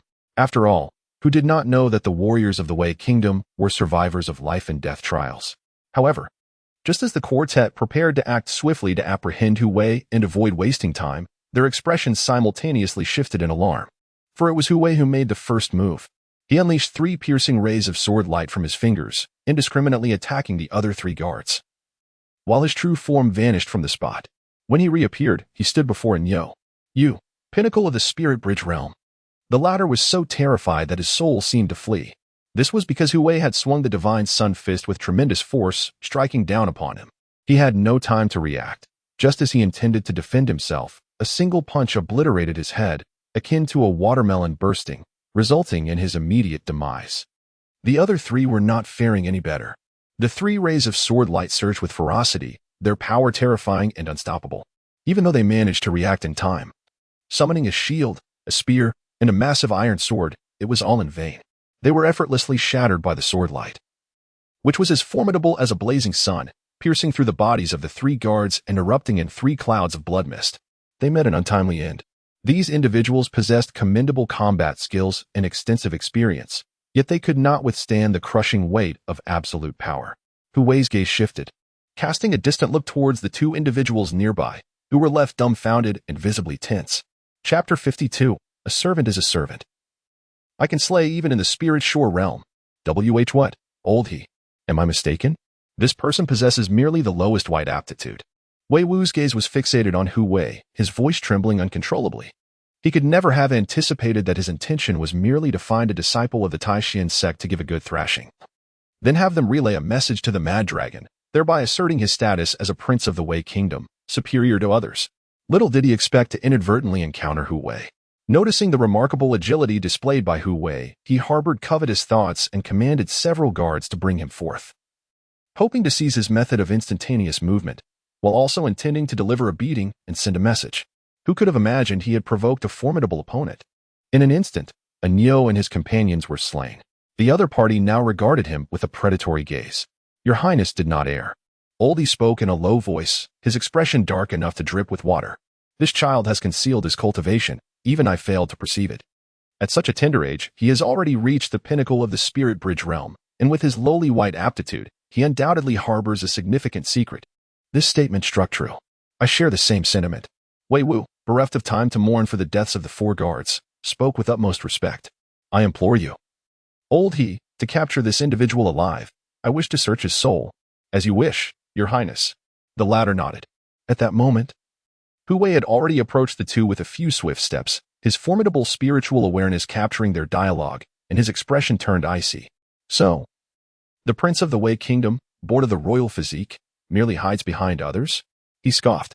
He could sense Wei Wu's spiritual fluctuations were at the early stage of the spirit bridge realm, coupled with an extraordinarily intense vitality, emanating from the royal blood coursing within him. It must be said, his physical prowess was impressive. Upon hearing this, Wei Wu's countenance darkened in anger. Yet, Oldie remained unperturbed, stating, Your Highness, with your invaluable physique and innate royal body, your opponent should naturally be of equal caliber, not some insignificant character. The implication was clear. Hu Wei was deemed unworthy to be his opponent, relegated to the category of insignificant characters. In response, Hu Wei chuckled instead of fuming. No wonder you can only serve as another's lackey. What of the royal body? Before it has fully developed, it is merely a human punching bag. To crush it in its cradle would be easier than dealing with mere insignificant characters. Seeking death, Oldie's brow furrowed, a chilling intent radiating from him. You sharp-tongued brat, I shall not engage in meaningless verbal disputes with you. I will end your life before it even begins. With that, he moved. Like a phantom, his formidable cultivation at the late stage of the spirit shore realm was fully manifested as he struck a palm towards Hu Wei, seeking to return the favor with overwhelming strength. Little did he know, Hu Wei's eyes gleamed with determination. Instead of retreating, he advanced to meet the attack head-on. In an instant, the heaven's great hand seal erupted forth. The previously gray environment became engulfed in darkness, rendering visibility impossible as the war centered around the figures of Elder He and Hu Wei. An extraordinarily terrifying force rapidly spread forth, causing the earth to shatter, ancient trees to silently vanish, and colossal boulders to disintegrate into dust. The sight was utterly horrifying, extending over 300 meters in every direction. Additionally, 2 silhouettes were violently thrust backward by a formidable recoil, namely Elder He and Hu Wei. The former had one arm hanging limply, blood dripping from it. Yet he still retained some mobility, suggesting his injuries were not critical. The latter had blood oozing from the corner of his mouth. His body felt as though it were falling apart, especially his right hand, which he held aloft with great effort, seemingly fractured, yet he appeared oblivious to the pain. Elder He, at the 3rd level of body refinement, was utilizing a celestial-grade technique.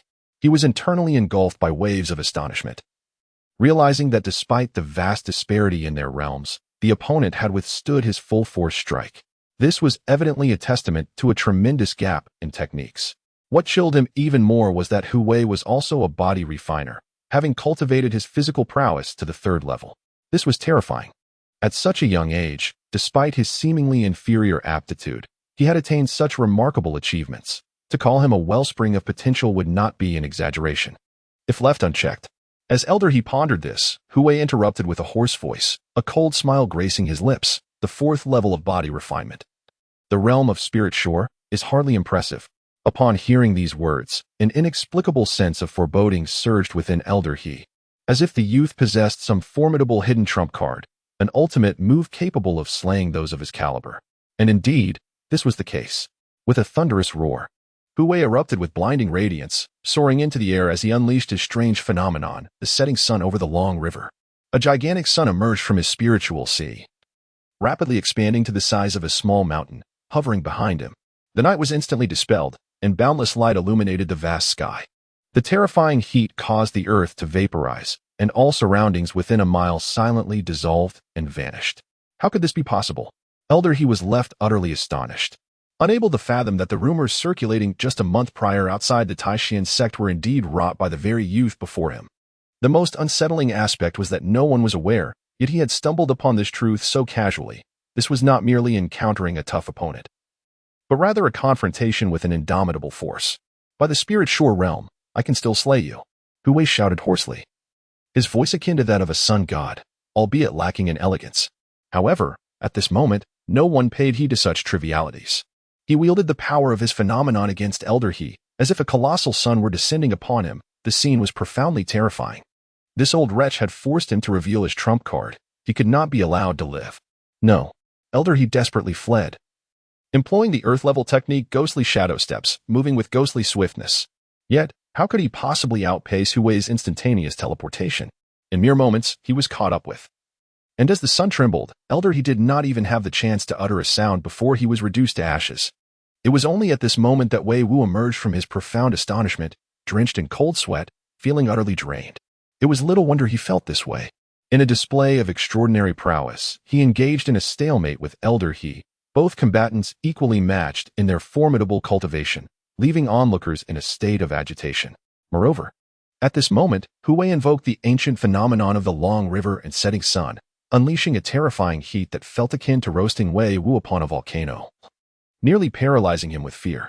Struggling to regain his composure, he hastily took flight, employing the shadow step technique while also utilizing a transient enhancement spell to accelerate his escape. Hu Wei, of course, pursued relentlessly. The manifestation of the long river and setting sun was indeed formidable, possessing unimaginable power. However, the duration of its effect was limited. If he failed to eliminate this Prince of Wei within that time frame, he would find himself in grave peril.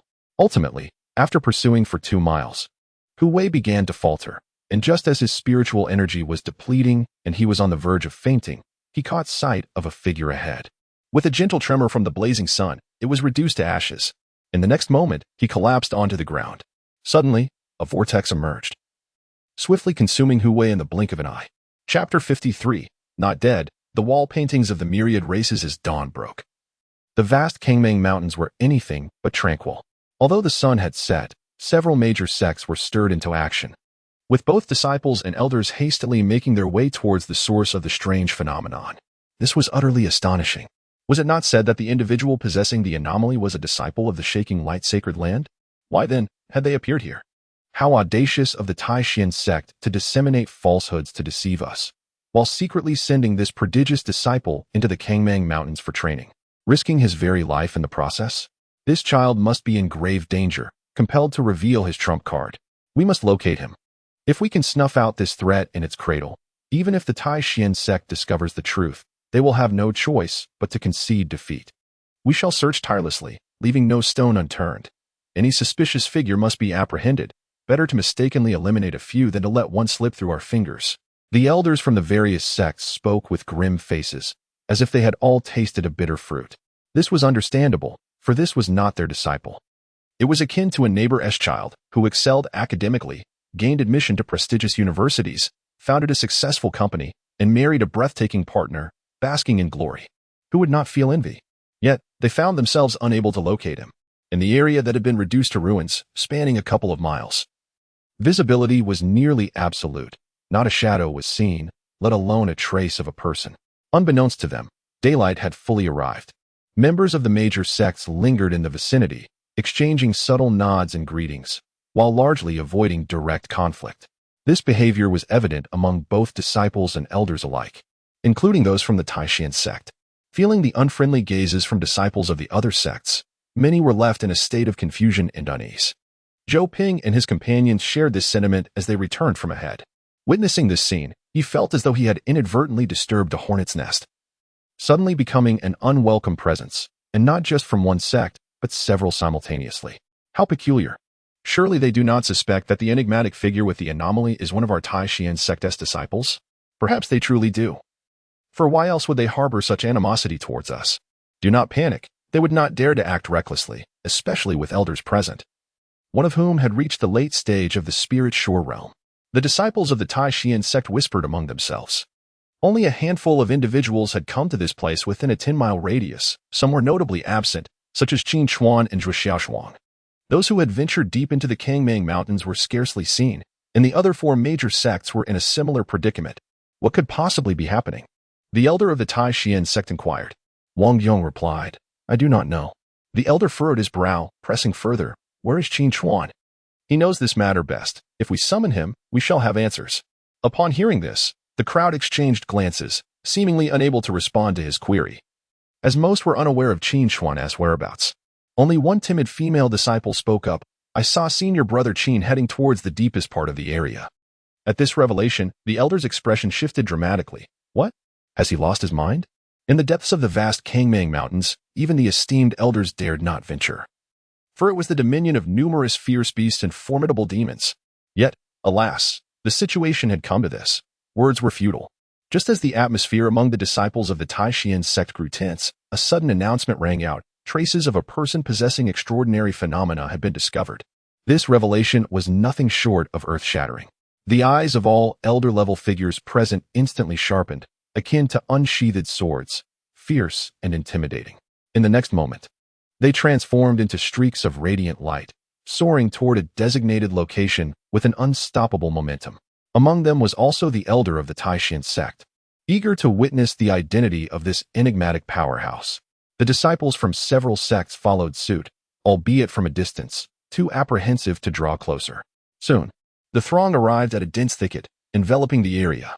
The wild grass towered as high as a grown adult, providing ample concealment.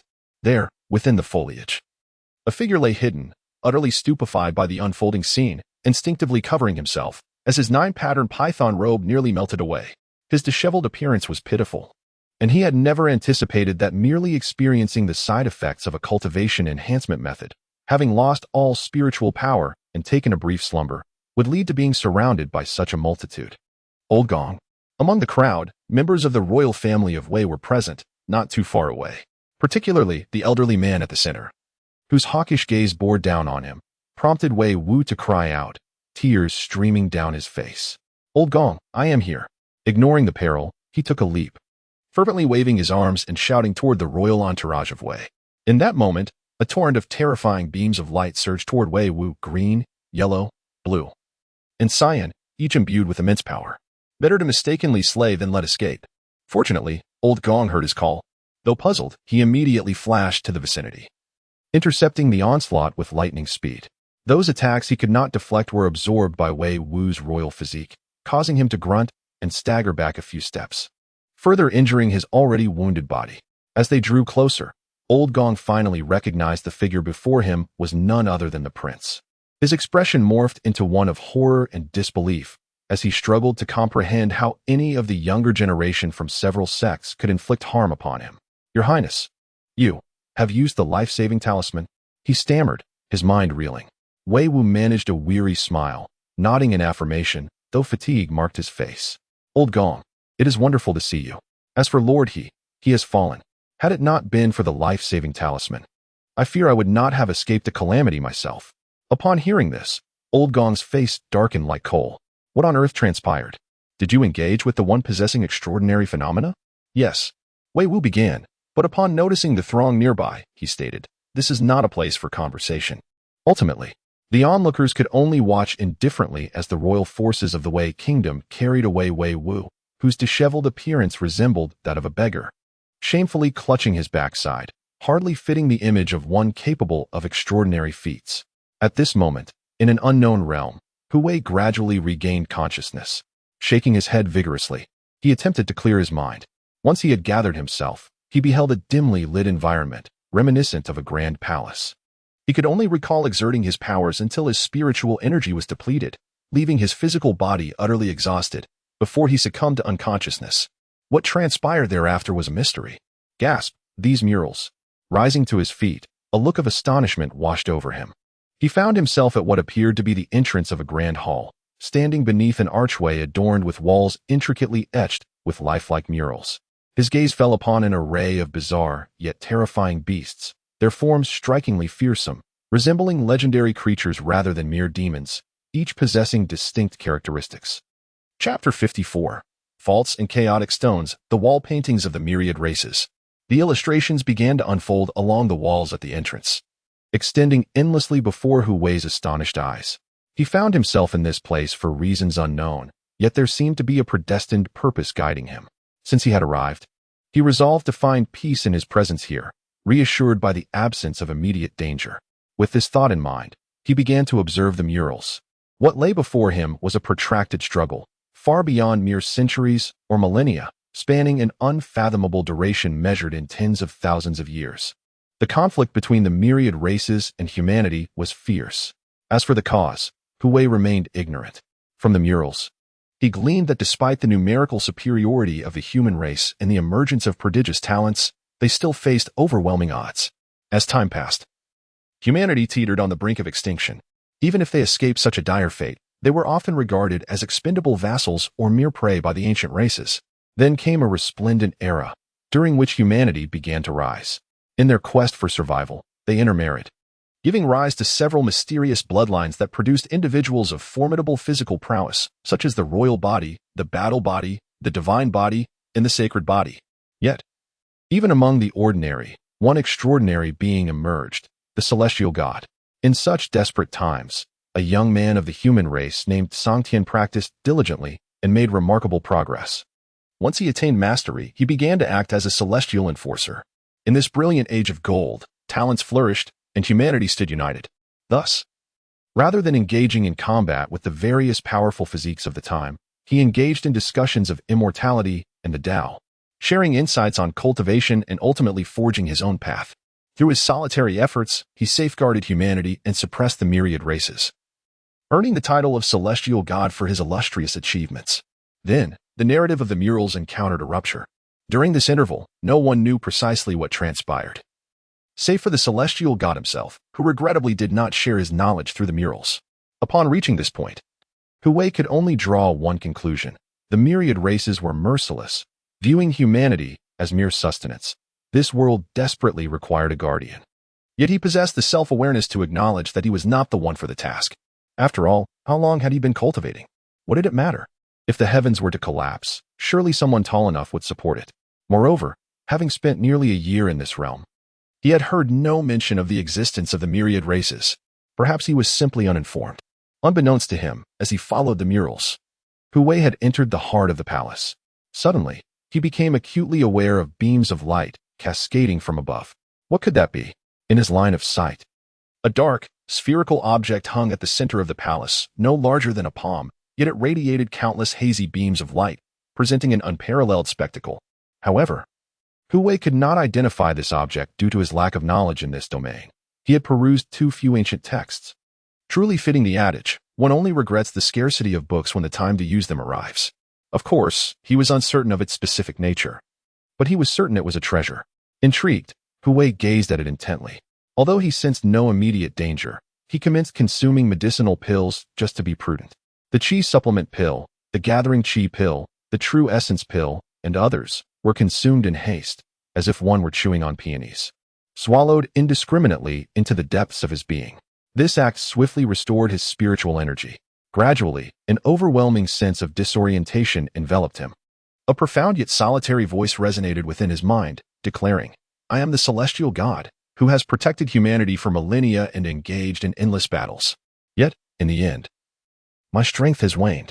Here remains a fragment of the Chaos Stone, a legacy for those who may inherit a part of my essence." The voice faded into silence. Hui shook his head vigorously. When he focused his gaze, he was astonished to find the palm-sized orb had vanished. A sudden chill washed over his spiritual sea, prompting him to withdraw his essence. In that instant, he beheld the Chaos Stone, radiating thousands of gray glimmers, quietly resting at the center of his spiritual sea, undergoing the cleansing and baptism of his spiritual spring, seemingly at ease. Hui was taken aback. Could it be that such a divine material for forging, the Chaos Stone, had so effortlessly fallen into his possession? Goodness gracious, this felt almost too fortuitous. Despite his limited knowledge, he had at least heard of some of the esteemed names among forging materials, such as the primordial maternal Qi, the Grand Luo immortal gold, the Chaos Stone, the Grand Luo silver essence, and the dragon pattern black gold. And now he had acquired one of them. It was indeed time to forge his own weapon. He would commence as soon as he emerged. After a painstaking effort to regain his composure, he grasped a critical notion about the inheritance. A look of realization crossed Hui's face, though it was tinged with unease. The hand of the heavens was created by the celestial god, which meant that the severed hand displayed at the blind old man's spiritual artifact stall was none other than. Contemplating this, he paused. An ancient deity, even in death, was not at rest. A severed hand had been exhumed by someone. How tragic. Of course, there might be another reason for this, such as a battle to the death, as the celestial god himself mentioned endless warfare. Yet regardless of the outcome, Hu Wei felt an oppressive weight upon him. The divine, so exalted, ultimately succumbed to demise. What truly transpired in bygone years, that even the gods could meet their end. A glimmer of understanding dawned about the blind old man's previous utterance. Yet what could be done? It seemed to only burden him further. At that moment, the surroundings began to shift. It was as if he were enveloped in chaos. When clarity returned to his vision, the grand palace had vanished, leaving behind only a confined space. The murals of myriad races remained, still depicting fragmented tales.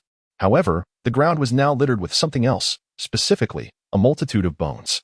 What was happening? Hu Wei squinted and furrowed his brow, pondering aloud. Was it the acquisition of the Chaos Stone that revealed the true nature of this place? No one answered. Yet there was a possibility. In other words, someone had once inadvertently stumbled into this realm, only to be trapped and perish, unable to find a way out. This revelation was not promising for Hu Wei. It implied that he too faced the harrowing plight that others had endured. A situation nearly devoid of resolution. It should not be so. He was perplexed. Ultimately, due to the fact that the spiritual energy within him had yet to fully rejuvenate, approximately half of its capacity remained, he forcibly calmed himself. It was imperative to enhance his strength first.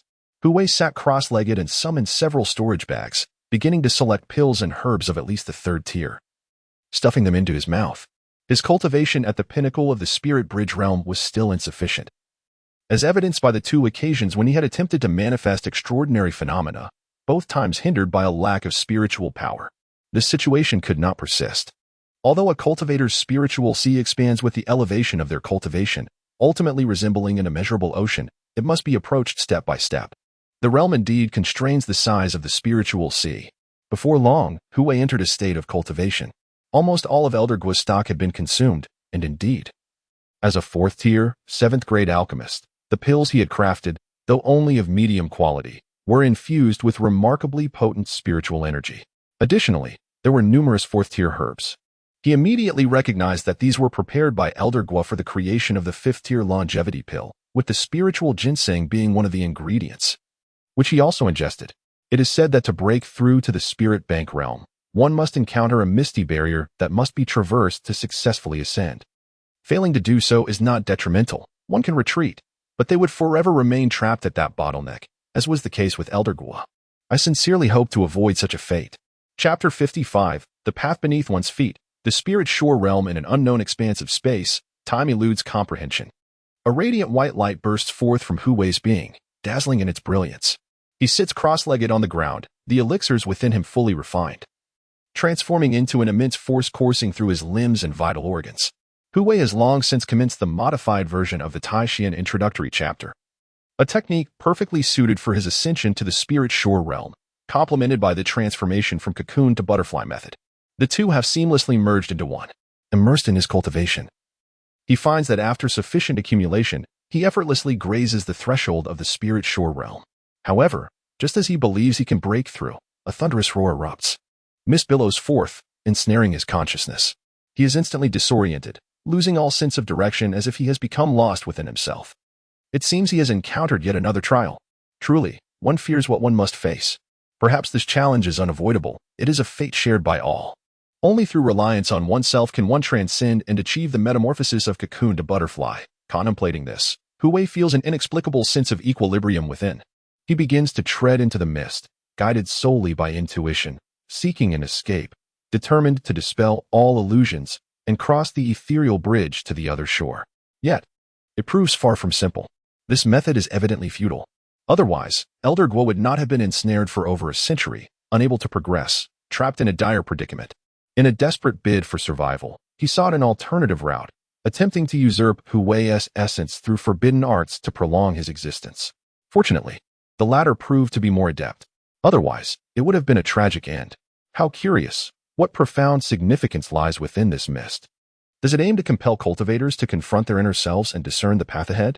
Hu Wei furrows his brow, pondering aloud. He attempts several methods, all yielding no success, and after repeated failures, rather than feeling disheartened, he finds his resolve only strengthened, dismissing any thoughts of retreating from the mist. Determined to see this through to the end. In the external world, within a certain area of the vast mountain range, the temporary resting place of the Wei royal family. Master Gong, are you suggesting that you wish to capture that boy from Tai Xuan Sect who possesses the extraordinary vision? Wei Wu inquires incredulously.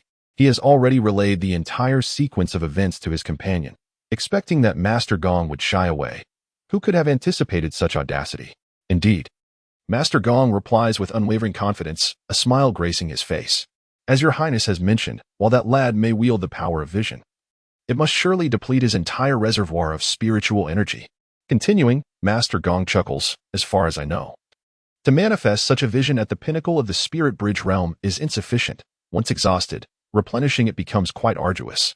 Such visions require divine power to sustain. Wei Wu instantly grasps the implication of his words, understanding that the vision of the setting sun over the vast river cannot be sustained, as it is hampered by the limitations of spiritual energy, necessitating a period of recuperation before it can be summoned again. What are your thoughts, Master Gong? He asks, narrowing his eyes. If we possess assurance, then we must certainly pursue it. I possess a modicum of knowledge regarding the arrangement of patterns. All that is required is for your highness to dispatch someone to uncover that boy's whereabouts, Master Gong states. Very well. Wei Wu's expression darkens. In the blink of an eye, 2 days have passed. Hu Wei remained ensnared in a shroud of fog. From his initial myriad of attempts, through a phase of frantic urgency, to the present state of tranquil composure, he had attained a rare calmness. It became evident that the path lay beneath his feet. Regardless of where he wandered, it was a road of his own choosing. As his words lingered in the air, the endless mist dissipated in an instant. Faintly, a resonating voice emerged, akin to a whisper of the heart. Set sail, unfurl my divine sails, and forge ahead with courage. He crossed the spiritual bridge and reached the shores of enlightenment, his consciousness returning to his corporeal form, radiating an immense aura that surged forth like a torrent. The confined unknown space trembled thrice, and the bones strewn upon the ground disintegrated into powder. Thus, Hu Wei forcefully entered the realm of spiritual shores. Seizing the moment, he employed the butterfly emergence technique, accomplishing his first transformation. The spiritual sea expanded exponentially, and his spiritual energy underwent a profound metamorphosis, transmuting into divine power that flowed ceaselessly throughout his being, nourishing his meridians and bones, and refreshing his organs until they gleamed with clarity. In this moment, Hu Wei felt a surge of unwavering confidence. Should he encounter Elder He, who was at the late stage of the spiritual shore realm, he believed he could vanquish him without resorting to the spectacle of the setting sun on the river. The butterfly emergence technique proved to be truly wondrous. It required a succession of 9 transformations to grasp the essence of this cultivation method. After all, 9 is the ultimate number. Whether it be the 9 levels of body refinement or the 9 transformations, they all revolve around this numeral. Soon after, tranquility enveloped the area. Hu Wei opened his eyes, and 2 beams of white divine light flashed within, seemingly tearing through the atmosphere, a sight most astonishing. In the spiritual sea, the chaos stone occupied the center of the spring, benefiting from the nourishment and purification of divine power. The white rainbow sword and the greenwood seal had been relegated to the periphery. They dared not approach or even stir, trembling in trepidation. You truly are overbearing. Hu Wei found himself at a loss for words, gazing at the chaos stone with a sense of déjà vu, only able to chuckle in silence. Yet, this was a natural occurrence. After all, the chaos stone was a divine material for crafting artifacts. Not merely a rare find, it was a treasure of extraordinary value. Despite its palm-sized form, should its existence be revealed, Hu Wei would earn the enmity of the world. At that moment, he would meet his doom. I must find a way out, he murmured, furrowing his brow, utterly perplexed as to how he might escape this wretched place. As the thought crossed his mind, the chaos stone emanated a gray divine light. In the next instant, a vortex appeared beside Hu Wei, pulling him in, and he was momentarily engulfed in a sensation of disorientation. When he opened his eyes again, he found himself amidst the vast mountains. So it was you. The sight of the sprawling forest allowed Hu Wei to exhale in relief. He had finally emerged and understood why he had entered that place. However, it quickly dawned on him that this was not the same as before. His expression shifted, and he exclaimed, "What in the world is this?" The mountains and forests stretched endlessly, desolate and devoid of human presence. yet he could hear the low growls of wild beasts echoing in the distance. In the sky, there soared a bizarre and menacing bird of prey, its entire form aglow as it darted past, seemingly in pursuit of its next meal. This place was fraught with peril, where danger lurked at every turn, and the threat to life was ever present. Surely, they would not have ventured into the deepest recesses of the vast mountains. Hu Wei found himself momentarily dazed. He vaguely recalled that while waiting in the outer courtyard, an elder leading the group had explicitly cautioned them against delving into the depths of the secret realm, for even they dared not tread there lightly. Just as he was feeling somewhat disoriented amidst the tumultuous winds, a chilling sound pierced his ears.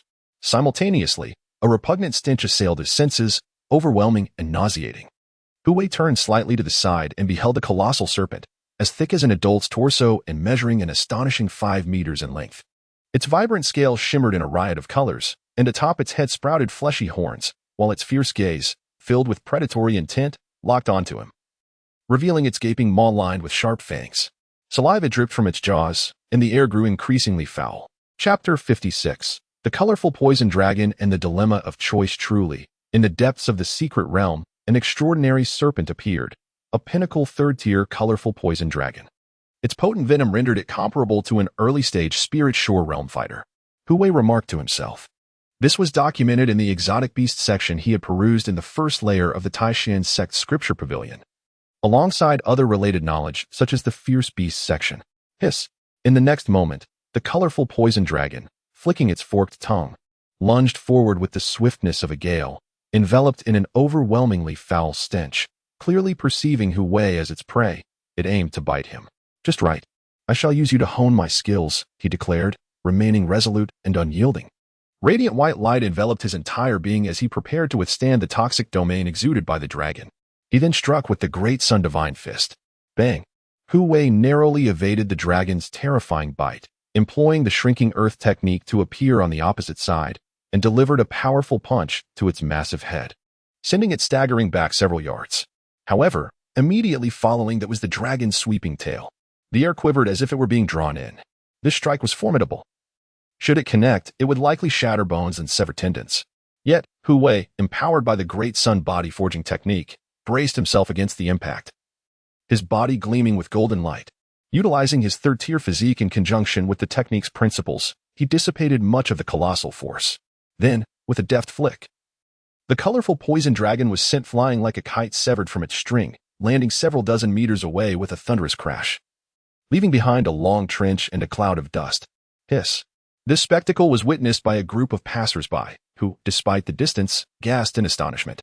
The elder leading the group displayed a glint of admiration in his eyes. What formidable combat prowess! That must be a disciple of the Tai Xuan Sect, and seemingly a pill master as well, who could overpower a colorful poison dragon despite being at the pinnacle of the spirit bridge realm.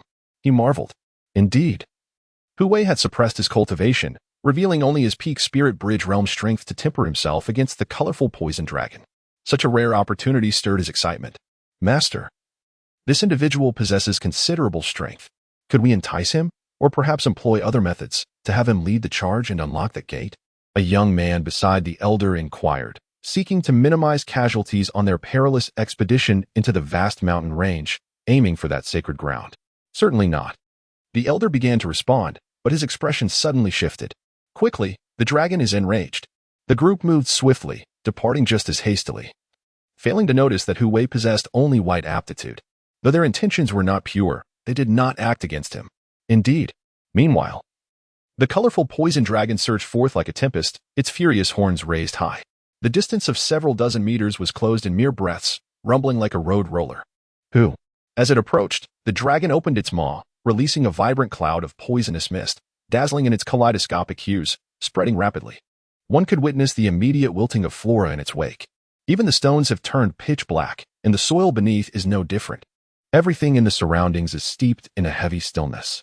Yet this is not all. Its fleshly horns radiate a luminous glow, brewing slightly before unleashing a terrifying beam of light, slicing through the air like a sharp sword, aimed at Hu Wei, ensnared by the colorful toxic mist. One could say that the venomous dragon has exhausted all its means, driven solely by rage and the desire to slay its enemy. However, just as it felt victory was within its grasp, a figure slowly emerged from the vibrant miasma, startling the dragon into a state of human-like astonishment. Hu Wei appeared unscathed. Enveloped in a protective aura of shimmering platinum and white, his dark hair cascading freely, his demeanor calm and unflustered. The injury he had sustained earlier had long since healed. Although his protective barrier was being corroded by the toxic fumes, emitting hissing sounds, he remained indifferent, undeterred. "It's time to conclude this. Thank you for the practice," he said coolly, and with that, his figure vanished. In that moment, the colorful poison dragon felt an overwhelming sense of crisis surge from within. Horrified to find it could not see its adversary. Just as it turned to flee, it was met with a flurry of sword light, and soon after, the dragon met its untimely demise, its form disintegrating, blood and venom splattering across the ground, alongside the remnants of its 5-meter-long body. Although somewhat flamboyant, it was indeed impressive. Hu Wei landed gracefully, having executed the third form of the Xiantian sword technique, Xiantian sword rain, though he had slightly modified it, transforming himself into the sword, using his entire being as a vessel to unleash a torrent of sword energy in a non-discriminatory attack. Alas, if it weren't for the pervasive toxins, he would have relished a hearty meal. With that thought, he no longer lingered, but turned his gaze toward a particular direction. Sensing that someone had been watching him, he decided to follow, venturing into the depths of the Kangmang Mountains, undoubtedly with undisclosed intentions, likely in pursuit of celestial treasures. Without a second thought, Hu Wei made up his mind. To hell with it, he would chase after them. Suppressing his own aura, he employed the inch-step technique, swiftly pursuing the direction he had sensed. Perhaps due to the treacherous depths of the Kangmang Mountains, the earlier observers moved cautiously, revealing their extreme care. Thus, it was not difficult for him to catch up. Before long, Hu Wei spotted a group in the distance. Upon discerning their attire, he surmised they were from the Xiang Cave Heaven, with an elder at the forefront. He noted that the elder was at the late stage of the spiritual shore realm, accompanied by 1 in the spiritual bridge realm and 4 at the pinnacle of the spiritual spring realm. A grin spread across his face. The celestial treasures were surely within reach. With this group leading the way, they deliberately circumvented the territories of ferocious beasts, encountering little danger. Hu Wei observed that the elder seemed quite familiar with the terrain of the mountain's depths, navigating with ease, which astonished him. It appeared the elder had entered this secret realm more than once and had meticulously prepared, perhaps even creating a map based on the paths traversed. What grand scheme was afoot? He pondered, narrowing his eyes. However, it was not long before Hu Wei realized he had gravely misjudged the situation. The inhabitants of Xiang Cave Heaven passed by a grove of extraordinary spiritual trees, laden with fiery red fruits, without pausing. A sharp intake of breath escaped him. Could it be that he deemed the 4th tier, 8th grade fire spirit fruit forest unworthy? Despite the fact that this grove was guarded by formidable creatures of the fire element, such as the 4th tier crimson flame tiger and the firebull, and even a quasi-5th tier savage beast presiding over it, opportunities were not entirely absent. Hu Wei's mouth watered at the sight. For the fire spirit fruit would greatly aid his body refinement, rich as it was in potent fire elemental energy, perfectly suited to the Great Sun body forging technique. Should he dare to sample a couple? He hesitated. The fire spirit fruit was a rare treasure, yet the intentions of that group remained unclear. Without following them, he would be left in ignorance of their schemes, leaving him in a quandary. Just as he grappled with his indecision, a hand rested upon Hu Wei's shoulder. Chapter 57. The tomb of the azure deity, come at me with your full strength. A sudden voice startled Hu Wei, prompting him to instinctively deliver a powerful punch behind him. Yet, to his surprise, it was effortlessly caught by the other party, whose strength matched his own. Turning around to retaliate, he was momentarily taken aback upon recognizing Qin Xuan. Oh, you two are at the 3rd level of body refinement? Their relationship was peculiar, neither overly familiar nor entirely estranged. Strictly speaking, they had aided one another in the past. One had saved the other's life while the other had concealed certain truths. In the next instant, Hu Wei's exceptional insight was triggered. Using the grip of Qin Xuan as a conduit, he sought to discern the essence of this enigmatic figure, who was a reincarnated cultivator. However, to his astonishment, he found nothing but an overwhelming radiance in his vision. This left Hu Wei momentarily bewildered. It was the first time his supreme insight had faltered. It seemed that this was not a failure of ability, but rather a reflection of Qin Xuan's uniqueness, his reincarnation and cultivation shrouded in mystery, even to the extent of severing his own self, rendering him inscrutable. What expression is that? Qin Xuan inquired, frowning. Hu Wei, slightly taken aback, replied, I'm merely observing how long you intend to hold my hand. You do realize that such physical contact between men is rather unconventional. At this remark, Qin Xuan immediately recoiled with a look of distaste, withdrawing his hand along with the one resting on Hu Wei's shoulder. Hu Wei shrugged, choosing not to question the awkwardness of the situation, and instead asked, "Why were you being pursued by the Black Wind Demon Wolf the other day? That shouldn't have happened, given Qin Chuan's strength and the golden legend of his potential. Slaying a Black Wind Demon Wolf comparable to the pinnacle of the Spirit Bridge realm should have been a trivial task." Qin Chuan glanced at him and succinctly explained, "I killed the mother wolf and a pup to extract their essence. Little did I know, the male Black Wind Demon Wolf returned just when I was nearly exhausted." In truth, he had ventured into the ghosting mountain range for training, encountering a mother and her pup. The mother had regarded him as prey, intending to present him to her young one as a meal, which led to the ensuing chaos. However, such details were unnecessary to elaborate upon. Hu Wei, content with a general understanding, nodded in acknowledgement. "Are you tracking the group that passed by recently?" Qin Chuan shifted the conversation. "Indeed, their movements are suspicious. They passed through this fire spirit fruit forest as if it were invisible, which is clearly abnormal." Hu Wei articulated his concerns. He had anticipated that Qin Chuan would inquire further, but instead, he stated, "Do not follow them. That group is searching for the fabled entrance to the ancient god, the tomb of the azure deity. It is a mere delusion." He added, "Earlier, a batch of disciples from the Spirit Ruins sect had a similar quest, but they met their demise at my hands." Hu Wei was left speechless. Yet, he gleaned some understanding of the situation, yet another pursuit prompted by the legend of the azure deity.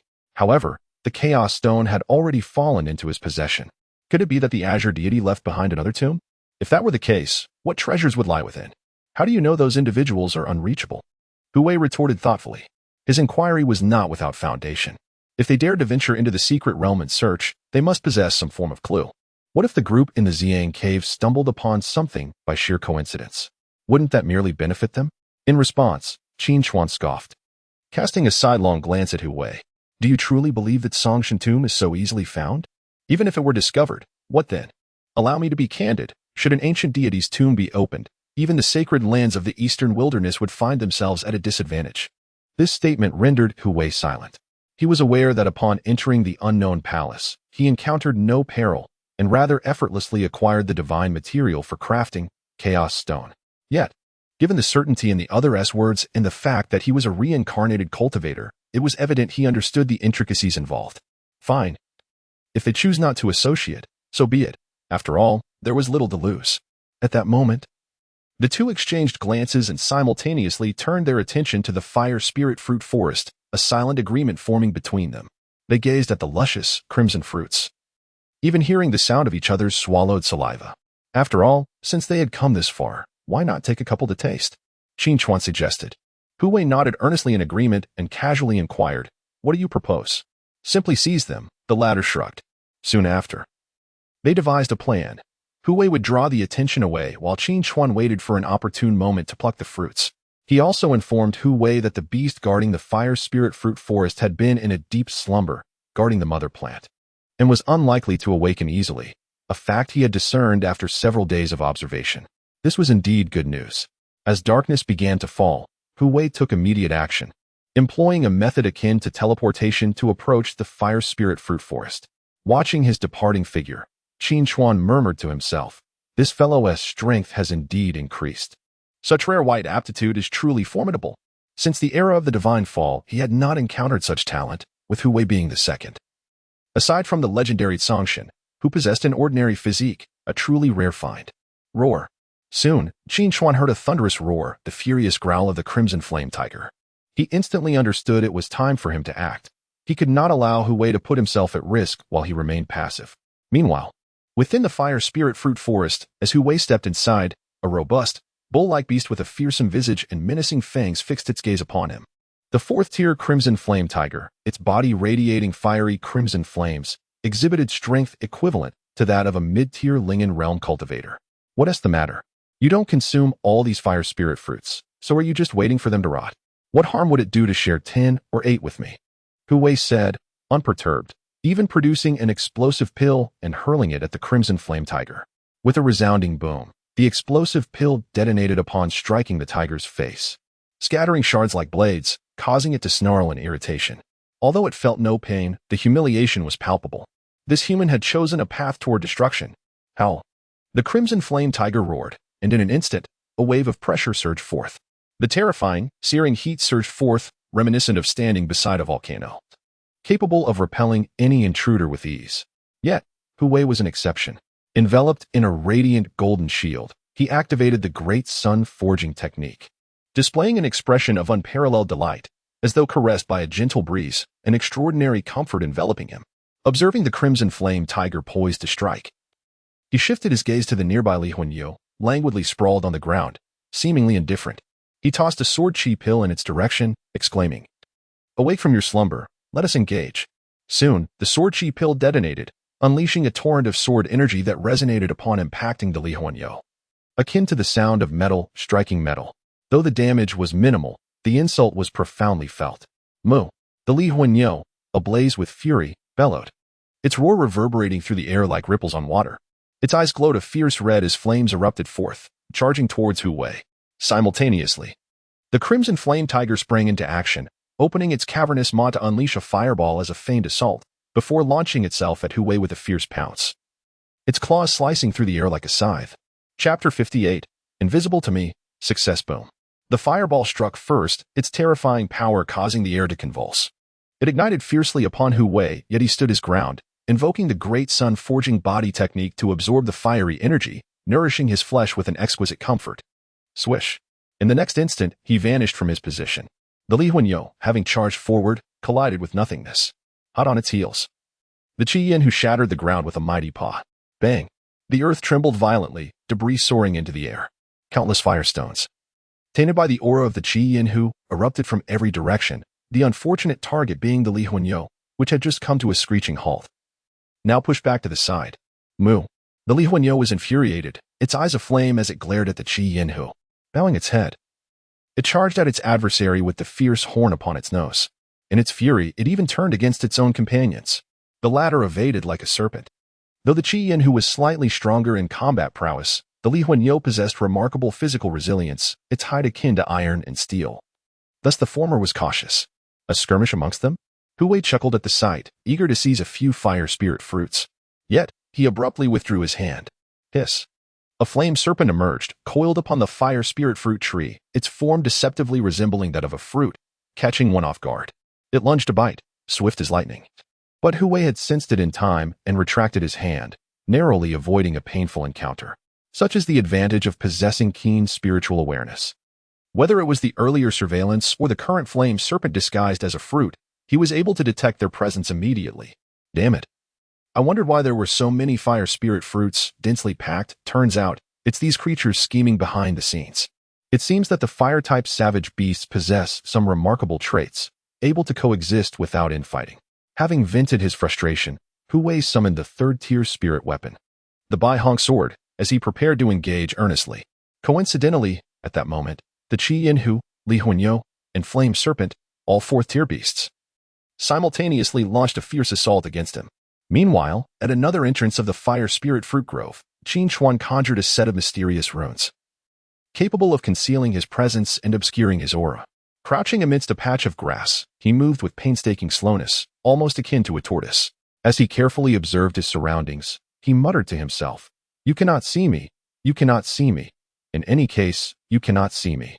Miraculously, this incantation proved effective. Qin Xuan successfully transformed into a half-human height mass of miscellaneous spirit grass, blending into the territory of the crimson fire-type savage beasts. Initially, everything went smoothly. He caught sight of Hu Wei, besieged by the Qi Yin Hu, Li Huanyo, and Flame Serpent, facing perilous circumstances. The ground quaked continuously, fire energy surging forth, leaving the earth riddled with wounds. In truth, had it not been for Hu Wei's formidable strength and resourcefulness, employing the Bai Hong sword to execute the Great Sun Sword technique, while simultaneously leveraging the Qing Mu seal to assist in thwarting the enemies, he might very well have met his end in this tumultuous place. Qin Xuan had already plucked 4 fire spirit fruits, skillfully and without a trace. Just as his hand reached for the 5th fruit, his expression shifted subtly, for it felt distinctly alive, pulsating with a heartbeat. In the next moment, the fruit in his grasp began to struggle. What the hell? A flame serpent? Qin Xuan realized that the fruit was sprouting scales. As he had inadvertently tightened his grip on the serpent's head, the temperature surged, becoming unbearably hot. Understanding the dire situation, he promptly hurled the strange serpent away. In the blink of an eye, the flame serpents on the fire spirit tree awakened, numbering over a dozen, and they shot towards Qin Chuan with astonishing speed. However, he was exceedingly agile. Discarding his pretense, he sprang into the air, disappearing from sight in mere steps, leaving the serpents to strike at nothing but empty air. Hu Wei, I've secured the prize. If you can escape, we shall meet at our usual spot. Qin Chuan's voice echoed from outside the grove of fire spirit fruits. Hearing this, Hu Wei, momentarily taken aback, abandoned the fight and utilized his skillful footwork to dart left and right, evading capture. After a tremendous effort, he managed to escape the grove, albeit pursued for 2 miles. Ultimately, he succeeded. Shortly thereafter, he reunited with Qin Chuan atop a hill, and upon their meeting, they erupted into hearty laughter. Although Hu Wei bore some injuries, they were not severe. Observing this, Qin Chuan handed him 3 fire spirit fruits, stating, "Here, you've exerted yourself the most. This is your reward." There was another reason, too. He discerned that Hu Wei's body refinement technique seemed to relate to fire. Thus he granted him an extra fruit. Hu Wei, not one to be coy, accepted the fruits and remarked, "Let us test their efficacy first. If they prove beneficial, we shall continue tomorrow." This was his rationale for not employing his extraordinary abilities. After all, it allowed him to experience life and death trials, accumulate combat experience, and acquire fire spirit fruits to refine his physique, a true twofold gain. Ha ha, delightful. Qin Chuan laughed heartily in agreement. Subsequently, the two sought a location to refine the fire spirit fruits, but not before setting up some defenses. For instance, Hu Wei established a barrier formation, and Qin Chuan followed suit. As night fell, the depths of the Tsongmeng mountain range were anything but tranquil. Gigantic beasts occasionally made their presence known. Among them was a colossal ape, towering 20 zhong, entirely hairless yet adorned with scales, its eyes emitting an eerie glow in the darkness. Each step sending tremors through the earth. Hiss, a scaled demon ape. Hu Wei gasped, poised to consume a fire spirit fruit. Fortunately, the barrier formation shielded them from any disturbances as the creature merely passed by, yet its presence signaled something ominous. Soon after, golden lightning streaked across the sky, heralding another formidable demon rushing past. Its speed was so great that Hu Wei could barely discern its form, but he sensed its overwhelming aura beyond the spirit realm. Even Qin Chuan felt a chill run down his spine, instinctively shrinking his neck as if wishing to bury himself in the earth. Fortunately, they remained undiscovered. Otherwise, even a reincarnated cultivator would find themselves powerless, as they were far from regaining their vitality. Should the two parties encounter one another, it would likely end in despair. How peculiar it is that these formidable demons have all appeared simultaneously, seemingly in search of something. Could it be the tomb of the ancients? Qin Chuan furrowed his brow, murmuring in confusion. Unbeknownst to them, at this very moment, the earlier group from Xiang Cave Heaven had ventured deep into the vast mountain range under the cover of night, arriving at a natural gorge. "Master, the map indicates that the location is approximately within this gorge. However, we must explore further to ascertain the exact details," a young man remarked. He held a weathered piece of animal hide parchment in his hands, his brow furrowed as he scrutinized the marked route above, which had already indicated the destination. An elder from Xiang Cave Heaven approached, his expression grim as he gazed into the seemingly endless gorge. "Are you certain this is indeed the map of the Tomb of the Ancients?" he inquired. The young man nodded with conviction. "There is no mistake. My junior brother's surname is Tsong, and he possesses the lowest white aptitude. I employed the soul-searching technique to extract his soul, and after much effort, I acquired this piece of parchment. Though incomplete, it is sufficient." The elder sighed. "Then let us instruct everyone to search the area." Chapter 59. The fourth level of body refinement. Temporary alliance. The fire spirit fruit, dripping with vibrant red, resembled a large apple, akin to a red agate. It was a lustrous crimson, and upon closer inspection, one could discern a blood-red energy flowing gently within, reminiscent of flames yet more akin to molten lava. Crunch. Hu Wei took a bite. It was tender and juicy, dissolving in his mouth, the fruit's flesh transforming into an intensely heated power that surged into his body, igniting a fiery sensation within. Hiss. Delightful. He felt invigorated, savoring the moment. Soon, 3 fire spirit fruits had vanished into Hu Wei's stomach, and the Great Sun body forging technique was already in motion, causing his entire being to glow with a brilliant red hue. Unbeknownst to him, a night had passed.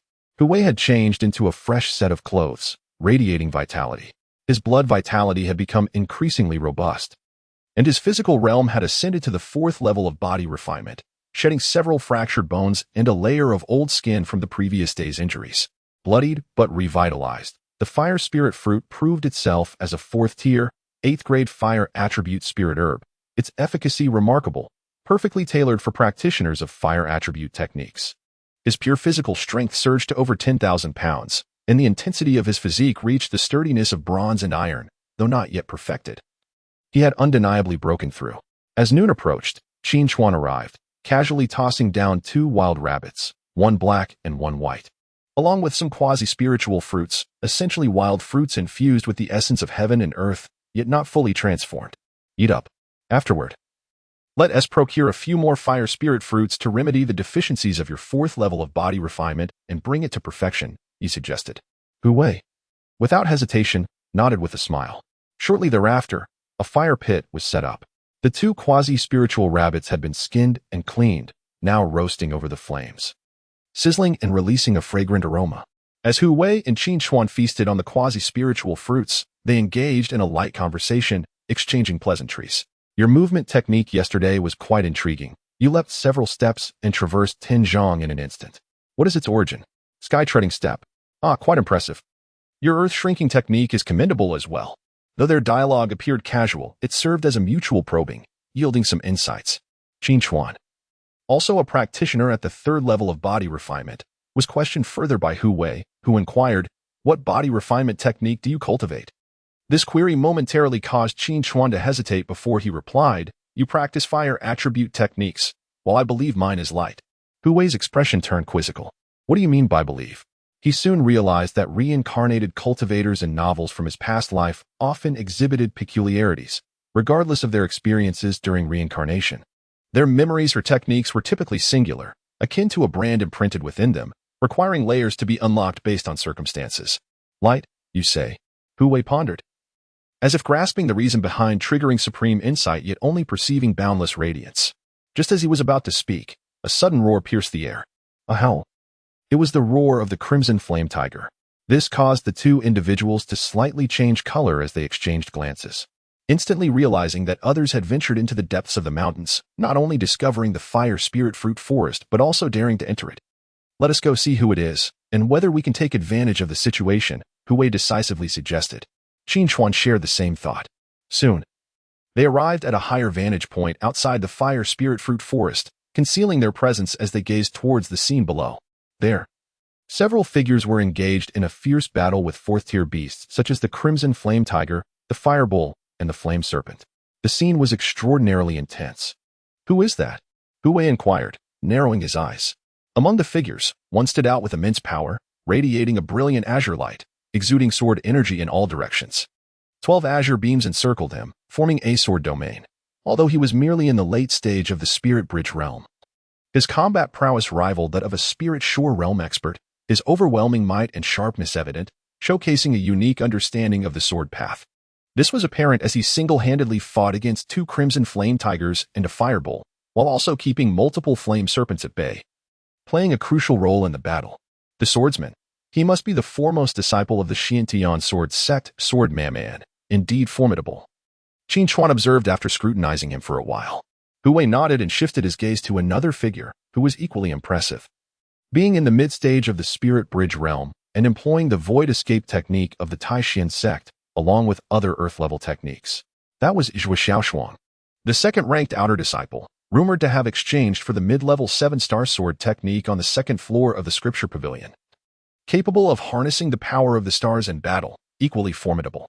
Before Hu Wei could inquire further, Tai Xuan promptly elucidated, as they were fellow disciples, and he was more familiar with the details. In fact, during the peak of the Spirit Spring realm, they had fought against each other, with Tai Xuan defeating Zhuo Xiaoshuang in a single move. The other 2 were presumably the top outer disciples of the Lingshu sect and the Xiang cave. But the specifics eluded him. Upon hearing this, Hu Wei remarked nonchalantly, "So they have temporarily allied. How intriguing." At this point, he and Tai Xuan exchanged knowing looks, both bursting into a chuckle, clearly sharing the same thoughts. "Let us each employ our methods and see who can collect more fire spirit fruits, shall we?" the latter suggested. Agreed. Hu Wei replied enthusiastically. Although it was not a wager and lacked stakes, it nonetheless invigorated him, adding a touch of excitement to the endeavor. Subsequently, The two parted ways, quietly making their way towards the fire spirit fruit forest. Meanwhile, on the crimson battlefield, the lone sword madman was nearing his limit, shouting loudly.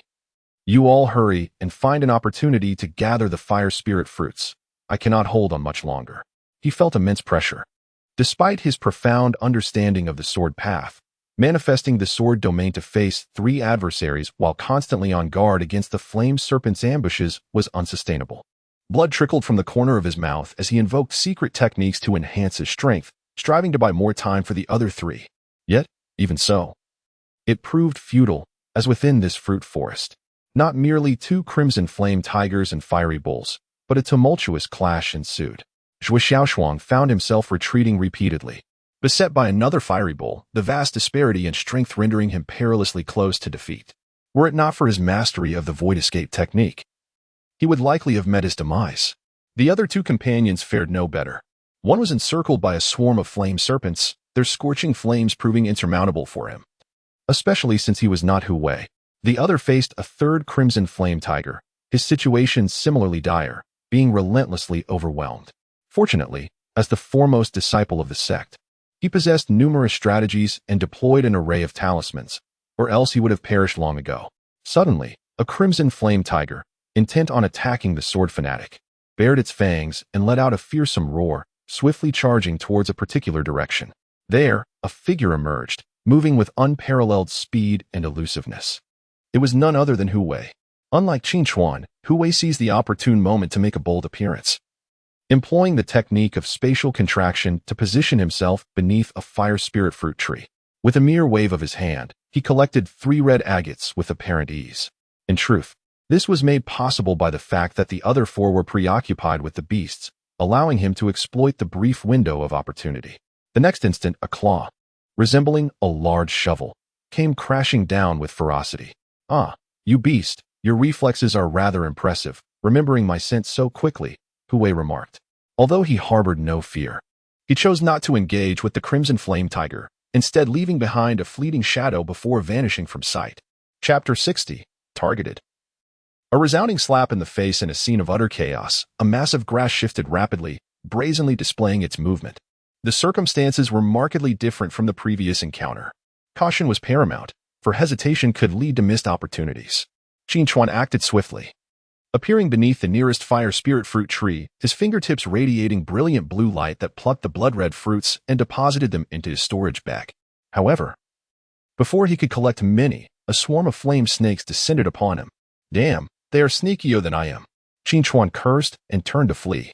As he activated his sky-treading step, he darted away, moving with the seamless grace of teleportation. Witnessing this scene, Jian Qi and the others nearly spat blood in frustration. They never anticipated that, despite their life-risking efforts, they would not only fail to obtain the fire spirit fruits, but also be outmaneuvered and chicken-hunted by others. Were it not for the dire circumstances they found themselves in, who could bear this indignation? Of course, every advantage comes with its drawbacks. With Hu Wei and Qin Chuan making their entrance, the pressure on the group significantly eased, particularly for Jian Qi, who had been besieged by 3 4th-tier beastly foes. The moment Hu Wei appeared, one of the crimson flame tigers was immediately eliminated.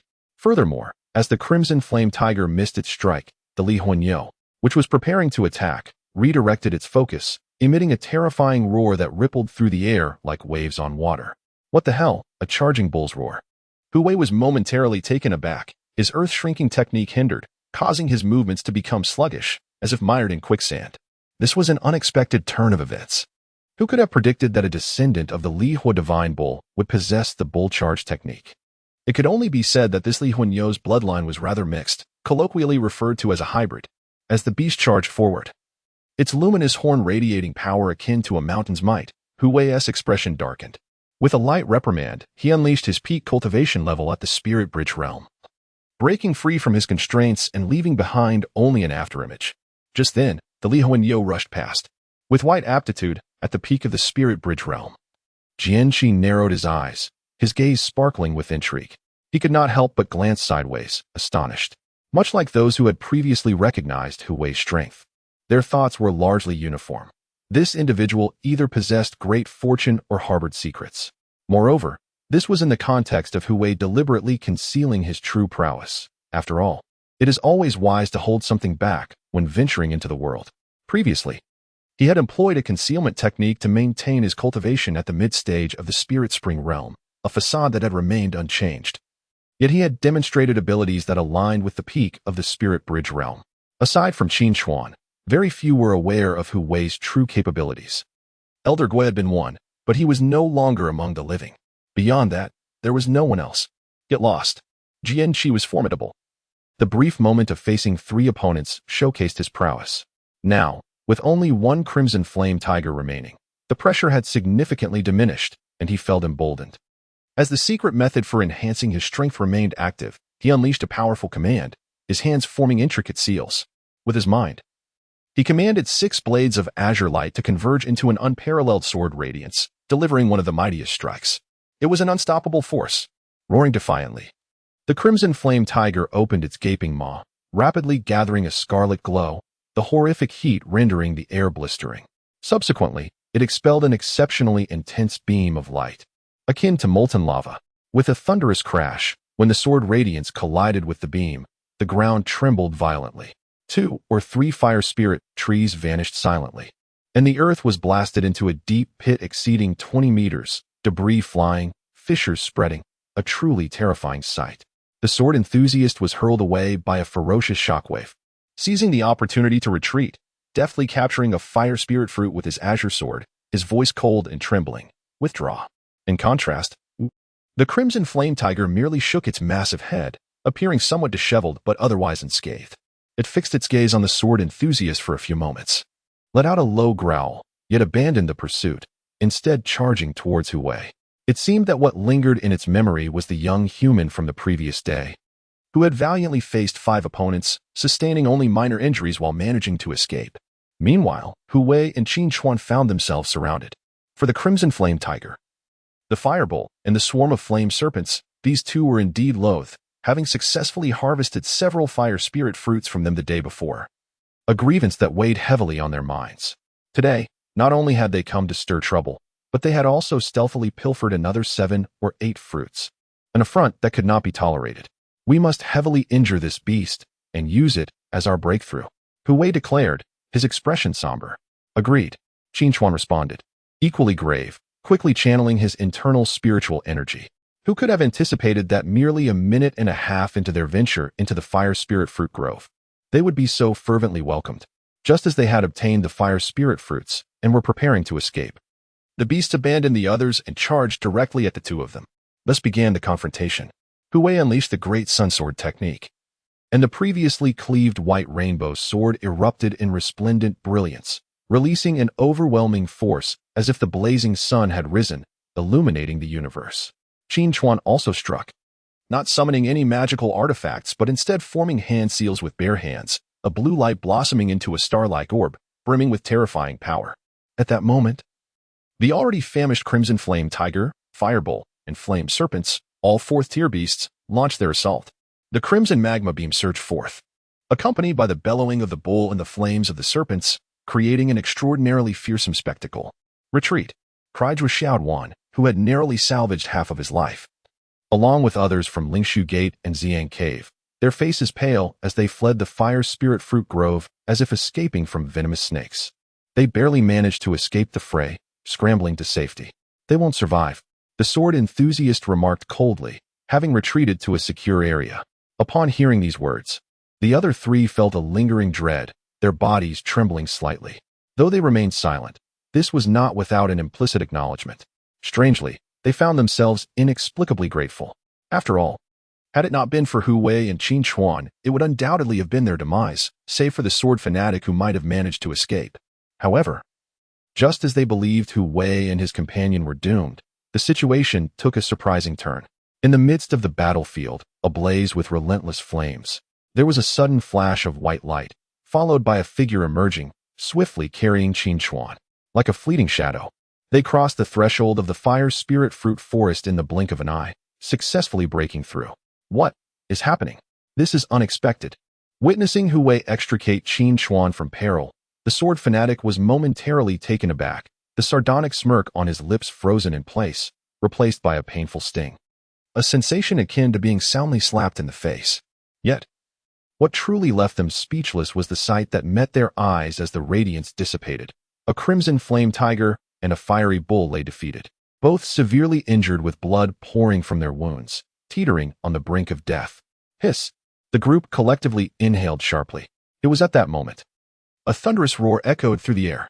Chapter 61. The two-headed fire rhinoceros. Is such bravery necessary? Roar. A mere growl reverberated through the earth, causing tremors beneath. Soon, alarming fissures emerged and spread rapidly from the depths of the fire spirit fruit forest, accompanied by searing flames erupting through the cracks like molten lava. Simultaneously, a terrifying aura of chaos radiated forth, akin to tumultuous waves that chilled the heart. This scene was utterly dreadful. Not only did the sword enthusiasts turn pale, but even Hu Wei and Qin Xuan, who had just escaped the fire spirit fruit forest, felt a prickling unease at the back of their necks. Run! The ferocious beast lurking beneath the earth had been stirred. The shout of two-headed fire rhinoceros echoed amidst the chaos. Almost everyone fled in terror, reminiscent of the 8 immortals crossing the sea, each demonstrating their unique talents. Of course, they were not immortals, yet, in the eyes of mere mortals, they bore no difference from divine beings. However, at that moment, the immortals were in full retreat. There was no choice. With the emergence of the quasi-fifth-tier two-headed fire rhinoceros, none present could contend with it except for those of the divine palace realm. After all, the earlier encounters with the red flame tiger and the fire bull had nearly claimed their lives. Boom! The two-headed fire rhinoceros burst forth from the ground, flames surging like a river, resembling a volcanic eruption, as tangible streams of lava flowed rapidly through the fissures in the earth. In mere moments, the fire spirit fruit forest transformed into a sea of flames, an astonishing sight to behold. How intolerable! The two-headed fire rhinoceros, capable of human speech, let out a voice like thunder, deep and hoarse. Infuriated by the injuries inflicted upon its subordinates by the human race while guarding its territory, it roared in rage. This was a disgrace. You shall all perish. It sprang into action, soaring into the air, its hooves pounding against the void, causing the very atmosphere to tremble. Its two horned heads bore a terrifying visage, glaring in various directions, exuding an aura of murderous intent. Its targets were naturally Hu Wei and the sword enthusiast, along with Qin Xuan, as it sensed their extraordinary prowess among the group. As the two-headed fire rhinoceros advanced, the fire bull and the red flame tiger followed suit, leaving only the two injured beasts and a few flame serpents to guard their territory. They roared, their eyes ablaze with fury, relentlessly pursuing Zhuo Xiaoduan and her companions, displaying an insatiable thirst for vengeance. In the low skies, one of the heads of the two-headed fire rhinoceros unleashed a torrent of magma-like flames, a crimson pillar as thick as a utility pole, striking terror as it surged towards the sword enthusiast. The visual spectacle was utterly terrifying. Boom! It was evident that wherever the crimson pillar passed, mountains and forests were annihilated, and the ground trembled. No obstacle could withstand it. In mere moments, everything vanished, swept away by the overwhelming might of the two-headed fire rhinoceros. Thud! Cough! The sword enthusiast was thrown back by a violent shockwave. At this juncture, the method he employed to enhance his strength had begun to take its toll, compounding his injuries. He coughed up blood, feeling as if his entire body had disintegrated, his head spinning with a dull ache. No, I cannot perish. He strained his body, riding the rainbow in a desperate bid for survival, skimming just above the ground to evade various obstacles. Suddenly, a terrifying roar echoed from the other side. It was the two-headed fire rhinoceros, employing the same devastating technique to obliterate Hu Wei. As the earth trembled and mountains shook, the billowing smoke gradually dissipated. The sword enthusiast, with a bitter smile, inexplicably felt a sense of equilibrium within, for they were not the only ones being hunted. Many shared in this dire predicament. Meanwhile, Hu Wei and Qin Xuan emerged from the swirling smoke, their faces smeared with dirt, both holding back a surge of frustration, for the situation was undeniably dire. Who could have anticipated the emergence of a quasi-fifth-tier two-headed fire rhinoceros? Its overwhelming aura was terrifying, an oppressive force akin to a mountain looming over their hearts. Such a commotion surely did not escape the notice of the elders residing in the central region. Qin Xuan speculated they would soon arrive. This was not an unlikely scenario. After all, those daring enough to venture deep into the Songmeng Mountains were the elite disciples of several major sections. Now that they had stirred up trouble, the elders, and even their masters, would undoubtedly risk themselves to rush to the rescue of their future seeds. This was no longer merely a matter of saving lives. It was fundamentally linked to the development of their respective sections. By the time they arrived, it would be too late. Hui merely smiled coldly at this thought. In such precarious circumstances, rather than awaiting rescue from others and entrusting their lives to fate, it would be wiser to devise a solution themselves. Tai Xuan fell into silence. Although this reasoning was sound, what could they possibly do? As this thought crossed his mind, a spark of inspiration flashed in his mind. And he instinctively glanced at Hui, only to find him already gazing back. You intend to? Indeed. If they could lure that beast into the territory of a more formidable creature, such as the great demon-scaled ape they had seen the previous night, it would either flee or meet a grim fate. Although fraught with peril, they resolved to act. Tai Xuan slammed his palm down in determination. Yet, this was merely the first step. Hui ascended into the air, his presence radiating an aura of power. His mastery at the pinnacle of the spiritual bridge realm on full display. He hurled the nearly depleted white rainbow sword, transforming it into a sword light that shone like the sun. To hell with it. He cursed vehemently and turned to flee. The sword enthusiast stood in stunned silence, astonished by such audacity. The next moment, a resounding clang rang out as the two-headed fire rhinoceros did not flinch, receiving the blow head-on, emitting a sound akin to vibrating metal. Unscathed, the creature rendered the sword light, along with the third-tier spiritual weapon, into mere fragments. Die for me. Though this strike was insignificant, it incited the two-headed fire rhinoceros to a furious roar, its rage shaking the very air. In response to the provocation from a lowly human, it was as if adding fuel to the fire. Its two menacing heads fixed their gaze upon Hui, unleashing a beam of crimson light. Hui, below. Tai Xuan swiftly sidestepped to avoid the attack. Yet, within his line of sight, Hui was enveloped by one of the crimson beams. Seemingly unable to escape even with the technique of spatial contraction, a column of magma-like light descended upon a grand mountain, instantly melting the rocks upon impact. Becoming a part of the searing flames, its power terrifying. To provoke this sovereign, death awaits. The two-headed fire rhinoceros spoke haughtily, then turned its gaze towards Tai Xuan, as if he were the next target to perish. It is your turn, however. Before the word turn could fully escape its lips, Hui's voice rang out. How delightful. Truly. As expected of a quasi-fifth-tier savage beast, your fire bath is indeed extraordinary. It brings me immense comfort. Tai Xuan turned to follow the sound, witnessing a fiery entity detach from the crimson column, racing deeper into the mountain range. Within the flames, he could faintly discern a figure, Hui, indulging in the fire bath. What a clever lad! Sneakingly harnessing the power of the anomaly to resolve the crisis, while simultaneously utilizing the dual-headed fire rhinoceros's crimson flames to fortify his physical body at the fourth level, compensating for its deficiencies. Tai Xuan murmured to himself, feeling reassured. So it is you. The two-headed fire rhinoceros remarked coldly upon realizing this. It had awakened from slumber due to sensing a formidable, peculiar force deep within the fire spirit fruit forest. Yet it had not anticipated that Hui was the source. Contemplating this, its voice turned icier. Like millennia-old frost, a genius of the human race, then you shall not be spared. Chapter 62, treacherous as a fly, ha, just based on you. Above the vast wilderness, a crimson figure erupted into wild laughter, exuding disdain with a bare torso and a mocking expression. Were it not for the power of the anomaly being unable to completely eliminate the two-headed fire rhinoceros, he would not have indulged in such a relentless pursuit. Very well. I shall observe what prowess this so-called human genius possesses. The latter, infuriated yet laughing, let out a shrill voice that reverberated throughout the area, leaving a lingering buzz in the ears and a chill in the heart. However, it soon realized that the opponent was not engaging directly but rather fleeing deeper into the mountains. This incited the two-headed fire rhinoceros's fury as it felt ridiculed. With a furious roar, it gave chase, unleashing waves of scorching flames from its ghastly heads, leaving the mountains and earth marred and trembling. Having achieved its objective, the fleeing entity naturally exerted itself to escape, employing a technique that allowed it to traverse great distances swiftly. Even if struck, it mattered little, for the power of the anomaly could mitigate the force of the crimson light, absorbing the residual energy to refine its physique. The intention behind provoking the opponent was to incite a loss of reason, ensuring that it would gradually fall into its own trap. Meanwhile, the elders of various sects were indeed alarmed by the commotion. Upon hearing the disturbance, their expressions changed drastically as they hastened towards the depths of the Kangmang Mountains. For instance, elderly of the Lingshu sect, having discreetly marked the outer sect's foremost disciple, could sense their location within a certain range. Unfortunately, he was still too late. Upon arriving at a grove, he found that a disciple skilled in casting talismans was being gored by a fireball, blood pouring from the wound. Even if he survived, he would be rendered useless. I shall slay this beast. This scene ignited a fiery rage within Elderly, who immediately retaliated.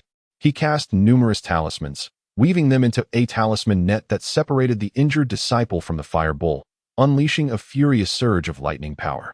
In contrast to Lingshu sect, the disciples of the Xiang cave had better fortune, for their sect specialized in the Xiang body refining art. Known for harnessing the essence of the purple qi to enhance the body, shrouded in mystery. Coincidentally, the foremost disciple of the outer sect had achieved a minor success, reaching the pinnacle of the 3rd level in physical prowess. Even though he was pursued by a fiery tiger and struck with such force that his body cracked like porcelain. Spewing blood, he managed to endure until the elder of his sect arrived, a timely intervention. Beast, I shall obliterate your very essence. A fierce battle erupted between the man and the tiger. As for the Tai Xuan Sect, the elder found only the gravely injured Zhuo Shaoxing, who had nearly been trampled into a pulp by the fireball. After rescuing him, they did not linger to confront the 4th-tier aberration but swiftly departed. This is dire. And there is still Qin Xuan. Where shall I search for him? He furrowed his brow, having failed to sense the other's location. Upon reflection, the elder's already dismal mood worsened, prompting him to exclaim, where on earth has that old ghost Guo vanished to? Among the numerous sects.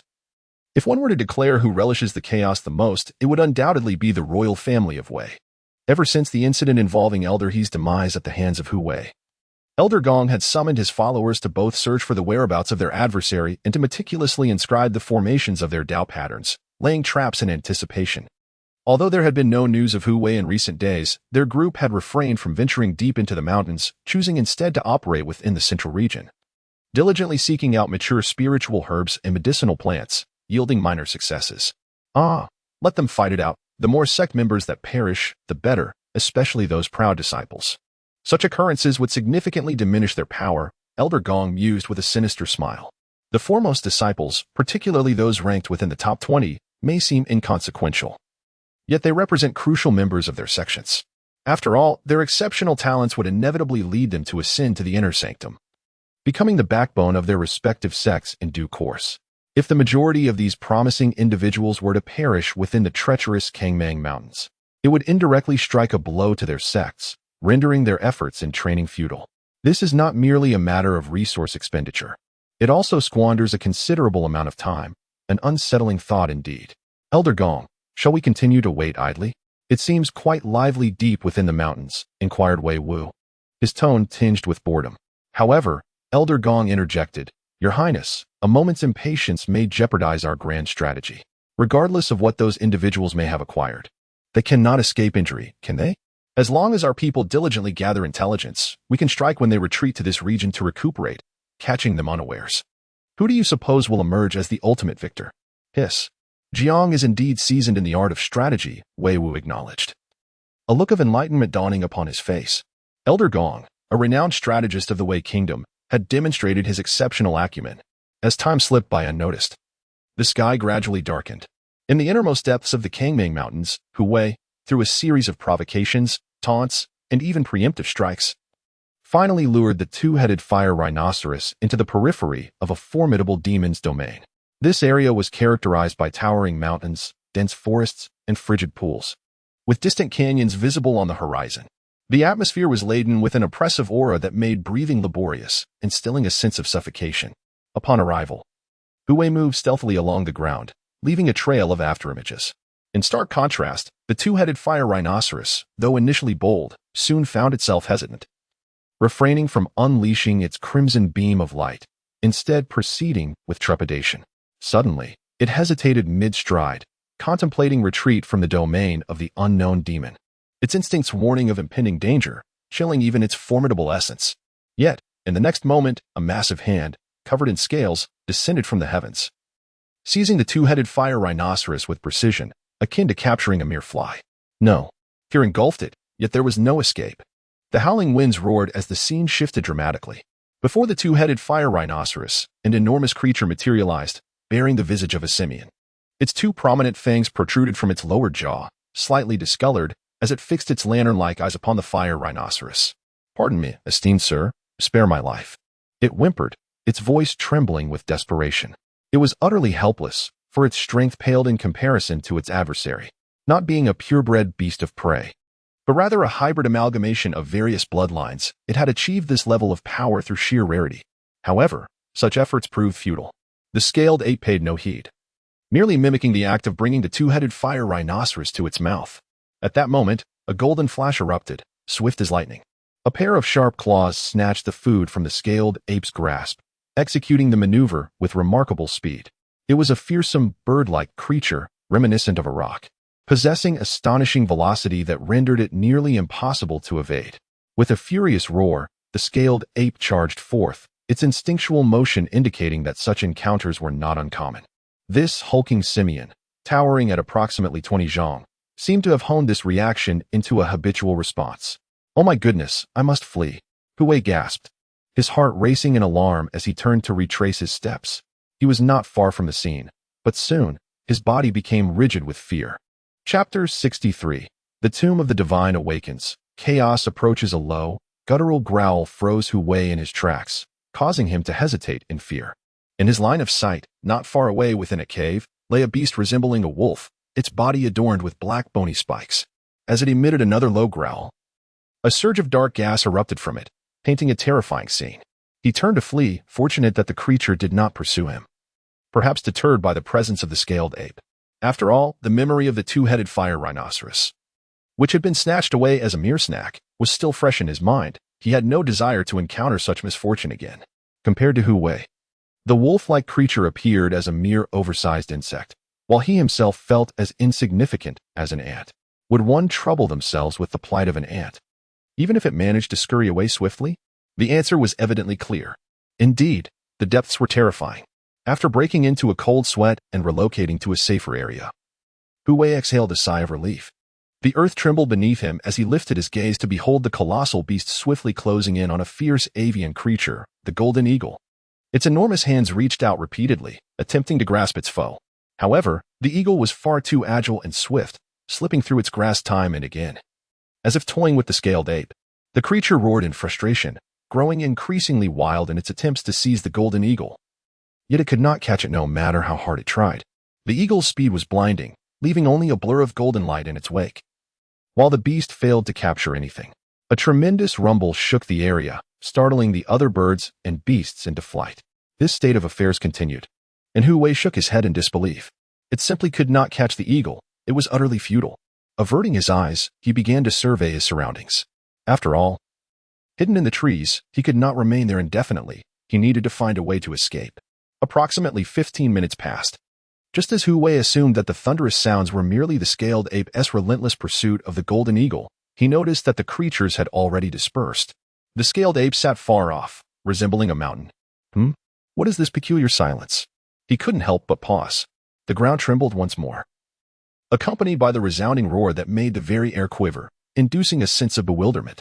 The source seemed to originate from the direction of the Great Canyon, and Hu Wei deduced as much. In truth, within the canyon, after nearly a day and a night of searching, the group from Xiang Cave had finally located the resting place of the divine tomb. Perhaps due to the endless passage of time, the entrance to the grand tomb was concealed within a dark river winding through the canyon. They ventured inside and beheld an immense, ancient tomb gate, breathtaking in its grandeur and steeped in the passage of time. Above it were intricately carved images of the sun, moon, stars, flowers, birds, fish, and even ancient ancestors. "Hurry, hurry, bring the blood of that young man with the surnamed Song," urged the elder of Xiang Cave, trembling with excitement, nearly leaping with joy.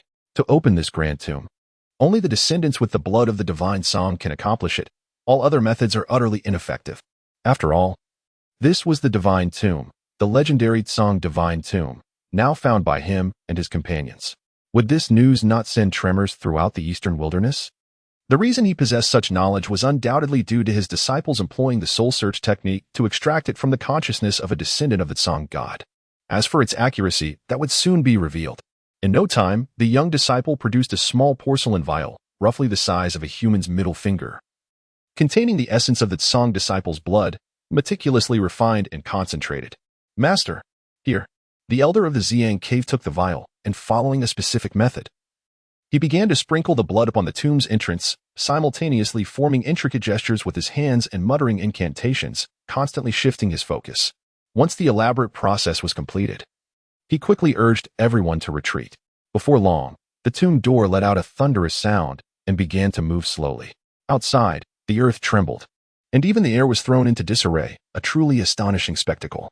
This was an extraordinary feat. The burial site of a deity from countless eons past had ultimately been discovered and opened. Alas, it was not by his own descendants. Haha. Not only will my name be etched in history, but I shall also claim all the treasures left behind by the ancient god, the Song god. The elder of the Xiang cave laughed heartily. Behind him, the group of disciples was equally exhilarated, for soon they would enter the divine tomb alongside their elder, eager to behold the wonders left by the Song god. However, as fate would have it, the forces of destiny often outweigh human plans. When the massive tomb door had opened halfway, an unfathomable black light surged forth, as if it connected to the underworld, emanating a chilling and eerie aura of death. Ah, no. In an instant, the members of Xiang Cave had no time to react, swallowed whole by the black light, utterly obliterated within. In the outside world, the sky darkened. Yet, the seismic tremors continued unabated. Such unusual disturbances naturally aroused suspicion, not only among humans but also among the demon clan. Initially, the various sects within the Songmang mountain range assumed that ferocious beasts from the depths of a hidden realm were clashing over prey. However, it soon became evident that there was a different cause, though they dared not delve deeper. Could it be that those individuals truly found and opened the tomb of the Song god? Only Hu Wei, who remained, stared wide-eyed in disbelief. A thought he could never have fathomed. After all, the deepest depths were rife with ferocious beasts and perilous dangers. He had assumed that those individuals had long met their demise. Who would have anticipated such a revelation? Astounding indeed. With the tomb now opened, chaos was imminent. It was unwise to linger here. It would be impossible for Hu Wei to claim he harbored no desire for the treasures of the Song god. However, he was self-aware enough to understand his own limitations. For instance, he could not return. Since entering the deepest regions, barbaric beasts had crossed his path from time to time. Were it not for his concealment among the towering trees and the utmost restraint of his presence, his situation would have been far less favorable. Thankfully, Qin Chuan did not accompany him. Before he could finish his thoughts, a tremendous roar echoed, followed by an endless divine radiance surged skyward, erupting from the depths of the Grand Canyon. The god tomb had resurfaced, reclaiming its place in the light. Hiss, it has begun. Hu Wei felt an inexplicable shiver run down his spine. This was merely the prologue. The true spectacle lay ahead. Roar. As anticipated, such a phenomenon drew the covetous eyes of the demon race, for they dwelled in this very realm. The scaled ape approached with great strides. In its gaze, a scene unfolded, an underground river, bursting forth, enveloped in blinding brilliance, rising slowly as if heralding the dawn, resplendent and magnificent, suffused with a divine aura. Upon witnessing this, greed ignited in the scaled ape's eyes. Without a moment's hesitation, it thrust forth its massive hand to seize the treasure. Yet, with a thunderous bang, even the might of the scaled ape was repelled, its arm shattering, leaving behind a haunting mist of crimson in the air as it careened away like a severed kite, soaring dozens of yards and colliding with several towering mountains, the destruction rendering a horrifying spectacle. It appeared that the god tomb possessed a mechanism of self-defense. In this moment, any who dared to act would suffer consequences. The demon race would find no favor here. Hu Wei mused to himself. The area descended into chaos, as numerous feral beasts and fierce avians were drawn by the commotion from the canyon, though the scaled ape had been gravely wounded by its reckless actions. Such a fate only underscored the presence of a great treasure emerging from that direction. Hence, everyone sought to seize the opportunity, thinking it wise to observe without intervening. It was time for me to depart. Chapter 64. The awakening of the tree spirit in the depths of night in the profoundest recesses of the Kangmang Mountains. An astonishing radiance erupted, leaving the populace in a state of shock. This spectacle ignited fervent discussions among the prominent sections. However, the elder of the Xiang Cave Heaven appeared to grasp the gravity of the situation. Though he feigned confusion, an inner tumult of joy and trepidation stirred within him. Hasten back to Xiang Cave Heaven and report to the sect leader at once.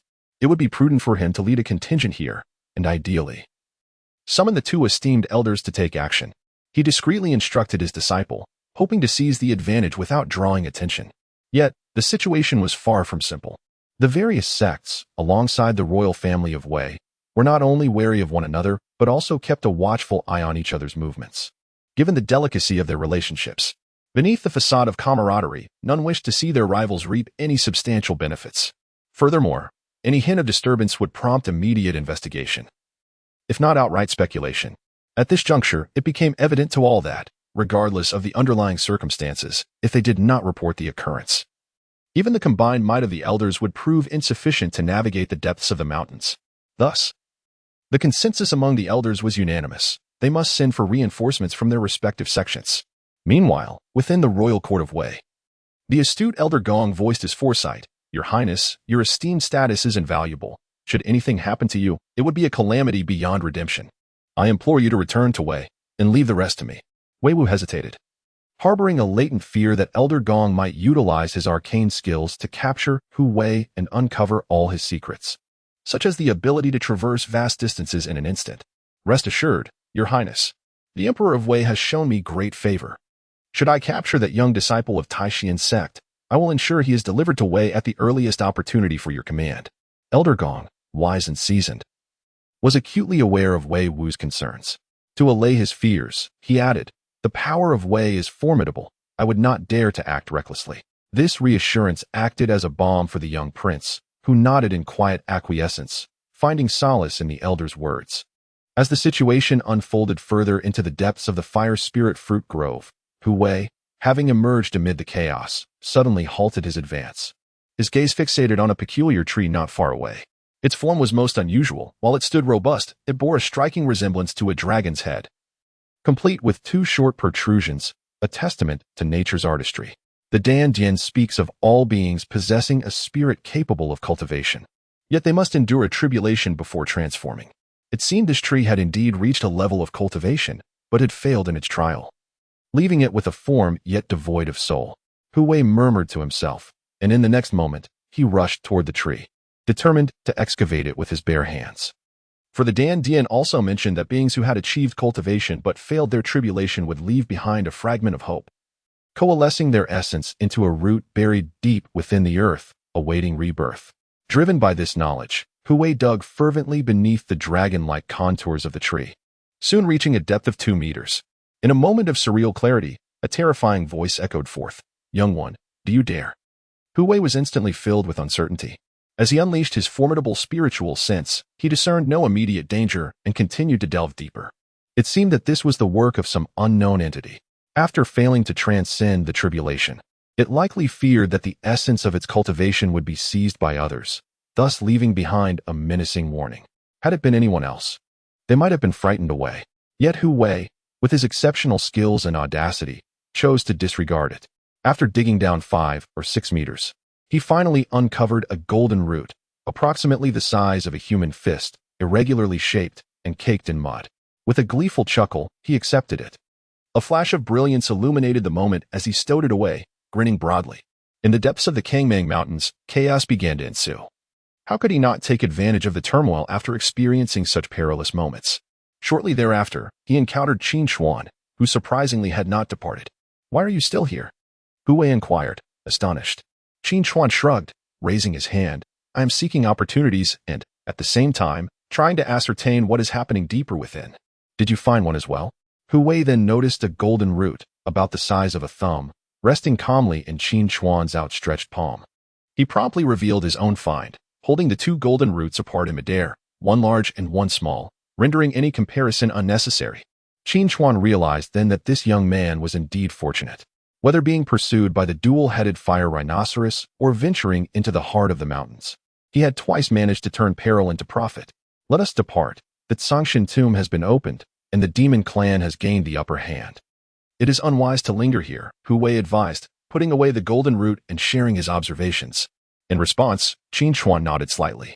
After a moment of contemplation, he remarked, "Let us fish in troubled waters. It is likely that starting tomorrow, our trials will come to an end."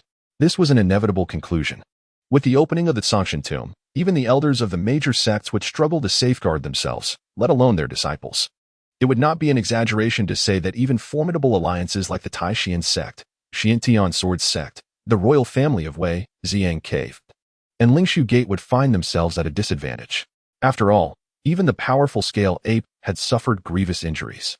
The tomb is indeed unfortunate. Hu Wei sighed deeply, casting his gaze toward the innermost depths.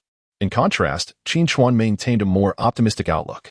He chuckled softly, shaking his head as he patted Hu Wei's shoulder. That is not something we can recklessly meddle with at present.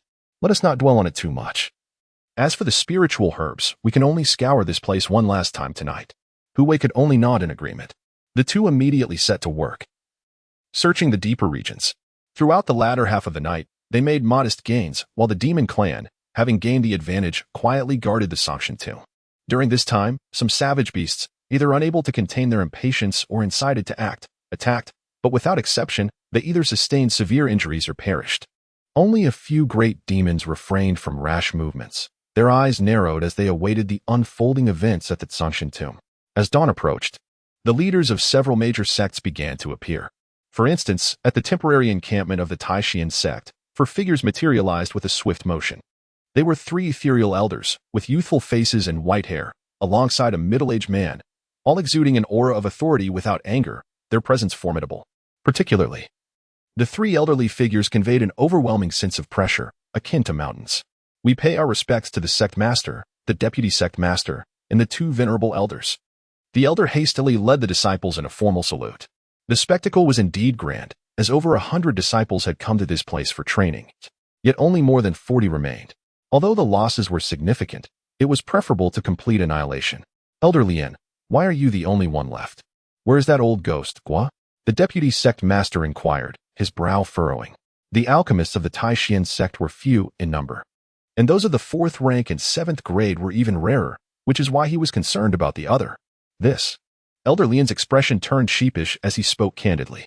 I have not seen him since we entered the Songmang mountain range. I could not reach him via the communication talisman. Perhaps, it is highly likely that he has encountered misfortune. What about that alchemical genius? The deputy sect master's complexion shifted slightly. Hu Wei too? Zhuo Xiaoshuang had encountered him before. It is said he was pursued by a 2-headed fire rhinoceros, and his fate remains unknown. Besides him, the top disciple from the outer sect, Qin Chuan, has also vanished. At this very moment, Qin Chuan gazed at the crimson earth before him and turned to Hu Wei, saying, Chapter 65, Body Refinement? Then let us battle, why do you linger? Outside the fire spirit fruit forest, Qin Chuan furrowed his brow. He had already received messages from the elder and had been urged twice. Yet Hu Wei's eyes shone with a luminous white light as he fixated on the severely damaged fruit forest. Qin Shixiang, why not depart first? The 2-headed fire rhinoceros is dead. This place can aid me in my body refinement, Hu Wei proposed. In his line of sight, the fire spirit fruit forest continued to burn. Several exotic beasts within were restlessly howling, appearing battered and bruised, yet slowly healing.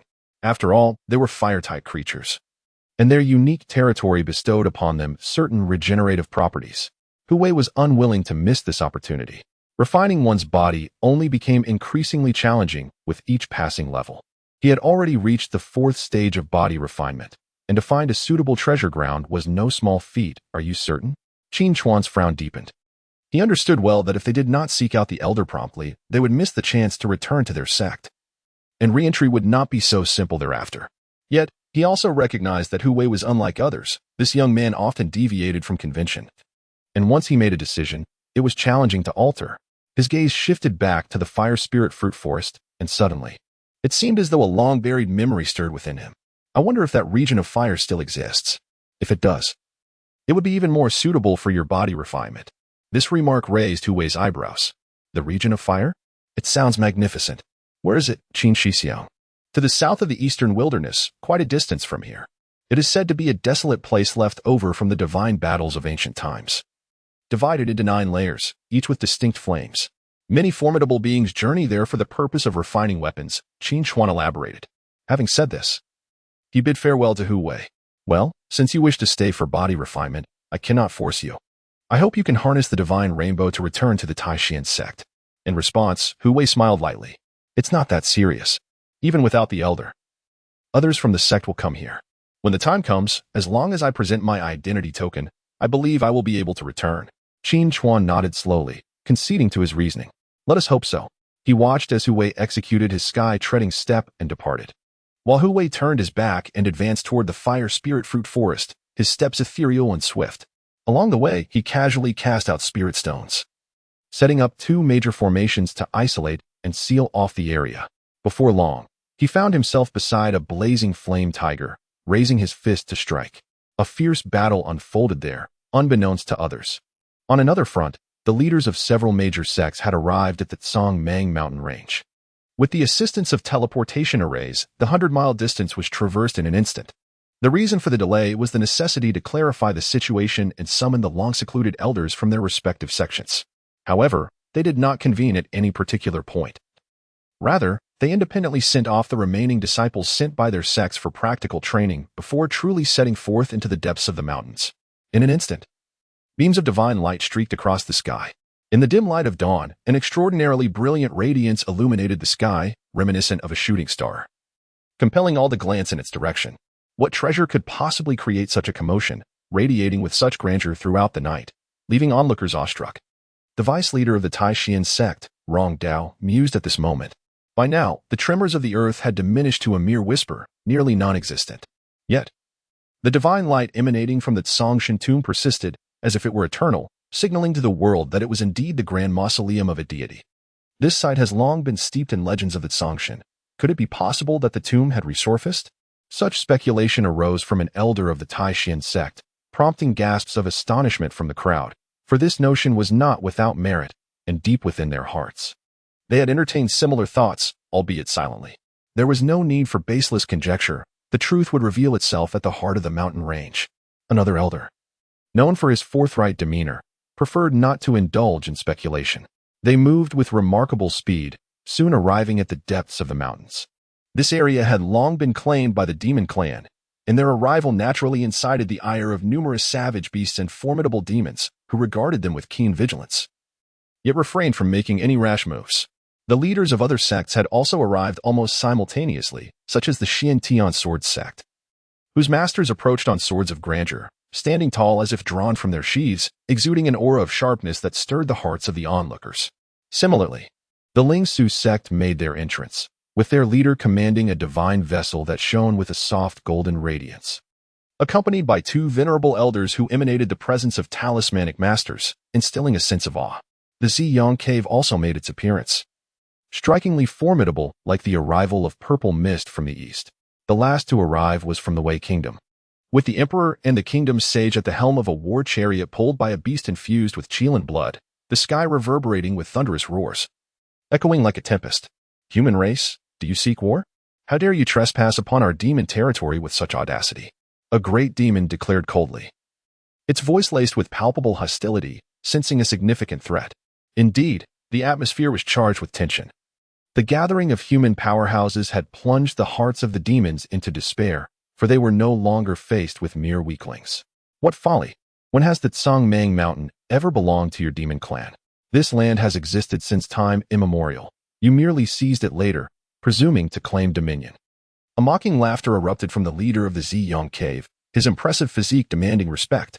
Evidently, his mastery of the purple energy body refinement technique had reached a notable level, marking him as at least a 5th-tier body cultivator. Indeed, had this place not been so distant from our Tai Xuan Sect, it would have long been the site of our establishment. Interjected the leader of the Tai Xuan Sect from within the divine vessel, his tone dismissive, implying that the demon clan had no place in this matter.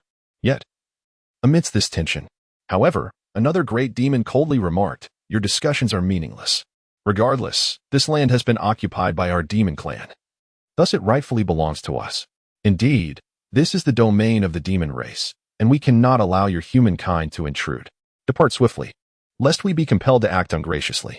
The earlier declaration by the great demon was, unfortunately, in vain. The numerous formidable figures from the human sects, drawn by the allure of the precious treasures, had no intention of departing easily. After all, apart from the Ziyang Cave, other sects speculated that the treasures emerging here might very well be linked to the legendary Song goddess tomb.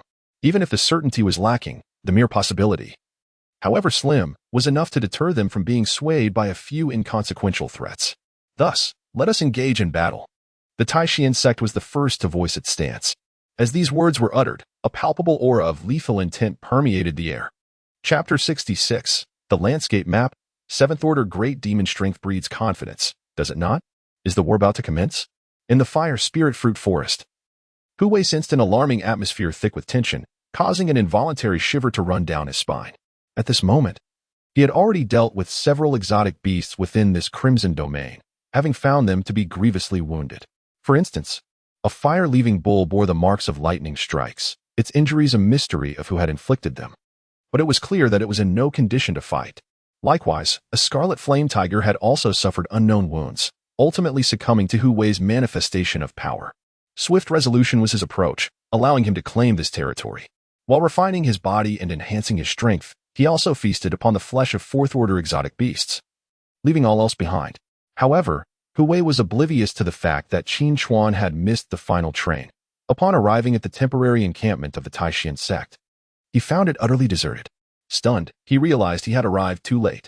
A wry smile crept upon his face. There was no turning back now. Seeking out Hu Wei would only invite ridicule, so he decided to venture into the depths of the Tsongmang mountain range to seek some excitement. With determination, Qin Chuan set forth towards his destination. Ultimately, however, he dared not venture into the deepest recesses, but instead found a concealed spot on the outskirts, where he began to inscribe runes upon spirit stones, quietly awaiting the unfolding events. Let them fight. I too shall seize this opportunity to elevate my cultivation, he murmured, his gaze ablaze with fervor. Perhaps his words resonated, akin to the notion of words manifesting reality. Suddenly, a thunderous roar echoed through the air. A demon resembling a bull-headed king, its eyes emanating 2 half-foot-long streams of dark light, proclaimed with earth-shattering authority, "If there is to be war, then let it commence. What is there to fear?" This declaration served as a statement of intent for the demon clan. Their words did not mention the tomb of the Song god, yet their actions were undeniably linked to it. In an instant, the atmosphere in this place seemed to solidify, a terrifying sense of oppression spreading forth, leaving many weaker beasts gasping for breath as if suffocating under an unseen weight. The impending battle was palpable. "Old man, I shall see what right you have to issue commands in place of the human race." The bull demon fixed its gaze upon the leader of the Tai Xuan Sect, intending to intimidate. Transforming into a chilling black light, its demonic energy surged forth like a thick fog, crashing towards its opponent with the force of a tidal wave, shaking the very air around it. Witnessing this scene, the leader of the Tai Xuan Sect's expression darkened. With an ethereal presence, he felt no fear. The cultivation that transcended the divine palace realm erupted forth, and he swiftly traced circles with his hands, conjuring an indistinct landscape map that met the bull demon's charge. In the next moment, a resounding explosion shook the heavens, as if a tattered cloth were flapping in the wind. 2 brilliant beams of light, one azure and one obsidian, erupted forth, dazzling like colliding stars, creating a spectacle of overwhelming force. A nearby exotic beast that had come too close was caught in the ensuing shockwave, reduced to mere ash, vanishing without a trace. Following this, the wave of demonic energy dispersed, and the brilliance of the landscape map dimmed slightly. The old man possesses certain skills, yet they remain insufficient. As the bull demon failed in its initial strike, it swiftly altered its approach, unleashing a terrifying roar that reverberated through the air. The very void trembled, and visible ripples emanated from the bull demon, surging forth like a mighty tide, creating a spectacle that was nothing short of astonishing. With a resounding crack, the landscape shattered. The residual force of the bull demon's bellows surged forth with overwhelming might towards the Grandmaster of the Tai Xuan Sect, causing the leaders of various sects to change their expression slightly. After all, the landscape was a manifestation of the Grandmaster's formidable cultivation, and to think it would only withstand for a fleeting moment was unexpected. In this moment of crisis, the Grandmaster remained unflustered. From the depths of his spiritual sea emerged a simple, ancient bronze furnace that, in an instant, expanded dramatically, exuding an immense gravitational pull that drew in the very essence of the bull demon. But that was not all. As he gestured with his hands, the furnace glowed and the suction intensified, resembling a vortex capable of draining the vast oceans, relentlessly pulling at the mighty bull demon. At this juncture, despite the latter's best efforts, its demonic energy surging like a tidal wave, it proved futile against the overwhelming force of the pull. It seemed destined for defeat, or rather, to be consumed by the bronze furnace. It was merely a matter of time. However, just as the significant figures from the other 4 factions began to smile, believing victory was assured, a flash of golden light cut through the air, too swift for the eye to catch. When the spectators regained their composure, they realized the bull demon had escaped peril. The descendant of the Gu Eagle bloodline? Emperor Wei was astonished, unable to resist stealing a few glances at the golden eagle, seemingly intrigued by it. Yet, many others lacked such interest, with a formidable foe present and treasures lying just ahead. The divine light emanating from the tomb of the Tsongshan had begun to dim, likely due to the arrival of daylight, serving as a signal for entry that incited frenzy among the crowd.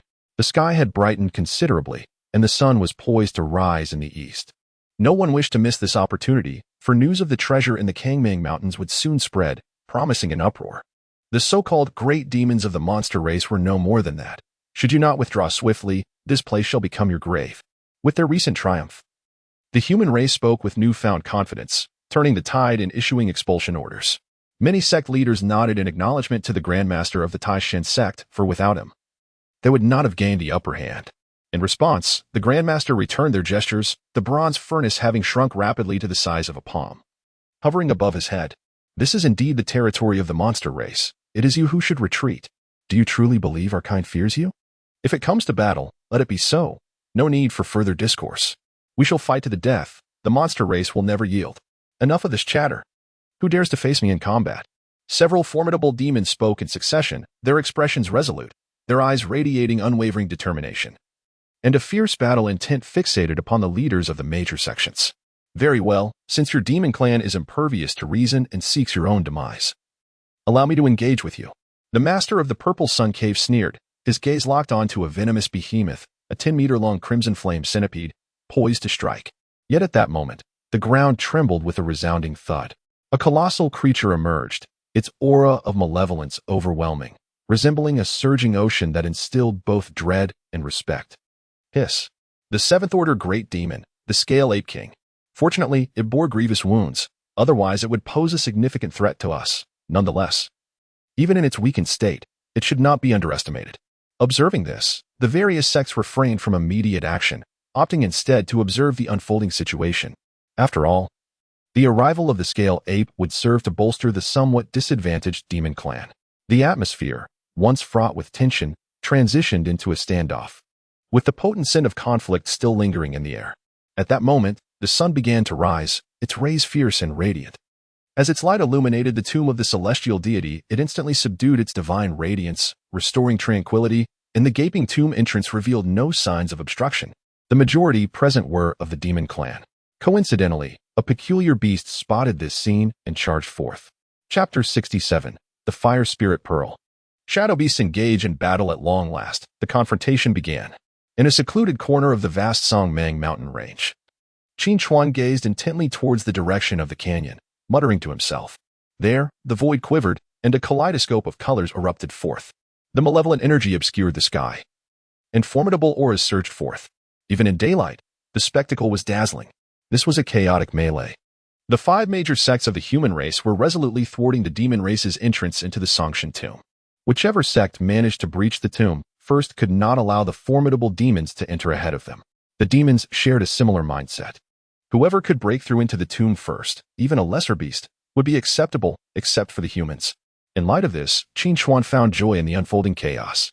He immediately began to cultivate, channeling his training methods to harness the power of the divine light of plunder, gradually drawing forth powerful beams of light from the periphery of the battlefield to empower himself. Remarkably, the results were promising. Like peeling layers from an onion, he accumulated strength incrementally. One could observe strands of divine light fluttering towards him, resembling threads of vibrant silk, coalescing into a gentle stream, nearly invisible in the sunlight due to their fine nature and erratic movements. In such pandemonium, no one paid heed to them. Qin Chuan cultivated with utmost caution, thriving in this environment. If Hu Wei were to witness this scene, he would undoubtedly be astonished. Are you serious, my friend?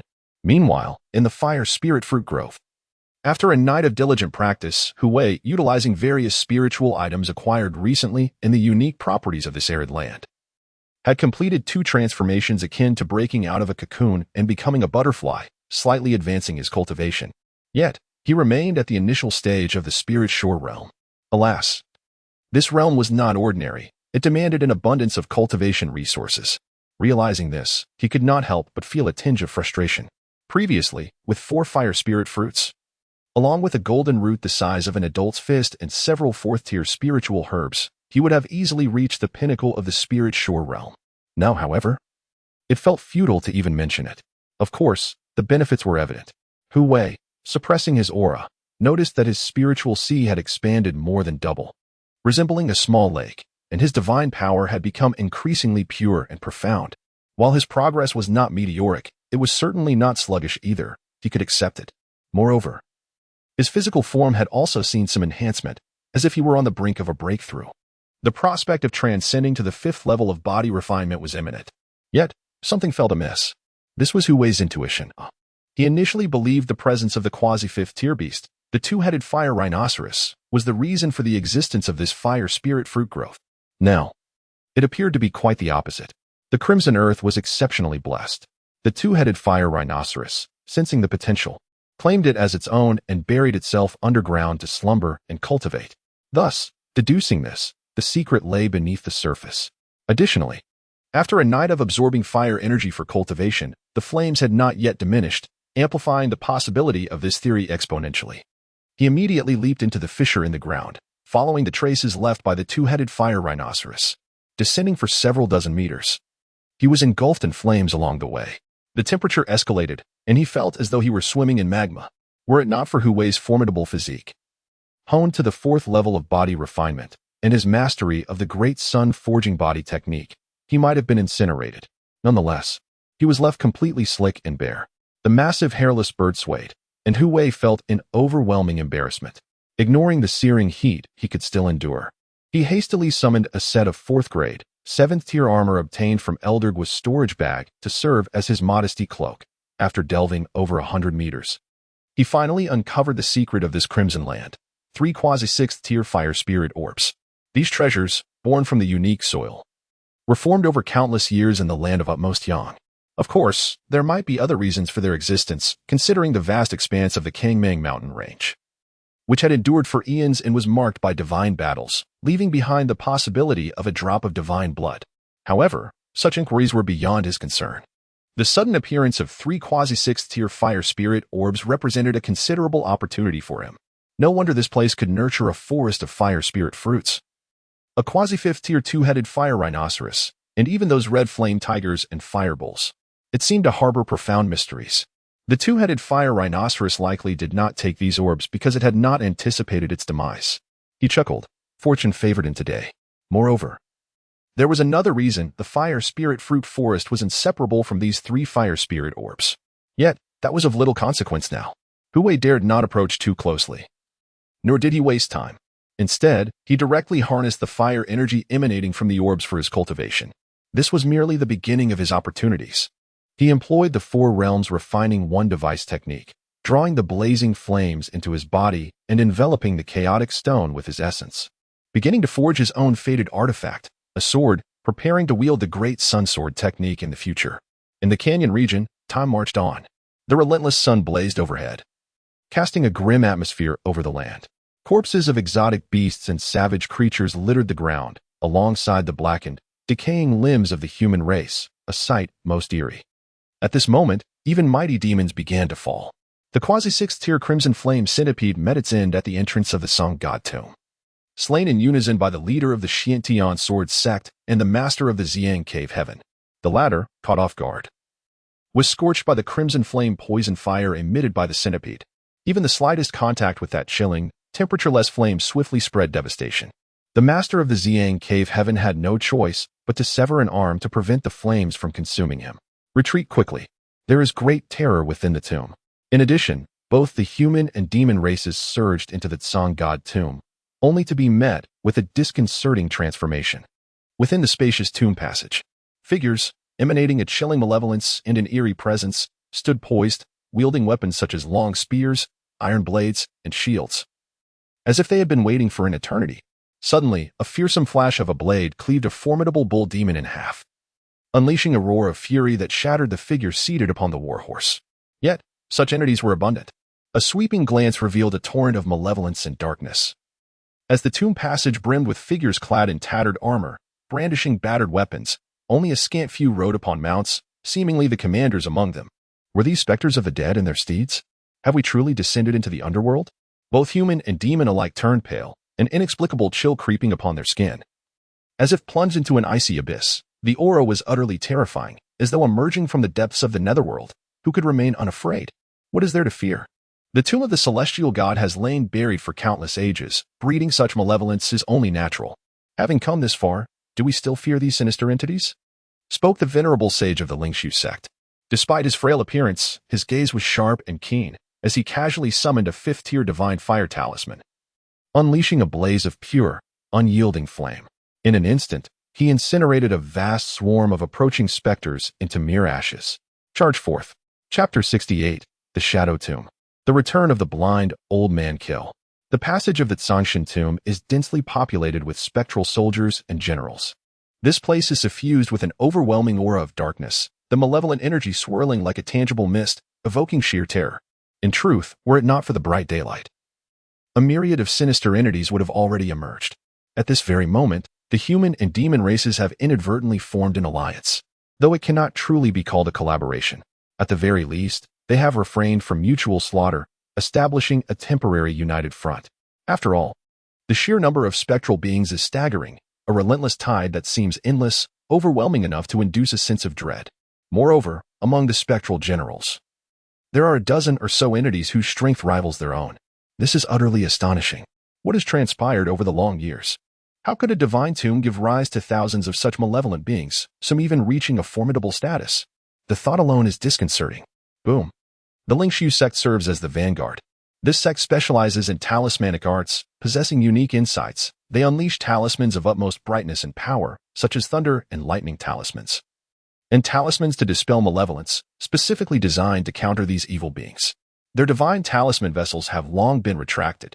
Meanwhile, the states of Wei, Xiang Cave, and Tai Xuan Sect provide support, their combined might surging, gaining a significant advantage.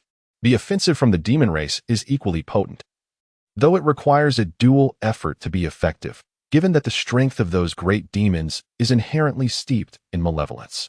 Withdraw from the tomb, commanded the scaled ape. Its body shrunk to a normal size. It spoke in the demon tongue, bearing only one arm and covered in wounds, yet it remained unfazed. Soon, the great demons retreated from the Tsangshan tomb. They acted in perfect unison, fully aware that remaining would yield no benefit.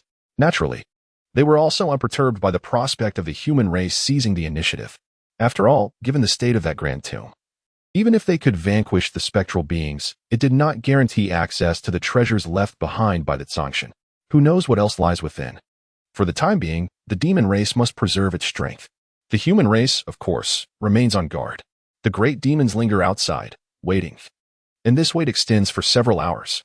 As the sun sets, Qin Chuan overhears whispers from some savage creatures of the demon race. A cold sweat breaks out on him. Fortunately, he had deployed concealment and isolation formations, or he would have been discovered. Spectral soldiers and generals? Nearly a name. Yet Qin Chuan cannot help but feel a chill creeping over him. How could this be? He fixates on the distant Tsangshan tomb, where an eerie energy churns. Just as the human strongmen from various sects withdraw, plunging him into deep contemplation, suddenly, Qin Chuan exclaims, "A deception?" He pauses, struck by an epiphany, as if a light had flickered in his mind. Yet when he regains his composure, the crucial thought eludes him. He continues to ponder, replaying in his mind how the Tsangshan tomb was discovered and where it originated. It seems to stem from the underground river within the Great Canyon. The underground river. The underground river belongs to the realm of shadows. Oh no, the shadow tomb. As the last word escapes his lips, a figure silently materializes before him. Indeed, all things bear the yin while embracing the yang. This is an ominous grave. Congratulations on your enhanced prowess. It seems you have regained some insight. Upon hearing this, Qin Chuan was taken aback. Turning around, he beheld an old man with one eye half closed, smiling at him. Only then did he exhale a sigh of relief. Yet, his brow quickly furrowed. "Old fellow, have you left your mark on me for your convenience?" The old blind man chuckled in response. In truth, even without secretly marking him, he could still locate Qin Chuan, albeit with a bit more effort and time. It is indeed true that all things bear the yin while embracing the yang. Unfortunately, this old man has yet to discover another yang grave. Song God truly possesses remarkable methods, he exclaimed in awe. These words stirred Qin Chuan's emotions. He seemed to recall something and remarked, "The hand that was displayed at your spiritual artifact stall earlier." Upon hearing this, the old blind man's expression grew unexpectedly serious, and he nodded slightly. Indeed, it was obtained from this ominous grave. Hiss. Qin Chuan inhaled sharply, then eagerly inquired, What was the situation within the grave? Did you encounter the legendary Tsang god or his corpse? In response, the blind elder gently shook his head. No, the coffin contained only a severed hand. I battled with it for 300 rounds, nearly losing my life to its grasp, before dispersing the peculiar energy that clung to it. A mere severed hand possessing such formidable power. The mere thought is enough to astonish. At the very least, Tai Xuan was momentarily stunned, yet he harbored no doubts. For there were vague recollections of such matters in his memory. What about that lad? The blind elder inquired at this moment. Tai Xuan's expression turned peculiar. You did not leave a mark on him? None, the elder replied, rolling his eyes. He is not a reincarnated cultivator, at most. He possesses some uniqueness that I did not pay much attention to. Tai Xuan fell silent for a moment before saying, No wonder you lost an eye. It seems you were destined to overlook him. That lad is very likely a person of Tsang god's caliber, with an exceedingly unorthodox cultivation style. Oh? The old blind man immediately displayed a look of astonishment, clearly not anticipating that Hu Wei would be so extraordinary. That lad is cultivating in a region of crimson earth. He should not have departed yet. You may certainly go and take a look, Tai Xuan suddenly suggested. However, before long, the blind elder began conversing with himself. So he is underground. What a remarkable young man. Indeed, he has fortuitously acquired 3 quasi-6th-tier fire spirit pearls, using them to refine his physique. It seems he will soon break into the 5th level of body refinement. Upon hearing this, Tai Xuan froze for 2 seconds. He then raised his hand and slapped himself across the face, seemingly reprimanding himself for speaking unnecessarily. What a fool I am, he lamented. You too, as a reincarnated cultivator. How could you be so careless as to make such a low-level mistake? That expanse of crimson earth is clearly rich in treasures. And yet you let someone else claim it, the blind elder scolded. Enough, enough. Tai Xuan clasped his chest. It hurts too much. As night fell, a rumble echoed, the grave of Tsang god trembled. A sinister aura surged forth, shrouded in a dense mist of malevolence, emanating ominously from the mouth of the grave, evoking an indescribable terror. Thus, the carnage commenced anew. Tai Xuan observed in silence. It seemed that the formidable warriors of the various sects had not managed to obliterate the countless spectral soldiers and generals in one fell swoop, for their numbers were overwhelming. In addition to the presence of equally powerful entities, a fresh wave of slaughter erupted. This time, the leaders of the sects began to fall. Among them was the master of the Xiang cave, who, having previously lost an arm, found his strength significantly diminished. Confronted by a spectral general of comparable prowess, he unleashed all his abilities. However, he was ultimately disarmed, his decayed spear flung from his grasp. The terrifying spear light extended for miles, embedding itself into the side of a mountain, and the master of Xiang cave could not even escape with his soul intact. He perished utterly. It was a harrowing spectacle. At that moment, the people came to realize the formidable nature of the bizarre forces birthed from the Tsangshan tomb, which could rival the leadership of a second-rate sect. Old fellow, what else lies within that grave, aside from these spectral beings and ghostly steeds? Tai Xuan felt an icy chill envelop him. In contrast, the blind old man smiled benignly in response. Chapter 69. Reporting, a glimmer of true sunfire? Young ones, do not be in haste. The true spectacle has merely begun. In a secluded area deep within the mountains, at the highest peak, an abundance of flora flourished, making it an ideal hiding spot.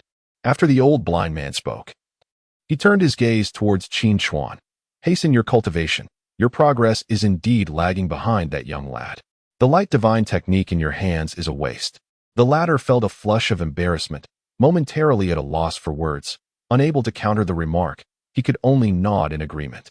Once he adjusted his state, he closed his eyes, activating his cultivation method, drawing in the powerful light from the battlefield to enhance himself, absorbing and refining it one by one. Here, only the old blind man remained, quietly observing. After a brief moment, he shook his head, pondering, if you cannot even manage the appetizer, how will you contend with the even stronger foes within the tomb? Perhaps it is time for those individuals to make their entrance. This was destined to be a sleepless night. Just like during the day, the formidable beings from the major sects, along with the great demons of the monster clan, failed to eradicate the spectral beings and their steeds completely. While they managed to eliminate nearly 80 to 90%, a few still escaped back into the tomb passage. Additionally, the national master of Wei perished in battle. The deputy leader of the Tai Xuan Sect fell. and a senior figure from the Ling Su sect met his end in a catastrophic clash with a shadow general of comparable strength. The Tai Sword Sect also suffered the loss of a senior who was slain by two formidable foes of similar cultivation. The monster clan fared no better. With over half of the barbaric beasts dead, and nearly 80% of the exotic beasts perished, along with 3 great demons that vanished without a trace. The battle was extraordinarily brutal. Throughout the night, both the human and monster clans sustained grievous losses, leaving them on edge. The Tsongshan tomb was terrifying beyond measure. They had yet to glimpse the treasures within, and they could not even breach the tomb passage, yet their forces had already been reduced by more than half. If this continued, they might meet their demise here. Let us report, with our strength, we are unlikely to claim the treasures of the Tsongshan tomb alone. Rather, we risk entombing ourselves.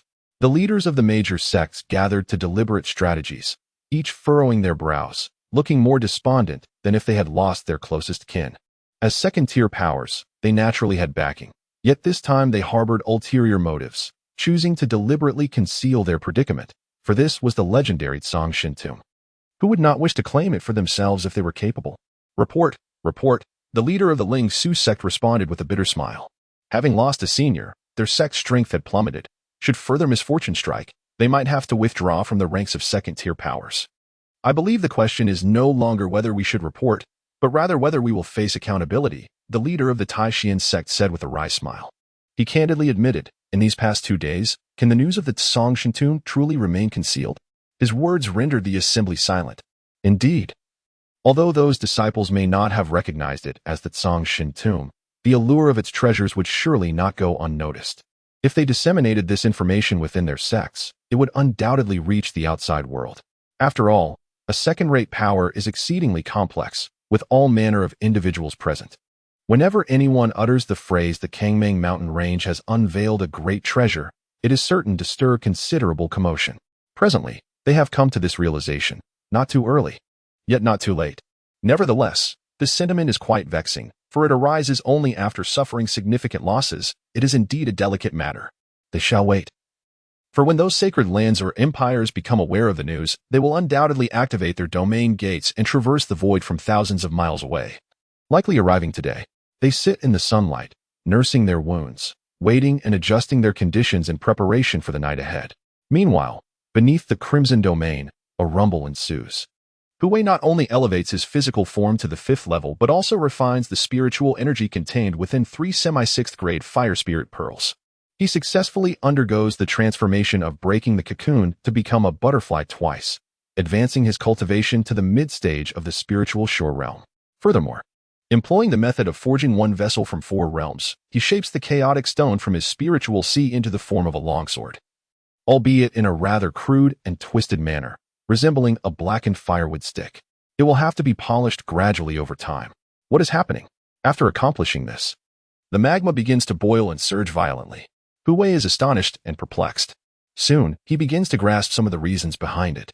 It is due to the autonomous operation of the Great Sun body forging technique reaching its zenith, voraciously absorbing the magma power released by the 3 semi-6th grade fire spirit pearls. One can witness the crimson flames surging forth, tumultuous as the sea, with tides rising and falling, waves undulating, emanating an extraordinarily terrifying temperature that stirs Hui's emotions. Before long, he discovers that the overwhelming force of the flames, almost frenzied, rushes toward him from all directions, converging upon his body as if to bestow enlightenment. Hiss! What is going on? Hui feels an intense heat enveloping his entire being, a sensation akin to imminent explosion. Yet the Great Sun body forging technique shows no signs of abating, transforming into a vortex that greedily absorbs the energy. He is startled and attempts to forcibly halt the technique's operation, only to be astonished to find that the fiery energy streaming into his body coalesces into a golden point of light. To be precise, it is a thread, finer than a hair. Had it not been for its golden radiance, it would have been challenging to detect. Is this a transformation intrinsic to the Great Sun body forging technique? Hui muses. Initially, he refined this body forging technique to the quasi-earth grade inspired by the starshine body quenching method. As for the changes that may occur during cultivation, he cannot say for certain. It is said that upon reaching the 5th level of the starshine body quenching method, one gathers stellar power within, capable of invoking the Big Dipper above the 9 heavens to execute the 7-star sword technique. Might my Great Sun body forging technique also yield a similar effect? Hu Wei contemplates this hypothesis, and one cannot deny the truth of it. For as time passes, the Great Sun body forging technique completely drains the 3 fire spirit pearls, rendering them dim and lifeless, while the flames within the cracks of the earth extinguish entirely, without a trace remaining. In the depths of Hu Wei's spiritual sea, a robust flame lay quietly at the periphery, resembling a miniature crescent moon, exuding an extraordinary heat. You prodigal, you've drained a 5th-tier fire spirit pearl. And this is all you have? He found himself at a loss for words. Yet, as realization dawned upon him, he felt a flicker of emotion. Could this possibly be true solar fire? Given the characteristics of the Great Sun forging body technique, his thoughts inevitably gravitated towards those 4 words, as well as their nomenclature. Even if it were not, it bore significant relevance. Intriguingly, reaching the 5th level of body refinement allowed one to cultivate their own innate divine fire, which held considerable utility. It could enhance the Great Sun Sword technique and be used for weapon forging. This was indeed an unexpected delight. After grasping these revelations, Hu Wei retraced his steps along the subterranean traces, for the fire spirit pearl was rendered useless, leaving him with merely 3 cracked spherical stones of no practical use. In the fire spirit fruit grove, a figure emerged, only to be caught by another, who wore a face of astonishment and joy. Chapter 70. The Return of the Prodigal. What is this? A little brat. The fire spirit fruit forest. After 2 days and nights of consumption, both the barriers of isolation and confinement crumbled without resistance, as they were merely constructed from inferior spirit stones. Furthermore, the oppressive heat of this realm accelerated the depletion of spiritual energy when formations were set. Just as Hu Wei emerged from the fissures in the ground, he collided head-on with a formidable elder, a revered figure from the royal family of Wei. This old man had waited several days in vain for Hu Wei's appearance, ultimately abandoning his ambush strategy to venture into the forest like a wolf hunting prey. Upon arriving in this realm, he quickly discerned certain clues, owing to his familiarity with Tao patterns, though he could not claim mastery. Thus, he effortlessly unraveled the formation and finally located Hu Wei's whereabouts. With a flick of his wrist, the elder unleashed a barrage of spirit stones, which descended from all directions, swiftly forming an expansive array, akin to a net, intent on ensnaring its quarry. But that was not all. His body radiated beams of light, transforming into numerous small banners, crimson in hue, fluttering and resonating as they were planted around the scarlet domain. They quickly vanished amidst swirling mists, coalescing into a formidable confinement array, effectively sealing off the area to capture Hu Wei alive. Witnessing this scene, Hu Wei, with a physique reminiscent of sculpted muscle and a mere loincloth adorning him, raised an eyebrow. Moments later, he leisurely donned a complete outfit, meticulously arranging himself before confronting his predicament. Seeking to maintain a semblance of decorum, the elder did not intervene but instead wore a cold smile, exuding a palpable patience. To him, escape was an impossibility for Hu Wei. The overlapping formations, one offensive, the other defensive, ensured that the youth was but a fish caught in a barrel, ripe for slaughter. Another member of the Wei royal family? At that moment, Hu Wei's expression turned icy. He had previously clashed with individuals from this nation, decisively slaying 4 of their guards, along with a formidable late-stage spirit shore expert and the so-called prince. Thus, he recognized them instantly. The little brat still had some memory. This was fortunate, for it spared him from dying at the prince's hands in a few days, leaving him to the underworld without knowing who had dealt the fatal blow.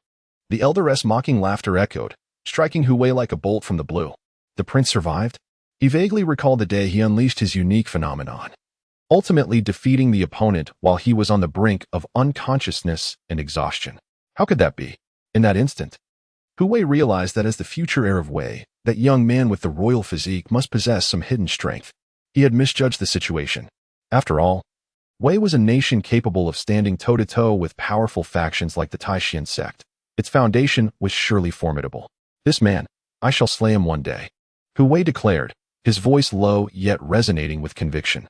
The adversary before him was undoubtedly a significant threat. He belongs to a category of individuals who possess both a profound background and impressive credentials, endowed with an innate regal disposition. Given time, he would undoubtedly become a formidable adversary. Ha ha ha, you foolish child. You amuse me to no end. You cannot even survive until sunset today. Yet you dare to contemplate the future? Ha ha. Elder Gong erupted into laughter, his face wrinkled like a chrysanthemum, brimming with mockery and derision, as if he had just heard the most hilarious joke of his life. Is that so? Hu Wei replied calmly. After saying this, he nonchalantly retrieved a storage bag and began to manipulate a pile of spirit stones, seemingly arranging a formation. Elder Gong's eyelids twitched, and an ominous premonition washed over him. To guard against any unforeseen circumstances, he decided to act first. He formed hand seals, and with a sizzling sound, the air became chaotic. In the fire spirit fruit forest, electric sparks began to manifest. Clusters of lightning flickered into existence, intertwining in shades of white and blue, though no thicker than tree branches. They tore through the ground and sliced through the fabric of the void. This was an entry-level lightning formation, formidable enough to effortlessly obliterate cultivators below the spirit shore realm. Although it wielded merely the power of electricity, it was more than sufficient. One could observe the serpentine bolts of lightning rampaging wildly, scorching the earth within the fire spirit fruit forest and leaving it charred and cracked as they converged upon Hu Wei. Just as dozens, if not hundreds, of lightning bolts were about to strike him, he vanished with a swift sound. This was not a mere shrinking of distance, it was the power of the formation. An intra-level teleportation array? Elder Gong's pupils widened in astonishment. It was inconceivable that a mere youth, still in his formative years, could comprehend the intricacies of formation patterns. He had presumed this knowledge was a boon granted by the elders of a prestigious sect, such as the Tai Xuan Sect, but it appeared he had misjudged. Damn it, that little rascal has escaped. Elder Gong grumbled in frustration. Utilizing formation patterns, however, was not foolproof. After all, teleportation arrays of the same tier could operate without hindrance, allowing for seamless travel.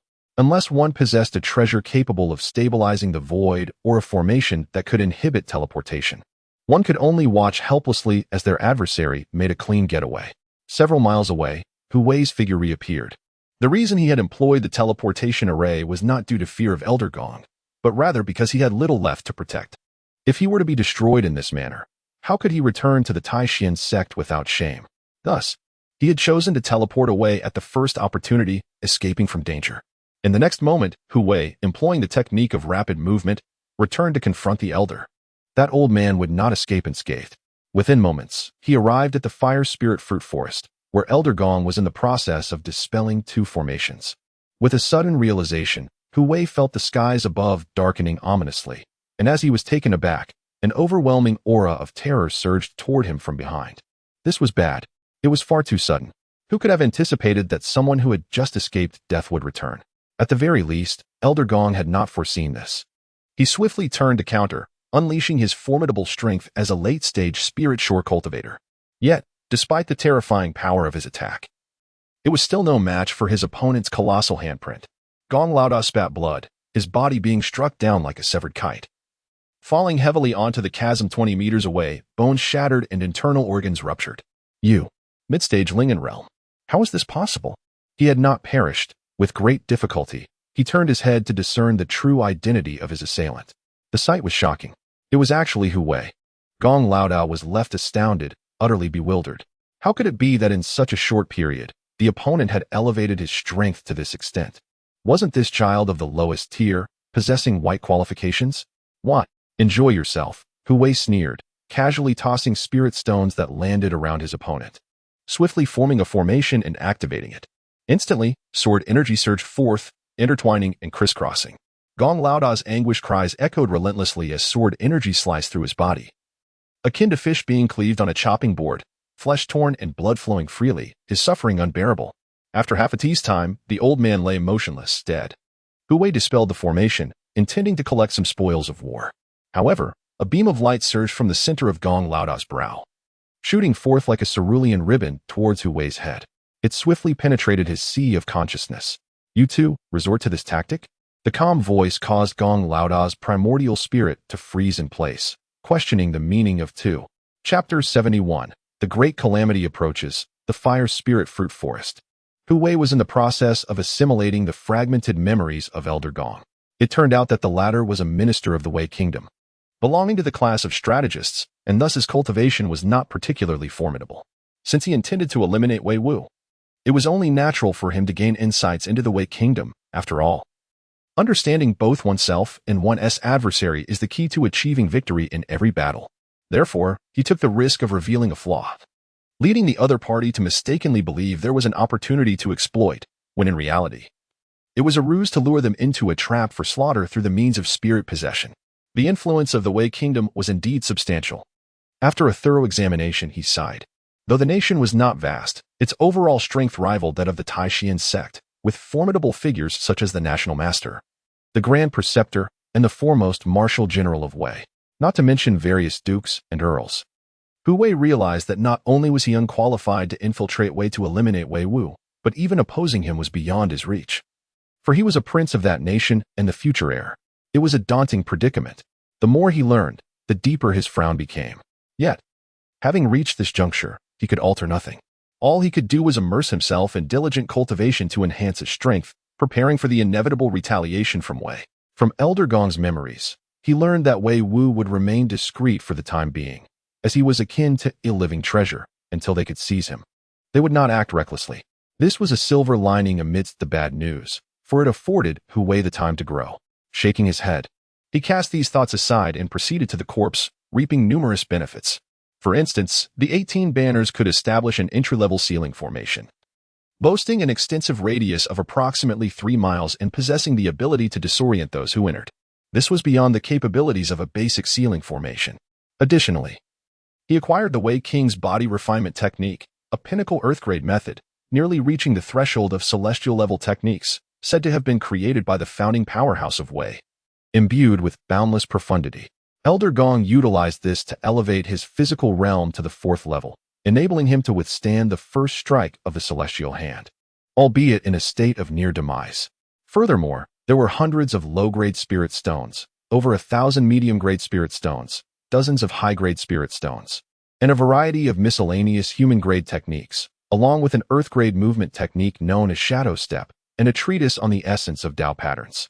Oh, the Wei Emperor and the National Master have personally arrived at the Songmang Mountains, merely to vie for a precious treasure? Hu Wei sincerely wished for their demise in this place.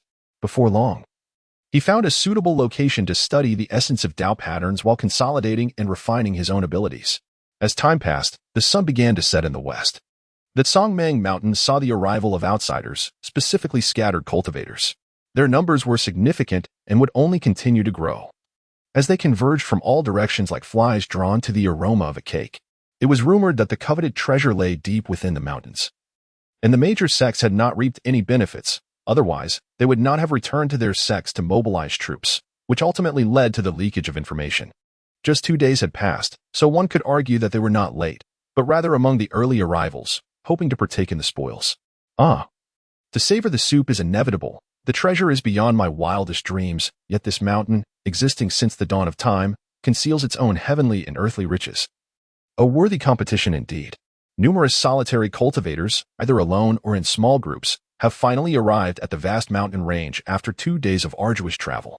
One can observe the area, shrouded in shadows, where figures occasionally emerge at the periphery, venturing deeper with a sense of purpose. The scene is indeed magnificent. But why such an eerie silence? Not a single exotic beast in sight along the way. Peculiar indeed. Where there is an anomaly, there must be a hidden danger. Was it not said that several major sects were vying for the coveted treasure in the depths? Yet here, all is as still as a grave. I had anticipated some chaos to exploit, yet no opportunity presents itself. Soon, individuals arrive at the innermost depths, finding an unsettling tranquility. Were it not for the presence of key figures from the major sects, one might easily question if they had ventured to the wrong place. As many behold the leaders of the Tai Xuan Sect seated in meditation upon elevated ground, a sense of astonishment washes over them, swiftly followed by a grave realization: the treasure must be perilous, otherwise, these esteemed individuals would not be in a state of recuperation. It dawns upon them that this so-called treasure is, in fact, a colossal tomb, as grand as a mountain. Could it possibly be the resting place of some formidable being, leaving behind their treasures? By your conjecture, the most prevalent tale surrounding this site is that of the legendary Tsongshin's final resting place. Could this grand sepulchre truly be the tomb of Tsongshin? The scattered cultivators, not lacking in wit, begin to speculate. Upon reaching this conclusion, their pupils dilate, breaths quicken. A deity's tomb. A rare fortune indeed, unexpectedly encountered. While it may be a stroke of luck, who among them could resist such temptation? One individual, consumed by excitement, fixates on the mountain at the entrance of the canyon, which gapes wide open, as if beckoning him with endless treasures. In an instant, he dashes forward with astonishing speed, plunging into the tomb of Tsongshin. However, soon a blood-curdling scream pierces the air, sending chills down the spines of many, their hearts pounding in trepidation. Their eyelids flutter, seemingly forgetting that the leaders of the major sects had long since gained the upper hand. It had gleaned no advantage, remaining in a state of recovery. What could this signify? A dire omen. Yet, this world is not lacking in fools. Take, for instance, the earlier cultivator who, upon encountering the tomb of Songshan, cast aside all caution and met a grim fate. This serves as a stark warning to others. After all, while treasures are enticing, one must possess life to claim them. Otherwise, they become a cautionary tale. Indeed, the scattered cultivators are filled with restless anticipation, yearning to act yet unable to move, enduring an agonizing wait. Such folly abounds. Amidst this, on a mountainside deeper within, Tai Xuan shakes his head with a chuckle, offering no compassion. To overlook danger for the allure of treasure is a common folly in this realm of cultivation. This is merely the beginning. Similar incidents will surely unfold. The blind elder remarks. To this, Tai Xuan replies, I say, old senior, do you not delight in seeking the fated ones? Why linger here instead of moving along? The blind old man rolled his eyes. Do not be so ungrateful. I have reinforced this flawed formation, and once I depart, you shall undoubtedly be discovered by others. Besides, given the commotion here, it would not hurt to stay and observe. At this, Tai Xuan could only roll his eyes in response but chose not to engage further. Before long, a similar occurrence transpired. A group of over a dozen formidable rogue cultivators, 11 of whom had surpassed the Divine Palace realm, joined forces with several experts from the same realm, all driven by the desire to uncover the mysteries of the Song God tomb. Yet, the outcome was as tragic as before. These individuals breached the tomb's passage and beheld the grand gates of the palace, but ultimately, none managed to escape. They perished within the Song God tomb, their anguished cries chilling the hearts of those outside, leaving them with a sense of dread, icy spines, and grave expressions. The surviving demons seemed to have departed, for none had noticed their presence. As nightfall approached, the blind elders suddenly gazed toward a particular direction and declared, They are coming. Who is coming? Tai Xuan asked, bewildered. In the next moment, the void in that direction split open with a thunderous roar. Chapter 72, The Two Great Sanctuaries. Clearing the field, the void rent asunder, and the domain gate emerged. A thunderous roar echoed as figures surged forth. Although there were merely 100 or so, they bore the presence of a formidable army. The sheer intensity of their aura was terrifying, causing the very fabric of the void to tremble, and eliciting profound astonishment among the inhabitants of the Kangmang Mountains. Before their eyes, they beheld figures majestically seated upon the backs of exotic beasts, adorned in garments embroidered with dragon motifs and clad in armor, a sight that exuded an air of invincibility. A chilling roar resonated, and most alarming of all, the final spectacle was a palanquin drawn by 9 formidable quasi-6th-tier beasts. As it passed, a thunderous sound reverberated, ripples spreading across the high sky, akin to tumultuous waves rising and falling. An overwhelming sense of oppression pervaded the air, as if a mountain were pressing down, rendering all present breathless. Hiss. The 4 symbols sanctuary. It appears that these are disciples from the Azure Dragon Hall of said sanctuary, and undoubtedly, the individuals accompanying them must be elders of the hall. Yet, their identities remain shrouded in mystery, explaining the grand spectacle. Is this what concerns me? My true concern lies in the arrival of the sanctuaries. What business do we have with the Song God's tomb? Indeed, this gentleman speaks wisely. It is said that Song God was exceptionally gifted in his youth, possessing merely white aptitude, yet he distinguished himself in his era and attained divine status. Legend has it that Song God left behind boundless treasures, among which the Song Ling Classic is deemed the most precious, followed closely by the Chaos Stone he acquired in his later years. Renowned as a legendary material for artifact refinement, you have overlooked one significant detail, the divine artifact employed by Song God, the Divine Tower, which is worth 100 times more than the Chaos Stone. That said, is it not rumored that the Divine Tower, which executed heavenly retribution, was obliterated during the Divine War? That remains uncertain. The countenance of the scattered cultivators darkened, their hearts heavy with discontent, while they recounted Song God's treasures. The realization that these relics bore no relevance to them incited a profound sense of sorrow. The pain, such unbearable pain. High above, prominent figures from the Tai Xuan Sect, Tai Sword Sect, Ling Su Sect, and Ziyang Cave Heaven soared into the skies, skillfully riding divine rainbows to approach the palanquin drawn by the 9 beasts, bowing and paying their respects. Yet, they were met with a cold, unfeeling voice, imbued with authority and immense gravitas, questioning, why was this not reported sooner? Upon hearing this, the leaders of the Tai Xuan Sect and Ling Su Sect stiffened. Even they, powerful as they were, felt a wave of trepidation. The might of the four-symbol sanctuary was not something they dared to offend. Moreover, their sects were subordinate to the four-symbol sanctuary, establishing a relationship akin to that of vassals, rendering their situation all the more awkward.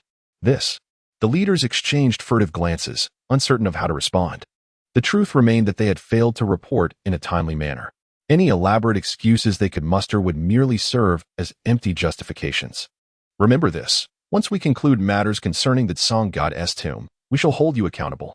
The exalted figure upon the palanquin declared, his presence imposing even from his seated position. Yet, it rendered the leaders of Tai Xuan Sect and Ling Su Sect with an illusion that obscured their true appearances, a manifestation of the vast disparity in their cultivations. At this juncture, what more could they possibly say? No matter how much resentment and dissatisfaction brewed within them, they could only endure in silence. You shall assist from the sidelines, dispatch additional personnel from the sect to encircle this place. I prefer to have fewer idle onlookers hindering our efforts, commanded the elder of the four-symbol sacred ground. His voice was low, yet it resonated throughout the area. This incited immense frustration among numerous wandering cultivators, yet they dared not voice their anger. After all, they could not afford to offend such a sacred ground. The old man, lacking in formidable strength, certainly knew how to put on airs. Within the formation, the blind elder rolled his eyes, scoffing disdainfully. "What level is he at?" Tai Xuan inquired. Intrigued, he had a general understanding of the Tai Xuan sect leader's prowess, but it piqued his curiosity that someone so powerful would willingly bow in submission. "The seventh great realm," the old blind man replied. Upon hearing this, Tai Xuan paused momentarily, contemplating. Ling Sea, Ling Spring, Ling Bridge, Ling Shore, followed by Divine Palace. Divine Extreme, Transforming Dragon, Great Power. "Goodness, that is quite high," he remarked. "High." The old blind man appeared perplexed, then continued earnestly. "One must understand that without attaining sainthood, one remains but an ant. Not achieving divinity is equally as grim." Tai Xuan responded thoughtfully, Action has commenced." Indeed, night had fallen. Above in the sky, the elder of the four symbols sacred ground extended a massive hand, and in an instant, a tempest roared. The void trembled, and the clouds surged ominously, amplifying until it resembled a mountain descending upon the Song tomb. He intended to uproot this grand mausoleum. Such a sight was utterly terrifying, the visual impact staggering. What audacity! Should this divine tomb be seized thus, would it not imply he stands on par with Songshan? If the elder of the four symbols sacred ground succeeded, our efforts would not merely be in vain. Yet he will not succeed. As the expressions of numerous wandering cultivators turned pale, they soon shifted to a deep shade of ashen, trembling with indignation. Naturally, they quickly exhaled a breath of relief. In their line of sight, as the mountainous energy hand made contact with the Songshan tomb, it shattered instantly, proving utterly immovable, dissipating into countless specks in the air. What a magnificent tomb! This caused the elder of the four symbols sacred ground to darken in countenance, letting out a low grunt, forced to abandon his unrealistic aspirations. Just then, the blind elder atop the mountain cast a glance at a certain spot above the Great Canyon. In the next moment, a domain gate opened there. Following this, an entrance comparable to that of the four symbols sacred ground unfolded, with 100 individuals appearing, alongside an elder who utilized an ancient war chariot for transport. "Haha! How clever of you to conceive the idea of uprooting the Songshan tomb." Laughter erupted from the surrounding powerful figures of the Yin sacred ground, filled with mockery, further darkening the expressions of the four symbols sacred ground's cultivators.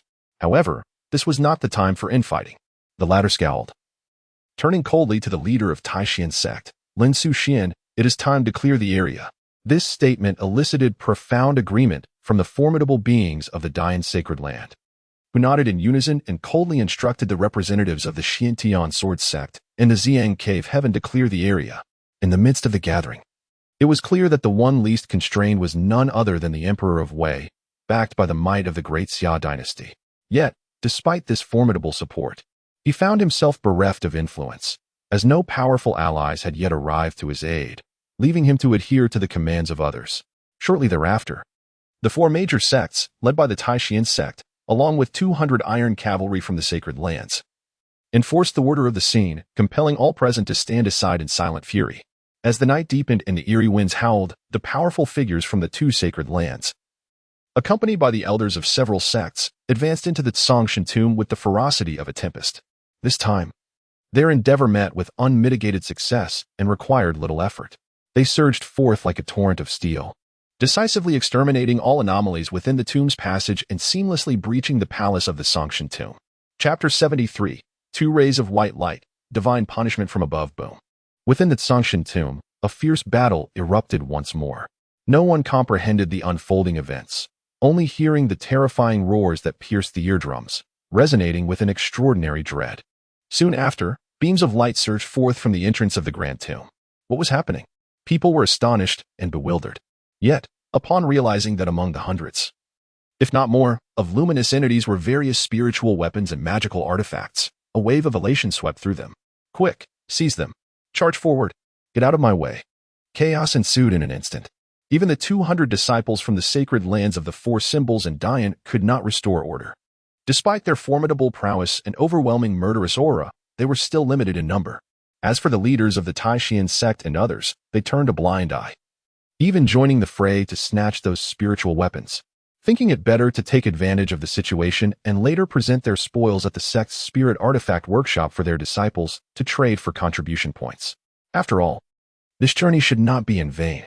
It appeared the battle within was exceedingly fierce. Even the two formidable beings had encountered opponents otherwise. These spiritual weapons would not have been expelled by the shockwaves of their combat. Lin Sushuan, the leader of the Tai Xuan Sect, spoke up. The master of Lingshu Gate nodded solemnly, hoping that the elders could manage, for otherwise, the strength of their sects would suffer a significant decline. Just as the words fell, a horrifying roar echoed through the air, deafening those from the Tai Xuan Sect into momentary stupor. As they sensed an ominous premonition, two beams of light surged from the entrance of the Songshan tomb, strikingly swift and extraordinarily powerful. Hiss! What was that strange entity? It appeared to be a hound. Before their eyes, two beams, one azure, one ebony, ascended to the heavens, engaging in a battle that sent tremors through the night, illuminating it as brightly as day. Igniting a fierce clash, the hound, though seemingly a corpse, was locked in an inconclusive struggle with Elder Chio from the sacred land of the Four Symbols. This was indeed terrifying. What bizarre transformations had the Songshan tomb undergone over endless eons? It resembled the ancient text that spoke of corpses giving birth to spirits, having attained a semblance of power, yet still lacking completeness. Even the erudite Emperor Wei spoke gravely, his expression etched with concern. Following his words, another ferocious howl erupted from within the tomb. Immediately thereafter, a grotesque creature, gaunt and fierce, soared forth, clutching a trident with claws akin to that of a predator. Behind it, a formidable figure from the Dian sacred land emerged, radiating an aura so sharp it resembled a celestial sword, gleaming brilliantly with golden light. In azure of the night sky, even such sinister entities had emerged. The Songshan tomb was indeed terrifying. The leaders of the Tai Xuan Sect felt a chill run down their spines. Suddenly, they comprehended why their group could not advance. And they felt a strange relief, for there was surely no way in and back out. In their view, the battle above was extraordinarily intense. The first to slay one of the two enigmatic creatures was Elder Chio from the Four Symbols sacred land, radiating an overwhelming brilliance. He unleashed the sacred art of his land, the Four Symbols secret technique, transforming himself into a resplendent azure dragon, exuding an awe-inspiring might. With a thunderous roar, he tore the beast apart with claws bared. Yet, a glimmer of white light swiftly escaped. Elder Chio narrowed his gaze, extending a hand to seize it. But the white light eluded his grasp, slipping through his fingers. Before he could act further, on another front, a powerful figure from the Great Transformation sacred land transformed into the Great Transformation sacred sword, another of the sacred arts of his land, and forcefully cleaved the flying night demon, reducing it to mere dust. Once again, a white light materialized, darting left and right, managing to breach his sword domain and flee. How could this be? The formidable practitioner of the Great Transformation sacred land furrowed his brow. Just as he was about to make a move, Elder Chio, not far away, acted first. The two engaged in a fierce pursuit, each demonstrating their abilities to hinder the other, well aware that the white light was extraordinary and likely related to the celestial deity. Elder Chio, what do you mean by this? The flying night demon was slain by me, thus the treasures within it rightfully belong to me. Are you looking down upon the Great Transformation sacred land and seeking to oppose me? In response, Elder Chio of the Four Symbols sacred land coldly replied, "These are all unclaimed objects. No one is entitled to them solely by virtue of having slain the creature. Whoever seizes them first shall claim them." Very well. I shall see just how much you have progressed over the years. The two engaged in fierce combat. Unbeknownst to them, the first white light silently infiltrated the central region, disregarding the prohibitions of a cavern, and directly entered Hu Wei's body. Instantly, it was as though a divine revelation struck him. He felt an unfamiliar essence manifesting in his mind, a celestial-level technique known as heavenly punishment. Hu Wei was taken aback. No contention, no struggle. Instead, he found himself reaping the benefits effortlessly. Family, who understands this? Though he quickly surmised that this might be the influence of the celestial hand. This technique, named heavenly catastrophe, sought him out by following its aura, unbidden, demanding his inheritance. How domineering. Goodness.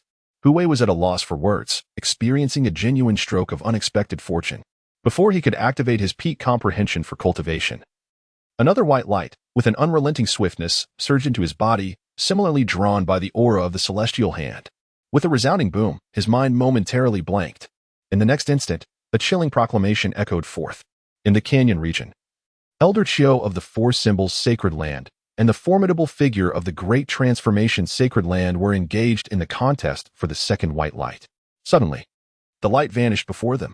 This bizarre occurrence left them aghast, and even as they unleashed their formidable divine senses, they could find no trace of it. It was utterly astonishing. They were both powerful figures of the sacred lands, cultivators of the seventh great realm, wielding immense magical prowess. Who could possibly evade them in such a manner? Only a mere white light had accomplished this feat. The implications of such an event were indeed terrifying. Search this place thoroughly. I must uncover those two beams of white light. Not a single person or object shall escape scrutiny, even if it requires digging 3 feet into the ground. Elder Chiu and the formidable beings of the Dian Sacred Land spoke in unison, their gazes icy and commanding, issuing a lethal decree to the disciples of their sacred land. Instantly, the atmosphere was filled with chaos, instilling a sense of dread in everyone present. Ultimately, however, they had no choice but to submit to the authority of the two great sacred lands. After all, with such powerful figures overseeing the situation, escape was utterly impossible.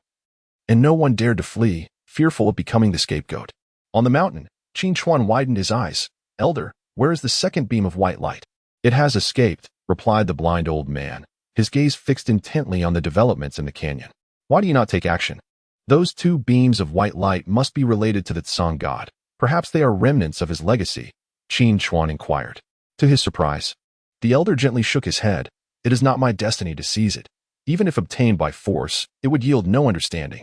Moreover, even if I were to intervene, success is not guaranteed. What? Qin Chuan exclaimed in astonishment. In the cave, Hu Wei murmured to himself, I cannot die. Upon hearing such words, a chill ran down his spine, and an ominous premonition began to take root in his heart. Chapter 74. A Drop of Divine Blood. The celestial spirit scripture I cannot perish yet. The heavens quake, darkness prevails. The world requires my presence. Yet I am utterly exhausted. Though my body may succumb, my legacy must endure. I leave behind a single drop of my essence along with the celestial spirit scripture for those fated to inherit it. I earnestly hope that my will shall be carried forth. These desolate words were haunting, leaving Hu Wei trembling, goosebumps rising along his skin, as a profound respect welled within him, rendering him prostrate in admiration. The celestial deity possessed a grand spirit. Even in his final moments, he thought of humanity. He left a drop of divine blood in the shadowy tomb alongside his revered divine technique, the celestial spirit scripture. Such a sentiment evokes deep reflection and sorrow. Hu Wei sighed heavily, taking considerable time to calm his turbulent emotions. He turned his gaze inward to his spiritual sea, where a solitary drop of divine blood resided. Pushing aside the chaotic stone, this minuscule droplet, though diminutive, radiated brilliance surpassing that of the sun, casting an incredibly resplendent divine light that made Hu Wei's white spiritual sea even more vibrant. Despite its loss of divine power, such as order and law, it retained properties akin to legendary elixirs, possessing the miraculous ability to revive the dead and enhance cultivation. As for the celestial spirit scripture, it was even more enigmatic, encompassing various cultivation methods across grand realms and containing forbidden secret techniques. Though Hu Wei's current level of cultivation did not permit him to wield them, truly, the celestial deity was a supreme divinity. Hu Wei gleaned a slight understanding. Unable to suppress his awe, the individual was undeniably a prodigy of that era, possessing an extraordinarily profound comprehension of cultivation. He also discerned that the cultivation system of that time was markedly different. For instance, the initial 4 realms, spiritual sea, spiritual spring, spiritual bridge, spiritual shore were unified into one. Referred to as the We'll-See secret realm during the era of the celestial deity, as chronicled in the celestial spirit scripture, triggered by his peak enlightenment. Hui meticulously researched and compared, deeply moved, for not only was there nothing to amend, but even his own modified version of the Tai mystical entry chapter paled in comparison to this method. This was to be expected, after all, as it was a law crafted by a deity. He promptly cast aside any distractions and began cultivating according to the profound laws documented in the celestial spirit scripture, We'll-See realm, essentially re-experiencing the four great realms. The night stretched long, ample time at his disposal, as Hui immersed himself in this endeavor. Meanwhile, in the direction of the Great Canyon, the battle was far from concluded. The powerful beings from the four symbols and Dian's sacred grounds had merely breached the celestial deity's tomb palace, encountering the hound beast and the flying night demons. After a fierce struggle, they vanquished these adversaries. However, they had yet to locate the celestial deity's coffin, not even catching a glimpse of its shadow. After a thorough search, two beams of white light vanished without a trace. Elder Chiu and another individual wore expressions as dark as coal, their gazes filled with murderous intent directed towards the Tai Xuan Sect's leader and the Lingshu Sect's master. Ultimately, their efforts bore no fruit. None were permitted to leave. Those who defied the order would face death. They did not relent, issuing commands to their respective sect disciples before hastily re-entering the celestial deity's tomb to embark on a new search. One cannot help but note the overwhelming force of the sacred grounds. All present dared to cede in silence, let alone resist. The scattered cultivators were not entirely without gain. At the very least, they had managed to acquire a spirit weapon that had flown out from the tomb of the Song god, with many possessing more than one. On the mountain, within the formation, the blind old man suddenly remarked, "Youngster, there is nothing more to see. I must take my leave." Upon hearing this, Qin Chuan was momentarily taken aback. "Leave? Hasn't it just begun?" "For me, it has already concluded," the old blind man replied with a slight shake of his head. "The tomb of the Song god harbors great peril. Those who enter shall meet their demise. The outcome is already known. What benefit is there in remaining?" "Ah, I understand what you mean," Qin Chuan said, momentarily speechless, then added, "What am I to do if you depart?" "The formation? It has been reinforced. Only a formidable being could detect it. I knew you would only think of yourself," the old man retorted, glaring with dissatisfaction. Qin Chuan mumbled, "Of course. You are the Grandmaster, while I am not." "Enough, enough," the old blind man scoffed. "I am leaving." He departed without hesitation, his figure slowly vanishing as if he had never existed. For a moment, Qin Chuan felt a tinge of melancholy. After all, one is not made of wood or stone. Moreover, with a hidden Grandmaster by his side, even if discovered, there was little to fear. "Damn it, I still cannot recall who this old fellow is. What a failure." He slapped himself in frustration. In the latter half of the night, a chilling scream echoed. It was truly unsettling. The people were bewildered, as there had been no sounds of battle. At that moment, the tomb of the Song god ceased to emit light. Many scattered cultivators began to stir restlessly.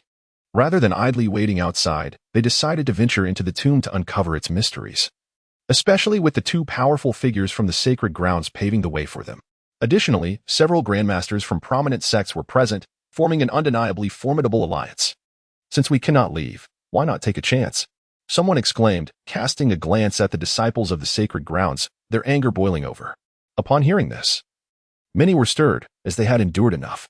They had been searched and restricted, finding themselves in a predicament. Would they not be ridiculed if word got out? "What kind of chance are we talking about?" someone asked quietly. "Quite simple. Let's form an alliance to explore the tomb of the gods." "Agreed. With someone to lead the way, I believe we will face little danger and will not return empty-handed." "Count me in." "Me too." Thus, the scattered cultivators began to band together. The disciples of the two sacred grounds did not intervene, as their task was to prevent anyone from fleeing, not from entering the tomb of the Song god. It must be noted that the intimidation posed by the beasts guarding the area was significant. They formed a circle around the vicinity, and no scattered cultivators dared to take advantage of the chaos to escape. Meanwhile, in the latter part of the night, the screams continued to rise and fall. The leaders of the Tai Xuan Sect felt a chill run down their spines. Indeed, the depths of the tomb of the Song god were terrifying. They could only wonder how the Grandmasters were faring, thankful for their foresight in preventing others from following. For otherwise, there could have been a threat of annihilation. Alas, I hope they can navigate through this perilous situation, for we are unable to venture into the Songshan tomb in search of answers. The tomb exudes an aura of the netherworld, and I am plagued by an ominous premonition. As if something is documented in an ancient text, yet the specifics elude my memory. Their actions are driven by the greater good, and although it is unfortunate, as a spokesperson for the sect, one cannot be swayed by emotions but must exercise discernment. Shortly thereafter, the horizon was tinged with the pale light of dawn. Several figures emerged from the Tsongshan tomb in a state of disarray, each bearing injuries. Among them were Elder Chiu from the Four Symbols Sacred Land and the Grand Master of the Tai Xuan Sect, accompanied by two solitary cultivators. This scene left Lin Suxuan and the others gasping in astonishment, for it was known that the number of those who entered exceeded 100, indeed several hundred. Who could have anticipated that only these four would emerge alive? What could they have encountered within? Chapter 75. Restrictions, Killing Formation, Return to Taixian. How terrifying it is. On the journey to the tomb of the Tsang god, intricate patterns were engraved, which served as restrictions. Touching them would lead to certain death. Furthermore, the tomb path was casually strewn with treasures, each capable of activating a deadly formation upon contact, triggering catastrophic consequences. Two scattered cultivators, their faces pale with lingering fear, expressed their dread, embodying the terror of having narrowly escaped disaster. Indeed, it was alarming. The Tsang god had left behind contingencies, establishing restrictions and killing formations, utilizing treasures as mediums, an extravagance that was as horrifying as it was impressive, even if the formation had suffered damage from the erosion of endless years. The killing array's potency remained formidable. Yet who could possibly break it? A chill surged through the hearts of the Tai Xuan Sect leader and others upon hearing this. An icy dread ascending from within, reaching the crown of their heads. Especially when they discovered that only one supreme elder had managed to escape, their hearts bled with despair, leaving them numb. Elder Chiu, what shall we do? The crowd turned their anxious gazes toward the formidable beings of the Four Symbols Holy Land, their hearts heavy with trepidation. At this juncture, a single word from the opposing side could determine the fate of several major sects, for no one dared to defy the Holy Land. Upon hearing this, Elder Chiu's demeanor turned cold as he cast a sweeping glance at the group, his voice gravelly. You need only send someone to guard this place. As for the Tsang goddess tomb, I shall personally return to the Four Symbols Holy Land to invite a senior expert to break the formation. Such was the profound foundation of the Holy Land, so deep it left one astounded. Yet, it was also a desperate measure. Even someone as powerful as he had narrowly avoided disaster, had it not been for his myriad of strategies and treasures of various ranks shielding him. He too might have fallen victim, much like the strong cultivators of the Great Yin Holy Land. Yes, as dawn broke, within the cave, Hu Wei opened his eyes. As if two bolts of white lightning had sliced through the air. His entire aura underwent a significant transformation, radiant and vigorous, his spirit brimming with vitality. One must admit, the Tsangling scripture was indeed marvelous. After a night of intense cultivation across the four realms, even if he was only at the mid-stage of the Spirit Shore realm, he had gained immense benefits. He could distinctly perceive the difference between his prior cultivation and the singular realm that had been fragmented in his past life. One reflected the disparity in the quantity of spiritual or divine power generated within him, while the other was imperfect, harboring certain flaws that posed risks for future cultivation, such as imprecise magical power. In summary, the advantages were substantial, akin to rectifying the defects of his realm, allowing his spiritual sea to resemble a miniature universe. He needed to find an opportunity to return to the Tai Xuan Sect. Hu Wei calmed himself and murmured to himself. In truth, he had considered the possibility of not returning.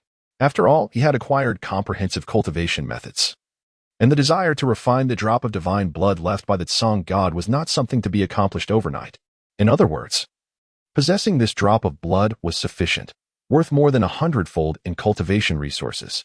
However, Hu Wei had other pressing matters to attend to, such as dealing with Zhou Ping and Wang Yong, as well as resolving issues with Elder Guo's relatives. After all, when one is abroad, one must uphold their promises. If one declares the intent to eliminate an opponent's entire family, one must indeed fulfill that promise.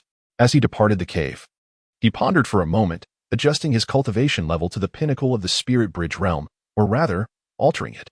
Hu Wei ventured towards the periphery of the vast mountain range, an inevitable direction, for he was well aware of the chaos that lay within its deepest regions. The Tsang God tomb was not a place he wished to encounter. In truth, he emerged as the ultimate victor. Whether it was the Chaos Stone, the Tsang Spirit Scripture, or the Celestial Thunder Punishment, a transcendent technique beyond the heavenly tier, all had fallen into Hu Wei's possession. It could be said that he had forged a profound karmic bond with the Tsang god, acquiring a significant portion of the other's legacy, all without contention. The news of his fortune would undoubtedly incite envy and resentment, turning many green-eyed with jealousy. Fortunately, no one was aware of it. As Hu Wei reached the outer region, he unexpectedly spotted a familiar figure. After a moment of scrutiny, he recognized it to be Qin Xuan. It turned out that after the old blind man had departed, Qin Xuan, too, understood the necessity of not lingering and thus found himself in the current predicament. You haven't left? Hu Wei struggled to suppress his amusement. Yet he could not contain himself, bursting into laughter. Ha ha. At that moment, Qin Xuan felt an immense sense of frustration. Indeed, he could not escape being mocked. Fixing a glare upon the laughing Hu Wei, he suddenly appeared to realize something, revealing an expression of intrigue. You seem different. This caused Hu Wei's heart to skip a beat, yet his demeanor remained unchanged as he retorted, What difference do you perceive? Hiss. It seems you've become more handsome. Ugh. Qin Xuan spat in jest, then corrected himself. It's hard to articulate, just a kind of intuition, familiar yet unfamiliar. In any case, your aura is distinctly altered. The fact that the other could discern the subtleties so readily was a testament to his status as a reincarnated cultivator. Leaving Hu Wei inexplicably startled. It must be your illusion, he replied, deftly shifting the topic. If anything has changed, your transformation is even more remarkable, reaching the spirit shore realm. Indeed, this was the truth. Qin Xuan had elevated his cultivation to the spirit shore realm through the light god technique, making progress at an astonishing pace akin to ascending a rocket, and his gains were substantial. It was merely a stroke of luck, he remarked nonchalantly. As they conversed, the air shimmered with ripples. In this place, the winds howled ferociously. In the next moment, the people from Tai Xuan Sect appeared, led by 3 inner sect elders. Accompanied by 4 outer sect elders and over 20 inner sect disciples, a considerable number. Greetings, elders, senior brothers. Hu Wei and Qin Xuan smoothly inclined their bodies in respectful salutation upon recognizing the sect members. Days had passed, and no one expected those left behind to appear alive. Even more fortuitously waiting here, it was impossible for the Tai Xuan Sect entourage not to be astonished. Once their identities were confirmed, the 3 inner sect elders rarely revealed smiles, for they could discern the surface cultivation levels of Hu Wei and Qin Xuan. Well, truly deserving of great fortune. Though amidst peril, you have achieved remarkable destiny. Though Guo Laogui's fate remained uncertain, likely having fallen, there still existed this alchemical prodigy to inherit his legacy. After a round of commendation, Qin Xuan requested several elders to escort him and Hu Wei back to the sect, essentially seeking their assistance to activate the teleportation array. This request was naturally not difficult to fulfill. After all, the Tai Xuan Sect had made significant sacrifices this time.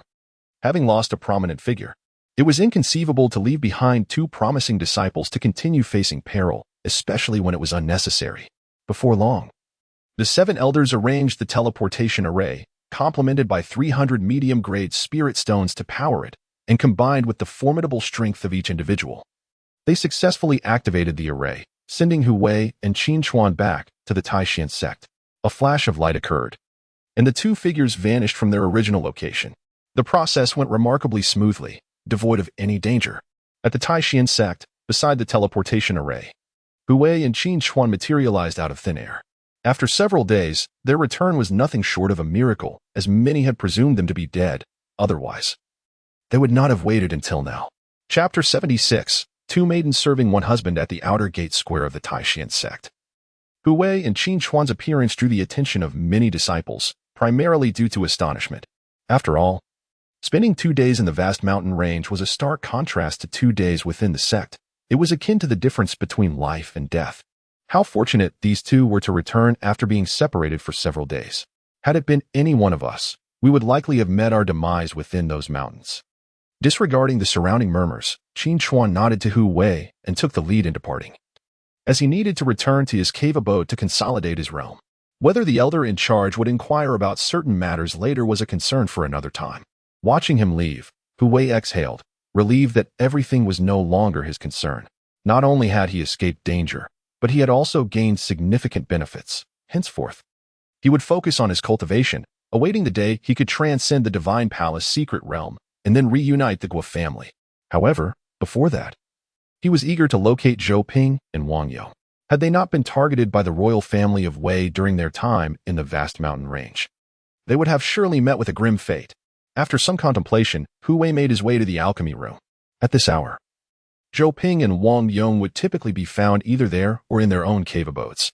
Meanwhile, the disciples in the outer gate square engaged in fervent discussion. It seemed that someone had noticed Hu Wei's substantial improvement in strength. At the pinnacle of the spirit bridge realm, was it truly achievable for a disciple of white aptitude? Even if so, they believed it was likely his limit, as many considered the quality of one's cultivation aptitude to be of paramount importance, often rivaling the value of life itself. In the alchemy room, Hu Wei arrived but did not find Zhou Ping or Wang Yong. Instead, he startled Kai Kuan and Wu Hao, ultimately encountering Lin Xiangyu. She froze, her expression a mix of surprise and fear, fixated on Hu Wei. Her delicate features shifting slightly, and after a few seconds of hesitation, she cautiously spoke, "Are you the master, or Hu Wei?" She had evidently gleaned some of the underlying truths or had made certain deductions, yet was powerless to alter the course of events. After all, even if she reported to the Danxia Hall, Elder Dan had neither the will nor the means to intervene in the affairs of others' disciples. "What do you think?" Hu Wei replied with a serene smile. Upon hearing this, Lin Xiangyu was momentarily taken aback before realizing that the person before her was indeed Hu Wei, and not Guo Chanla who had taken over his identity. Instantly, she breathed a sigh of relief, transforming her worry into joy. Just days ago, at the outskirts of the vast mountain range, she had waited in vain for his appearance, and although she had heard he was still alive, her heart had sunk to the depths of despair as she braced for the worst outcome. Now, however, she felt an overwhelming sense of relief. Surely, Hu Shixiang's skill surpassed all. Lin Xiangyu's eyes sparkled with genuine delight. "Just a stroke of luck," Hu Wei casually remarked, and then inquired, "Where are Junior Brother Zhou and Junior Brother Wan? I have not seen them around." Upon hearing this, Lin Xiangyu, with her keen intuition, quickly discerned Hu Wei's intention. It was not surprising. Anyone who had been ambushed would feel discomfort. The poison known as Fengling San was exceedingly malicious, akin to the mesmerizing powders of the martial world in a previous life. Effective yet challenging to concoct, for the materials required were exceedingly rare. "It's nothing. I just need to find them," Hu Wei replied nonchalantly. However, he soon furrowed his brow when Lin Xiangyu informed him that the two had been frequenting the inner sect recently, seemingly attempting to curry favor with the Guo family. After all, Elder Guo and Guo Xintai had not returned from the Kangming Mountains, and while they publicly claimed to be missing, everyone understood that the likelihood of their demise was far greater. Lin Xiangyu was acutely aware of this fact. She sensed that the two had likely perished at Hu Wei's hands, a judgment born of a woman's intuition. At this point, Lin Xiangyu suddenly expressed her heartfelt remorse. "Brother Hu, I am sorry for what happened before. I understand. You are a member of Danxiao Palace and must maintain appearances when necessary," Hu Wei interrupted her, waving his hand dismissively. "Thank you," Lin Xiangyu said sincerely. After this exchange, she revealed another piece of news. Elder Guo was dead. Consequently, there was no longer a need for this alchemy chamber, which would soon be absorbed by Danxiao Palace. Furthermore, Lin Xiangyu extended an invitation to Hu Wei to take a position at Danxiao Palace. Given his current cultivation and alchemical skills, he would undoubtedly be groomed as a trusted disciple by Elder Dan. In truth, Elder Guo had never fulfilled his role as a mentor because Hu Wei's innate talent for alchemy was so formidable that he required no instruction. There was also another reason. Hu Wei's strength had not yet reached the level required to concoct higher-tier elixirs, so the old man had essentially allowed him to roam free. Yet, it should be noted that Elder Guo had indeed imparted knowledge, just in a different manner. He had taught with his very life. After Hu Wei devoured his primordial spirit, he naturally retained all the alchemical insights, mastering them completely. That said, Hu Wei did not acquiesce to the offer. His exceptional aptitude for alchemy was too valuable to be squandered. He had broader horizons to explore and no need to confine himself to a single domain. Lin Xiangyu's expression fell, and she opened her mouth to plead for him to reconsider, but ultimately, no words came forth. As Hu Wei turned to leave, she felt a sense of parting, a bittersweet pang rising within her heart as if they were destined to diverge on separate paths, becoming strangers. "I can only seek my master now." Returning to the spirit-grade cave dwelling, Hu Wei found himself unable to locate Zhou Ping and Wang Yong. It seemed that the two medicine boys were no longer present, as most of Elder Guo's people had perished in the Kangming Mountains. Thus, the place was steeped in an eerie stillness. Hu Wei rather relished this tranquility, for it offered him a rare moment to calm his mind and cultivate. He began to draw forth the divine blood from the sea of spirits, unleashing its vast power, and immersed himself in the practice of the Tsangling Sutra, entering a state of oblivion where self and the world were one. The actions of the Danxia Hall were swift. Upon confirming Elder Guo's failure in seizing control, Elder Shan immediately proceeded to the inner sect to seek the counsel of the Grand Elder, who managed various affairs of the Tai Xuan Sect. She requested the merger of the alchemy chamber into her Danxia Hall. Although initially met with resistance, through Elder Shan's well-reasoned arguments, she temporarily secured the authority to oversee the alchemy chamber, which was a commendable outcome. After all, the temporary management of the chamber bore little distinction from its outright incorporation into Danxia Hall. The only hindrance was the Grand Elder's hesitance to issue a direct order. Mindful of the sentiments of the Guo family members, should they remain unopposed, the term temporary would gradually be omitted, transforming into an unequivocal mandate. Moreover, the following day, just before noon, Elder Shan personally visited Hu Wei at the Shuxiu Peak, exhibiting no airs of superiority. She humbly extended an invitation for him to join Danxia Hall as a true disciple. Naturally, he graciously declined. I wish to facilitate a union between you and either Yuer or Qing'er as your partners, or perhaps both ladies could share your companionship. In the future, the management of Danxia Hall could also be entrusted to you. What say you? Elder Shan proposed. Hu Wei. Chapter 77. The Guest and the Alchemy. What? Hu Wei was momentarily stunned. Goodness, this is quite a bold proposition. It is evident that Yue holds you in high regard. I can see that she has unwittingly developed feelings for you. Observing Hu Wei's astonished expression, Elder Shan continued. Qing'er is likewise affected, ever since you held her. She seems to harbor inexplicable affections towards you. I believe persuading both of them to serve you should pose no challenge. Hu Wei was taken aback. To be honest, he had never anticipated such a scenario. After all, he had never contemplated matters of the heart. Ever since he traversed into this realm of cultivation, he had been diligently striving for personal strength. Only through such endeavors could he aspire to safeguard himself and endure. Romantic entanglements had long been cast aside. Grateful for Elder Shan's favor, he found her proposition utterly irresistible. However, he had always cherished his freedom and autonomy, thus he could not acquiesce. With utmost sincerity, Hu Wei declined her offer. Upon hearing his refusal, Elder Shan was taken aback. She had assumed that Hu Wei would not turn down the opportunity, as there seemed to be no rationale for such a rejection. After all, he was merely a white-graded servant, having reached the pinnacle of the Spirit Bridge realm, which was already a remarkable feat. The conditions she proposed were exceedingly enticing, a place in the Danxia Palace, alongside the company of the two lovely maidens, Lin Xiangyu and Lin Qing'er. Who could resist such an offer? Most would likely be overwhelmed with excitement at such an affectionate proposal, eagerly agreeing with gratitude. Yet, here was Hu Wei, seemingly indifferent. Indeed, this young man was extraordinary. No wonder you held him in such high esteem. Are you perhaps concerned that I harbor ulterior motives? Elder Shan asked, seeking to allay his apprehensions. You need not worry. The fate of Guo Juqing serves as a vivid reminder. I would not court my own demise. Though Elder Shan appeared graceful and alluring, she was, in truth, astute and perceptive, directly addressing Hu Wei's concerns. In reality, he felt no fear regarding this matter. He recognized that Elder Shan, too, had reached the apex of the Spirit Bridge realm, and as an alchemist, her combat prowess could not be underestimated. Senior, you misunderstand. I merely seek to pursue a higher realm. I intend to advance to the inner sect soon, wholly devoted to the path of cultivation, Hu Wei explained, harboring genuine intentions. His main motivation was that all members of the Guo family resided within the inner sect. If he were to reunite them, it would be illogical to linger in the outer sect. Yet your aptitude has reached its limit, and the Spirit Shore realm may prove an insurmountable barrier for you. Furthermore, the inner sect is unlikely to readily accept a disciple of white qualification. I advise you to contemplate this matter carefully, Elder Shan cautioned, undeterred by his previous refusal. Rather than growing angry, Elder Shan continued to analyze the situation for Hu Wei. To put it bluntly, remaining in the Danxia Palace would undoubtedly be the wisest choice.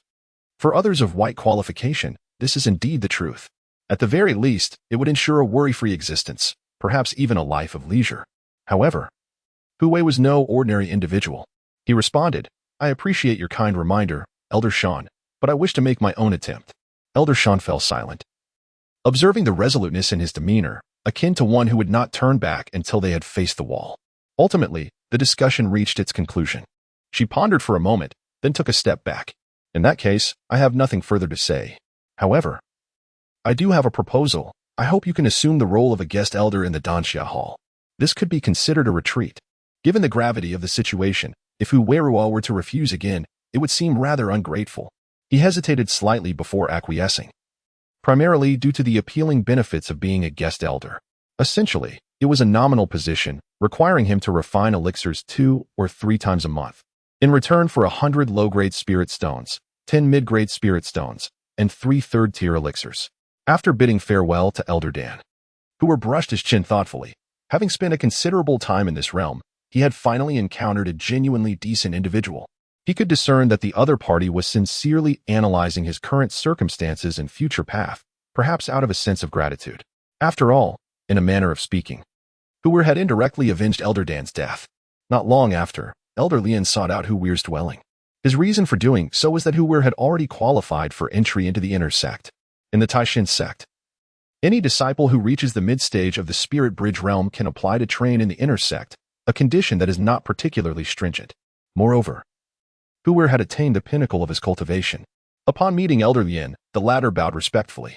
Elder Lian, upon seeing this, could not help but chuckle, nodding slightly in return, and did not assume an air of superiority typical of elders. Hu Weiru welcomed him into the cave and poured him a cup of spiritual tea. Elder Lian, eschewing pleasantries, got straight to the point, inquiring about Hu Weiru's experiences in the Kangmang mountain range. Hu Weiru, speaking without reservation, naturally chose to withhold the details of his extraordinary encounters in the series of events involving the Tsong goddess inheritance, but freely recounted the other aspects of his journey. Ah, I see. You refined the 4th-tier spiritual herb, fire spirit fruit, along with other lower-tier spiritual materials to elevate your strength to this level, Elder Lian exclaimed in astonishment. Very well, I understand now and can provide the sect with an explanation. He had indeed come with a purpose. After all, while disciples with white talent reaching the Spirit Bridge realm were not unheard of, they were exceedingly rare.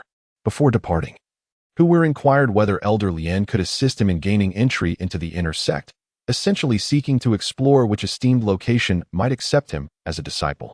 He was aware that, although Elder Lian was in the outer sect, he undoubtedly possessed influential connections that could facilitate this. True to his expectations, Elder Lian displayed a look of hesitation. After a brief moment of contemplation, he sighed and nodded, although the chances are slim. Considering you are merely of white talent and have reached your cultivation limit, I shall make an attempt on behalf of Qin Xuan. He candidly revealed that Qin Xuan had been specially recruited by a particular training ground within the inner sect, and the events of the previous afternoon had transpired swiftly, leaving the other spiritual peaks regretting their tardiness. Furthermore, Qin Xuan had promised to bring Elder Lian into the inner sect, assuming an elder position himself, creating a sense of mother's favor through her child's merit, a request that the training ground had agreed to. While Hu Weiru found this surprising, it was not entirely unexpected. As he bid farewell to Elder Lian, he made an effort to express his gratitude. Thank you for your trouble, Elder Lian. The latter waved his hands repeatedly, assuring him that he would send someone to notify him as soon as there was news, and then he took his leave. Thus, a day passed. Once again, he failed to locate Zhou Ping and his companion. However, the following day, as noon approached, the Danxia Palace sent someone to summon him for alchemy. Well, given the circumstances, it was prudent to appease them before he formally entered the inner sect. With such thoughts in mind, Hu Weiru soon arrived at the Danxia Palace. This place was somewhat larger than Elder Guo's alchemy chamber, with a considerably greater number of disciples, and the atmosphere was quite pleasant. In short, the two locations were hardly comparable. Elder Dan, Hu Weiru said, bowing slightly to the graceful woman, you have arrived at just the right moment. My disciples have long heard of your illustrious reputation in alchemy, yet they have never witnessed it firsthand. Now, they have the opportunity to learn. Elder Dan smiled as she spoke. No sooner had her words fallen than the young boys and girls turned their gazes towards Hu Weiru. One of them, evidently unwilling to concede, spoke up. We humbly request guidance from Brother Hu. Chapter 78. A night of darkness and wind at Danxia Hall. A dozen individuals gazed at Hu Weiru, awaiting his next words. Among them were Lin Xiangyu and Lin Xinger, their expressions tinged with complexity. They were acutely aware of his preference for cultivating within the inner sect rather than settling for a life of ease here, which naturally stirred feelings of regret within them. Alchemical concoction? For 4th-tier elixirs and below, it's rather simple, Hu Weiru remarked, his tone casual. This statement elicited skepticism from many of the youthful onlookers, with some openly displaying disdain. In essence, Their reaction could be summarized in 2 words: I trust you not. Hu Wei, however, was well prepared for such responses. He promptly invited them to the alchemy chamber.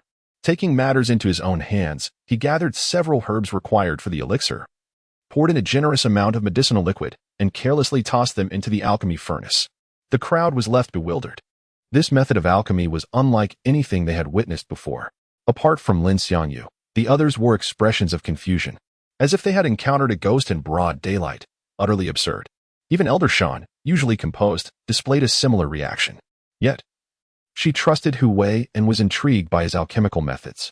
Thus, she silenced the curious gazes of her disciples with a gentle shake of her head, prompting them to close their mouths. No one dared to voice further objections. It must be noted that in this regard, Elder Guo's disciples were incomparable. Meanwhile, Hu Wei, enjoying the tranquility, gathered radiant energy in his hands. Once the spiritual level fire control technique had brought the medicinal liquid to a vigorous boil, he leisurely flicked his fingers with the prowess of a peak spiritual bridge cultivator. In an instant, the elixir was complete. A unique fragrance wafted through the air, intoxicatingly rich. As they inhaled, everyone felt a wave of comfort wash over them, their pupils dilating in astonishment. What a remarkable technique! Elder Shan exclaimed, her eyes gleaming with admiration. As a seasoned alchemist, she had never encountered such an operation. Abandoning all conventional alchemical methods and mastery over fire control, Hu Wei had instead relied on the most crucial burst of light to solidify the nearly overcooked herbs into a pill. This was a bold innovation. Is it truly possible to condense an elixir in this manner? The crowd was left in stunned silence. Upon opening the alchemy furnace, their jaws dropped in disbelief. They beheld 5 perfectly crafted 3rd-tier 5th-grade elixirs, each adorned with a unique alchemical pattern, enveloped in a rich aromatic haze. Extraordinary. Brother who can indeed produce elixirs with inscriptions as recorded in ancient texts. How impressive! They exclaimed, their astonishment palpable. The youths at Danxia Hall were on the verge of pledging their allegiance to Hu Wei, their faces filled with disbelief and reverence. Such a miraculous alchemical technique capable of producing inscribed elixirs left many in awe. All right, everyone disperse. In future alchemical endeavors, let Brother Hu serve as your benchmark. It is not merely about imitating his methods, but discovering your own unique approach. Have you all understood? Elder Shan interjected at an opportune moment. Yes. The group responded in unison. Have the young ones truly considered not remaining to succeed Danxia Hall? With your talent in alchemy, given time, you could undoubtedly become a master alchemist of your generation. Elder Shan turned his head to persuade Hu Wei once more, but the latter merely shook his head slightly. This left Elder Shan feeling quite helpless, while Lin Xiangyu and Lin Qing'er openly displayed their disappointment. Hu Wei did not linger for long. Before departing, he inquired about the whereabouts of Zhou Ping and Wang Yong, only to learn that upon hearing the alchemy chamber had temporarily fallen under Elder Shan's management, they had become quite resentful and had chosen to avoid the premises altogether. Thus, it seemed that the two spent most of their time within their own abodes, which was perhaps for the best. Hu Wei narrowed his eyes and subsequently asked Lin Xiangyu for the locations of their caves. The latter was taken aback, her expression reflecting more concern than surprise. Rest assured, I am aware that killing within the sect is a grave taboo. I would never resort to such actions. Hu Wei reassured her casually. He then acquired the locations of Zhou Ping and Wang Yong's caves from Lin Xiangyu before leaving the Danxia Hall. As night fell, under the cover of darkness, a figure melded with the shadows, effortlessly evading the patrolling disciples while traversing the outer sect, arriving at a mountain peak. He expanded his formidable spiritual perception, furrowing his brow upon discovering that Zhou Ping was not present in his cave. Ah, he was fortunate.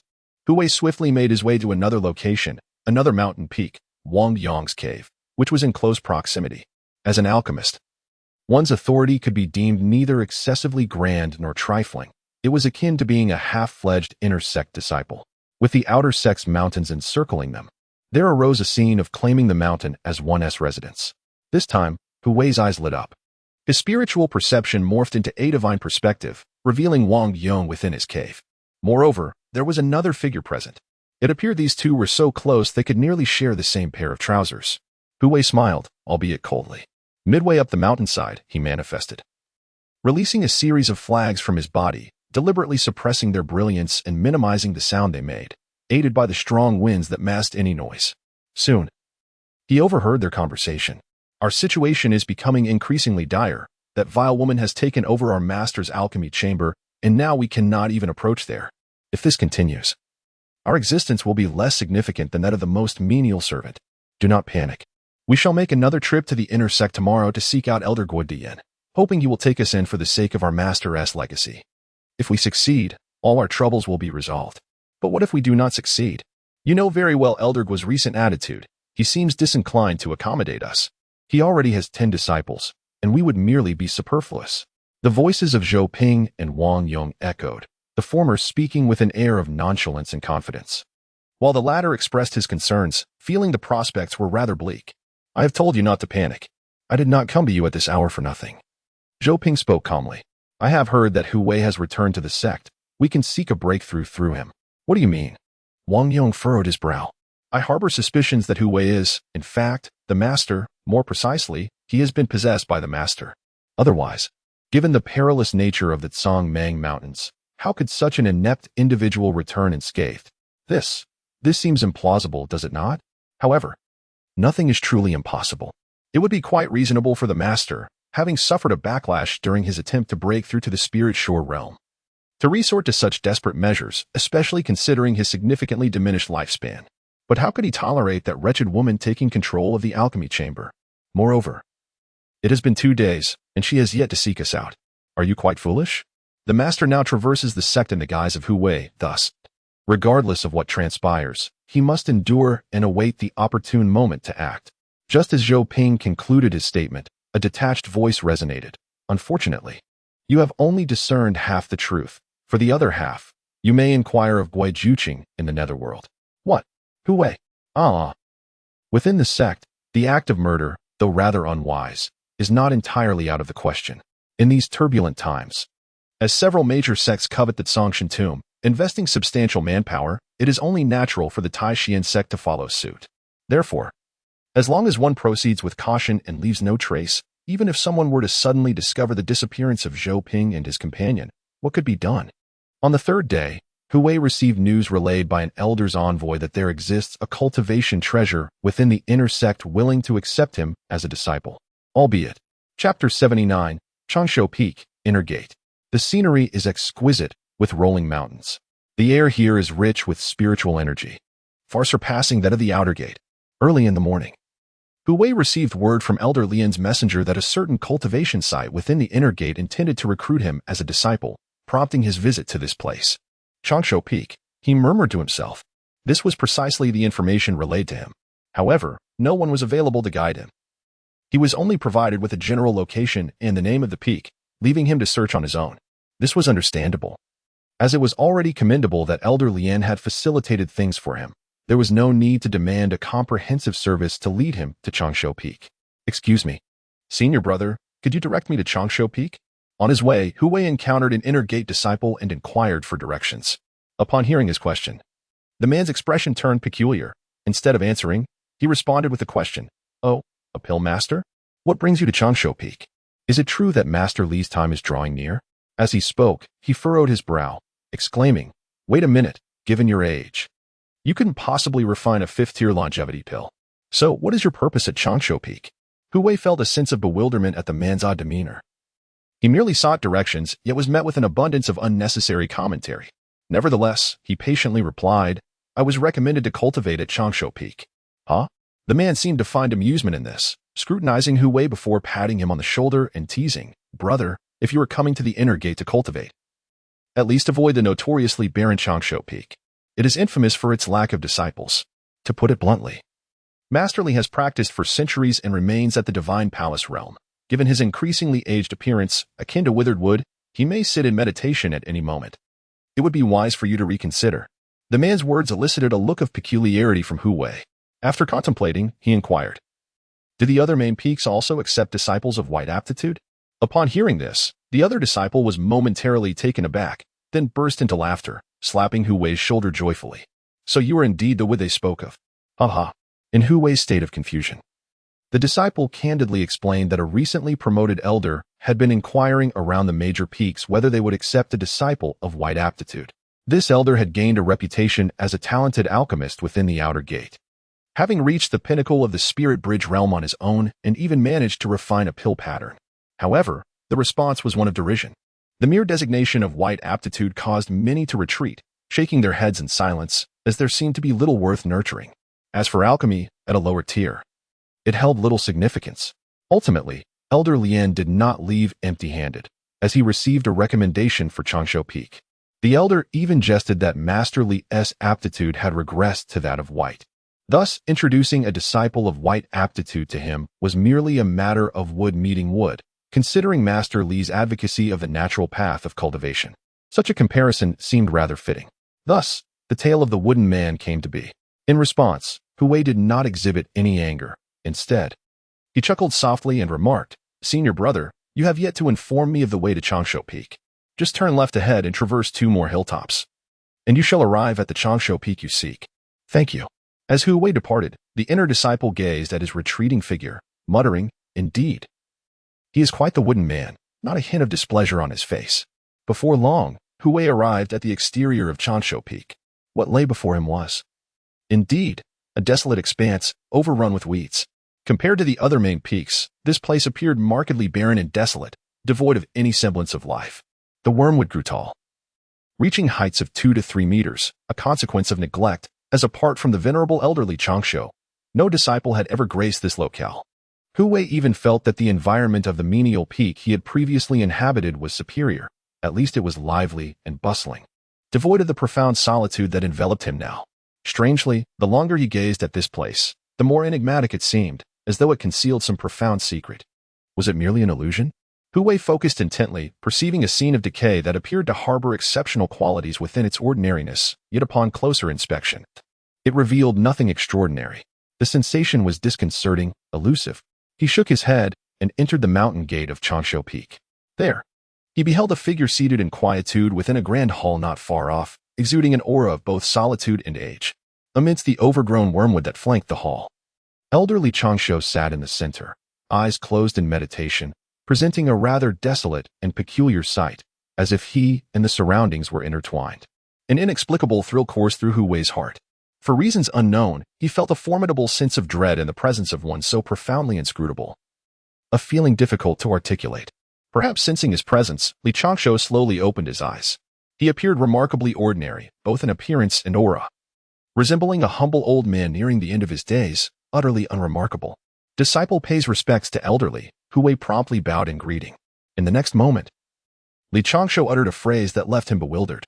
"Ah, it is you." Hui could not help but wonder when he had met this man. From Li Changshu's tone, it seemed he recognized him, or had perhaps encountered him before, yet Hui had no recollection. "You are the prodigy in alchemy, are you not?" Li Changshu stated calmly, his tone devoid of elation or sorrow, akin to a placid well. "Ah, merely a name without substance. I do not dare to claim the title of genius. I simply possess some skills in alchemy," Hui humbly replied. "Well, since you wish to cultivate here, you may stay. Changshu Peak has no rules and requires no tidying. Everything shall remain as it is." "Understood. Please hand me your identity token."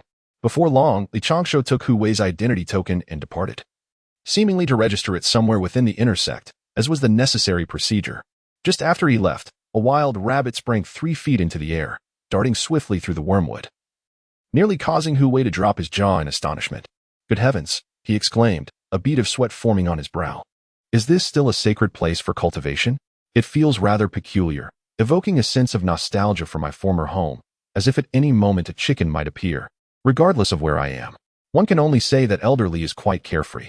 Is it a state of effortless being? Perhaps that is the most fitting description.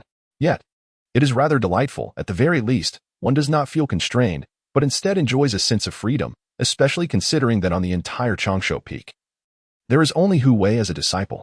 Not long after, elderly returned, handed back the identity token to Hui, and then vanished into the depths of the grand hall. Hui found himself quite at ease. He noticed that elderly's temperament seemed rather amiable, although somewhat reclusive. He was accepting. After all, not meddling in others' affairs is rather comfortable. I wonder how that Song Shintum fared. Hui sat on a step within the grand hall, resting his chin on his hand, inadvertently recalling that perilous place, murmuring to himself, "It has been 3 days since returning to the sect." Naturally, information regarding the Song Shintum is not easily accessible, so curiosity is quite normal. Regardless, let us find a place to cultivate. The sooner I can break through the Divine Palace secret realm, the quicker I can reunite the Gua family with their loved ones in the underworld. Chapter 80, The Way of Nature. Elevation of spiritual awareness in the blink of an eye. Several days have passed. During this time, Hui diligently pursued his cultivation, refining a small portion of the blood of the Song God, and successfully undergoing a transformation akin to breaking out of the cocoon and becoming a butterfly. His strength in the Lingyan realm approached the late stage, a commendable advancement. 6 transformations in total. Had it not been for the abundant opportunities, one might not be able to sustain such progress, for the resources required for each transformation multiplied exponentially. Aside from his improvement in power, he also took a leisurely stroll through the inner sect, unexpectedly gathering information about the Song Goddess tomb. The situation was dire.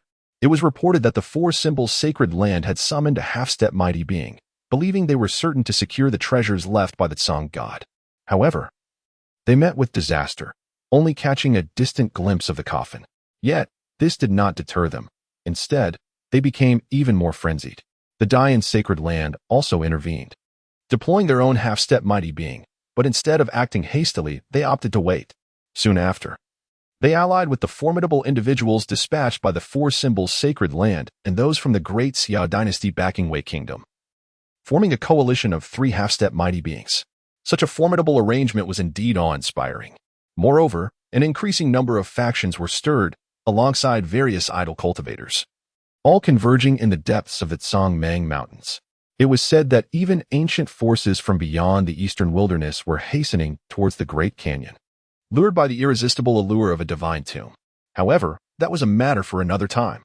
Hui learned that the alliance of 3 half-step mighty beings ultimately ended in failure. They perished within the Song Goddess tomb.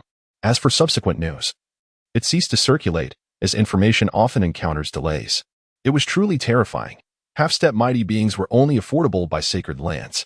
Should a sect like Tai Xuan have such a powerful figure in residence, it could likely ascend to the ranks of a quasi-first-rate sect. A chill gripped his heart. The tomb of a deity was far more formidable than he had imagined, undoubtedly a matter of considerable gravity, towering at least 3 to 4 stories high. Fortunately, he had already distanced himself from it. At Changshu Peak, Hui remained in his usual spot, idly lingering beside the Artemisia. Inside the Great Hall, Li Changshu sat in meditation, eyes closed. For several consecutive days, they exchanged no words.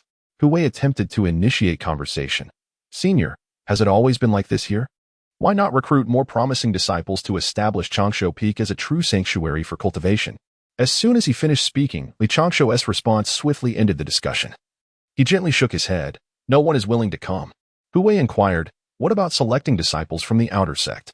Li Changshu replied, "Too many are driven by self-interest, leading to an uneven quality." He shook his head again. This was indeed a truthful observation. However, if they remained overly cautious and hesitant, Changshu Peak would struggle to develop, unable to compare with the flourishing state of other main peaks, such as Xingchen Peak. Let things unfold naturally, without force, Li Changshu added, embodying a tranquil demeanor. One must acknowledge that his mindset was remarkably commendable, or perhaps his pursuits diverged significantly from those of many others. Just as he advocated the cultivation of the way of nature. What is the way of nature? It is to go with the flow.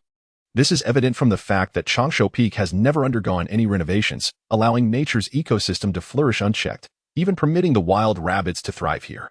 Hui felt no need to elaborate further. It was unnecessary. Elder Li's level of enlightenment is unparalleled, and the path he cultivates is uniquely his own. As are the disciples he gathers. Is it reminiscent of Laozi's concept of tranquility and non-action? It seems not entirely, so Hui mused, attempting to glean insight into the whole from a mere fragment. Yet he realized that such understanding was beyond his reach in the short term. Another day passed, and they remained as they were the day before. This time, Hui observed the wild rabbit leap high into the air while he idly toyed with some small stones. Unable to resist, he flicked one of the stones, striking the rabbit down. Elderly merely opened his eyes briefly to glance at the scene, but said nothing. The rabbit lay lifeless. Hui, not wishing to waste it, promptly gathered some dry twigs and leaves, kindled a fire, and proceeded to prepare the rabbit meat. Soon, a savory aroma wafted through Changshu Peak. The rabbit meat sizzled, releasing its juices, enticing enough to awaken anyone's appetite. "Elder, would you like a rabbit leg?" After it was cooked, Hui offered the finest portion to Elderly. Initially, the elder shook his head, but ultimately could not resist Hui's earnest invitation, and they shared the meal together. Thus, Hui felt more at ease while eating. Changshu Peak was vast.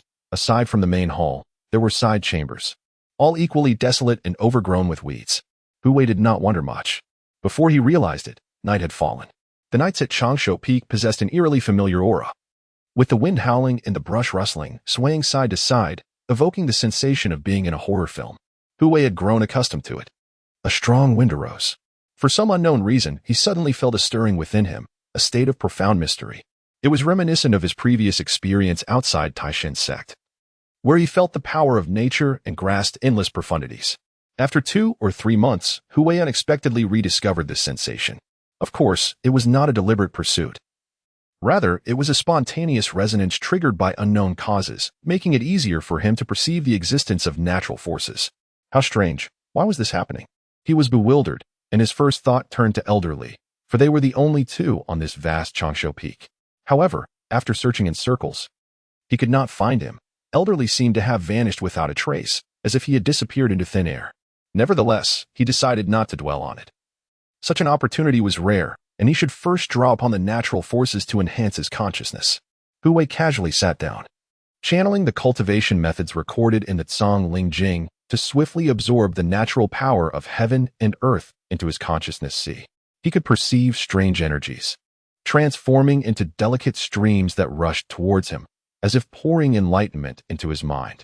Ah, how exhilarating! Hu Wei felt a jolt in his body. He could distinctly sense that the natural forces he was absorbing now were far more potent and pure than during his experience outside Tai Xuan Sect.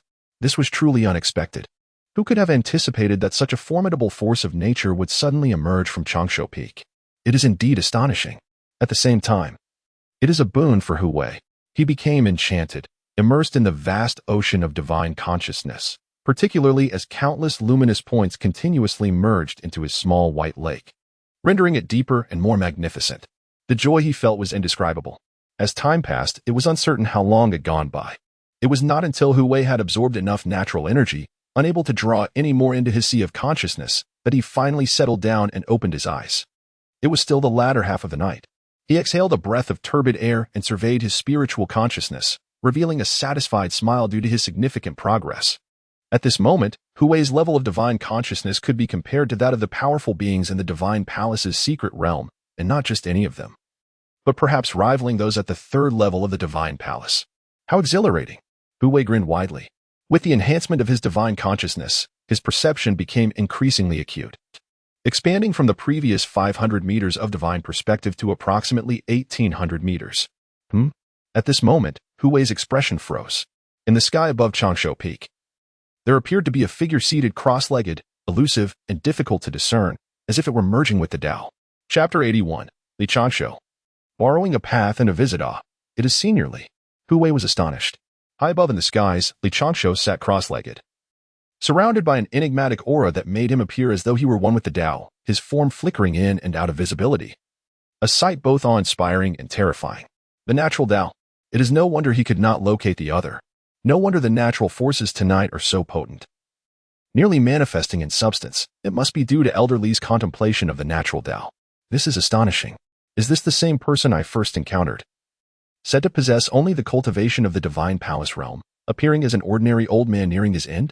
Hu Wei's heart stirred with tumultuous waves. With his wide aptitude, mid to late stage of the spirit shore realm, and the refinement of his body at the 5th levels, he was comparable to a 3rd-level Divine Palace realm spiritual awareness. You are indeed extraordinary. At that moment, Li Changshu's voice, ethereal and distant, reached his ears. This was a transmission of divine consciousness.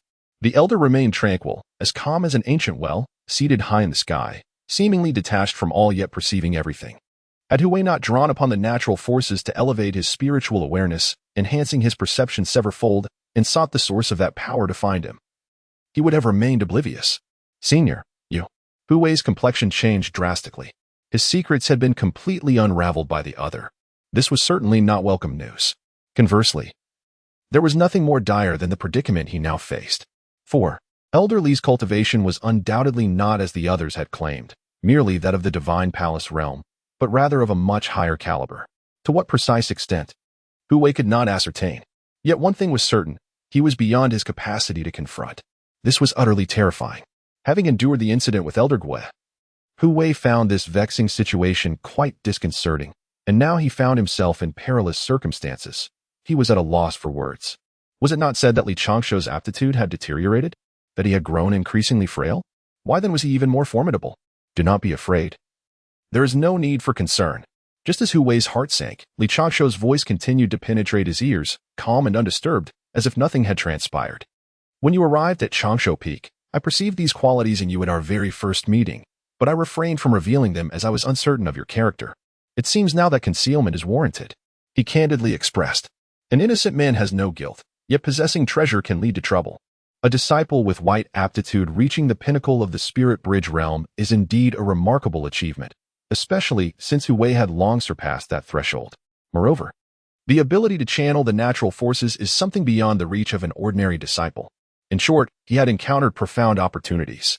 Senior, your cultivation does not appear to align with the inner sect's rumors, such as claims of deteriorating aptitude or being trapped in the divine palace realm for centuries. Why do you conceal? Hu Wei felt somewhat reassured and even dared to draw analogies. To this, Li Changshuo merely offered a response shrouded in profundity. The quality of one's aptitude or constitution holds little significance. What truly matters for a cultivator is the cultivation of the heart. As long as one discovers their own path, they can journey far. As for whether anyone knows or should know, it is ultimately of little consequence. One must simply focus on oneself. At this juncture, he inquired of Hu Wei, "Are you truly willing to become my disciple, to remain and inherit the way of nature?" Upon hearing these words, Hu Wei hesitated slightly. To be honest, he did not intend to stay in Tai Xuan for long, after all.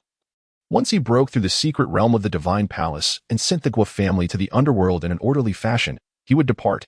However, Elder Li's kindness stirred him. It was evident that he was a true strong man, broad-minded and devoid of any covetous intent, even knowing that Hu Wei harbored great secrets. This alone spoke volumes of his character. After all, if he had intended to act, he would have done so long ago, rather than waiting until this moment. Just as Hu Wei contemplated performing the rites of a disciple, Elder Li spoke first. He was such a person, even treating those of the same sex with the same regard. Otherwise, he would not have succeeded in the way of nature to such an extent without anyone knowing. Nevertheless, Hu Wei still paid his respects, even from a distance of 1,000 meters. "Thank you, Elder." Shortly thereafter, Elder Li silently returned to the main hall and solemnly declared, "From this day forth, on Changshuo Peak, you need not conceal your cultivation talents." Upon finishing his words, he flicked his fingers, and a beam of light struck Hu Wei, yet he felt nothing amiss. "Your concealment technique may fool ordinary divine palace cultivators, but beyond that, it would be seen through. I have helped you hide it. Below the level of great beings, it cannot be perceived," Elder Li stated calmly. This revelation caused Hu Wei to catch his breath in surprise. Does this mean? "Thank you, Elder." Apart from bowing deeply, he could think of no other way to express his heartfelt gratitude.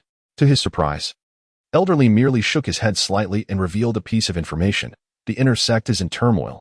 I suspect someone will come here seeking passage. Or perhaps young disciples of the next generation will visit."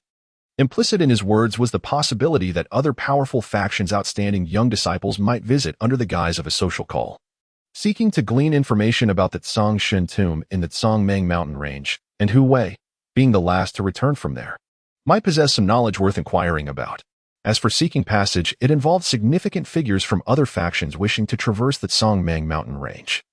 Yet due to the limitations of their teleportation arrays and insufficient strength, they could not directly open a domain gate. Thus, they would use Tai Xuan Sect as a transit station, offering certain benefits in return. The sect was not averse to this. In fact, it welcomed such arrangements.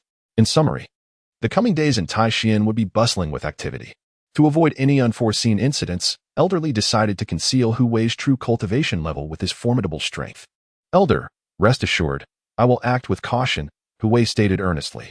Indeed, the days that followed remained uneventful. However, just as Elder Li had surmised, Tai Xuan Sect became increasingly lively. Waves of visitors occasionally arrived seeking passage, such as a sect 200 miles away, Luoxia Sect, and another kingdom, Yin State, located 230 miles away, among others. They all resemble the Tai Xuan Sect, belonging to a second-tier strength. However, the journey to the vast Zhongmeng Mountains is long, necessitating multiple transmissions, which is why they have chosen the Tai Xuan Sect as a transit station. Other sects encounter similar situations. For instance, the Lingsu Sect also finds itself utilized as a passageway. Moreover, the younger generation of disciples from these factions accompany them. Though they are not transported directly to the Songshan tomb, instead remaining as guests at the sects they traverse, ostensibly to engage in discussions on doctrines, thereby broadening their horizons. Yet, there is a commonality among them. The earliest sects that opted to venture into the Tsangmang Mountains for training have converged at the Tai Xuan Sect, masquerading their presence under the guise of exploration and becoming esteemed guests. Initially, this posed no concern. After all, it was not Hu's affair, as others from the Tai Xuan Sect were there to entertain them. However, as time progressed, he heard whispers that individuals from the Tai Sword Sect and the Wei Kingdom would also come here, such as the sword enthusiast and Wei Wu, prompting him to furrow his brow.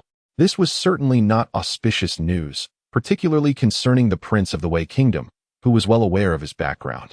The purpose of this visit was all too evident. Chapter 82, The Sixth Prince and the Ominous Foreboding in the Kingdom of Wei. Less than half a month had passed, and the news had become a chaotic mess. Dressed in a purple and gold dragon robe, Wei Wu sat solemnly in a grand hall, listening to several military generals who had returned from the Kangmang Mountains report that they could not find the Elder Gong. Even after digging 3 feet into the ground, his face darkened severely. The secrets possessed by that youth were far more profound than he had anticipated.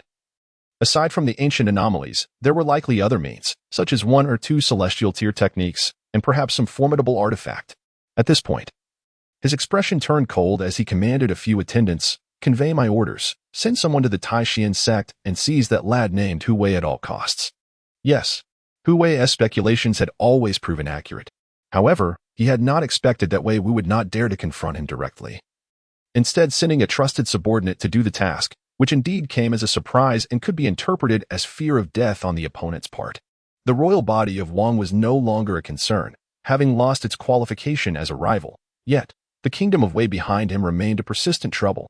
At the longevity peak of the Tai Xuan Sect, Hu Wei, now garbed in the attire of an inner disciple, shook his head calmly upon hearing the content of Wei's invitation, muttering to himself. In truth, Wei Wu had been left far behind. During the expedition to the Kangmang Mountains, the prince's conduct had disappointed many. His convictions were in stark opposition to those of Hu Wei. Hu Wei was one who would fight if able. Even against a stronger foe, as long as he had a 3/10 chance of success, he would engage, finding ways to escape if he failed. Conversely, Wei Wu, blessed with a royal physique, had maximized his advantages. Their realms were not too dissimilar. Aware of his own inadequacies against Hu Wei, he resorted to dispatching powerful individuals to confront him, displaying shrewdness in his dealings, yet losing the regal demeanor expected of a prince. The sixth prince, Wei Qing. The individual who had come to the Tai Xuan Sect was a prince of the kingdom of Wei, the sixth brother of Wei Wu. Possessing commendable talent and reportedly having brushed against the threshold of the divine palace realm, rumors circulated that he openly supported Wei Wu's claim to the throne, thus fostering a strong bond between the two as both brothers and future sovereigns. Having already sent an invitation, it was believed he would arrive shortly, prompting Hu Wei to hasten his cultivation to the late spirit shore realm, preparing for any eventuality. Calmly, Hu Wei mused to himself. His profound understanding was, of course, a result of earlier consuming the of Elder Gong, gleaning insights from the memories therein. On this day, he successfully ascended, refining the blood of the Tsang god and breaking into the late spirit shore realm. The transformation breaking the cocoon to become a butterfly had been completed 7 times. Only 2 more remained.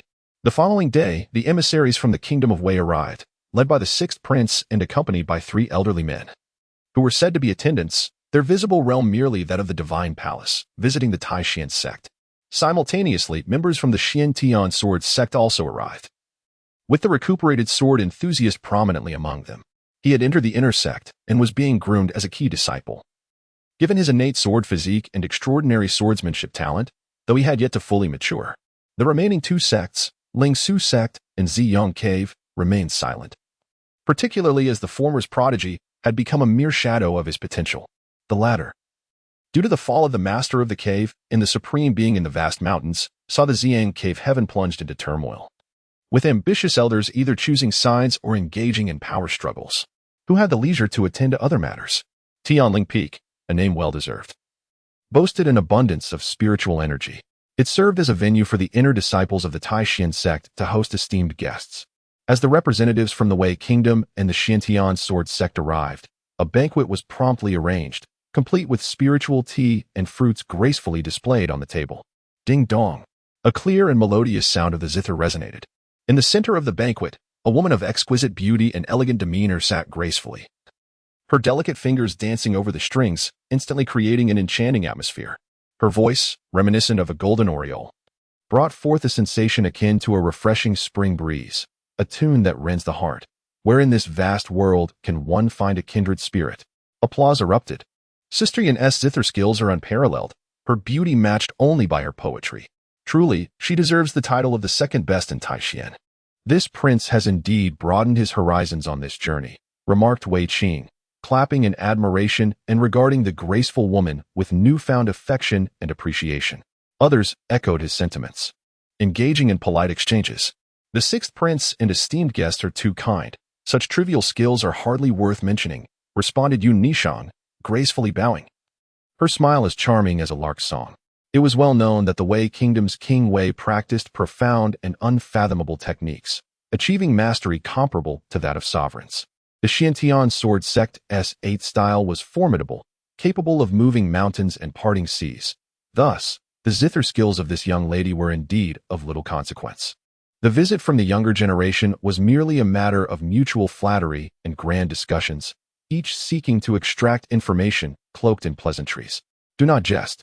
Achieving sovereignty is no simple feat in the Wei Kingdom.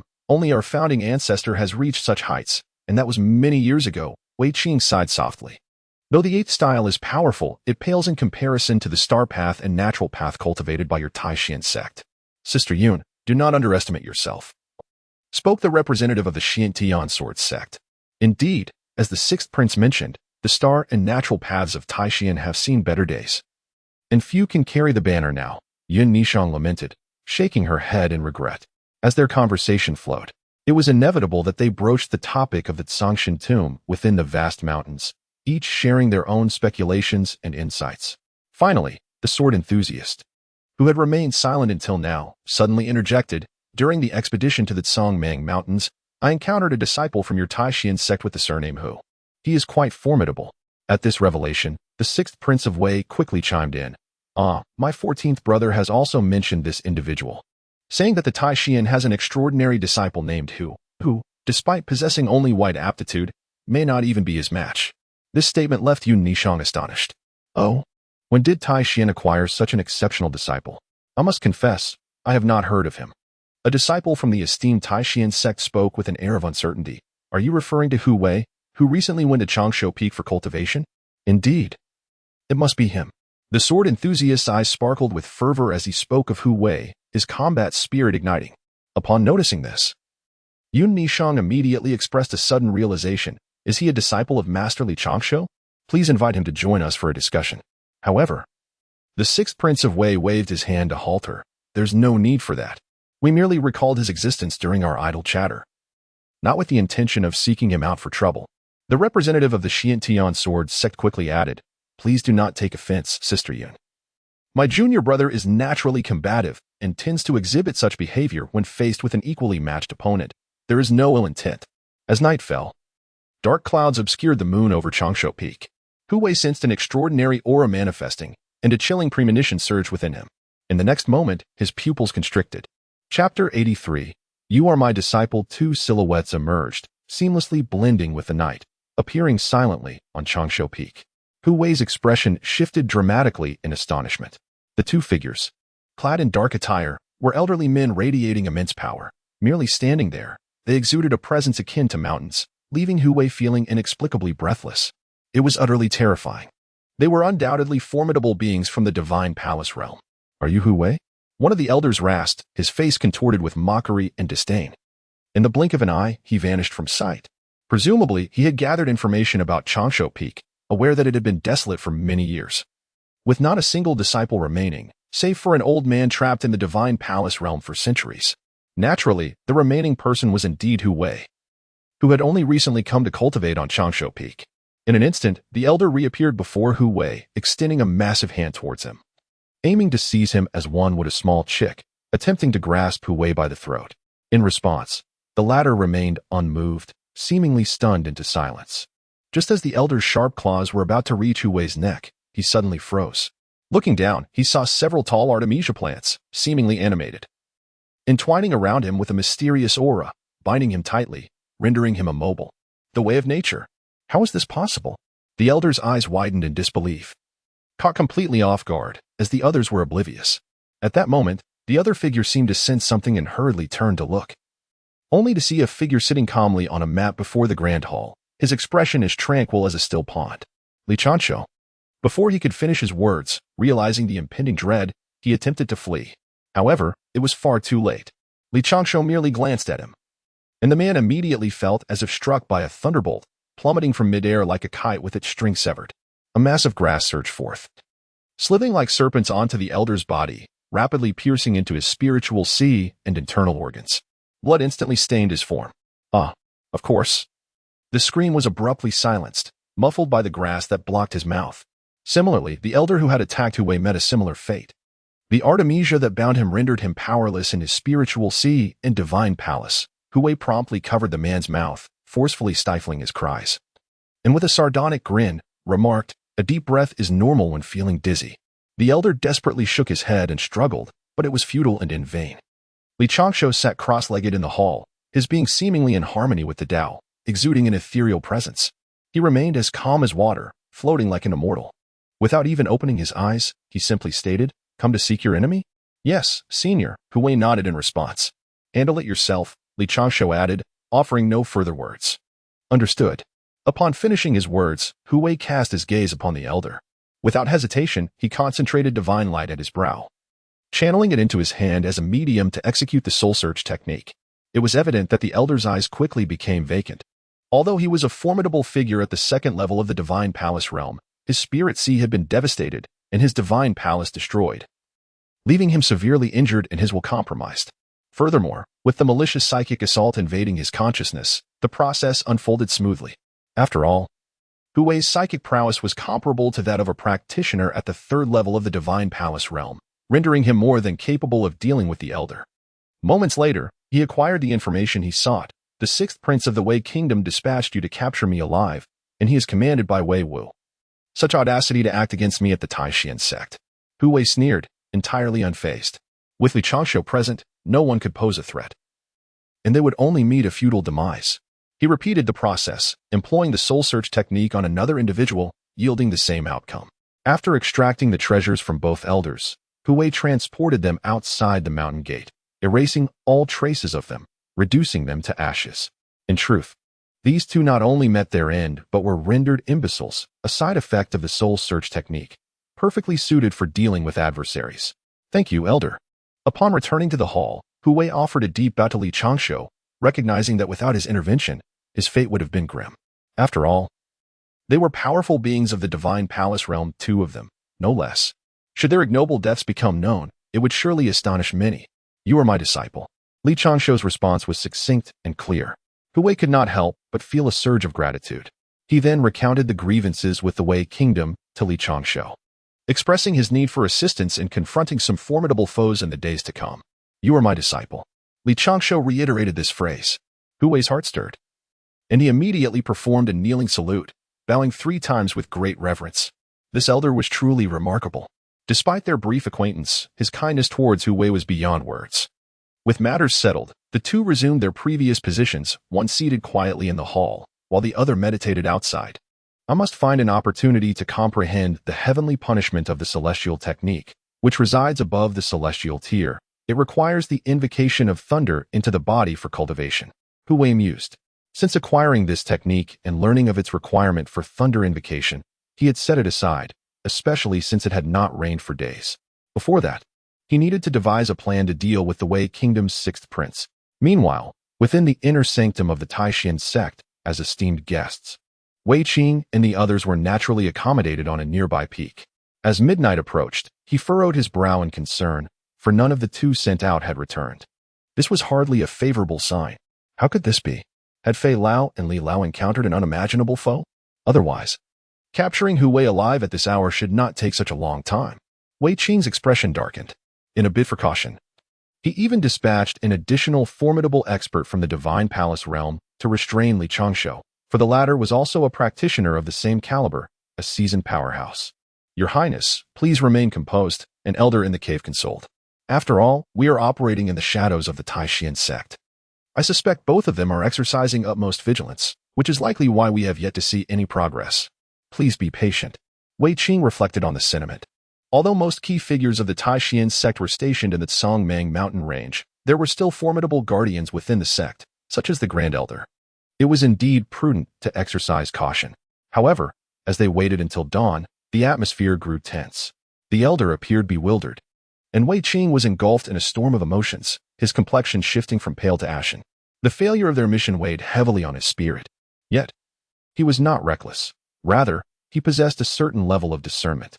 Forcing himself to regain his composure, he contemplated. We must investigate with whom Hu Wei may have enmity within the sect. For now, this is the only viable course of action. Chapter 84. Desperation and Resignation within the inner sect of the Tai Xuan Sect. At the refining peak, as midday approached, Guo Dian received a letter. It bore but a single line. Hu Wei is the murderer of Guo Juqing. His gaze sharpened instantly. Who delivered this? Guo Dian cast a sidelong glance at his attendant, his tone chillingly different from his usual demeanor. I do not know. The letter appeared out of thin air on my way to the refining peak, and I did not see anyone, the attendant replied, somewhat apprehensively. Had it not been for the inscription for Elder Guo on the envelope, he would not have dared to bring it along. Upon hearing this, Guo Dian withdrew his icy gaze, focusing intently on the contents of the letter, his eyes flickering with unspoken thoughts. During this time, he had been deeply troubled by the fate of his younger brother, uncertain whether he was alive or dead. Although he had prepared himself mentally, the desire to see his brother, alive or deceased, had prevented him from moving forward. Especially after Zhou Ping and Wang Yong had whispered to him several times about Guo Juqing's demise, he found himself contemplating the matter further. Could it be this Hu Wei again? Guo Dian mused for a moment, deciding to summon Zhou Ping and the others for inquiries. However, he soon received news that Zhou Ping had vanished, along with Wang Yong, both reportedly missing for some time. Murder and silencing? Aside from this grim possibility, Guo Dian could not fathom any other explanation, especially since his attendant had discovered traces indicating the presence of a third individual in one of their caves. Merely footprints. Yet in light of the current circumstances, this detail served as a significant clue, coupled with the letter's content. He had ample reason to believe that his brother had indeed fallen victim to Hu Wei's hand, though he had yet to procure any concrete evidence. Nonetheless, the likelihood of this theory had escalated dramatically. In any case, Hu Wei was now a suspect. Where is Hu Wei at present? Guo Dian inquired, clearly contemplating action. However, the response he received posed a dilemma. It is said that not long ago, he was taken as a disciple by Elder Li of the Longevity Peak and is currently cultivating there, his attendant reported. Guo Dian frowned. Such fortune had befallen Hu Wei. Despite holding the esteemed title of Inner Sect Elder, he was still merely a refiner, and in terms of status, he ranked below Li Changshou, an old formidable figure. Fortunately, Longevity Peak had languished for many years, and the path of nature was exceptionally elusive, leaving many without hope. Furthermore, it was rumored that Li Changshou's time was limited. Moreover, Guo Dian was not alone in this affair. He had a son and a daughter-in-law, both elders within the inner sect, dedicated to the study of Tao patterns. If not for Guo Juqing's search for his roots leading them to this prosperous state, the Guo family would not have attained such glory.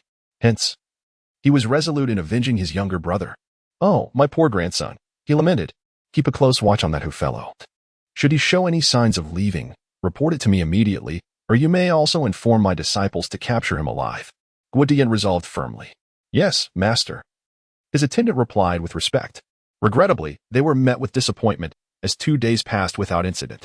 Hu Wei had not even stepped outside of Changshou Peak. As a result, the plan of the sixth prince of the Wei Kingdom was temporarily thwarted. He had originally devised a scheme to sow discord, intending to provoke Guo Dian into troubling Hu Wei, allowing him to reap the benefits of the ensuing chaos. However, much to his dismay, the old man will prove to be ineffective.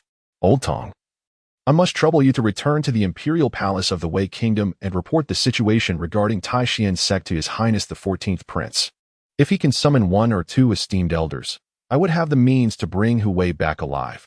Wei Qing lamented, resorting to this desperate measure. There were concerns regarding Elder Li of Changshou Peak. It was evident that the opponent's cultivation level was not as rumored. Having been trapped in the divine palace realm for many years, surely after hundreds of years, he must have broken through to the divine extreme realm. Thus, Wei Qing contemplated taking a risk. Let the chips fall where they may, even if it means tearing apart relations with Tai Xuan Sect. I must bring Hu Wei back to the Wei Kingdom, for the benefits far outweigh the drawbacks. His value is immense. Indeed, the efficiency of the Wei Kingdom was remarkable. Within half a day, Old Tong returned to the cave dwelling of the sixth prince and winked at him, indicating that the individuals he required had been arranged and were ready for deployment at any moment.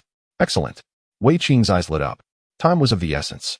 Although they were esteemed guests, they could not linger too long in another sect, as it could arouse suspicion. Fortunately, this concern was no longer pertinent. Prepare the two elders.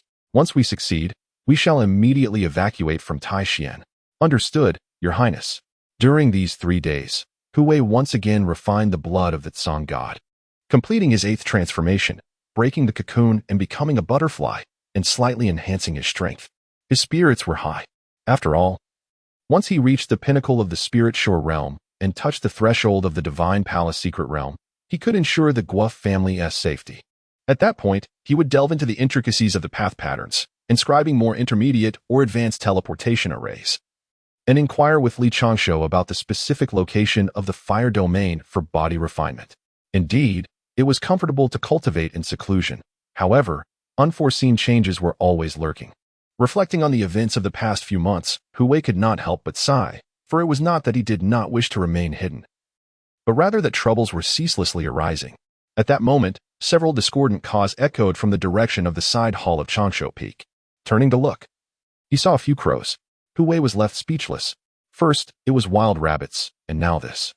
This place truly did not align with the notion of a sacred ground for cultivation. At the very least, such scenes would not transpire elsewhere. The way of nature. Go with the flow. Indeed, it was extraordinary. Wide aptitude, extraordinary talent, Li Changshu suddenly remarked. He had observed Hu Wei's progress in cultivation in just a few days. Such advancements had left the seemingly calm elder internally astonished. However, this elderly was no ordinary person. His comprehension of the way of nature meant he neither coveted Hu Wei's potential nor was he unaware of certain secrets. As the black-clad elder guarding the scripture repository once stated, white aptitude was the foundation for cultivators, but it was not common. Indeed, it was unique, rarer than 1 in 10,000. Senior, you flatter me. It is merely so, Hu Wei responded with a playful grin. In silence, Li Changshu remained unperturbed. As twilight descended, a breeze stirred. A few crows cawed incessantly, much to Hu Wei's annoyance as he perused ancient texts.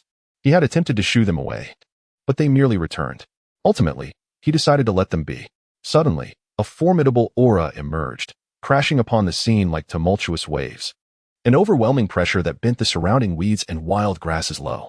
The air seemed to solidify in a surreal stillness, creating an astonishing spectacle. Li Changshu, after many years, it appears you have not perished. I have come this night to pay my respects and to engage in a little sparring. A figure stood tall above the grand hall of Changshu Peak, emanating a divine azure light, gazing down imperiously at Li Changshu, who sat cross-legged within the hall. It was at this moment that Hu Wei's expression changed dramatically. Chapter 85, A New Cognition, the Seventh Order Death Substitutes Silently. Another figure materialized before Hu Wei, a middle-aged man whose formidable presence startled him, for this individual was undoubtedly a powerful entity, at least above the realm of Divine Palace. In addition to him, 3 others emerged, among them the 6th Prince of Wei, Wei Qing. Seniorly, I apologize for the intrusion. I, Wei Qing, representing the Kingdom of Wei, am here to take your disciple, Hu Wei, he proclaimed arrogantly, offering a dismissive bow as if to notify the other party of his intent. He was emboldened by the presence of 2 formidable guardians and the preemptive isolation of Changshu Peak, which had been fortified by 2 powerful formations, leading him to erroneously believe he had the upper hand over Li Changshu. It was not surprising, considering the numerous rumors surrounding Li Changshu within the inner sect, tales of his declining aptitude and stagnated cultivation. Even the recent loss of 2 Divine Palace cultivators did little to instill fear in Wei Qing, emboldening him to take this risk once more. After all, a cultivator rumored to be trapped in the Divine Palace realm for centuries, even if fortunate enough to break through, would not rise to great heights. At that moment, as Wei Qing's words faded, Elder Tong swiftly produced several mid-grade spirit stones and an array plate of unknown material, commencing the setup of a teleportation array. The middle-aged man confronting Hu Wei extended his hand, clearly prepared and intent on wasting no time. Boom. Meanwhile, The elder standing atop the grand hall directed his attack at Li Changshu, his entire being radiated with a brilliant azure light, and beams of energy intertwined, rapidly forming a vast azure net that descended upon the seemingly unperturbed figure within the hall. At this level, the power wielded was that of the very forces of nature, truly terrifying. This group exhibited clear roles, aiming for a swift resolution. If Wei Qing's assumptions held true, that Li Changshu was merely a cultivator of the divine extreme realm, this endeavor might indeed have succeeded in abducting Hu Wei. Yet, alas, he was mistaken. Li Changshu was of a far superior realm. Almost simultaneously, the natural forces surged forth. The azure net shattered. At that moment. The elder above the hall's expression shifted dramatically. His body stiffened as he felt an overwhelmingly powerful force bearing down upon him, rendering him immobile. He fell to the ground. The middle-aged man, who had reached for Hu Wei, found his hands similarly paralyzed. Having grasped the collar of his garment, yet frozen in place as if ensnared by a binding spell, his complexion changing drastically, yet powerless to act. How is this possible? Li Changshu, what have you experienced over the years? Your cultivation has reached such unfathomable depths. Meanwhile, the trio, including Prince Wei and Elder Tong, were alarmed. This is bad. Quickly activate the teleportation array. Seeing the two powerful figures rendered helpless, Wei Qing shouted in panic. Elder Tong, unwilling to hesitate, rushed to action. As this was not a direct teleportation back to the kingdom of Wei, but merely a means to leave Tai Xuan Sect. He and another attendant worked in unison to energize the array. Divine light erupted, and the array plate beneath their feet, along with the multitude of mid-grade spirit stones, burst forth in a dazzling brilliance. The figures of the three began to blur. Yet, in the next moment, Li Changshu pointed a finger, and with a thunderous crash, the teleportation array shattered instantaneously. The terrifying force expelled the three indistinct figures, as if they were violently cast out from the void. It was a forceful interruption of the teleportation. How utterly terrifying. The three sprawled on the ground, utterly disheveled. They were at a loss, their minds buzzing, rendered completely dazed. Hiss. This scene even left Hu Wei in shock. For the first time, he gained a clearer understanding of Li Changshu's true strength. Recognizing him as comparable to the so-called great powers, yet remaining oblivious to the specific nature of that power. At this moment, he had a slight grasp of it, though it was still insufficiently clear.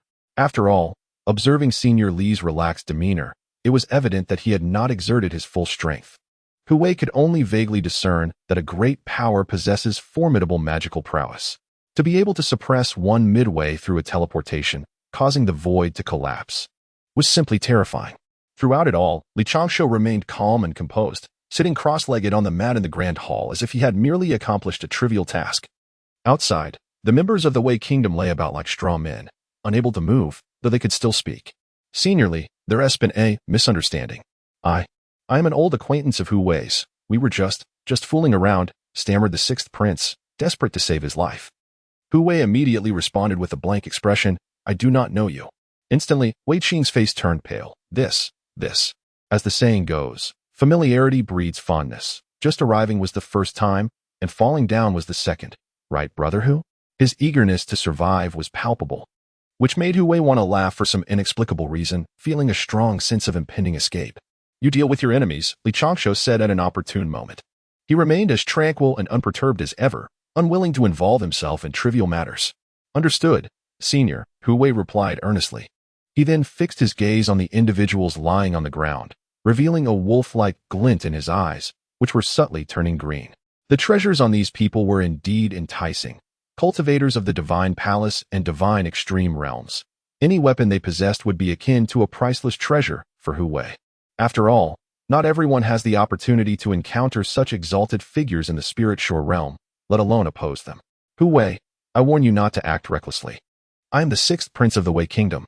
If I lose even a single hair, the 14th prince will surely report to my father. And the Wei Kingdom will not let you off easily, Wei Qing exclaimed in a panic. He was utterly frustrated. He had never imagined he would one day fall into the hands of a mere spirit-shore realm youth, subjected to his whims of life and death. This remark caused Hu Wei's expression to darken. It was clear that the Wei Kingdom's men had intended to act improperly but, due to their insufficient strength or miscalculations, had fallen into Li Changshu's grasp. Now, they assumed the posture of victims while issuing threats. Hu Wei expressed that he had never encountered someone so shameless. He was disinclined to engage in further dialogue and was the first to strike at Wei Qing, dragging him outside the mountain gate like a dead dog. The illustrious sixth Prince of Wei now found himself in a lamentable state, utterly disheveled, and regardless of his furious invectives or pleas for mercy, they bore no fruit. Oh, a seventh-tier death substitution talisman, a remarkable treasure indeed. It was this very item that allowed Wei Wu to escape with his life. The next time, that young lad shall not be so fortunate. You are? Within the mountain gate, the anguished cries reverberated, eliciting expressions of despair from all present. Should one perish at the hands of Li Changshou, there would be little to say. After all, it was folly not to heed caution and disturb the ground beneath the sovereign's feet. Yet to fall at the hands of Hu Wei would be a genuine indignity. A death that would not rest easy, for two formidable beings of the divine extremity realm would not wish to meet their end in such a humiliating manner. Li Changshou, despite your formidable prowess, what does it matter? You appear as withered as a desiccated tree, and I trust your days are numbered. Ha ha ha. Indeed. Whether we perish tonight or not, death is inevitable. We shall merely await you in the underworld. If the legends of posthumous cultivation hold any truth, we shall see who suffers more grievously. That lad cannot kill us. You must take matters into your own hands, lest years hence, in the netherworld, we consume you instead. Their words ignited a fervent desire for death. Yet, there was a kernel of truth in their discourse. Given Hu Wei's current strength, eliminating these two was indeed a daunting task, for his cultivation remained relatively weak, and the disparity in power was immense. Ultimately, Li Changshou brought their lives to an end, erasing their primordial spirits while preserving their corporeal forms. He discerned that Hu Wei had a penchant for scavenging treasures and rummaging through corpses, exhibiting a remarkable proficiency in such endeavors. Thus, he would allow him to handle the aftermath. That night, Hu Wei reaped substantial rewards. In addition to the seventh-tier death substitution talisman, he acquired 2 divine palace-grade spiritual weapons, 5 formidable artifacts belonging to the divine extremity realm, including a celestial umbrella. Furthermore, he collected various 5th, 6th, and 7th-tier elixirs, along with a plethora of spiritual objects. In summary, it was a most gratifying haul. Thank you, esteemed elder. Hu Wei bowed deeply to Li Changshou, who merely shook his head lightly in response. There is no need for such formality. Focus on your cultivation. The kingdom of Wei is no trifling matter. With a legacy spanning over 2 millennia, it is likely that 1 or 2 formidable beings lie dormant within. You still have some time to prepare. Upon hearing these words, Hu Wei's expression grew grave. Chapter 86. The first glimpse of trouble 2 days later. Hu Wei ascended to the pinnacle of the spirit shore realm, completing his 9th metamorphosis. He faintly brushed against the threshold of the divine palace's secret realm. Meanwhile, rumors circulated within the inner sect about the departure of the 6th prince of the Wei kingdom and others. Accompanied by remarks about their lack of manners and decorum, a torrent of disparagement ensued. Perhaps this incident influenced the unfolding events. On the 3rd day, the contingent from the Tai Sword Sect departed. Soon after, the other sects that had taken refuge did not dare to linger, as their pride was not substantial enough to sustain prolonged stay in Tai Xuan, where they risked being scorned. Tai Xuan Sect fell into an inexplicable tranquility. However, news regarding the Songshan tomb continued to flow intermittently from the Kangming Mountains, most of it disheartening. For instance, despite the alliance of the 4 symbols' sacred grounds, the Dayan sacred ground, the Daxia dynasty, and even several formidable semi-experts from ancient sects, they still found themselves unable to breach the tomb, a revelation that was nothing short of astonishing. It is worth noting that a single semi-expert possesses the might to subjugate an ordinary second-tier faction, let alone the combined strength of 5 or 6. The situation was dire. It was said that powerful and eerie entities emerged from the frigid pools surrounding the Songshan tomb, be they ancient corpses or beasts, catching many off guard. The Great Canyon had long since become a graveyard, with rivers of blood flowing and numerous disciples from various sects and loose cultivators having perished in untold numbers. A truly harrowing sight. Word had it that the sect leader, the supreme elder, and several elders, along with the inner sect brothers, were nearing their return. Was this true? It seemed plausible. At this juncture, their contributions would be minimal, and their continued presence would yield no benefit. Rather than returning, it could be said they were withdrawing. As the Songshan tomb had already been commandeered by several sacred grounds and ancient sections, they had reaped no rewards and had lost many disciples. What could the other second-tier sects expect? If they did not depart soon, their very existence could be jeopardized. The Xiang Cave Heaven served as a cautionary tale. Now, Whenever the inner disciples of the Tai Xuan Sect spoke of the Kangmang Mountains, a chill would seize them, and unease would settle in their hearts. It was likely that other sects felt similarly. Upon hearing this, Hu Wei could not help but exhale deeply, internally expressing a sentiment of gratitude. A dead comrade is preferable to a living adversary. The outcome of the Songshan tomb was beginning to unveil itself to him. At this moment, Hu Wei was not on the longevity peak. Continuous cultivation proved to be quite tedious. After breaking through to the pinnacle of the spirit shore realm, he decided to momentarily relax and take a stroll, embodying the principle of balancing work and rest. The inner sect of Tai Xuan offered numerous picturesque locales. For instance, the Star Peak, where the heavens met. Dazzled at night with a myriad of twinkling stars, a breathtaking vista that played a crucial role for disciples cultivating the power of the stars. However, it was daytime now, rendering a visit there rather futile. Another example was the Tianling Peak, which boasted delightful scenery, complete with spiritual springs and waterfalls. It was the source of most of the sect's spiritual tea, making it a splendid location indeed. A resounding roar reverberated through the air as Hu Wei appeared at the base of the mountain. In his line of sight, a magnificent waterfall cascaded down over 100 meters, crashing against the rocks and converging into a river, its waves surging tumultuously. The sight was undeniably awe-inspiring.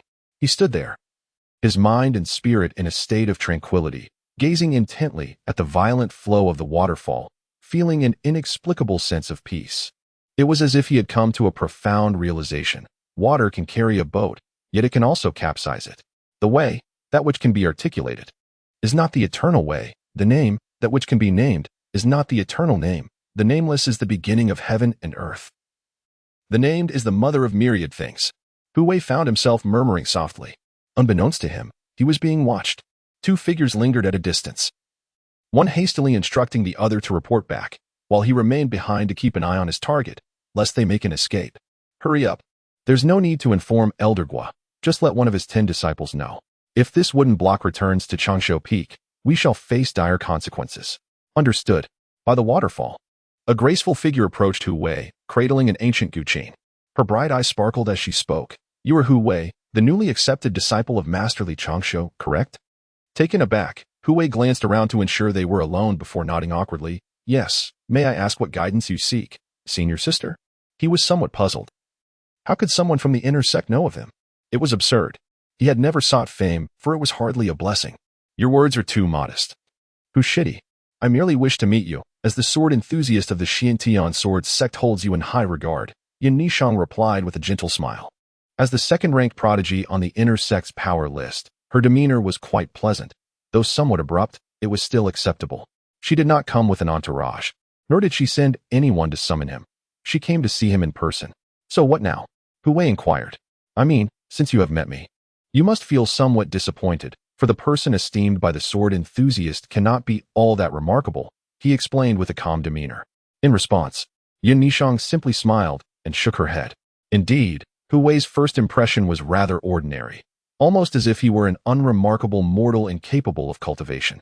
Yet it was precisely this unassuming nature that rendered him extraordinary, as if he had returned to his true essence. In truth, she felt a peculiar sense regarding Li Changshu, and if she were to encapsulate it in a phrase, it would be the transformation of the mundane into the miraculous. All were cultivators, regardless of strength. They differed from mortals in their very essence. In terms of presence, if a person begins to undergo or maintain a certain change, it can only signify their growing exceptionalism. This was Yun Nishang's perspective. Hu Shidi is handsome and elegant, achieving the pinnacle of the spirit bridge realm with the most ordinary white aptitude. This, in itself, is a rare feat, and I believe you shall not stop here, she remarked. Her words left Hu Wei secretly astonished. Indeed, a woman's intuition could be formidable. It was merely a first encounter, yet the other party had already formed such judgments. Perhaps she could discern something more profound. After all, inner sect disciples often possess unique, undisclosed abilities, akin to concealed cards hidden deep within. Grateful for the sister's kind words, the junior vowed to exert himself. He feigned a sigh in response, engaging in a few more idle exchanges before Yun Nishang took her leave. Such fleeting encounters are quite commonplace. After all, they are all disciples of the same sect, occasionally crossing paths, merely familiarizing themselves with one another. Once she departed, Hu Wei narrowed his gaze. This woman is no ordinary individual. Her eyes seem capable of piercing through illusions, yet she harbors no malice. At this thought, he recalled something.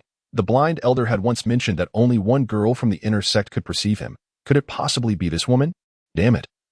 Should she speak recklessly or harbor ulterior motives, I would have no choice but to eliminate her. Just as Hu Wei turned to leave, several figures approached with formidable intensity. Their powerful auras exuded a predatory demeanor, and from a distance, they fixed their piercing gazes upon Hu Wei. Chapter 87. The Guo Family Peak. A unified family, is that you? Hu Wei. A middle-aged man in his 30s strode forward with an air of authority, firmly gripping Hu Wei's shoulder. Following closely, 3 others encircled him with hostile expressions. Elder Guo wishes to see you, one of them said coldly, his tone leaving no room for refusal or doubt. It was clear that any dissent would be met with violence, reminiscent of street thugs who resort to brutality at the slightest provocation. Hu Wei was taken aback. Surprised by the abruptness of the situation, the unfolding events had progressed far quicker than he had anticipated. He had intended to wait until he entered the sacred palace's secret realm before facilitating a reunion for the Guo family. But it seemed Elder Guo had taken it upon himself to send someone to forcefully retrieve him. Very well. Lead the way, Hu Wei replied coolly.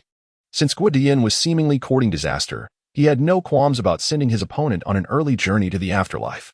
With his cultivation at the pinnacle of the spiritual shore realm, he was a match for Elder Guo. It would simply be a matter of who emerged victorious. You show some sense.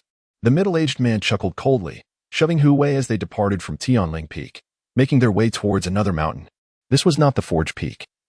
Rather, it was the residence of Elder Guo, deliberately avoiding the major peaks of the inner sect, such as Xingqian and Changshu, which were relatively secluded.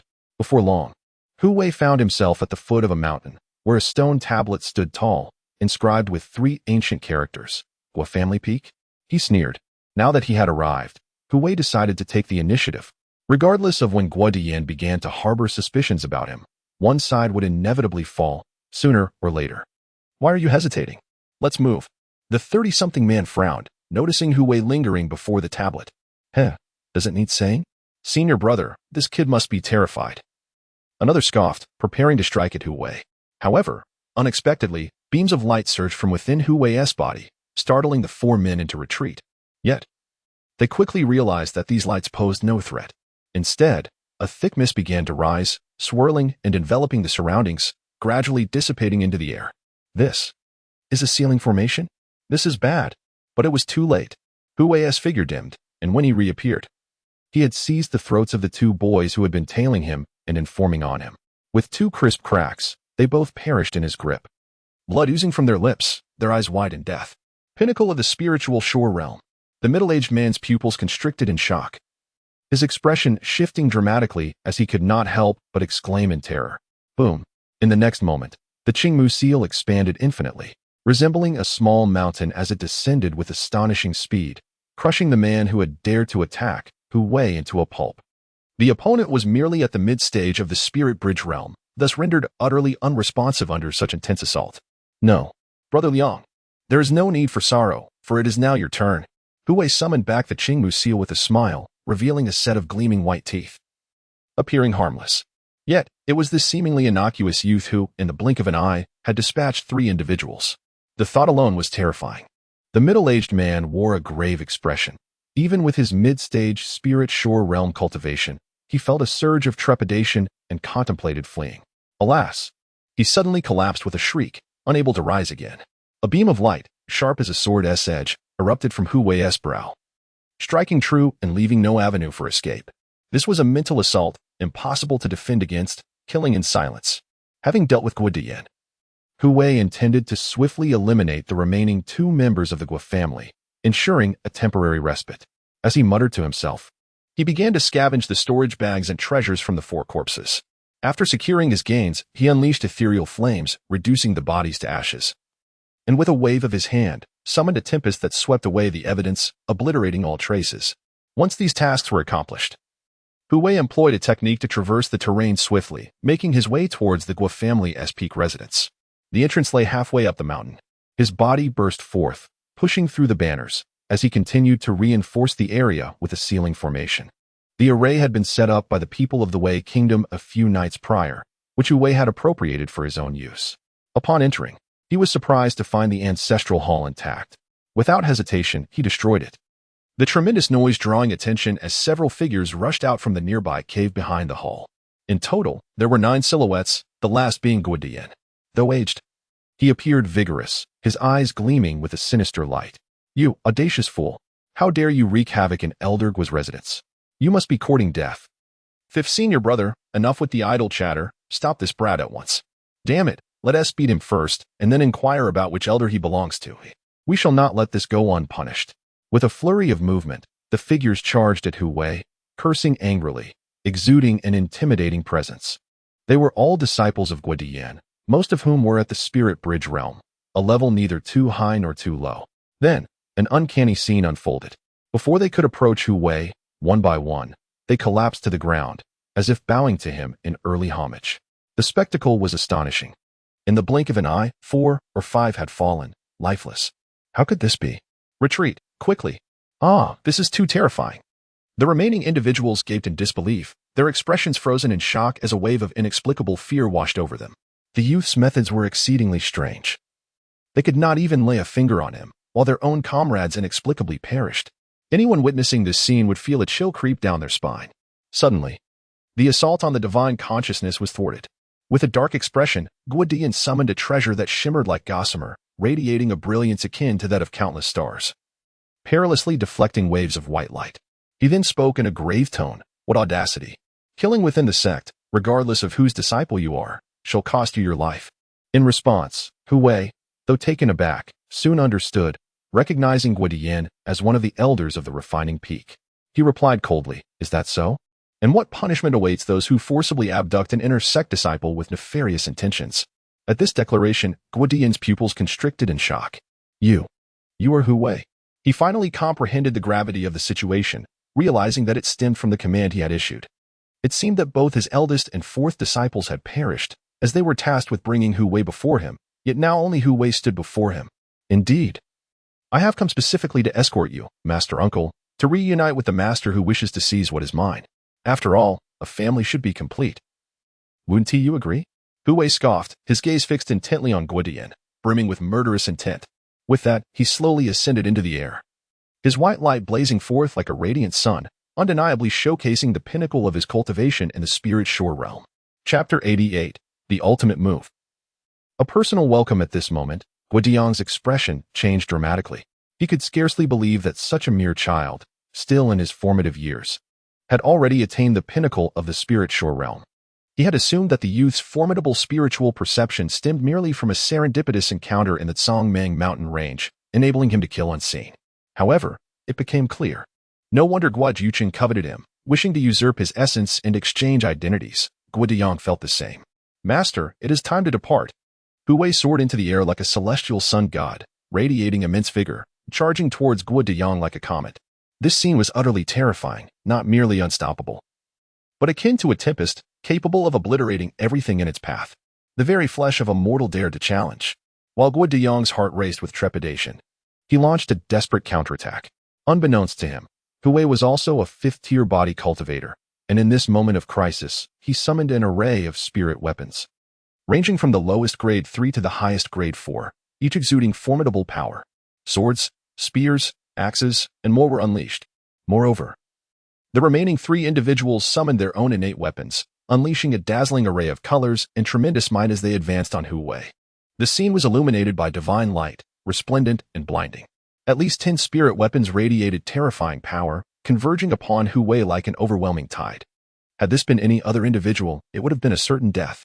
After all, Guodian was also at the pinnacle of the spirit shore realm, and his 3 companions were disciples of the peak of the spirit bridge realm, lending their support. Alas, their adversary was Hu Wei. With a mighty swing of his fists, he unleashed the Great Sun Divine Fist, obliterating a sword and an axe in his initial strike. Immediately following, he swept his right leg in a dragon's tail motion, the force akin to 1,000 junctures. The air vibrated with a resounding crack, shaking violently. The array of weapons hurtling towards him was instantly rendered as useless as scrap metal. Some shattered, others exploded, their brilliance dimming, with most rendered inoperative. The ancestral hall was similarly reduced to ruins, transformed into mere debris. Everyone scattered like startled birds and beasts, yet they stood agape in disbelief. Is that body cultivation? To shatter third and fourth tier spirit weapons with sheer physical might, this must be at least the fifth level of body cultivation. It was truly terrifying. He appeared no more than 7 or 8 years younger than us, yet in terms of cultivation and physical strength, we were utterly outclassed. Among the crowd, only Guodian, amidst his shock, acted swiftly. His body emanated streaks of blue light, augmenting the previously summoned veil that could withstand spiritual attacks, weaving it into a vast net that descended upon Hu Wei, akin to trapping a turtle in a jar. During this process, the blue light erupted like sword beams, sharp and frigid, bursting forth from the azure net with astonishing power. As a renowned artifact master, he combined the veil with another treasure to form a formation, embedding it with special beads inscribed with intricate, esoteric patterns, transforming it into a formidable weapon upon activation. The young man is doomed, having compelled his master to employ the fifth order starry net. Though it is not a true representation of the stars, it merely mimics the arrangement of the star peak to create this artifact, yet it suffices to deal with him. Let us see how he meets his end. Master, capture this young man and uncover the secrets he harbors, then eliminate him to avenge our fellow disciples. The 3 surviving disciples of Guodian spoke, some with cold sneers, others pleading. In truth, their words were unnecessary, as Guodian himself harbored similar thoughts. However, in the next moment, the countenance of all present changed. A tearing sound reverberated as a terrifying beam of sword light, akin to a blazing sun, cleaved through the fifth order starry net, creating a gash. But that was not all. The sword energy surged forth, and the shattered blue net exploded into countless fragments, dissipating like stars scattered across the sky. The onlookers stood dumbfounded as a figure emerged, wielding a weapon that resembled a sword yet was not, a twisted, dark object, charging forth. Death. Hu Wei, brandishing the chaos sword, though not yet polished into a proper blade, emanated immense power. With one swing, the sword light swept all before it. The nearest disciple of Guodian was instantly cleaved in two, blood gushing forth, the body disintegrating. Tragically, the poor soul did not even have the chance to scream before being sent to the underworld. Swish. Without granting the others a moment to react, a divine light gathered at his brow. The sea of consciousness surged, unleashing 3 beams of sword light. In that instant, even Guodian could not escape death. Possessing no semblance of resistance, his primordial spirit was obliterated, his eyes widening in shock, as his body slowly collapsed to the ground, stirring up a cloud of dust. The other 2 met a similar fate, falling face down as if paying homage to Hu Wei. What of the sect's bloodshed? As long as the bodies are obliterated and no trace remains, who would know it was I? At this point, Hu Wei murmured to himself, the Guo family is only missing that couple. They are Guodian's son and daughter-in-law. According to Guo Juqing's memories, the 2 are not weak, seemingly cultivators of the divine palace realm, responsible for researching the Tao patterns within Tai Xuan Sect, possessing profound understanding of those enigmatic symbols. Prepare yourselves, since Guodian has been slain, I must not delay in sending the Guo family to the netherworld for a reunion, lest rumors arise and they become wary. Hu Wei did not depart. After looting Guodian and the treasures in this place, he waited while inscribing Tao patterns with mid-grade spirit stones. The matter here concluded. He had acquired numerous useful items. For instance, the Compendium of Artifact Refining, which encompasses various considerations and details, could be retained for future reference. Furthermore, he obtained an ancient tome related to Tao patterns from Guodian, akin to the previous essence of Tao patterns, but more comprehensive and annotated with classifications. Surely, it was gifted to him by the couple. This made things even more convenient. In pursuit of the highest enlightenment, Hu Wei diligently studies and engraves his findings, embodying the principle of learning and applying knowledge in real time. In the coming days, he intends to confront 2 cultivators at the divine palace level, undeterred by fear, as he recognizes his own formidable strength. Furthermore, he possesses a mental prowess comparable to the 3rd tier of the divine palace, which serves as both his trump card and lethal weapon. Nevertheless, the chaotic sword requires meticulous refinement. The following day, a furtive figure infiltrated the Tai Xuan Sect, masquerading as a lowly disciple, seeking information regarding the 6th prince of the Wei Kingdom. The endeavor proceeded smoothly. As the incident of the Wei delegation's abrupt departure had circulated widely, even reaching the ears of many servants, who readily dismissed it as mere jest, that afternoon, Wei Wu confirmed the distressing news of Wei Qing's disappearance. His countenance paled, as if struck by lightning, leaving him in a state of turmoil. Failure? How could that be possible? This notion was utterly unfathomable to him. considering that the Wei Kingdom had dispatched two formidable experts at the divine extreme level, hidden powerhouses of the nation. Capturing Hu Wei should have been a trivial task. Yet, unbeknownst to him, Father, you must return quickly. This matter must be conveyed to him for his judgment. There is certainly something amiss at the longevity peak of the Tai Xuan Sect. He resolved that he must personally venture to the Tsangmang Mountains to await his father's return. Chapter 89. Stirred by emotion. Struck at the soul within the inner sect of the Tai Xuan Sect, atop the Tianshu Peak, under the blazing sun. Guomao furrowed his brows as he meticulously examined a set of intricate Dao patterns. They were obscure and labyrinthine, requiring him to expend countless mental faculties to gradually unravel their mysteries, for they were indeed profoundly esoteric. This was a commonplace occurrence. Dao patterns, as legend has it, are the celestial script of heaven and earth, said to be comprehensible only to those who have ascended to divinity, embodying unfathomable profundity. Ordinary cultivators, even those of significant prowess, could only delve into their study from a superficial level to a deeper understanding, subsequently employing them to either arrange formations or engrave them upon their innate weapons, thereby enhancing their might. Their applications were manifold. Alas, this particular set of Dao patterns was exceedingly perplexing. As of now, all I discerned was its capacity to establish a continuous transmission formation akin to a series of teleportations. Beyond that, I had gleaned little additional information. Guomao found himself in a quandary. The classifications of Dao patterns were numerous. The so-called continuous transmission was not among the most profound, barely qualifying as intermediate, being merely rudimentary. In addition to these, ancient texts recorded terms such as Yin Minggu Wai, Xiu Luo Chong, and Shui Shadajan, which, though treacherous and sinister, possessed unparalleled efficacy. Amidst his contemplation, a youthful attendant approached with news of an inner sect disciple requesting an audience. What is it? Guomao inquired, his expression clouded by irritation. It was not uncommon for him, as a Dao pattern researcher, to be sought after for advice, a frequent occurrence that often vexed him. Yet, he could not refuse all requests entirely. He could only instruct the attendant to allow entry. Upon returning, the attendant reported, "An inner sect disciple named Hu Wei wishes to see you. He claims to be a direct disciple of your second uncle and has urgent matters to discuss." At this, Guomao raised an eyebrow. He was indeed familiar with Hu Wei, renowned for his talents in alchemy, and a disciple of his second uncle, Guijuqing. Reflecting on this, Guomao felt a pang of regret regarding his uncle's disappearance, which felt akin to death itself. After all, he had only been reunited with him after more than a decade of searching, leaving little room for emotional ties. However, he was profoundly anguished by the disappearance of his only son, Guixin Tai. Both he and his wife had dispatched individuals to search the Tsangmang mountain range, with his partner, Li, even venturing there personally, yet no news had surfaced. "Let him in." After a moment's contemplation, Guomao nodded. "Yes, master," the attendant replied respectfully. Soon after, a strikingly handsome young man was ushered into Guomao's office. "You may leave," Hu Wei commanded, dismissing the attendant. This action aroused Guomao's suspicion, and upon noticing the attendant's querying gaze, he subtly nodded in acquiescence. Once alone, Hu Wei suddenly remarked, "Tai, it has been a long time. You appear to be faring well."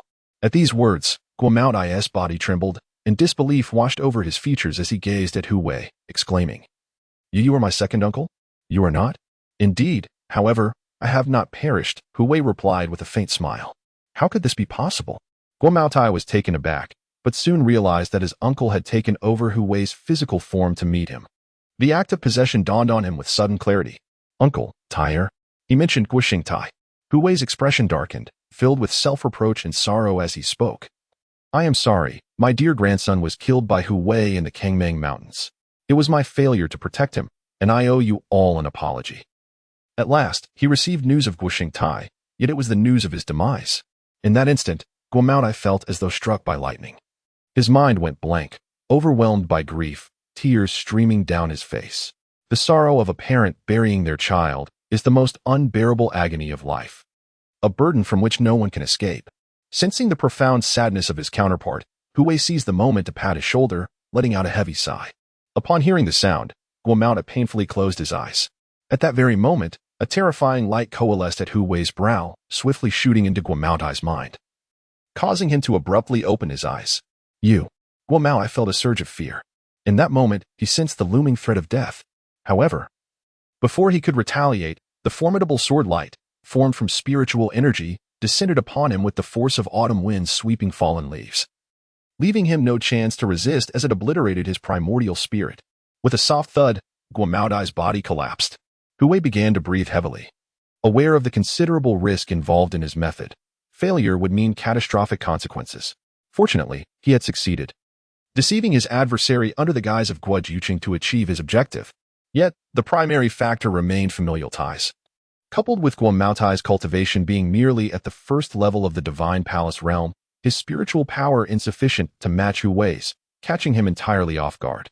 Haha, leveraging one's advantages to gain an upper hand is also a skill. Hu Wei revealed a broad grin, his smile chilling. With Guamao dealt with, only his wife remained, her whereabouts requiring thorough investigation. Subsequently, Hu Wei began to scavenge for spoils. Guamao possessed numerous treasures, all related to Dao patterns, such as 5th-grade array discs, which were actually crafted from a 5th-grade spiritual tree, reworked meticulously. The upper surface was blank, ready for the engraving of runes, with the type of formation dependent on the user's needs. There were over 20 such array discs and more than 1,000 top-grade spirit stones, an immense profit. Hu Wei took possession of the opponent's storage bag, glancing inside and grinning widely with delight. What a bountiful haul this turned out to be. Far more satisfying than defeating Guodian. Oh, what is this? A set of interlinked Dao patterns?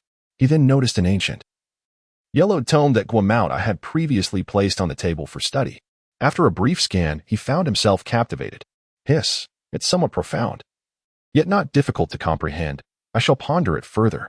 Not long after, Hu Wei eliminated the young attendant who had received him, erasing all traces of the two before departing with purpose. Time flows swiftly, almost imperceptibly, and before one knows it, another day has passed. The following day, as noon approached, Wei Wu, who had kept vigil throughout the night, finally awaited the arrival of Emperor Wei. Accompanying him were Lin Suxuan, the esteemed leader of the Tai Xuan Sect, and 2 elders from the inner circle of the sect. At this moment, the once formidable Tai Shang had also fallen silent, and many others, including disciples, had perished. It was evident that those who had managed to survive were devoid of their previous vigor. Instead, they appeared disheveled and covered in dirt. In truth, it was a stroke of fortune to have emerged alive. The entire Songmeng mountain range had transformed beyond recognition, now resembling a scene of utter devastation. Even the outskirts had been affected, the aftermath of the great battle rendering the area akin to a wasteland. Gazing into the distance, the undulating mountains resembled a barren land. The air was thick with the stench of blood, slightly acrid and unsettling. In summary, the landscape was one of ruin and desolation. Yet, this place still offered a semblance of safety. Father, your son pays his respects to you, Wei Wu exclaimed with joy, approaching to perform the ritual of kneeling as a sign of reverence. However, the emperor's brow furrowed in concern. Upon hearing this, Wei Wu cast a glance at the leader of the Tai Xuan Sect and, after a moment of hesitation, spoke. Chapter 90, Stirring the Storm. Father, may I have a word? On the outskirts of the Kangmeng mountain range, Wei Wu gestured for attention before turning to walk away, seeking distance. After all, it was hardly a matter of pride. Should he stand before the sect master of Tai Xuan and the 2 inner door elders and disclose to Emperor Wei that Wei Qing, under his orders, had ventured to the sect with the intent to capture Hu Wei, only to be killed in the process? Moreover, 2 concealed powerhouses of Wei were lost in the endeavor, those of the divine extreme realm? Such an admission would be utterly humiliating. While Wei's fault was evident, the losses of Wei Qing and the 2 formidable individuals far outweighed it, not to mention the earlier loss of the divine palace realm practitioner. Therefore, Wei would not let this matter rest. Soon, the emperor learned of everything, his countenance darkening to a degree that rivaled the most grievous of tragedies. Father, that young man harbors great secrets. During my encounter in the Kangmeng mountain range, I narrowly escaped with my life, yet managed to glean some insights. It is no exaggeration to say that Hu Wei possesses at least 2 celestial-level techniques and has awakened an ancient phenomenon, the setting sun over a vast river. Wei Wu spoke candidly. However, he also highlighted the more troublesome aspects. The situation at Changshu Peak was dire. Though the specifics eluded him, he could surmise the gravity of the matter. We must return to Wei at once, the emperor declared with a grim expression. Without even bidding farewell to the Tai Xuan Sect, he merely nodded from afar and commanded those accompanying Wei Wu to prepare the teleportation array. This scene left Lin Suxuan and the others bewildered. Due to the distance and their own dignified demeanor, they refrained from eavesdropping. mistakenly believing that a significant crisis had befallen Wei, and thus felt it was inappropriate to interfere. Little did they know, a great calamity loomed on the horizon. Meanwhile, at the Tai Xuan Sect, 100 miles distant, within the inner door at Elder Peak, a gathering of elders convened. Among them were a few middle-aged figures, but most were of advanced years, including Li Changshou. Their presence here was prompted by the sudden extinguishing of the soul lamp left by Guo Tai, causing considerable alarm. The elder in charge of monitoring the Soul Palace hastily reported the matter to the Grand Elder and summoned all for an emergency meeting. Thus, the scene unfolded. Before all were assembled, the atmosphere within the Elder Hall grew heavy with tension, the air seemingly solidified, and those of weaker cultivation dared not breathe. Every countenance was clouded with unease. Such occurrences could carry significant weight. Yet the pressing issue remained. They had yet to uncover any useful clues. Only knowing that Elder Gui had been murdered and that his attendant had vanished alongside him. Investigate. We must conduct a thorough inquiry, regardless of who the perpetrator may be. As long as they remain hidden within Tai Xuan, I demand their identity be revealed. I shall ensure they and their affiliated forces pay a bloody price. Rast, an elder named Qing Tong, ranked 7th among the 10 elders of Tai Xuan Sect, known for both his strength and influence. It was no wonder such a grave incident had unfolded. No one feels at ease. If word gets out, it would be utterly humiliating. An inter-sect elder has been slain merely due to the negligence of the guardian of the Soul Palace, resulting in others discovering the incident only the following day. Wouldn't this provoke laughter at our expense? It is crucial to understand that the reputation of the sect surpasses all else. While we cannot afford any loss, we also need them to defend it. Thus, it is only natural to feel immense pressure when something goes awry. If only the Grand Elders were still present, their somewhat refined restorative technique could have swiftly led us to the perpetrator. Such sentiments were expressed with a sense of helplessness. Alas, both of the esteemed Grand Elders of Tai Xuan have perished in the vast mountain range, significantly diminishing the overall strength of the sect, which now barely maintains its position among the second-tier powers.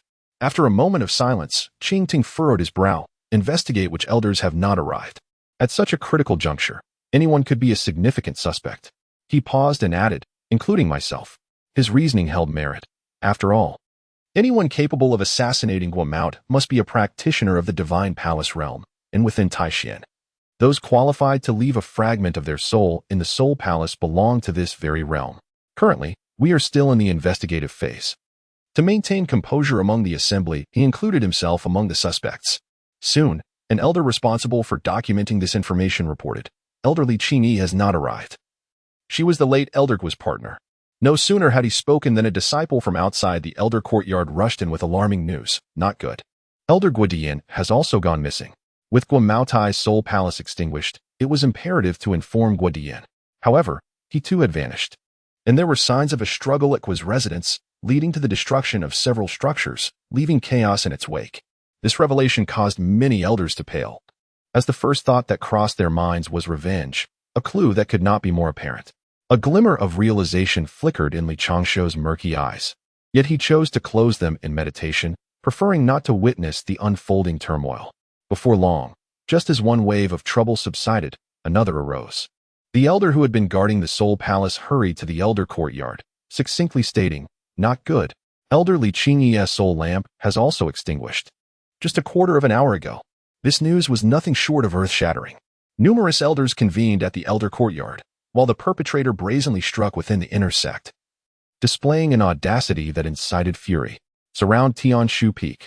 Approximately 20 elders mobilized, each filled with righteous anger, silently encircling the mountain to prevent any escape, then unleashing their formidable spiritual awareness to commence a search. However, after a brief period, they yielded no results. Instead, someone discovered a shattered formation plate at the scene of Li Qingyi's demise, its intricate patterns obliterated, indicating it had self-destructed after activation. The realization sent a chill through the air. The perpetrator's mastery of formation patterns was impressive. This was a series of interconnected teleportation formations, but upon activation, they would automatically erase all traces, rendering the teleportation location untraceable. An elder specializing in formation studies gasped, his expression reflecting a sense of inadequacy, as he acknowledged his inability to replicate such feats. However, these words caused a change in the expressions of those around.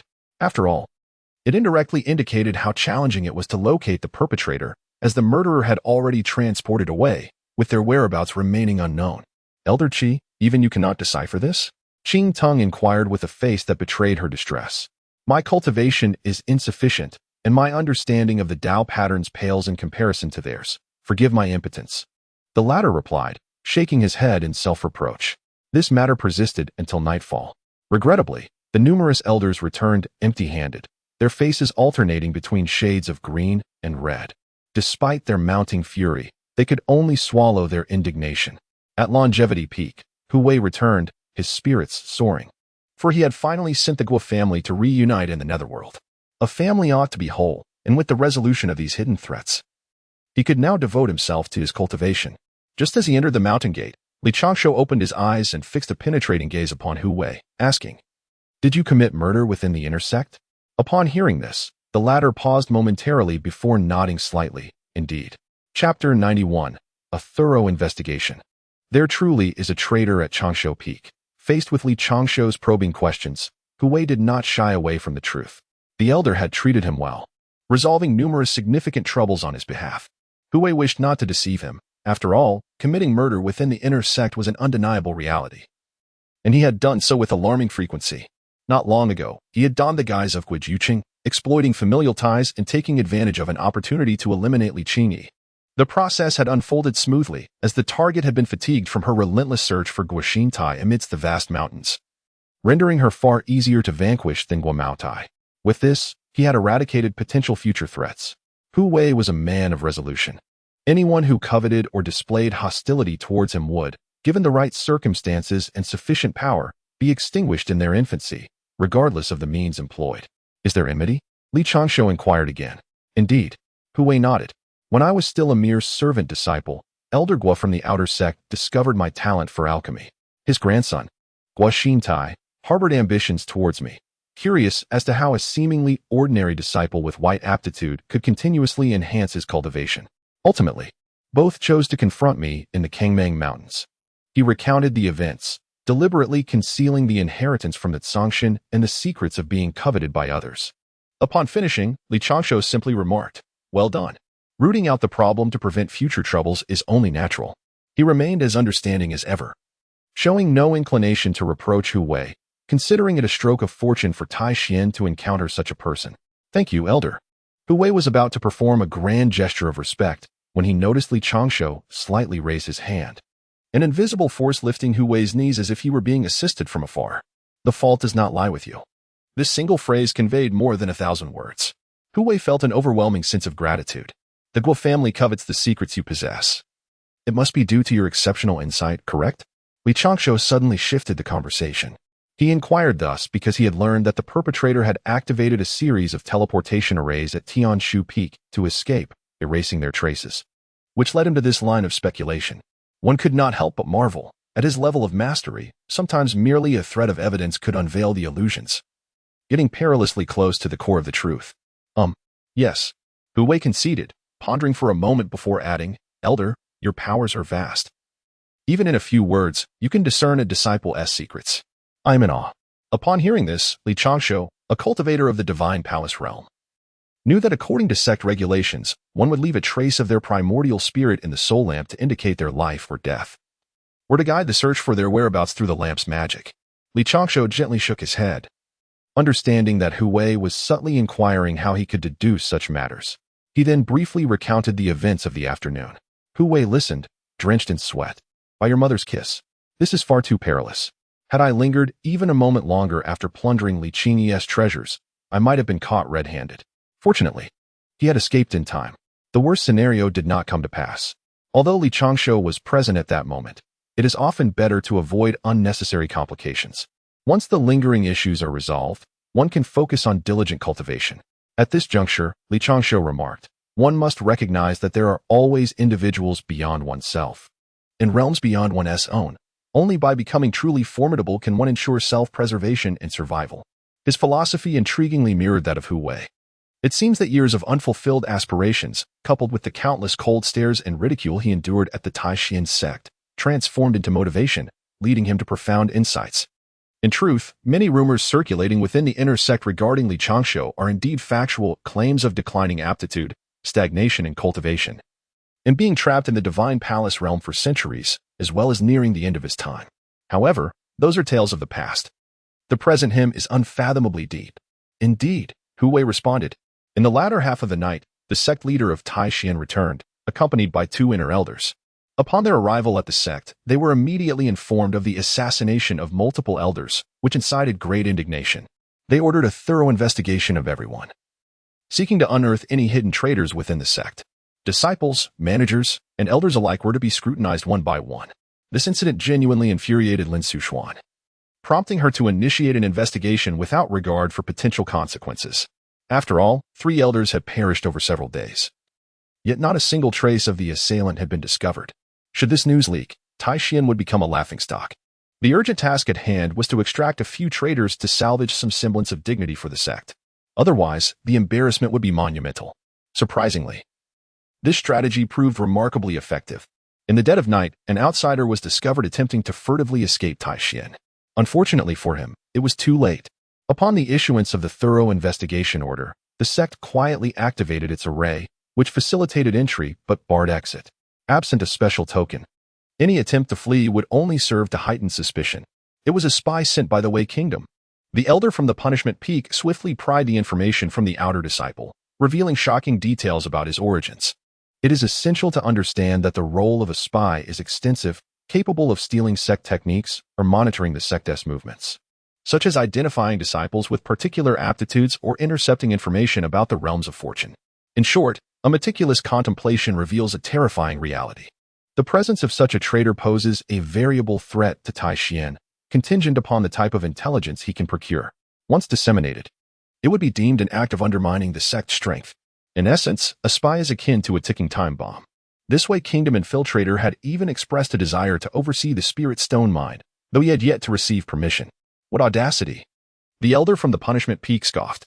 The Spirit Stone mine is one of the vital avenues through which a sect acquires cultivation resources, underscoring the gravity of the adversary's intentions. Ultimately, the Wei Kingdom's spy was imprisoned. He still held potential value. That night, Tai Xuan was anything but tranquil, continuing to stir until the first light of dawn. Meanwhile, the Miscellaneous Peak and the Outer Peak apprehended 2 more spies, hailing from Lingshu Sect and Xiang Cave Heaven, respectively. After enduring a severe interrogation, the Peak of Punishment revealed their intentions. Although several spies were indeed uncovered, the master of the Tai Xuan Sect and the Assembly of Elders were left wanting, as none of the 3 captured were privy to the identity of the individual who had assassinated the sect's elder. This realization left them disheartened. Indeed, there were spies among them. Upon hearing this, Hu Wei could not help but be momentarily stunned. He recalled how Elder Gua had once scrutinized him, suspecting him of being one of those treacherous individuals, only to later absolve him of any suspicion after careful observation. Who could have anticipated that his own assassination of Guo Maotai and others would trigger a butterfly effect, exposing those who harbored ill intentions and had been lurking within the Tai Xuan Sect? Thus, he no longer had to fear suspicion falling upon himself. With this thought, Hu Wei felt a sense of relief. This hurdle seemed to have been surmounted. Of course, even if inquiries eventually led back to him, he would not be perturbed. For Hu Wei had already begun inscribing the patterns of the Tao, delving not only into the intricacies of teleportation, but also exploring the complexities of intermediate transfer formations. Chapter 92. A change in the weather. The intricacies of Tao patterns are profound and varied, encompassing an extensive array of types. It is only through the extraordinary aptitude of a top-tier comprehension that one can assimilate such knowledge in a remarkably brief period, swiftly applying it in practice. For ordinary cultivators, regardless of their innate talent, it is nearly impossible to replicate Hu Wei's ability to learn and implement techniques instantaneously, laboriously engraving formations with unwavering dedication. At noon, ominous news emerged from the inner sect. Another spy had been apprehended. Rumor had it that this individual hailed from the Tai Xuan Sword Sect and had been lurking for an extended duration, but signs of defection had begun to surface. After all, prolonged infiltration often leads to shifts in mentality. Yet, no information regarding the appropriate course of action had been disseminated. Throughout the day, disciples of the Tai Xuan Sect engaged in animated discussions about this incident, with the topic of the spy dominating their conversations. Fear gripped their hearts. An internal traitor had infiltrated the inner sect. Who could know whether those in positions of authority Administrators, stewards, or elders might also be compromised. Anxiety permeated the atmosphere. However, this tense situation was quelled before dusk, as the Grand Elder announced the temporary cessation of the thorough investigation, deeming it sufficient to address external concerns. To continue would only result in further losses for the Tai Xuan Sect. Regrettably, they had yet to uncover the true culprit behind the assassination of several elders. Meanwhile, the orchestrator of this chaos, Hu Wei, was leisurely roasting rabbit on Longevity Peak, savoring its delectable flavor, his mouth glistening with grease as he indulged. With a soft rustle, a figure returned to the grand hall. It was Li Changshu. "Elder, how did the meeting go? Are there any new directives from the sect?" Hu Wei inquired. Presenting him with a rabbit leg, Li Changshu accepted it without hesitation, tearing off a generous piece of meat as he replied. "Elder Qingting will be responsible for the covert investigation." This was a standard protocol, with several elders murdered and no leads on the assailant. The Tai Xuan Sect would not rest until justice was served. Hu Wei nodded. "Let them investigate. Who was afraid of whom?" As dusk descended, the sun hung low, casting a blood-red hue across the sky. The heavens were adorned with ominous crimson clouds, creating a strikingly grand spectacle. From a nearby pavilion, the cawing of crows echoed. Hu Wei could not help but feel exasperated. Despite the passing days, those crows continued to frolic merrily, occasionally appearing to caw unexpectedly. Twice he attempted to shoo them away, but before he could approach, they vanished without a trace, an unsettling phenomenon indeed. "It seems a change in the weather is upon us," Li Changshu remarked suddenly, taken aback. Hu Wei pondered this statement. Was the twilight sky simply a resplendent crimson, a breathtaking sight? He gazed upward, where the horizon shimmered with iridescence. Clouds swirling in vibrant hues, though darkness would soon supplant this beauty, a familiar cycle of the cosmos. Suddenly, Hu Wei's gaze sharpened, for the air had grown tense. Visually, it appeared as though flames were igniting, the atmosphere subtly warping and undulating. The spectacle was nothing short of astonishing. The elder began to speak, but was abruptly interrupted by a resonant voice. "Which esteemed elder has graced our Tai Xuan? Please, reveal yourself." In the high skies, the leader of Tai Xuan appeared instantaneously, his expression one of astonishment. He summoned a divine rainbow and ascended into the heavens, bowing slightly towards a fiery cloud. Despite his formidable strength, he could not help but lower his head, for at that moment, the entire Tai Xuan sect felt an overwhelming urge to kneel, as an invisible and immense pressure descended upon them like a mountain, creating a terrifying atmosphere without any overt display of force. In the next instant, a loud crash resounded as Lin Suxian was sent flying 10 zhong away. Having seen nothing, it felt as though he had received a crushing slap. Blood spilling from his mouth, his body battered and broken, suffering considerable injury. His complexion turned pale, blood at the corner of his mouth as he glared with fury at the indistinct figure within the fiery clouds.